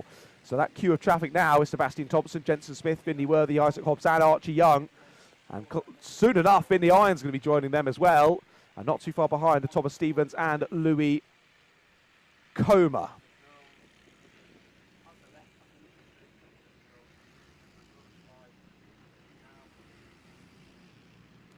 Well, on to lap number 9 we now go. 2.5 minutes still left on the clock, and it is a 1.2 second gap now between Horspool and Webster at the sharp end, with consistent fastest laps from Horspool. 52.3 on the last lap. Was the 52.7 as contact up at Christmas again. That was a move between Sebastian Thompson and I think that might have been Jensen Smith. No, not Sebastian Thompson, what am I on about? Isaac Hobbs and Archie Young that was going off up at Christmas corner. So Isaac Hobbs and Archie Young just getting a bit tangled there as they went side by side into the braking zone. They did well to only just briefly foray off onto the dusty stuff and back onto the racing line as quickly as they can. Whether they lose a position, though, I couldn't quite tell. Thomas Stevens and Matthew Plant were very close behind. Speaking of, Matthew Plant is back up to 13th. Matthew Plant involved in that first lap incident down through Oblivion and Crook. Was one of the two off in the barrier, and I thought surely out of the race. There's surely damage to the car after that one. Well, no. Matthew Plant has fought his way back through to 13th and is in that train there. There he is, getting involved in the scrap. Nice move up the inside from Matthew Plant. Takes another position. I think he's now up into the top 12, potentially past Thomas Stevens now, as their battle continues on. When we look further ahead, again, just like I've said throughout the day, in both juniors and seniors, battles up and down the order here in the British Pro Kart Championship. And again, makes it challenging for us behind the scenes here at Stratton Events to actually know who to focus on. There's so much happening. Well, there's your leaders heading on to what will be the third to last lap of the race, given timings, by only a few seconds. New fastest lap again from Ashton Horspool, 52.224. He's just slowly but surely bettering that lap time every single time around. And again, building out that gap to Peter Webster. Move up the inside into Christmas corner. That's Lorenzo Martin. No, that's Harry Pennington, sorry. Pennington through on Rowan Marshall. I thought that was Lorenzo Martin defending from Marshall, but no, this is Pennington getting his way through. Nice move from Harry Pennington, and he's in to the top 4. And Martin off and clear now in 3rd place, but he has got 2 seconds to find to catch Peter Webster. I don't think there's enough time in the race for him to do that. Around the final corner comes Horspool. He'll start the penultimate lap of this race then, and he crosses the line with 7 seconds on the clock. And even then, when he's not setting a purple lap time, he's putting it within 0.03 of a second of his fastest lap of the race. Crazy consistency from Ashton Horspool, but as we say, consistency wins races. But he has just lost the fastest lap. Guess who it's gone to? It's Matthew Plant on the UK plate. Plant has got the new fastest lap of 52.148 as he tries to find his way back into the top 10 before this race is done and dust. And he's right on the rear bumper of Isaac Hobbs on the number 8. And let's see how they play out then to the rest, through to the finish, I should say. Well, Pennington, after getting past Marshall, is now actually closing up to the rear bumper of Lorenzo Martin. He gained half a second on the last lap. What great pace from Harry Pennington. Now he's been released. He's finding personal best lap times. Well, he's got one more lap to try and find a way through into the top 3. This is it for Harry Pennington. Can he do it? Or can Lorenzo Martin hold on to that final place on the podium and that last bit of silverware from the round number 4 final for the British Junior Pro Kart Championship? Horspool leads us onto it then by just over 2 seconds. Peter Webster's in a bit of no man's land, but this is the battle to watch for the place on the last step of the podium. Martin versus Pennington versus Marshall.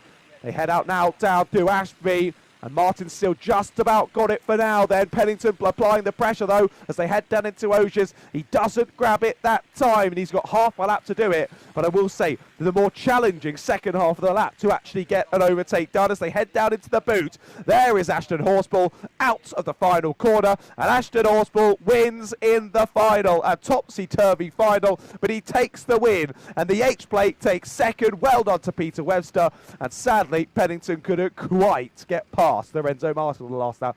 Well, I say sadly. Sadly for Pennington. I'm sure Lorenzo will be pretty happy about that one. He holds on to his top 3 position despite that late charge from Harry Pennington finding some really good pace. He couldn't quite find a gap there on the final lap. So Ashton Horspool wins again in the British Junior Pro Kart Championship. He is proving to be an immovable force in junior pro karting. Well done to Ashton Horspool. Peter Webster and Lorenzo Martin join him on the podium, then followed by Harry Pennington and Rowan Marshall in the top 5.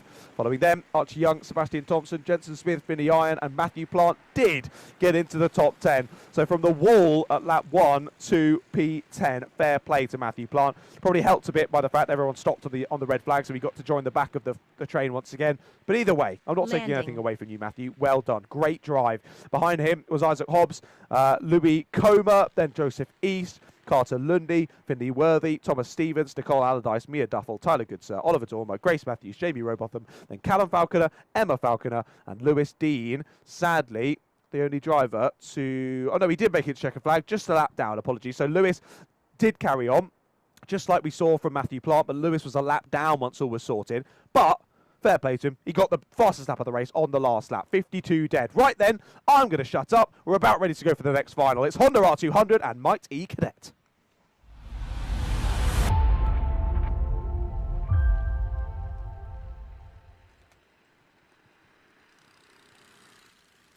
Off we go then. Split grid for this one. Our R200s and Might E Cadets taking to the track for the last time here today at Whilton Mill. JJ Allen, he has been brilliant so far today, has JJ, and of course he lines up on pole position with his old nemesis Jensen Charity alongside him. Jake Barnett and Hallie Finlater on row 2, with Ethan Pearson and Maddie Horspool on row 3, and it's Harry Parker Ray and William Horsack on row 4, and Alfie Facer and Jack Clark on row 5, and then our 3 Might E Cadets behind them, Jax Wong, Jada Bond and Harry Wass.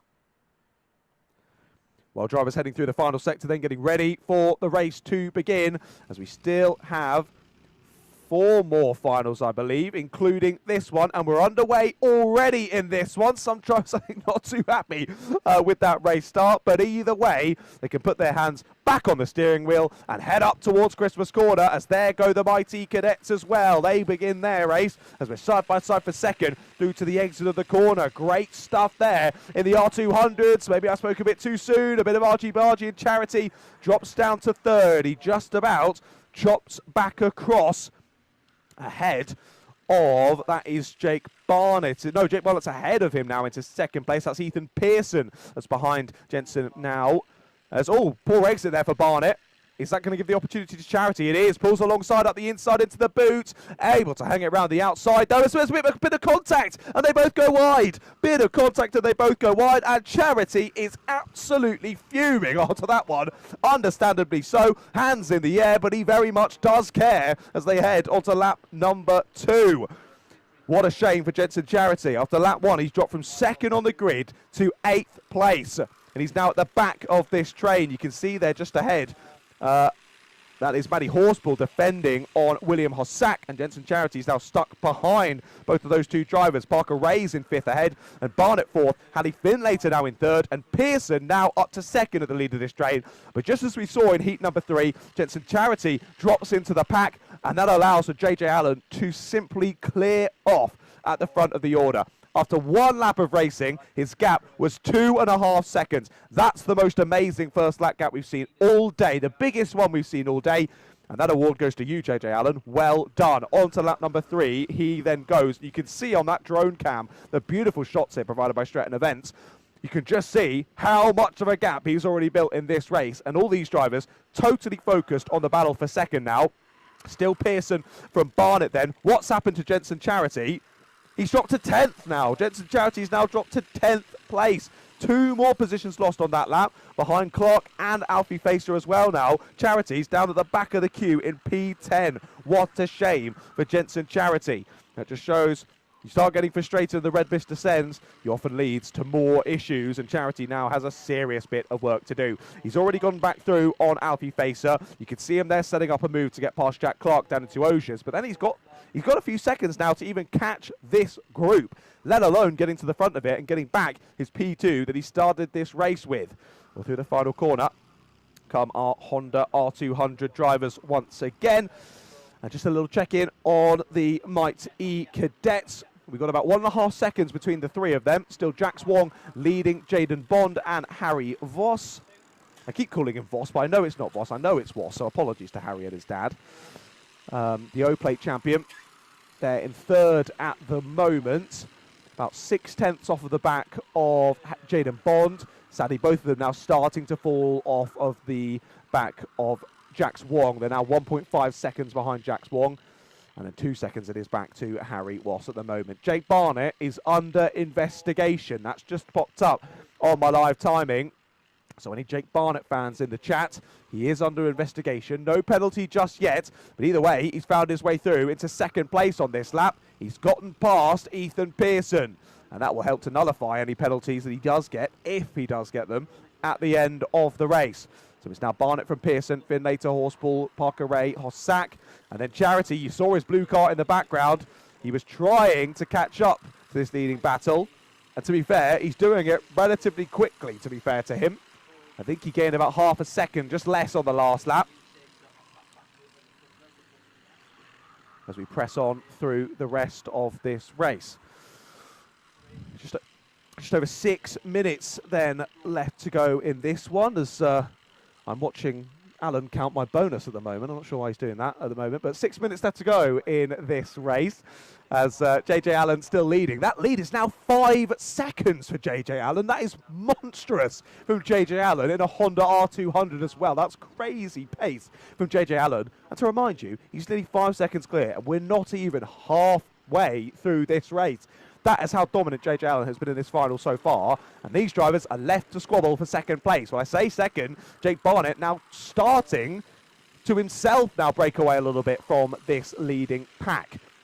And now it's Ethan Pearson in 3rd, Finlater 4th. She's under a lot of pressure here from Maddie Horspool. And Harry Parker Ray sat in the wheel tracks as well. And then William Hossack, he's just dropped ever so slightly off the battle now, only by a couple of kart lengths, as he's a little bit slidey there down through those double left-handers, down through Wilkins and into Osiers. And then you saw there, just before we cut away from the shot, Charity as well coming through in the background. So he's still trying to find that bit of time. He's got time in hand to do so, but easier said than done. And not only has he got to try and catch up to the back of this pack, he's then got 6 drivers to overtake if he wants to get back to that 2nd place. By that time, Barnett might have cleared off in 2nd. He's now 1.2 or 1.1 seconds clear of Ethan Pearson in 3rd place now. And Pearson himself looking to break away from Hallie Finlater. Finlater under pressure. Horspool's looking at the inside line, but not able to get it this time. There's a bit of front-to-rear contact between herself and Harry Parker Ray behind. I think they just checked up a bit as they went into the braking zone there. As Horspool didn't go for the move. He's all over the exit curb there. He's done well to hold on to that as Harry Parker Ray. A little bit too committed into Wilkins. Uses the runoff, and he's lucky that that cut through is there to keep him the grip. Otherwise, he would have gone off on the grass, lost all the grip, and gone way off-piste. Luckily for him, he's able to wrestle the kart back on and holds position and stays on the coattails of Maddie Horspool for the moment. And still, Horspool puts a lot of pressure on Hallie Findlater. As Findlater gets a lovely exit there through the first couple of corners. Can't quite use it. Oh, sorry, it was Horspool who got the nice exit there, close behind Findlater. But again, neither of them able to make any sort of moves. Indeed, Jax Wong leading by a considerable margin now in the Mighty Cadets. That's a 4.2 second lead now for Jax Wong. But Jaden Bond and Harry Wass seem to be having a good race. 0.2 between those two as they head through their 8th lap of proceedings. You saw them just head through the top of your shot there in the background as they're up at the top section of the circuit now, heading down towards Ashby in the background you would have just seen. So those two squabbling over 2nd and 3rd in the Mighty Cadets. JJ Allen, across the line we go, was 5.4 seconds, it's now 5.8 seconds, so even when JJ Allen and Jake Barnett are both in clear air, JJ still extending that race lead, ever so slightly every lap. But it doesn't matter. He's well clear. He doesn't need to think about those drivers behind him. He's only thinking about himself and the hot laps he's putting in. All he needs to think about is self-preservation and getting that kart to the end now to secure maximum points of himself in the round and also a lovely bit of silverware for the mantelpiece. Through Ashby we go once again, and now looks as though momentum has shifted once more. Ethan Pearson is under a bit of pressure here for his 3rd place. Hallie Findlater all over his rear bumper, but again, she's bringing along Maddie Horspool, Harry Pocker-Ray, William Hossack, and look who it is, Jetson Charity's joining the party as well now, with just over 2 minutes left to go in this race.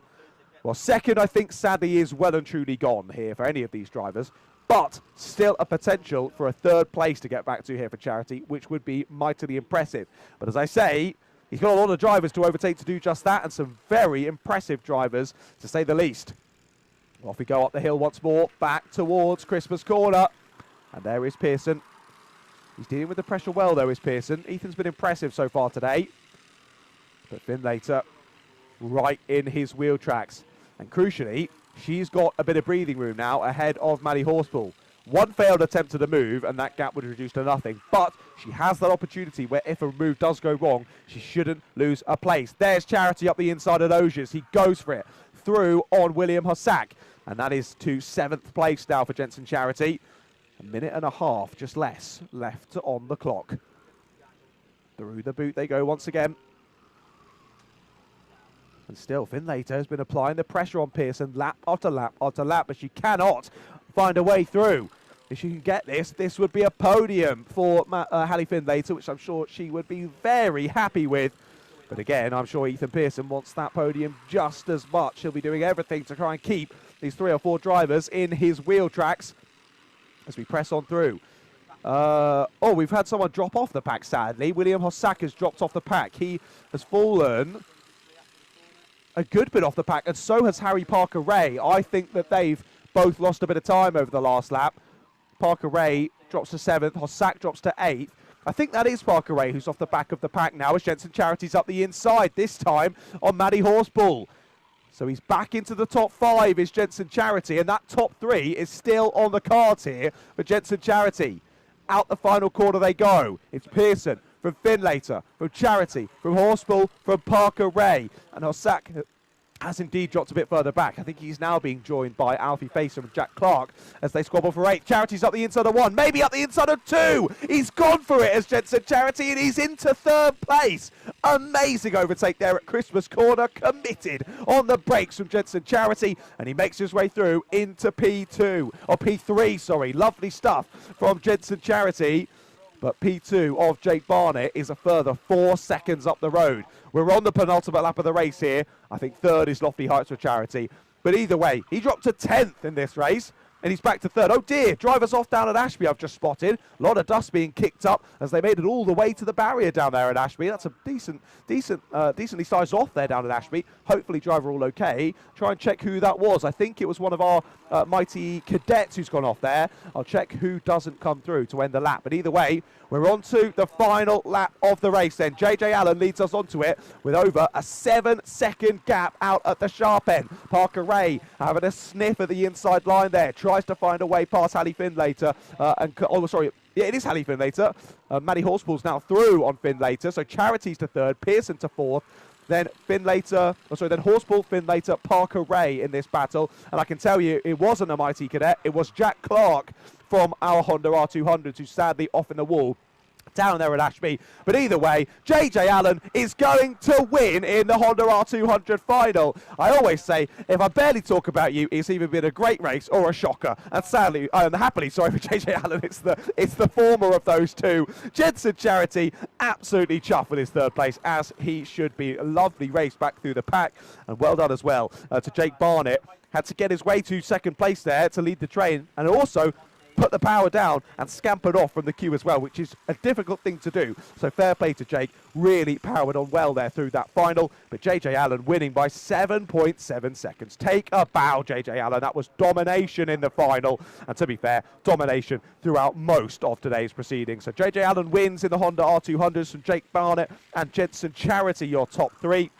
Followed across the line by Ethan Pearson and Maddie Horspool, then Hallie Finlater, Harry Parker Ray, William Hossack, Alfie Facer, and sadly we lost Jack Clark there on the penultimate lap. And then in the Mighty Cadets, Jax Wong takes the win by over 8 seconds ahead of Jaden Bond and Harry Wass. Those two nose to tail, 4/10 as they came across the line. Super close all the way through that race, but Jaden Bond just about able to stay ahead of Harry Wass by the time they get to the flag.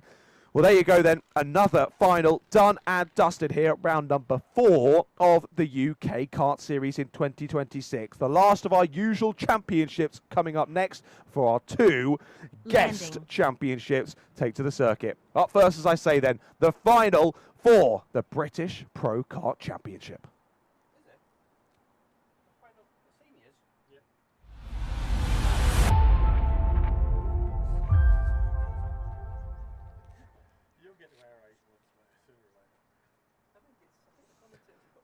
Off we go then.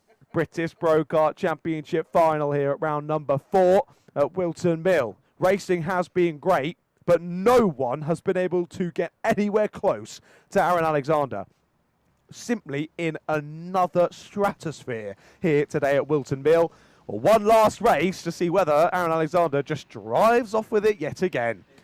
Let's wait and see then. Right, to run you through the grid. Again, a long one for this. 36 drivers about to take to this Whilton Mill circuit in anger once more. And it is Aaron Alexander who will lead us away from the start. John Hogan on the front row with him. Only separated by 0.005 of a second on their fastest laps. That's crazy. 97 points for both Hogan and Drabwell. A 51.495 for Hogan, a 51.500 for Drabwell. That's what settles who's on the front row and who's on row 2. Well, joining Drabwell is Bradley Rowe, and I better rattle through these a bit faster than I am. Following them, Clayton Ravenscroft, Riley Bowen, Aaron Lord, Mick Lord, Conor McCarthy, Craig Day, Ollie Clegg, Jonty Bestwick, Alfie King, Carl Ruddock, Ronnie Rowe, Alfie Wilkes, then Paul Scaife, Tom Hewland, Oliver Hall, Oscar Buckley, Max Mannion, Peter Sharp, Bo Harbour, Archie Cotton, Jack Hewland, Ned Booth, Jay Shepherd, Charlie Brooks, Steve Nichols, Simon Sharp, Rodney Taylor, Andrea Baharoon Mastita, Gary Evans, Sean Deacon, Kenny McAllister, and Jonathan Liddell.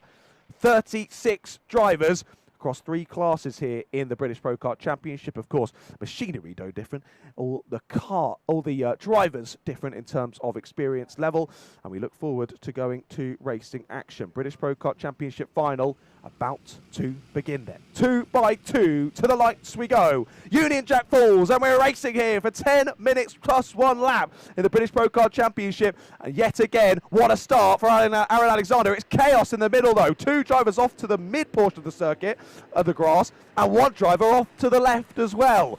So 3 falling by the wayside in this race.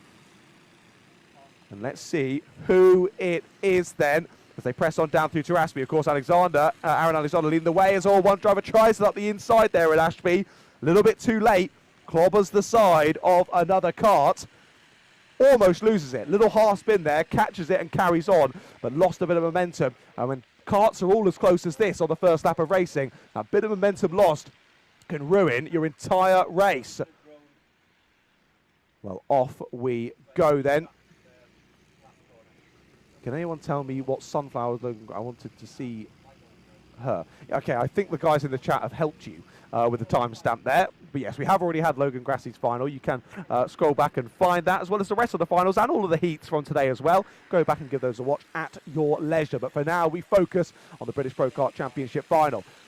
Aaron Alexander, I mean, should I act surprised, is clearing off already at the front. I will say, for the first time today, James Drabwell is going with Aaron Alexander. However, on that last lap, half a tenth clear was Aaron Alexander. Still, a 52.6 for the number one versus a 53.1 for James Drabwell. Oh, big moves there down at Osiers. A couple of drivers really trying to thread the needle there down at Osiers. All closing up at the apex. Of course, I can't see whether they all made it through, but let's hope they did. Through lap number 2 of this race. On to 3 we go then. Gap opens up by another 3/10. Aaron Alexander is doing Aaron Alexander things. On to lap 3 we go. And still just consistently building out that gap. No need to look behind you. Press on ahead. Keep hitting your markers. And I think Aaron knows if he keeps doing what he's doing, he's the fastest out on circuit. There's nothing to worry about. Let's just keep pressing on ahead. Well, here's a squabble further down the order. There's a little bit of contact to the exit there. That was a little bit close. I could have sworn that was a 58. It's not. It's an 88. So that's Jonty Bestwick. So this is just outside of the top 10, that battle. Craig Day, Jonty Bestwick, Paul Scaife all involved in that one. Alfie King, Ollie Clegg all around that part of the order as well. So drivers super, super close up and down the order, but breaking into big battle packs at the moment. And it is the 88 of Jonty Bestwick, who now finds himself not quite at the sharp end of that order. He's behind another driver that ends with an 8. Must be the 158 of Craig Day, just ahead of him, still in 11th place, those two, I think. No, they both gained a place. Craig Day is into 10th, Jonty Bestwick into 11th, Paul Scaife into 12th, and Ollie Clegg losing 3 on that last outside for Ollie, down from 10th to 13th, and dropping back into that pack of drivers. The 192 now up the inside as the 16 tries to thread the needle and follow through as well. That's Clegg through on Paul Scaife, and now Alfie King trying to find a way, trying to follow them through as well. So that was Clegg trying to get back through on Scaife. I think he did manage to do so. But all very scrappy in the mid-pack, as we would expect here in the British Pro Kart Championship. These drivers in these karts all so close on pace. The tiniest of margins are what decide these race results across these very short and sharp sprint racing action. I'm so glad we've had the introduction of sprint races in Pro Kart. Always have usually been an endurance affair, but the introduction of the British Pro Kart Championship has absolutely opened the floodgates to sprint racing here in these Pro Karts, and they do treat us to great action. So I'm very much voting in favour of this motion, and it has been a brilliant treat for us. 1.4 seconds now, the gap at the sharp end. There's not much gap between those drivers as they dive into Christmas Corner. And again, this is the same battle we've been talking about, the battle for 12th place. Clegg, Scaife, Ruddock, Mannion, Hewland, King, Harbour, all involved in this. Loads of drivers battling from, I think it's 12 backwards in this one. Headed up by Ollie Clegg on the 192. I do believe that is right, as all one driver kicks up some dust there out of Wilkins. Not the ideal line, I can tell you through that. Keep it on the stuff that's black. That gives a lot more grip, I will say. Well, nearly 5 minutes through this race then, with just over 5 minutes left to go, and it's yet another fastest lap of the race from Aaron Alexander. 51.6 only. Aaron Alexander, James Drabwell and Bradley Rowe are in the 51s. First, second and fourth are in the 51s. But still, they're still 2 3/10 slower than Aaron Alexander, out of the sharp end, all on their own. Well, serious elbows out racing in the mid-pack. This is difficult to keep up with everything going on, as there's the number 8 of Tom Hewland getting involved. So he's 4th in this train then, which would lead me to believe who it is. Clegg, Scaife, Ruddock, Hewland. And there's a big move up the inside from a driver in the background. Potentially was that Bo Harbour, maybe Oliver Hall on the 32 actually, looking to the inside line there. As they dove up and through. There is the number 9 making a move. So it was Ned Booth that we saw make the move, I think, up the inside. Booth getting a position. And let's see, was it just 1? He was in 20th. No, it was 2. Up to 18th for Ned Booth. Bo Harbour down to 19th and Oliver Hall down to 20th. So a couple of cheeky manoeuvres on that previous lap, as there was a change further up the order as well. Riley Bowen through on Aaron Lord. That was a change for 8th position between those two. And off we go down into Ashby for another time in this race. 4 minutes left to go then, and still that gap at the sharp end increases. Now over 2 seconds between Aaron Alexander and James Drabwell. John Hogan still rounding up the top 3, but only half a second between Hogan and Rowe. And Bradley Rowe has not only looked quick today, but he's looked really good at getting overtakes done. So John Hogan needs to be checking over his shoulder and seeing whereabouts Bradley Rowe is sitting, clobbering the curb there for the last couple of corners. That was a big smash of the curb there for Ollie Clegg. Not much mechanical sympathy for Ollie, but either way, he's still leading that train of drivers from 12th back. And that clobbering of the curb didn't seem to affect his overall speed through those couple of corners too much. Chucked him offline ever so slightly, but not enough where it ruined his entire exit all the way down to the first couple of corners and up to Christmas Corner. That is how crucial that exit from the final corner is. You're carrying that speed all the way through. Well, still, this battle for 12th are most exciting on the circuit at the moment. 1, 2, 3, 4, 5, 6, 7 drivers involved in this squabble. Clegg, Scaife, Ruddock, Hewland, Mannion, King and Booth all involved in this from 12th to 18th place. 3 minutes left on the clock. And actually, Bradley Rowe's dropped further behind. Yeah, now 1.2 seconds behind John Hogan, so that gap's opened up a little bit more, actually, as this gap hasn't opened up anymore, has it, as they head down through into Oblivion and Crook, trying to go 2 by 2 through those corners. Guys are made of sturdy stuff here in the British Pro Kart Championship. It takes a confident man to go 2 by 2, or a confident woman to go 2 by 2 through the first couple of corners. But they've tried to do it. I think they've all managed to make it through unscathed. Well, they've made it through. Whether unscathed or not, I do not know. Either way, they continue on with this race. Just over 2 minutes now left to go in this one. As there is Aaron Alexander. Across the line they go.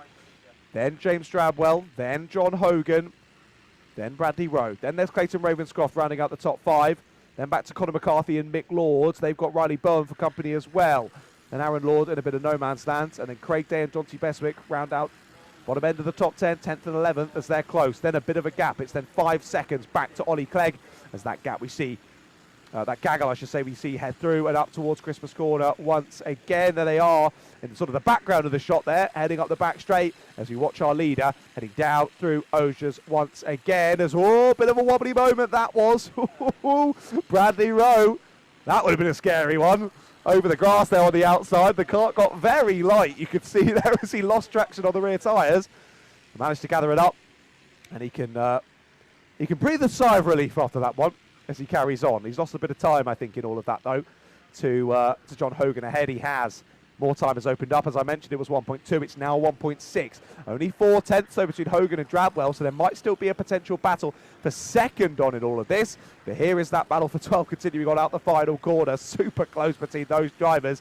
And this is just squabble for second then. Drabwell ahead of Hogan as they head down into Ashby once again.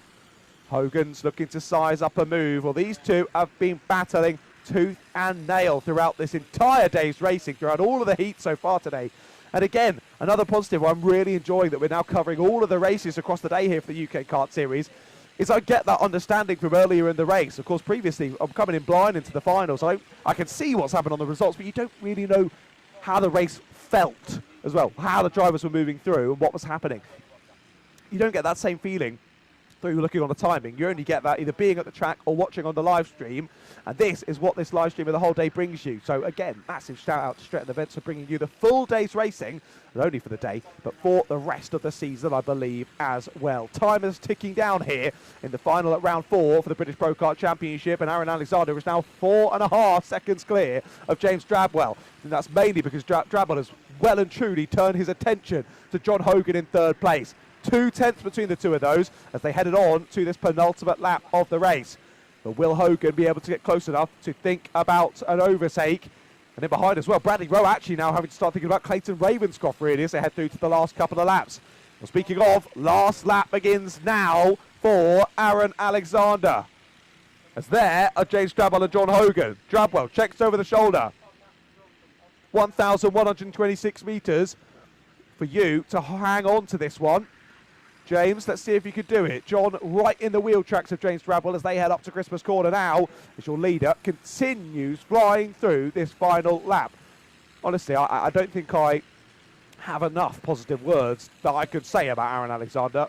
I could not say enough nice things to really put into perspective how impressive Aaron Alexander has been so far today. It has been absolutely monumental performances throughout today here from Aaron Alexander They head round the last couple of corners, and it's going to be win 4 from 4 for the day from Aaron Alexander and maximum points in the final. And finally, we see a celebration from Aaron Alexander. It was slightly subdued, but either way, celebrates. And look at that, John Hogan gets second place on the last lap. What a battle with James Drabwell that went all the way to the finish. And you saw Drabwell hang his head there in frustration, was in second for the entirety of the race and lost it only on the last lap. So Aaron Alexander wins ahead of John Hogan second and James Drabwell rounding out the podium. Bradley Rowe and Clayton Ravenscroft round out the top 5.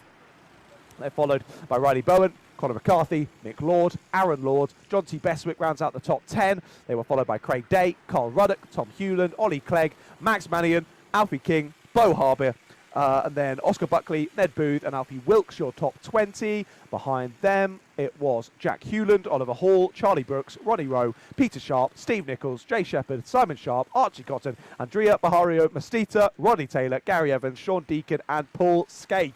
Paul Scaife, the only one there out of 34 that we lost in that race, which is good to see.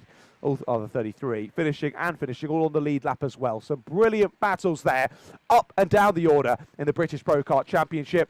But Aaron Alexander, yet again, with another standout performance there in the British Pro Kart Championship. And surely it has to be the shout to be champion this year. Already has the number 1 on the kart from being champion last year. See if they can do it again here in 2026. What a performance here at Whilton Mill. A serious stomping ground for Aaron Alexander.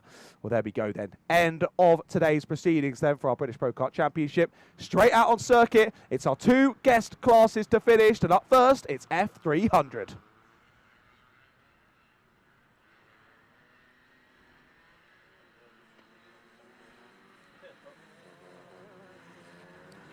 Off we go then, F300 about to get their final underway. And again, oh, we've lost a wheel! We've lost a wheel! Before the finals even started, on the roll-up laps, one of our drivers has lost a rear wheel. Rolling, rolling, rolling. Off it goes to the edge of the scenery. Well, it's like, oh, I've got a lovely vantage point of the race here. I'm just going to chill here, thanks, mate. I don't want to be attached to your cart. Oh, dear. Well, race over for one of our drivers. I couldn't quite spot the number on the cart there that went off and flying. As, oh, they were really pirouetting. I'm just seeing we've got a slight delay here on one of our screens here. That was a real massive pirouette for the drivers. There they are on the screen. It's the 17 who is off, sadly. That's Ryan Martin then, out of the race already. And again, the second time today we've seen 3 wheels on somebody's wagon and he ain't rolling along anymore. Well, what was supposed to be 8 drivers, or 9 I think in this, nope, I can do maths, 8 drivers in this final. It is now 7 drivers in this final. Are we going to go round again? No, we're going to go to a race start, I think. Union Track Falls, and we're off and racing then. I saw Oliver Warner, I think that was on the front row. It is indeed, but he doesn't hold the lead. To second he goes there. I couldn't quite tell if he was first or second. He was on the front row either way, nonetheless, as they all now fly up into Christmas Corner for the first time. James Price into the lead of the race. So hold on, actually, I think my grid was actually correct this time. Price from Warner, from Martin from Goodyear, from Woodward, from Reeve, Merritt and Cater. Yeah, I think it was right. That's good. Anyway, we continue on to the first lap of proceedings. I'll stop getting so excited that my grid's actually right.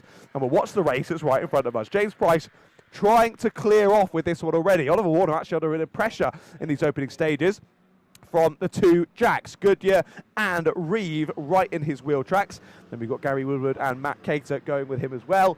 And Jason Merritt rounding out the order at the moment. Of course, sadly, what a shame it was to lose Ryan Martin already in this one. Should have started 3rd on the grid. You would have thought he'd be getting stuck in with this leading squabbles, but doesn't really go very well when you only got 3 wheels on your kart. It's not very fast. So sadly, parks up before the final even really gets underway. But 10 minutes, just like we've seen in the rest of the finals so far today. 10 minutes plus 1 lap on the clock once again for these drivers. Oliver Warner chasing down James Price in the last heat of the day. It was really good to see those 2 locking horns as all. Nearly a mistake there for Jack Goodyear. He loses it, almost loses the cart down into the boot. He just about held that slide. That was a big wobble, wasn't it, under brakes there into the corner for Jack Goodyear. Well saved, and also managed to stay ahead of Jack Reeve and hold on to the last place on the podium for the moment. Well, after 2 laps of proceedings, James Price is 1.7 seconds clear. He's just put in a 46.8. Rest of the drivers, 47.5, 47.9, 47.8, 48 dead, 48.1, 50.1. So Price is in another category at the moment, flying away from the rest of the field. But you never know how the race might ebb and flow through it as well.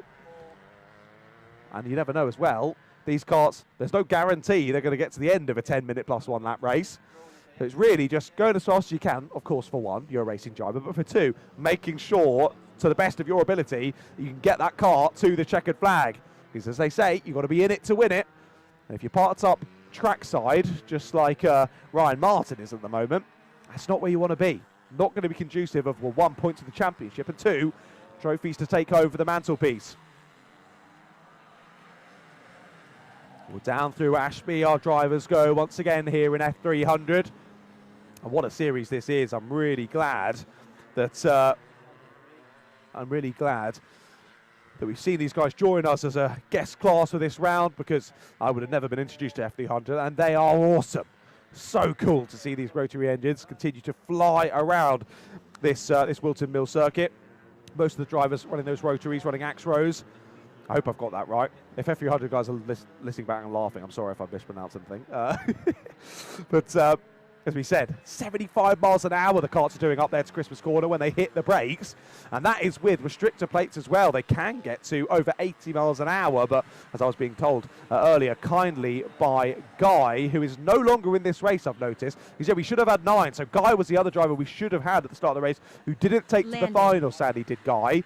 So the one driver that was showing me the ropes earlier earlier today hasn't made it to the final. So sorry, Guy. I've clearly commentator's curse sheet before I even started commentating. So sorry about that, Guy. He was telling me, yeah, up to 82, but that they would need front brakes if they're getting to that kind of speed, because, well, we've already seen an F300, or was it a Formula Blue? I think we thought it was a Formula Blue in the show. We've already seen one of our retro karts struggling to get the car stopped up a Christmas Corner, which you don't want to see. So when they do those kind of speeds, it is up to it's front brakes that they need, just like on KZ karts as well.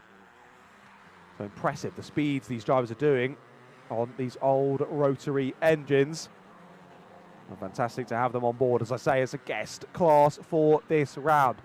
What's the gap looking like now? Little update between your drivers at the sharp end then. Price 2.4 seconds clear at the moment still of Oliver Warner. Of course, I said he popped in that 46.3. He's still being consistent in the 46s, to be fair, but Oliver Warner and Jack Goodyear and Jack Reeve are starting to join him on pace at the moment. 46.6, 46.7, 46.8 for those three in second, third and fourth respectively. Does the gap close? Yes, it does. For the first time in this race, the gap to the leader closes. Less than 2 seconds it is now between Price and Warner. As yet again, new personal best from Warner, Goodyear and Reeve in the chasing pack. Not a personal best, though, for James Price. However, he still does have the overall fastest lap in this race. So there's no saying he might find that pace yet again later on in the race. But you can see, even visually, that gap starting to close up once again now as we go over half race distance in this F300 final. Down into the boot once more. Jack Reeve all over the rear bumper of Jack Goodyear. Not able to find a way past that time of asking. I can't imagine it's the easiest thing to do to pass in one of these karts. You're so on the limit of everything here. The engine screaming next to you as you fly down at 75 miles an hour. It would take some aggressive movements for moves to be made. But we've seen plenty of overtakes so far today. It has been awesome to see these F300s battling so well. So you can see there's a bit of a disagreement going on outside our van at the moment. But anyway, I'll keep my eyes on what's actually going on out on circuit. Price still leading the way. 2 seconds now that gap is back to. So it's sort of stabilised now around that 2 second margin. I think there was some desire to come and get the kart that lost its wheel earlier on. But obviously you're not allowed to do that until the race is over. So I'm not sure what the conflab was there. But 3.5 minutes to wait before the race comes to a close, and that driver can go and collect their kart. Well, as we said on the last lap, gap stays similar. Does close down a little bit, 1.8 seconds now the gap, but new fastest lap of the race. It's not gone to Ollie Warner, it's gone to Jack Goodyear. 43.381, 8 thousandths quicker than that previous fastest lap of the race set by James Price back on lap number 4. We're now on lap number 9 of this race. And what's the gap looking like between Price and Warner? For the neutrals anyway, really needs to be a bit of a mistake here or an issue to happen for James Price for these two to close up, because they're all jumping around similar lap times here. James Price doing a valiant effort at the front end of the order, and again keeps the gap the same at 1.8 seconds. James doing really well here, focusing on himself, hitting his markers and putting in some really good lap times to keep the chasing pack at bay. They fly their way through Boxing Day once again, onto the brakes, down into Ashby. And this will be the push on for Oliver Warner that he needs. He can see James Price not that far ahead, and we always say it's always better to be the chasing driver. It always is. It gives you that little extra push to be like, he's right there, I can get him, I know I can do this. You always find when you're the chasing driver, you just find that little bit of extra time somewhere. You don't know where it came from, but suddenly it's there, and you've got it to play with, trying to chase that driver for the lead of the race. Well, Oliver Warner is proving my point. New fastest lap of the race for Oliver Warner. 46.373 sees him close the gap to the lead to 1.5 seconds. So almost 3/10 gained on that last lap for Oliver Warner, but with just less than 2 minutes left to go, that's still, even if he could do that every lap, I don't think that's enough of an overlap for him to get the race lead away from James Price, or even to catch James Price to give him the opportunity to take the lead away. You can see visually that gap has closed though from previous, when we looked at it through that lovely camera shot, down through Wilkins and Osiers as well. Pressure starting to apply then for James Price.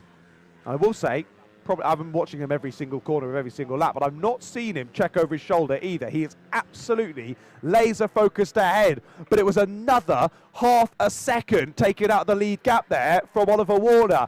I might just have to eat my words here. Maybe he does have enough time to catch the race leader. Well, I said he's got that incentive right in front of him. It's like dangling a carrot in front of a horse. He wants that race win, and he's going to go for it. Down through Ashby they go once again.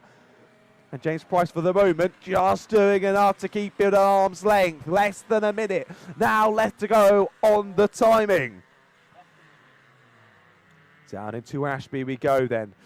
It will be onto the penultimate lap this time around. They're lapping in the 46s, and we've just ticked under 46 seconds left to go. On to the penultimate lap of this race then. Crucially, what is the gap between your top two? It stayed the same. It stayed the same. James Price has pulled a great lap out of the bag to put both of those drivers on a 46.5. But that just shows they're both pushing like crazy. Those two on a 46.5. The rest of the drivers, 47 dead, 48.1, 47.9, 47.8. Nowhere near the pace at the moment, in the mid-46s for Price and Warner. But they're both doing what they have to do to try and complete their mission, which for both of them is the same: win this race. Well, look at that gap now. Visually, it looks the same, doesn't it? It looks the same. And has Price done enough? Through into the last couple of corners as we head on to the final lap of this race. Last lap begins then for James Price. He'll see that final lap board, and that's again when you get those nerves in your tummy. Right, I've only got one lap now. Don't make a mistake. Don't be an idiot. Let's win this race. Well, Oliver Warner's popped in a new fastest lap of the race on the penultimate lap. Less than a second between the two leaders as they head through the last 1,128 metres off this race round Whilton Mill International. 46.365, that new fastest lap from Warner. The quickest laps have not been improving by much, but to be this consistent in finding fastest lap after fastest lap between both Price and Warner, both of these drivers should be mighty impressed with their performance. They've smashed it in this one. Oliver Warner tried his best to chase down James Price, but it's not going to be enough. Round the final corner comes James Price to win in the F300 final. He takes it across the line, and James Price is victorious. Fair play to Ollie Warner. Firstly, you put on a great show for us to enjoy here on the live stream, and secondly, some awesome pace there. He tried everything to catch James Price, but James Price seemed to just about have the answer. So it's James Price, your victor then in the F300 final, ahead of Oliver Warner and Jack Goodyear on the podium. His fellow Jack just missing out on the podium, sadly, for Jack Reeve, but quite fitting that he's the number 4 and he finishes in 4th place in that one. Matt Cater behind, rounding out the top 5, and then Gary Woodward and Jason Merritt round out our 7 finishers in that race. Of course, we lost Ryan Martin before we went to the start, and we lost Guy way before we even went to the start because he wasn't even on the grid. So a shame there that we didn't have Guy or Ryan Martin involved in that final. But it was still a good one there in F300. And sadly, ladies and gentlemen, we only have one more race to go here at round number 4 from Whilton Mill. And it's our second of our guest classes for today. The Formula Blues are heading out on circuit in a couple of moments' time.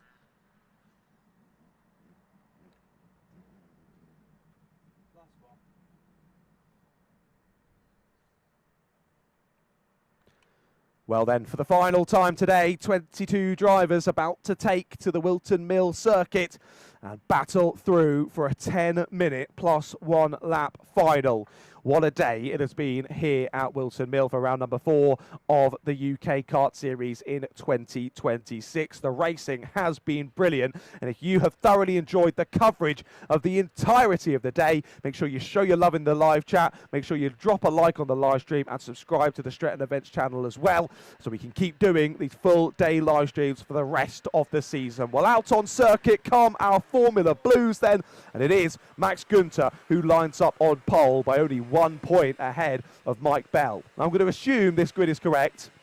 We'll double check when they come round. Actually, I can see. Yeah, it is. Yay. Okay, good. So Günther from Bell on the front row, Stuart Gray and Alex Kemp on row 2, then Phil Waters and Joey Foster on row 3, then Anthony Lee and Russell O'Neill are on row 4, followed by Nigel Vickery and Tom Parker. They round out the top 10. They're followed by Mitchell Carpenter and Ron Sean. Then also Ron, I love your name. That's such a good name. Mark Ellis and Jeff Ellis. It's an all Ellis row number 7 there. As behind them, Graham Joseph, Leanne McShane, Hannah Endicott, then Kevin O'Neill, Alex Fortune, James Dawkins, and then, of course, our 2 Formula Blue juniors, Danny Elson and Harvey Drake, round out the order. Well, then, here we go to the race start. Little bit of a gap between 2nd and 4th. We need to close up, please, drivers. Off to the start we go then. They watch for the Union Jack. It falls now, and for the final time today, we go racing here at Whilton Mill. And Max Günther immediately chops across at the start to take the race lead. Mike Bell will try and follow him through, but no, I think it's Stuart Gray who's gone through actually into 2nd place on the O plate. They threw up to Christmas Corner for the first time. Again, we can barely see through the cameras because there's so much smoke has been kicked up by these Formula Blues. That'll soon clear though, and we can see them appear through the smoke. And it is Max Günther with yet another very good start. Say that though, he's under a lot of pressure from Stuart Gray, isn't he, as they head through to the end of lap number 1 then. How will they sort themselves out? Interested to see as well how well the juniors do through this race also. As Danny Elson was in 7th on that start, maybe my grid wasn't quite as right as I thought it was. Or maybe they mixed in the juniors for the final, for the race start. No, I was going to say no because he's dropping down the order, but now he's stopped at 9th. I don't really know. Anyway, we're going to carry on with this. Well, I was told the juniors will start from the back, but either way, either it's been a great start for Danny Elson up to 9th, or it's not been such a great start. He's dropped a couple of places down to 9th. Either way, he's there in 9th, is Danny Elson. And look at this then. Max Günther still in the lead here in Formula Blue. But Stuart Gray, I was right. Good start for Stuart, getting a spot on that race start. And he is looking feisty for this final, isn't he? Stuart Gray all over the back of Max Günther as they head down through sector number 2 once more. He's going for it. Oh, not quite. Thought he had the overrun there to get the inside line into the boot, but not this time. I think he might have been able to put a nose in there, but he knows we're on, lap number 2? There's no point in going for a silly move this early on in the race. Let's settle in and get stuck in. Well, actually, it's got a slightly poor exit there off the final corner, and Joey Foster, Formula Ford's Joey Foster, joins the battle for the podium once again, all over the back of Stuart Gray as they head up into Christmas Corner once again. Not able to find a way past though, but now making this battle for the lead a 3-car battle. He's up the inside, through goes Foster. Lovely move on the brakes into Ashby, and he gets it done. No second chances, he's through into P2, and now we'll be laser focused on your race leader, Max Günther. Well, When Stuart Gray was behind Max Günther looked under pressure, but now he might be helped by these two battling for second. Again, Stuart Gray has a little fake out to the inside line there going into the boot. I think maybe tries to make Joey Foster make a mistake and then he can pick up the pieces. Well, it hasn't worked out both of those times, sadly for you, Stuart. And has to consolidate third place for now, does Stuart Gray. Phil Waters and Tom Parker now trying to go with those three at the front as well. Where are they in the shot? There's one, there's two. So they're trying to close back up to this front three. They need a little bit more reshuffling, I think, in the top three for those two to get involved. And it's not too far back to the next four as well. Kemp, Lee, Elson and Ellis rounding out the top four. Of course, Ellis had that issue, I think, the brake issue up at Christmas Corner in heat number 3 earlier on. It was a big off-track excursion up at Christmas Corner. And again, that was Stuart Gray looking for the inside line into the boot. Three strikes out of 3 there, Stuart.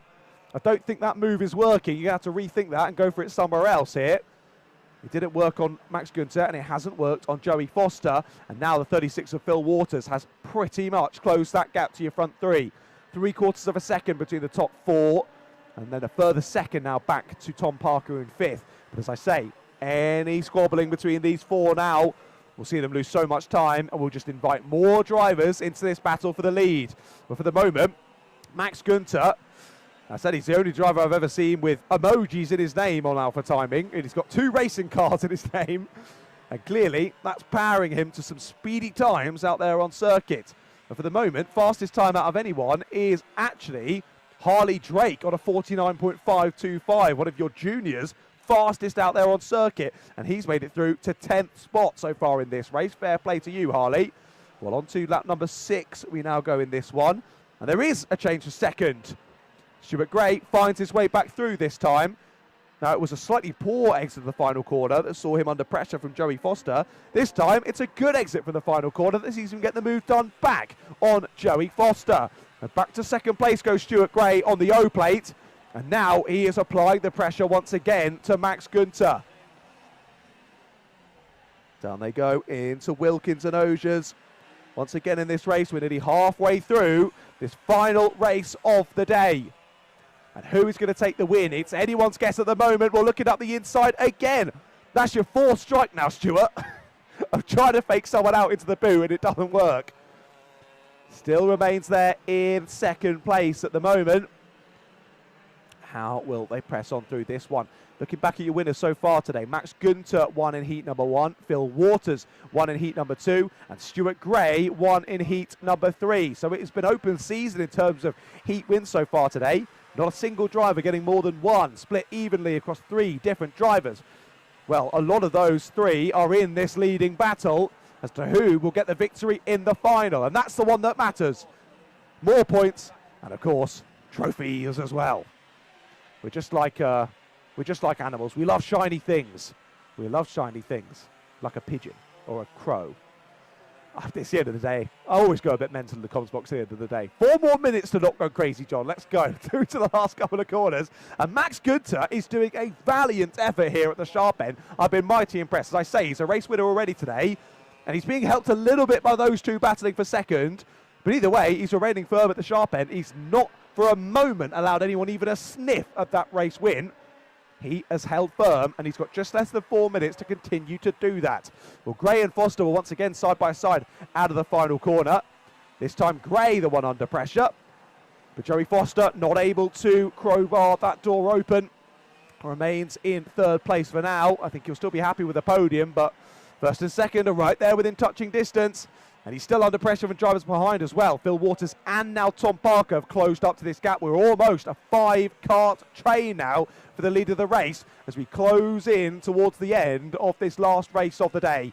Hopping and skipping over those curves at the final sector. All bit held up there on corner exit. That's going to scupper the exit for the 8, but I think actually it's been a bit of a concertina effect for all of them there, and they've all scuppered their exit, so no one gains from that bit of a mistake through the final corner there from Max Günther. This might be the move for the lead. Up the inside goes Stuart Gray. Late on the brakes, might be too late on the brakes, and contact between Gray and Günther, and they both managed to keep it on. More contact there as nearly spins Stuart Gray round. Is it all of that? He only drops to 3rd. I don't know how, but he only drops to 3rd. So That's Joey Foster back to second, Stuart Gray now down to third, Max Günther holds on to the lead. So finally someone has tried to attack his race lead, unsuccessfully though. He read it nicely, he remained calm, he got the up and under and got the lead back, did Max Günther, but now it's not Stuart Gray on his tail, it's Joey Foster. Out the final corner comes Günther and Foster, and not only that, they're now catching Mike Bell, who sadly for him finds himself down at the back of the pack in this one. We've seen him up near the sharp end in previous heats. This final not quite going his way. And I would hope in a paddock like this with Formula Blue that he's basically move over to the side and almost park to let the leaders through. We will see. We will see as they come up on a couple of back marks. I think Graham Joseph as well. Mike Bell and Graham Joseph, they're coming up on here with 2 minutes left to go on the clock. Foster still applying the pressure here to Max Günther. You can see there the 2 back markers checking over the shoulder, just seeing when the leaders are coming through. Hopefully, this doesn't throw the cat amongst the pigeon here, and they're able to get through nice and simply. Indeed, moves over nicely there, and Max Günther gets through. So do the rest of the top 4 now. We were a group of 5 for a moment. We split off into a group of 4 again. Contact warnings, though, for both Joey Foster and Stuart Gray and Max Günther and now Phil Waters. So all of the top 4 have got themselves a contact warning on all of that, and it's all been a bit chaotic there through the final couple of corners for a couple of our drivers slightly further down the order. Bit of a reshuffle there as Alex Kemp does get through on Danny Elson as well for 9th position. But we keep our eyes firmly focused on this lead battle, and that's why up the inside, try and get contact! Round goes the leader, I can't believe it! Günther's round, Foster's off, Stuart Gray and Waters are off as well. Who is into the lead of the race? It is Joey Foster. But you don't know what's going to happen with the Stewarts after that one. Went for the move up the inside, contact was made, round went Max Günther, and Joey Foster, who was the one that made the move, is in the lead of the race and all of that. I am no steward. Don't listen to me in terms of penalties, but you don't know what's going to happen after the race. Either way, I shout about what's going on in front of my face, and it is Joey Foster into the lead. Waters into second, Parker now into third, Jeff Ellis now into 4th place, with Anthony Lee in 5th, Harley Drake, your top junior, now into P6, Stuart Gray down into 7th place, and Max Günther down into 8th place. What a calamitous third to last lap, I think that will be, of this race. Commiserations to the drivers that we've lost from this leading battle, but how do we settle in then through these last couple of laps? Here are your 2 race leaders, and now the opportunity is really truly on here for Phil Waters to try and take away this victory in the final. Anything can happen in Formula Blue, and as the time ticks to 0, it will be Joey Foster who sees the last lap not only of this race, but of this meeting as a whole. Onto it we go, and we've got 1,128 more metres of action here for round number 4 of the UK Kart Series at Whilton Mill. On to the final lap we go. Foster versus Waters for the lead. There's battles behind for third as well. Parker, Ellis and Drake all battling for the top 3.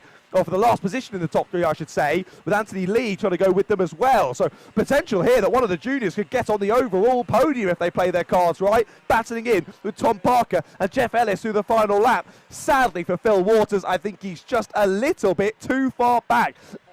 As I can see, Harley Drake is already through on Jeff Ellis. Now he's putting the pressure on Tom Parker, but is it too little too late?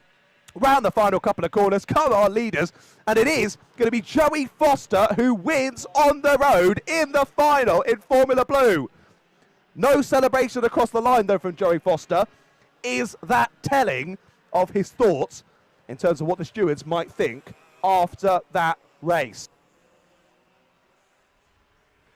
Well, commiserations to all involved in that scuffle. What a battle we were treated to for the lead there throughout that race. But sadly, it all went wrong down at Osiers. Joey Foster had a good run, went for the move. That door closed in his face. Contact was inevitable. What a shame for Max Günther. Led that one for the majority of the race. Ends up down in 8th place, with Stuart Gray just ahead of him in 7th. But on the road at least, Joey Foster wins the Formula Blue final, ahead of Phil Waters and Tom Parker on the podium. They are followed by Harley Drake, your top-rated junior, just off of the podium. Missed out on the podium by a 0.098. That's how close Harley was. Fair play to you. Jeff Ellis rounds out the top 5, followed by Anthony Lee, Stuart Gray, Max Günther, Alex Kemp, Danny Elson, Nigel Vickery, Russell O'Neill, Mitchell Carpenter, Mark Ellis, and then Ron Shawn, Mike Bell, and sadly Graham Joseph we did lose from that race. Well, there we go then. All the races are done and dusted here from Milton Mill for round number 4 of the UK Kart Series in 2026. What a great day of racing it has been, and how epic has it been for the entirety of the day. All heats and the finals to be covered here on Stretton Live Events. As I said before, if you've liked having the full day live streamed, drop a like on the stream, drop a comment in the stream saying how much you love it as well, and subscribe to the channel to not miss any of the future rounds. And if you've enjoyed my commentary, at Ratters Media on the socials, go and drop me a follow. I'd much appreciate it. But of course, a massive thank you to everyone behind the scenes. Everyone behind the scenes at Stretton Events, all the camera operators, and everyone here in the van with me done a fantastic job to bring you these awesome pictures from wherever you're watching around the globe. Big shout out to all the marshals here at Whilton Mill, all the medical staff as well, everyone behind the scenes at UKKS who puts on these brilliant events. And we're not even halfway through the season just yet. It's been an honour to join you at so many rounds already this year, and I will be rejoining you for round number 5 at Clay Pigeon. Get that in your diaries. 5th of July that'll be for round number 5 at Clay Pigeon. But from us here, for the moment at Whilton Mill, the racing is done. Don't be sad that it's over. Be happy it happened. And it's not too long to wait. Only just over a month until we do it all again at Clay Pigeon. And once more, this full day of live streaming will return. Well, from all of us here at the UK Kart Series, thank you so much for joining us on the live stream of today's event. But from all of us here, it's goodbye.